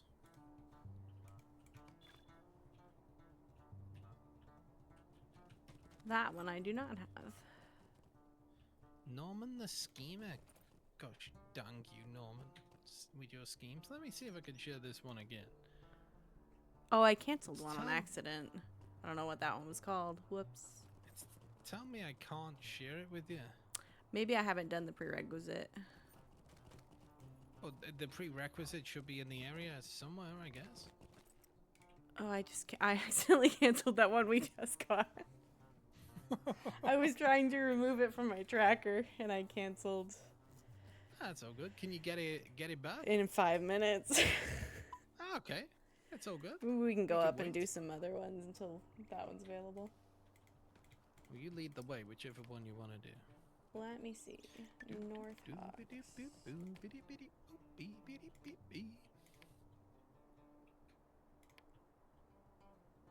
Ranger Trolls.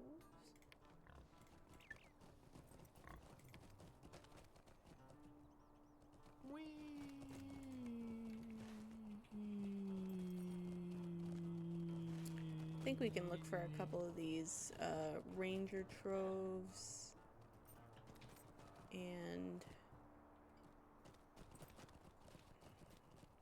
There might be a way over the wall back here.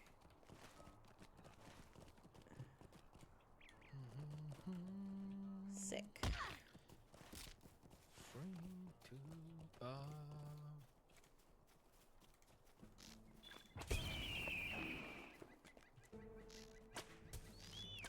Oh, thank goodness that was a hawk and not something innocent.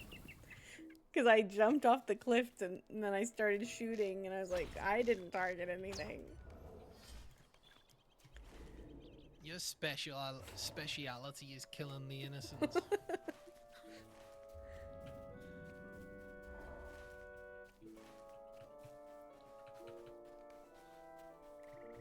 I'm tempted to watch Lord of the Rings: The Fellowship of the Ring tonight. Sometimes I like to put the movies on while I'm doing a long playthrough of the game. Good idea. I assume these lesser rapes that appear are targeted at group content? Yeah, I think it's to encourage players to group, but it's just a pain when you're by yourself, you know? They're great fun when you're in a group and you can take them out. Real good fun. I think But when all you're of the by wraiths yourself- were meant to be group content. And I think that's why they were designed so difficult. But as people kind of started dispersing throughout the world in Yeah. their different play styles, it became untenable to go up against wraiths by yourself as they were. But for specific classes. Yeah, some definitely had an easier time than others.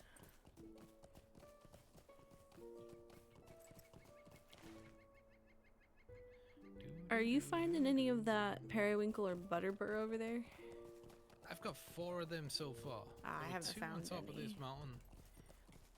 And there were a bunch back by the base there, the town. Not logical, I'm getting the Norman stare, which is he will just sit there and stare at me for 20 minutes until I do what he wants me to do. And it is so uncomfortable. It just makes me feel so uncomfortable.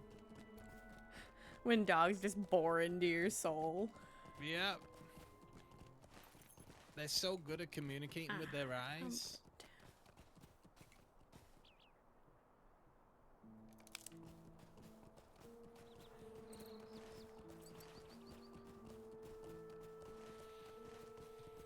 I'm back at the house on Monday. I've got someone coming out to do. Well, I've got 2 separate repairs coming, so I need to be at the house on Monday, and I'm just enjoying being away from there at the weekend because it's been super stressful, everything with the house lately. Hopefully it goes a little smoother as more things get done. Thank you, I appreciate that, and I'm sure it will.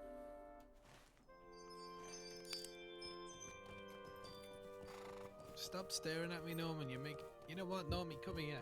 No, I don't have the webcam on. I was gonna show everyone Norman, but my webcam's not on, so I'm just gonna be showing them to a monitor.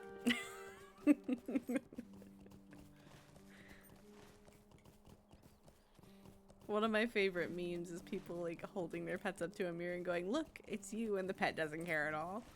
Yeah. It is cool when dogs kind of acknowledge themselves in a mirror or, you know, start trying to look at their tails and stuff. I always like that.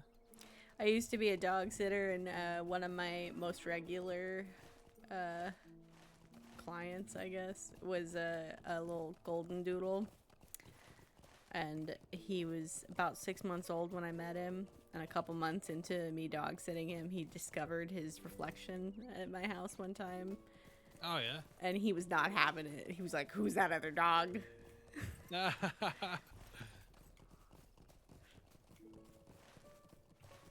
Sometimes dogs surprise you with how clever they are, but sometimes they surprise you with how dumb they are. So it really depends on the situation. Dogs are the definition of he's a little confused, but he's got the spirit. Yeah. I think my favorite thing about dogs is that if you just get excited, they have no context, but they'll get excited with you. So Oh, yeah. if you're real excited Oh, about yeah. something, they're into it. Yeah. Sounds as well. If you just start shouting, They'll the start dogs barking. just get out. Yeah. Sometimes there were these little terriers that I watched also that if two people were having a conversation in front of them, they wanted to participate, but all they had was So- barking. That sounds like fun. For a short period of time. Yeah. At first it was funny, and then it was like, okay, maybe stop barking now. Yeah, I could see that. Dogs, especially dogs with loud, piercing barks, can be like, oh, please. In a little contained space, too. Ooh, that's rough. Deadman says he tried showing his cat a mirror and zero reaction. Yeah, cats are too Cats cool are to care. cats are too smart too. The cat, by the time you showed your cat's like, yeah, that's me. I get it. I'm awesome. Can I go destroy something now? That's what goes through a cat's mind. We've learned.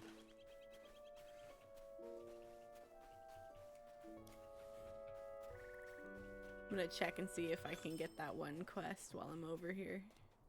I don't think it's been 5 minutes, but you never know. Sometimes I think it's been 5 minutes and it's been 2 seconds, and sometimes I think it's been 5 minutes and it's been a lot longer than that. Oh, that definitely happens, yeah. Greetings.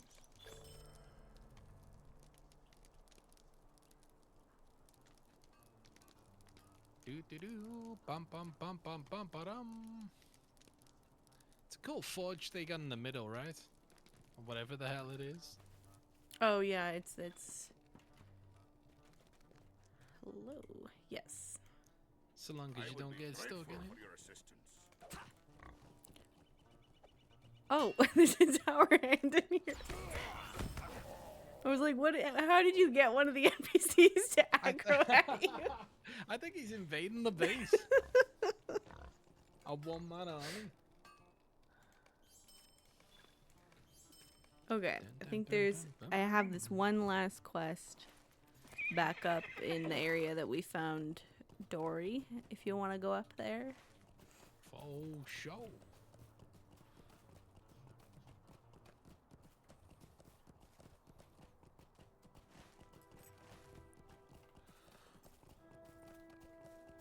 Oh, it's another secret way. I've never gone this way before.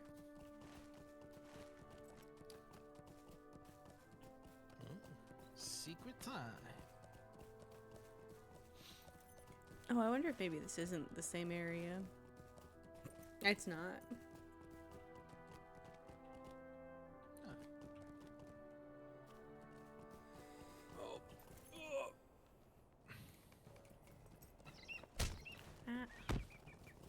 What did Bilberry do?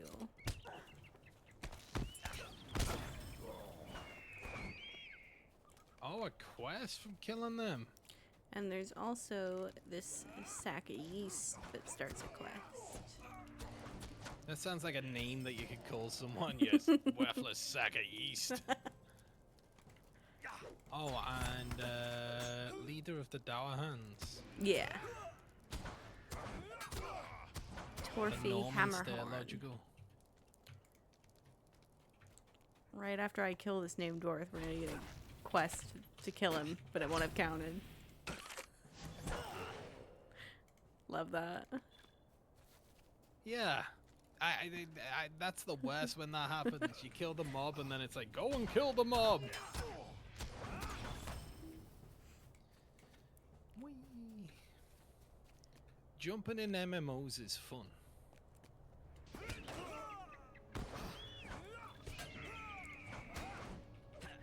There's a jumping feature in Wizard 101, but you can't jump over things or off of things. So I'm like, why can we jump? Sounds kind of pointless. Like, why let us jump if you're not going to let us jump in ways to be useful?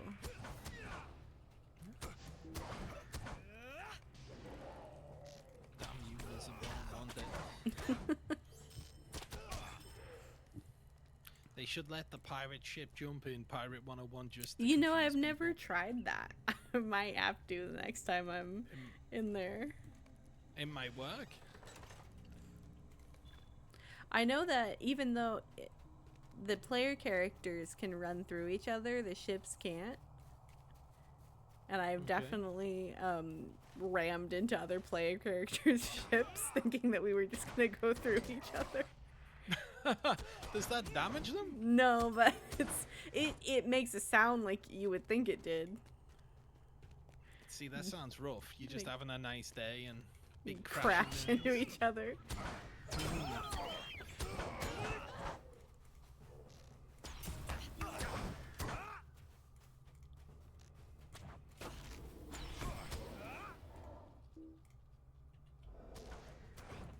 He's mining with an axe.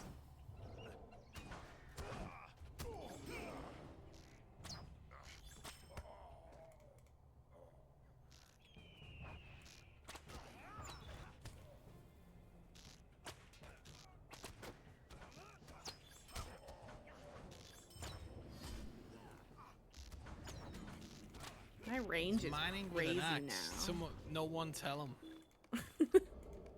He's picked up the wrong tool. Hey, we gotta. Oh, we gotta go to the one below.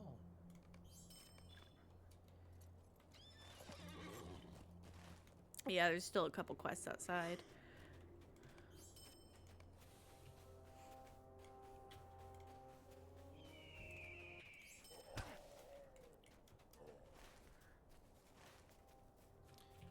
I do think that after this one, I'm kind of beat. So I may call it a day if that's good with you. Yeah, that's fine. And we'll send the raid over to your stream if you're gonna keep going. Yeah, I think I'm gonna try to get to level 42. I'm very close. I only need 10,000 XP, and if I go back over into the Misty Mountains, I can get that pretty quickly. I do apologize if I've held you up today. No, that's good. I really enjoyed yesterday, and I enjoyed today being able to play with someone me else. too. And work on goals together. And also I've enjoyed coming back to this area of the game that I didn't quite finish. Yeah. It's good fun.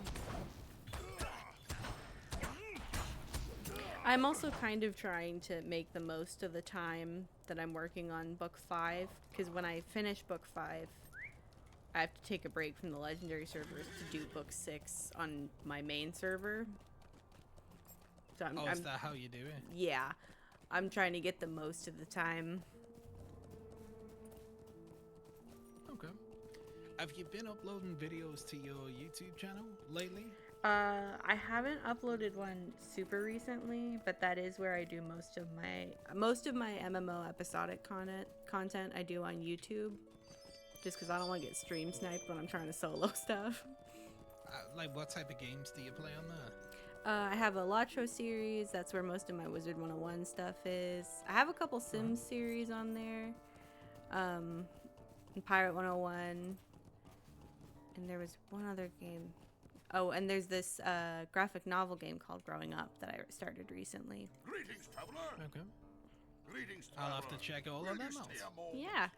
It's a little intimidating. There's about 300 something videos. I think I'm almost at 400. Greetings. Oh, nice. That's cool. You put a bit of time into it then? Yeah. Might you lend me I an ear? mostly play them, though, unedited and as if I were live, just real time. Because that's what I wanted to always do, Well met, was friend. just stream.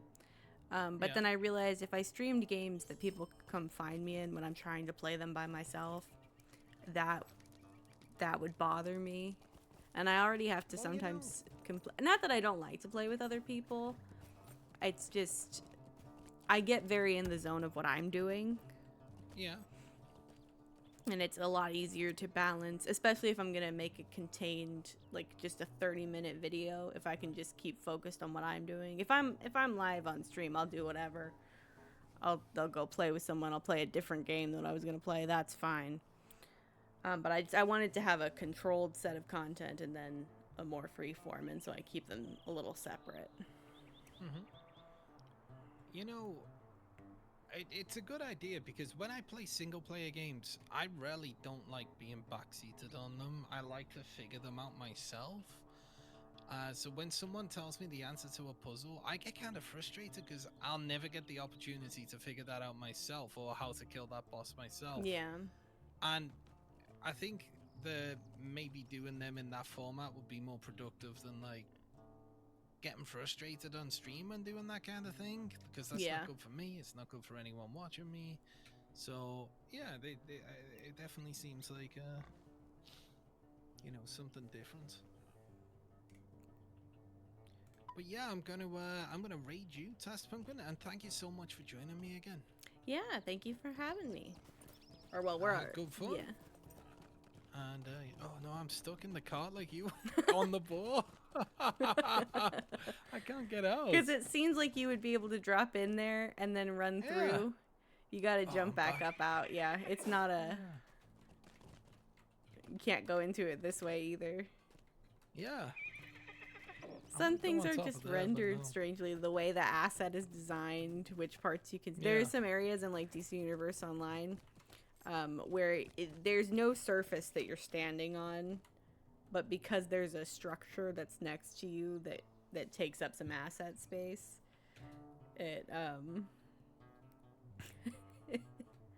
it's just really funny to see just standing on air. Oh yeah, you definitely get those types of glitches on, especially large open world games where they haven't been able to go over everything with I forgot the expression, but they haven't been able to go over everything carefully, so you end up with a lot of funky stuff out there. Yeah.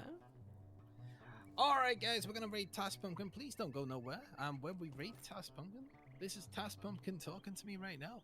Give her a follow. Have a chit chat in there. You know what it is. Logical's getting tired of these Wraith drops. I don't blame you. I'm gonna be on They for a are little annoying. while longer, Logical, so if you want any Wraith removal services, hit me up. There you go. There you go. You decided you're gonna buy VIP? If you do, please make a character on the Mordo server. I recommend it. Alright guys. Let me raid on over. Task Pumpkin, thanks again. I had a lot of fun. Yeah. Let's send this party over. Oh. /raid task.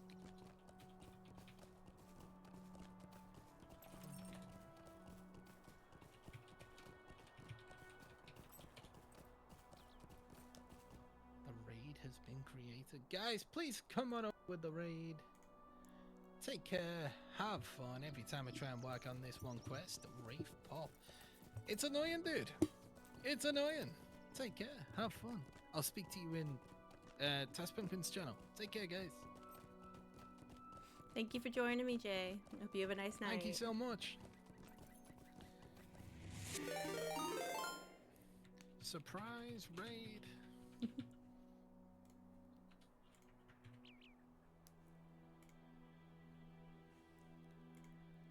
Hello, everyone. Oh, I forget. I always forget I can not ride the whole way.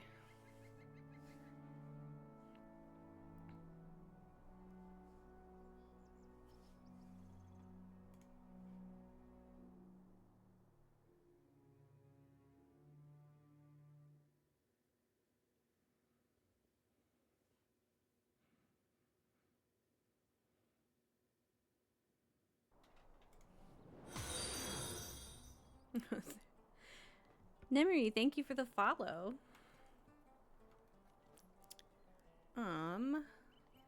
Let me see. I'm gonna keep all those quests just in case we do continue another time over in the North Downs. And I'm gonna head back to Rivendell. Oh, I wonder if it would be worth it to use my milestone skill. I think it would save me a little bit of money. I say as I look at my 6 gold.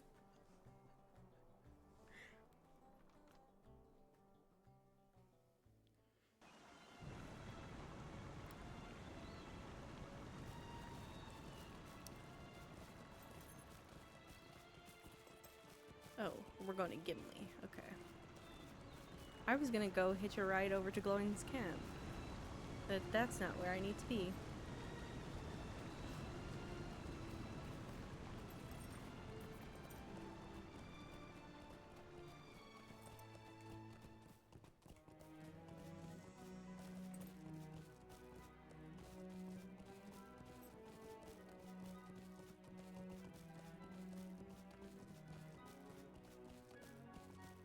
We're at almost 9 hours and counting.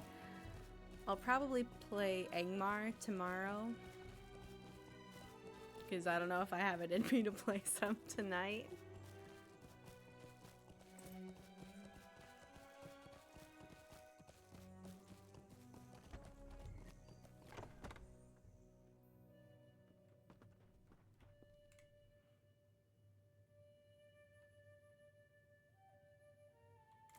I guess we can jump into this instance. I don't think it'll be... Skorgrim's dour hands have taken refuge from the wrath of Durin's folk within an ancient dwarf hold high in the passes of the Misty Mountains. There they plot their return, unless an end can be put to their scheming once and for all.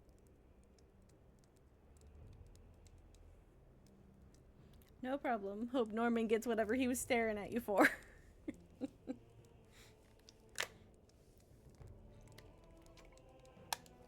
This is where I left that mournful wraith earlier. Will you just look at this?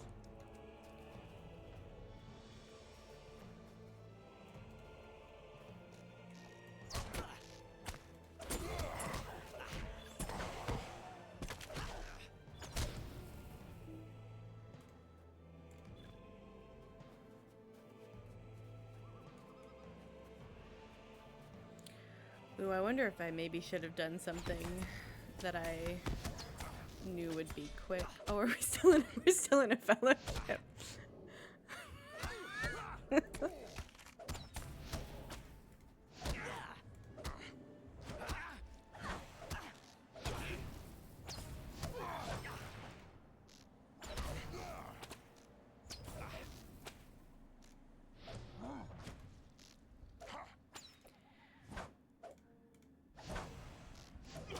I don't know how long this instance is gonna take. I could have done something that would have been about 10 minutes and probably gotten enough XP. I know, I've still got the display. I wonder if it's like a glitch.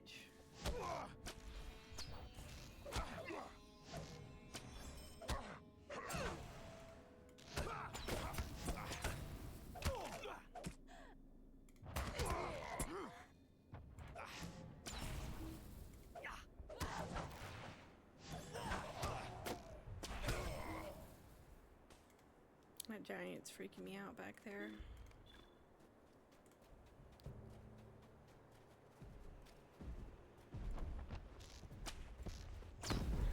Oh no, I've gotten too comfy. I forgot I'm not over level for this area.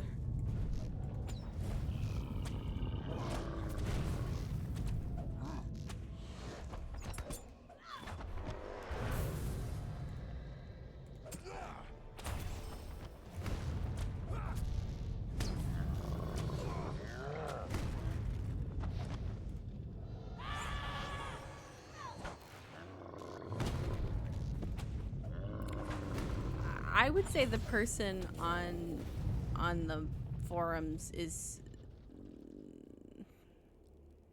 I bet it has a little bit to do with how you build the character. I've definitely struggled with mournful wraiths. At least ones that are even ones that were like earlier when they were spawning on Jay and they're several levels below me. I was struggling with those. If he wasn't there, I wouldn't have been able to get him.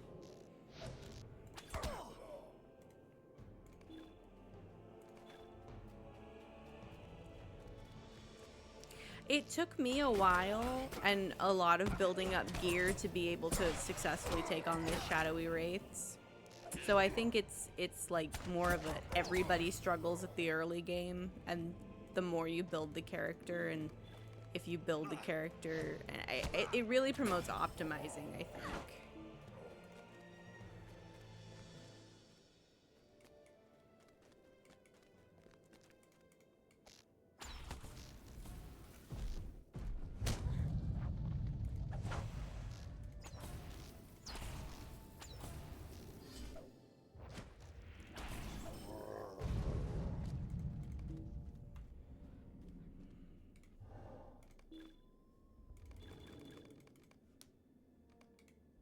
Hey Gimli, wait a second. I'm doing some very important stuff right now.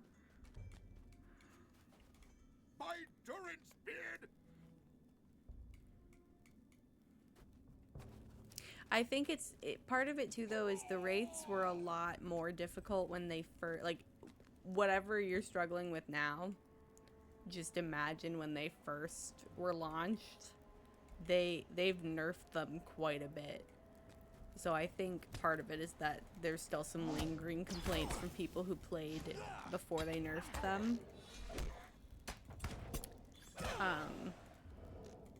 Yeah, they did a lot to try to mitigate the complaints. They will no longer spawn if you're in a solo instance.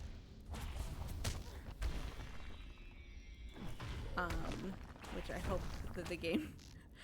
that the game isn't registering this as a fellowship instance.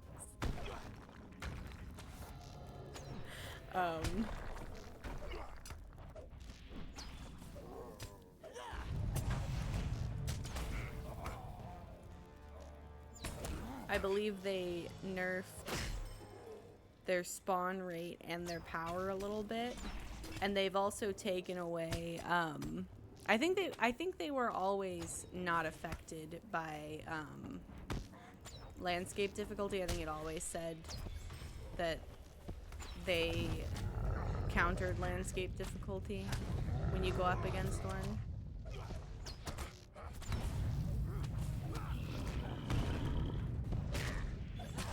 But I definitely still, even after they nerfed them, I was struggling with them too, until I got a little more built up with my armor and my virtues and such.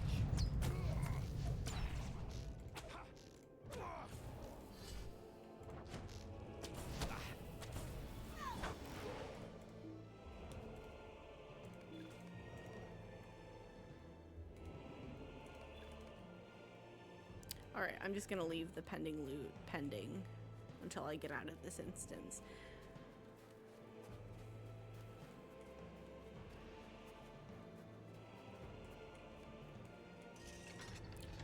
I like this concept that a lot of dwarven keeps have secret doors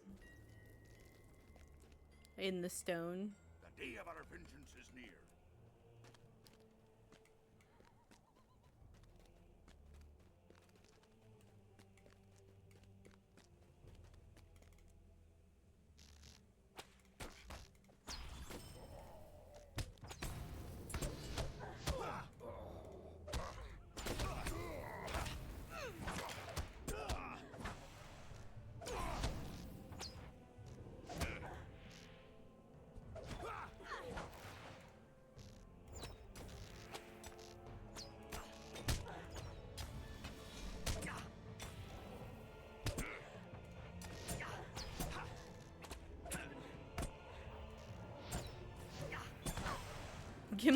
Gimli's one of the only NPCs that I've had in an instance that instead of coming back to help me when I'm in combat, he runs ahead and starts another fight.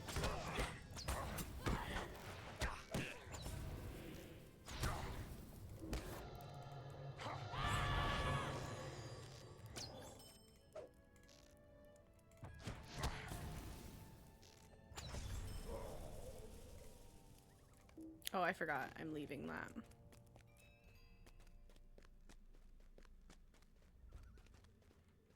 Oh, I also forgot I haven't finished all my tasks up here. And some of the stuff that I'm getting is... I should stop selling immediately. I have...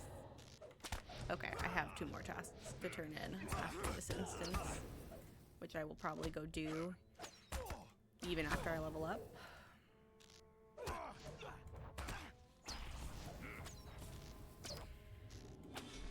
I'm kind of in the zone, so there's some chance that I might go off stream and eat a little dinner and then come back and do more Angmar, but if I don't be surprised. I would be more surprised if I did.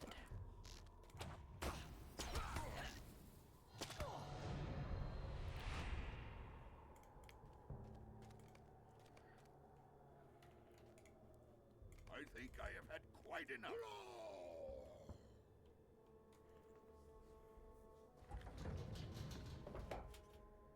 Ah.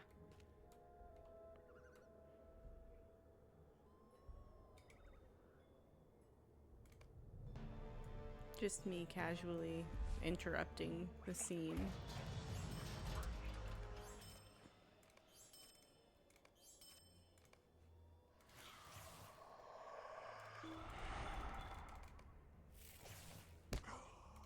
Where'd the other fell spirit go? Weren't there two of them just now?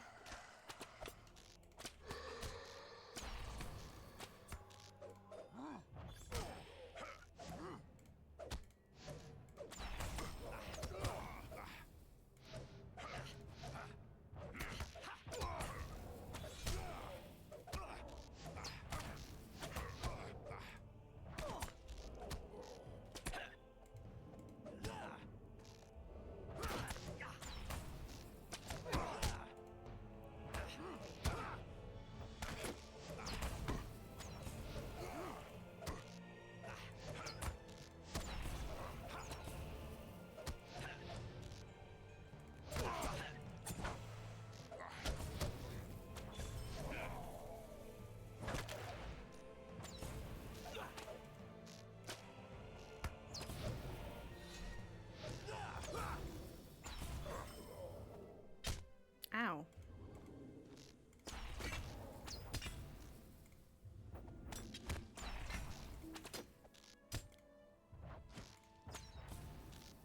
Oh, he's got a lot of health.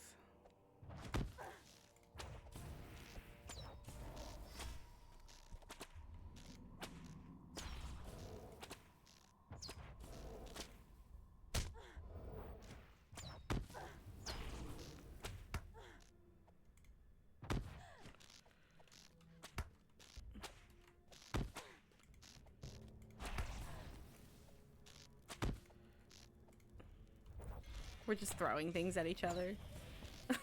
That's the whole fight.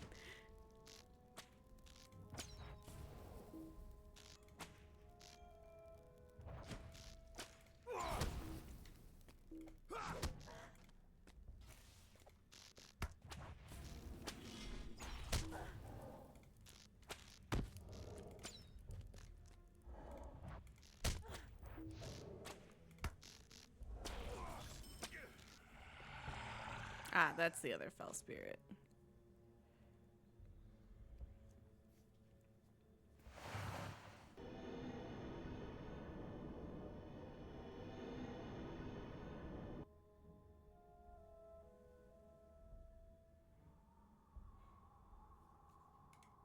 Well met, friend.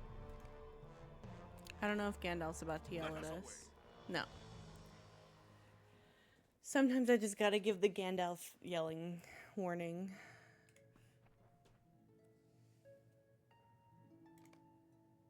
Oh. Okay. Let me deal with this really quickly.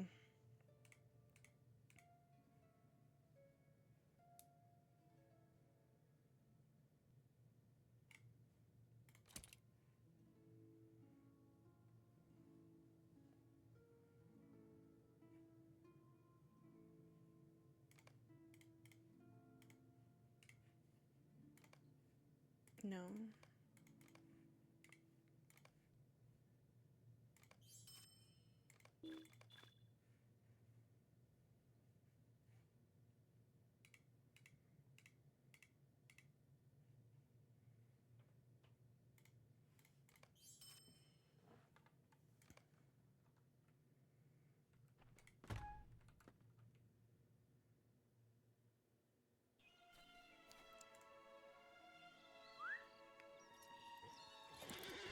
I think maybe we can hitch a ride to... I wonder, because he's not showing on the map anymore. I wonder if we should end the fellowship to end that little glitch.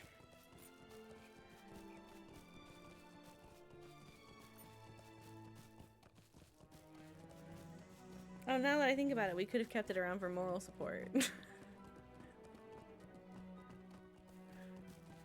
Shoot.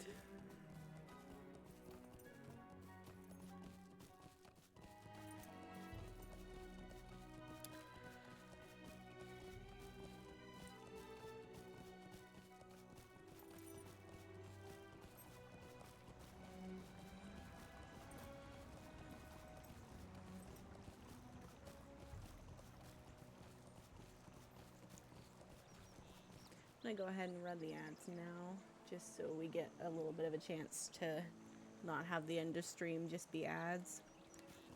Maybe what I'll do is I'll hitch a not swift travel ride up to Glowing's camp, and that'll pass the time.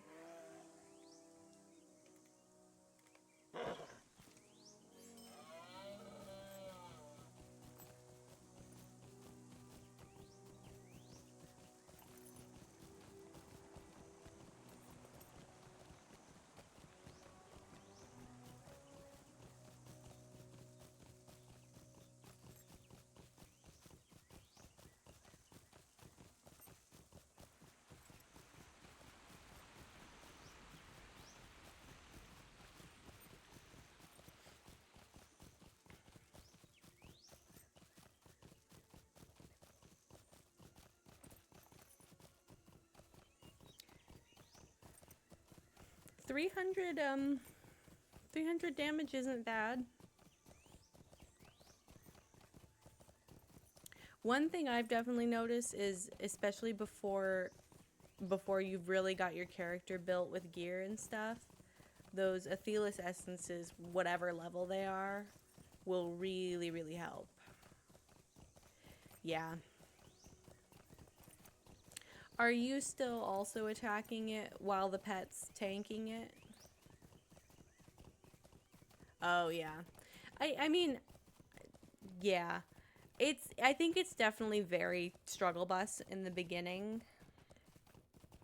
with wraiths, and I think they're geared more toward people who are... There's like a certain point where you start catching up to them in power.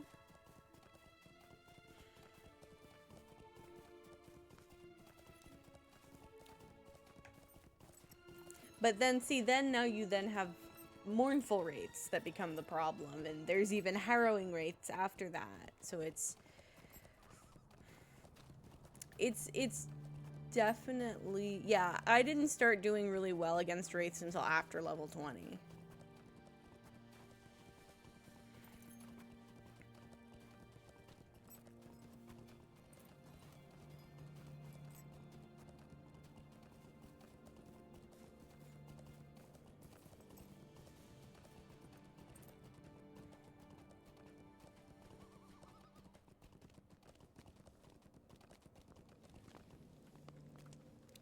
Talk to Glowing, and then turn those two tasks in. Oh, I just got that nice shirt though. Let's see, 150 armor versus 133.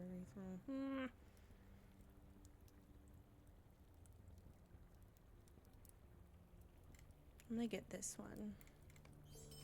Welcome. You have come at a most fortuitous time.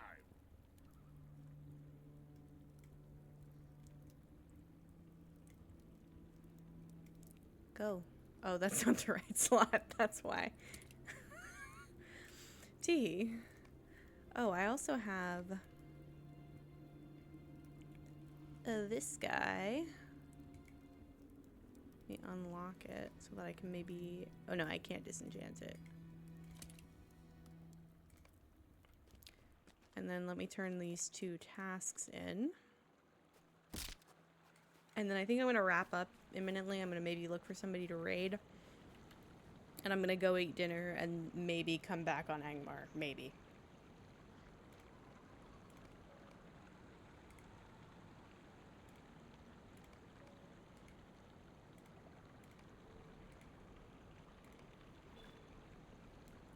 Okay. This is going to be very quick and very abrupt.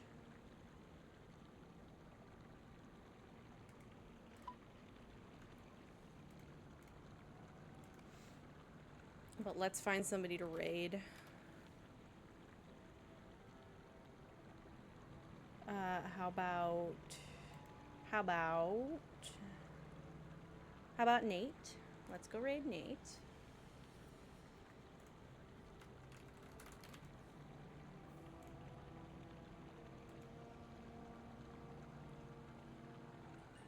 He's doing some Moria content.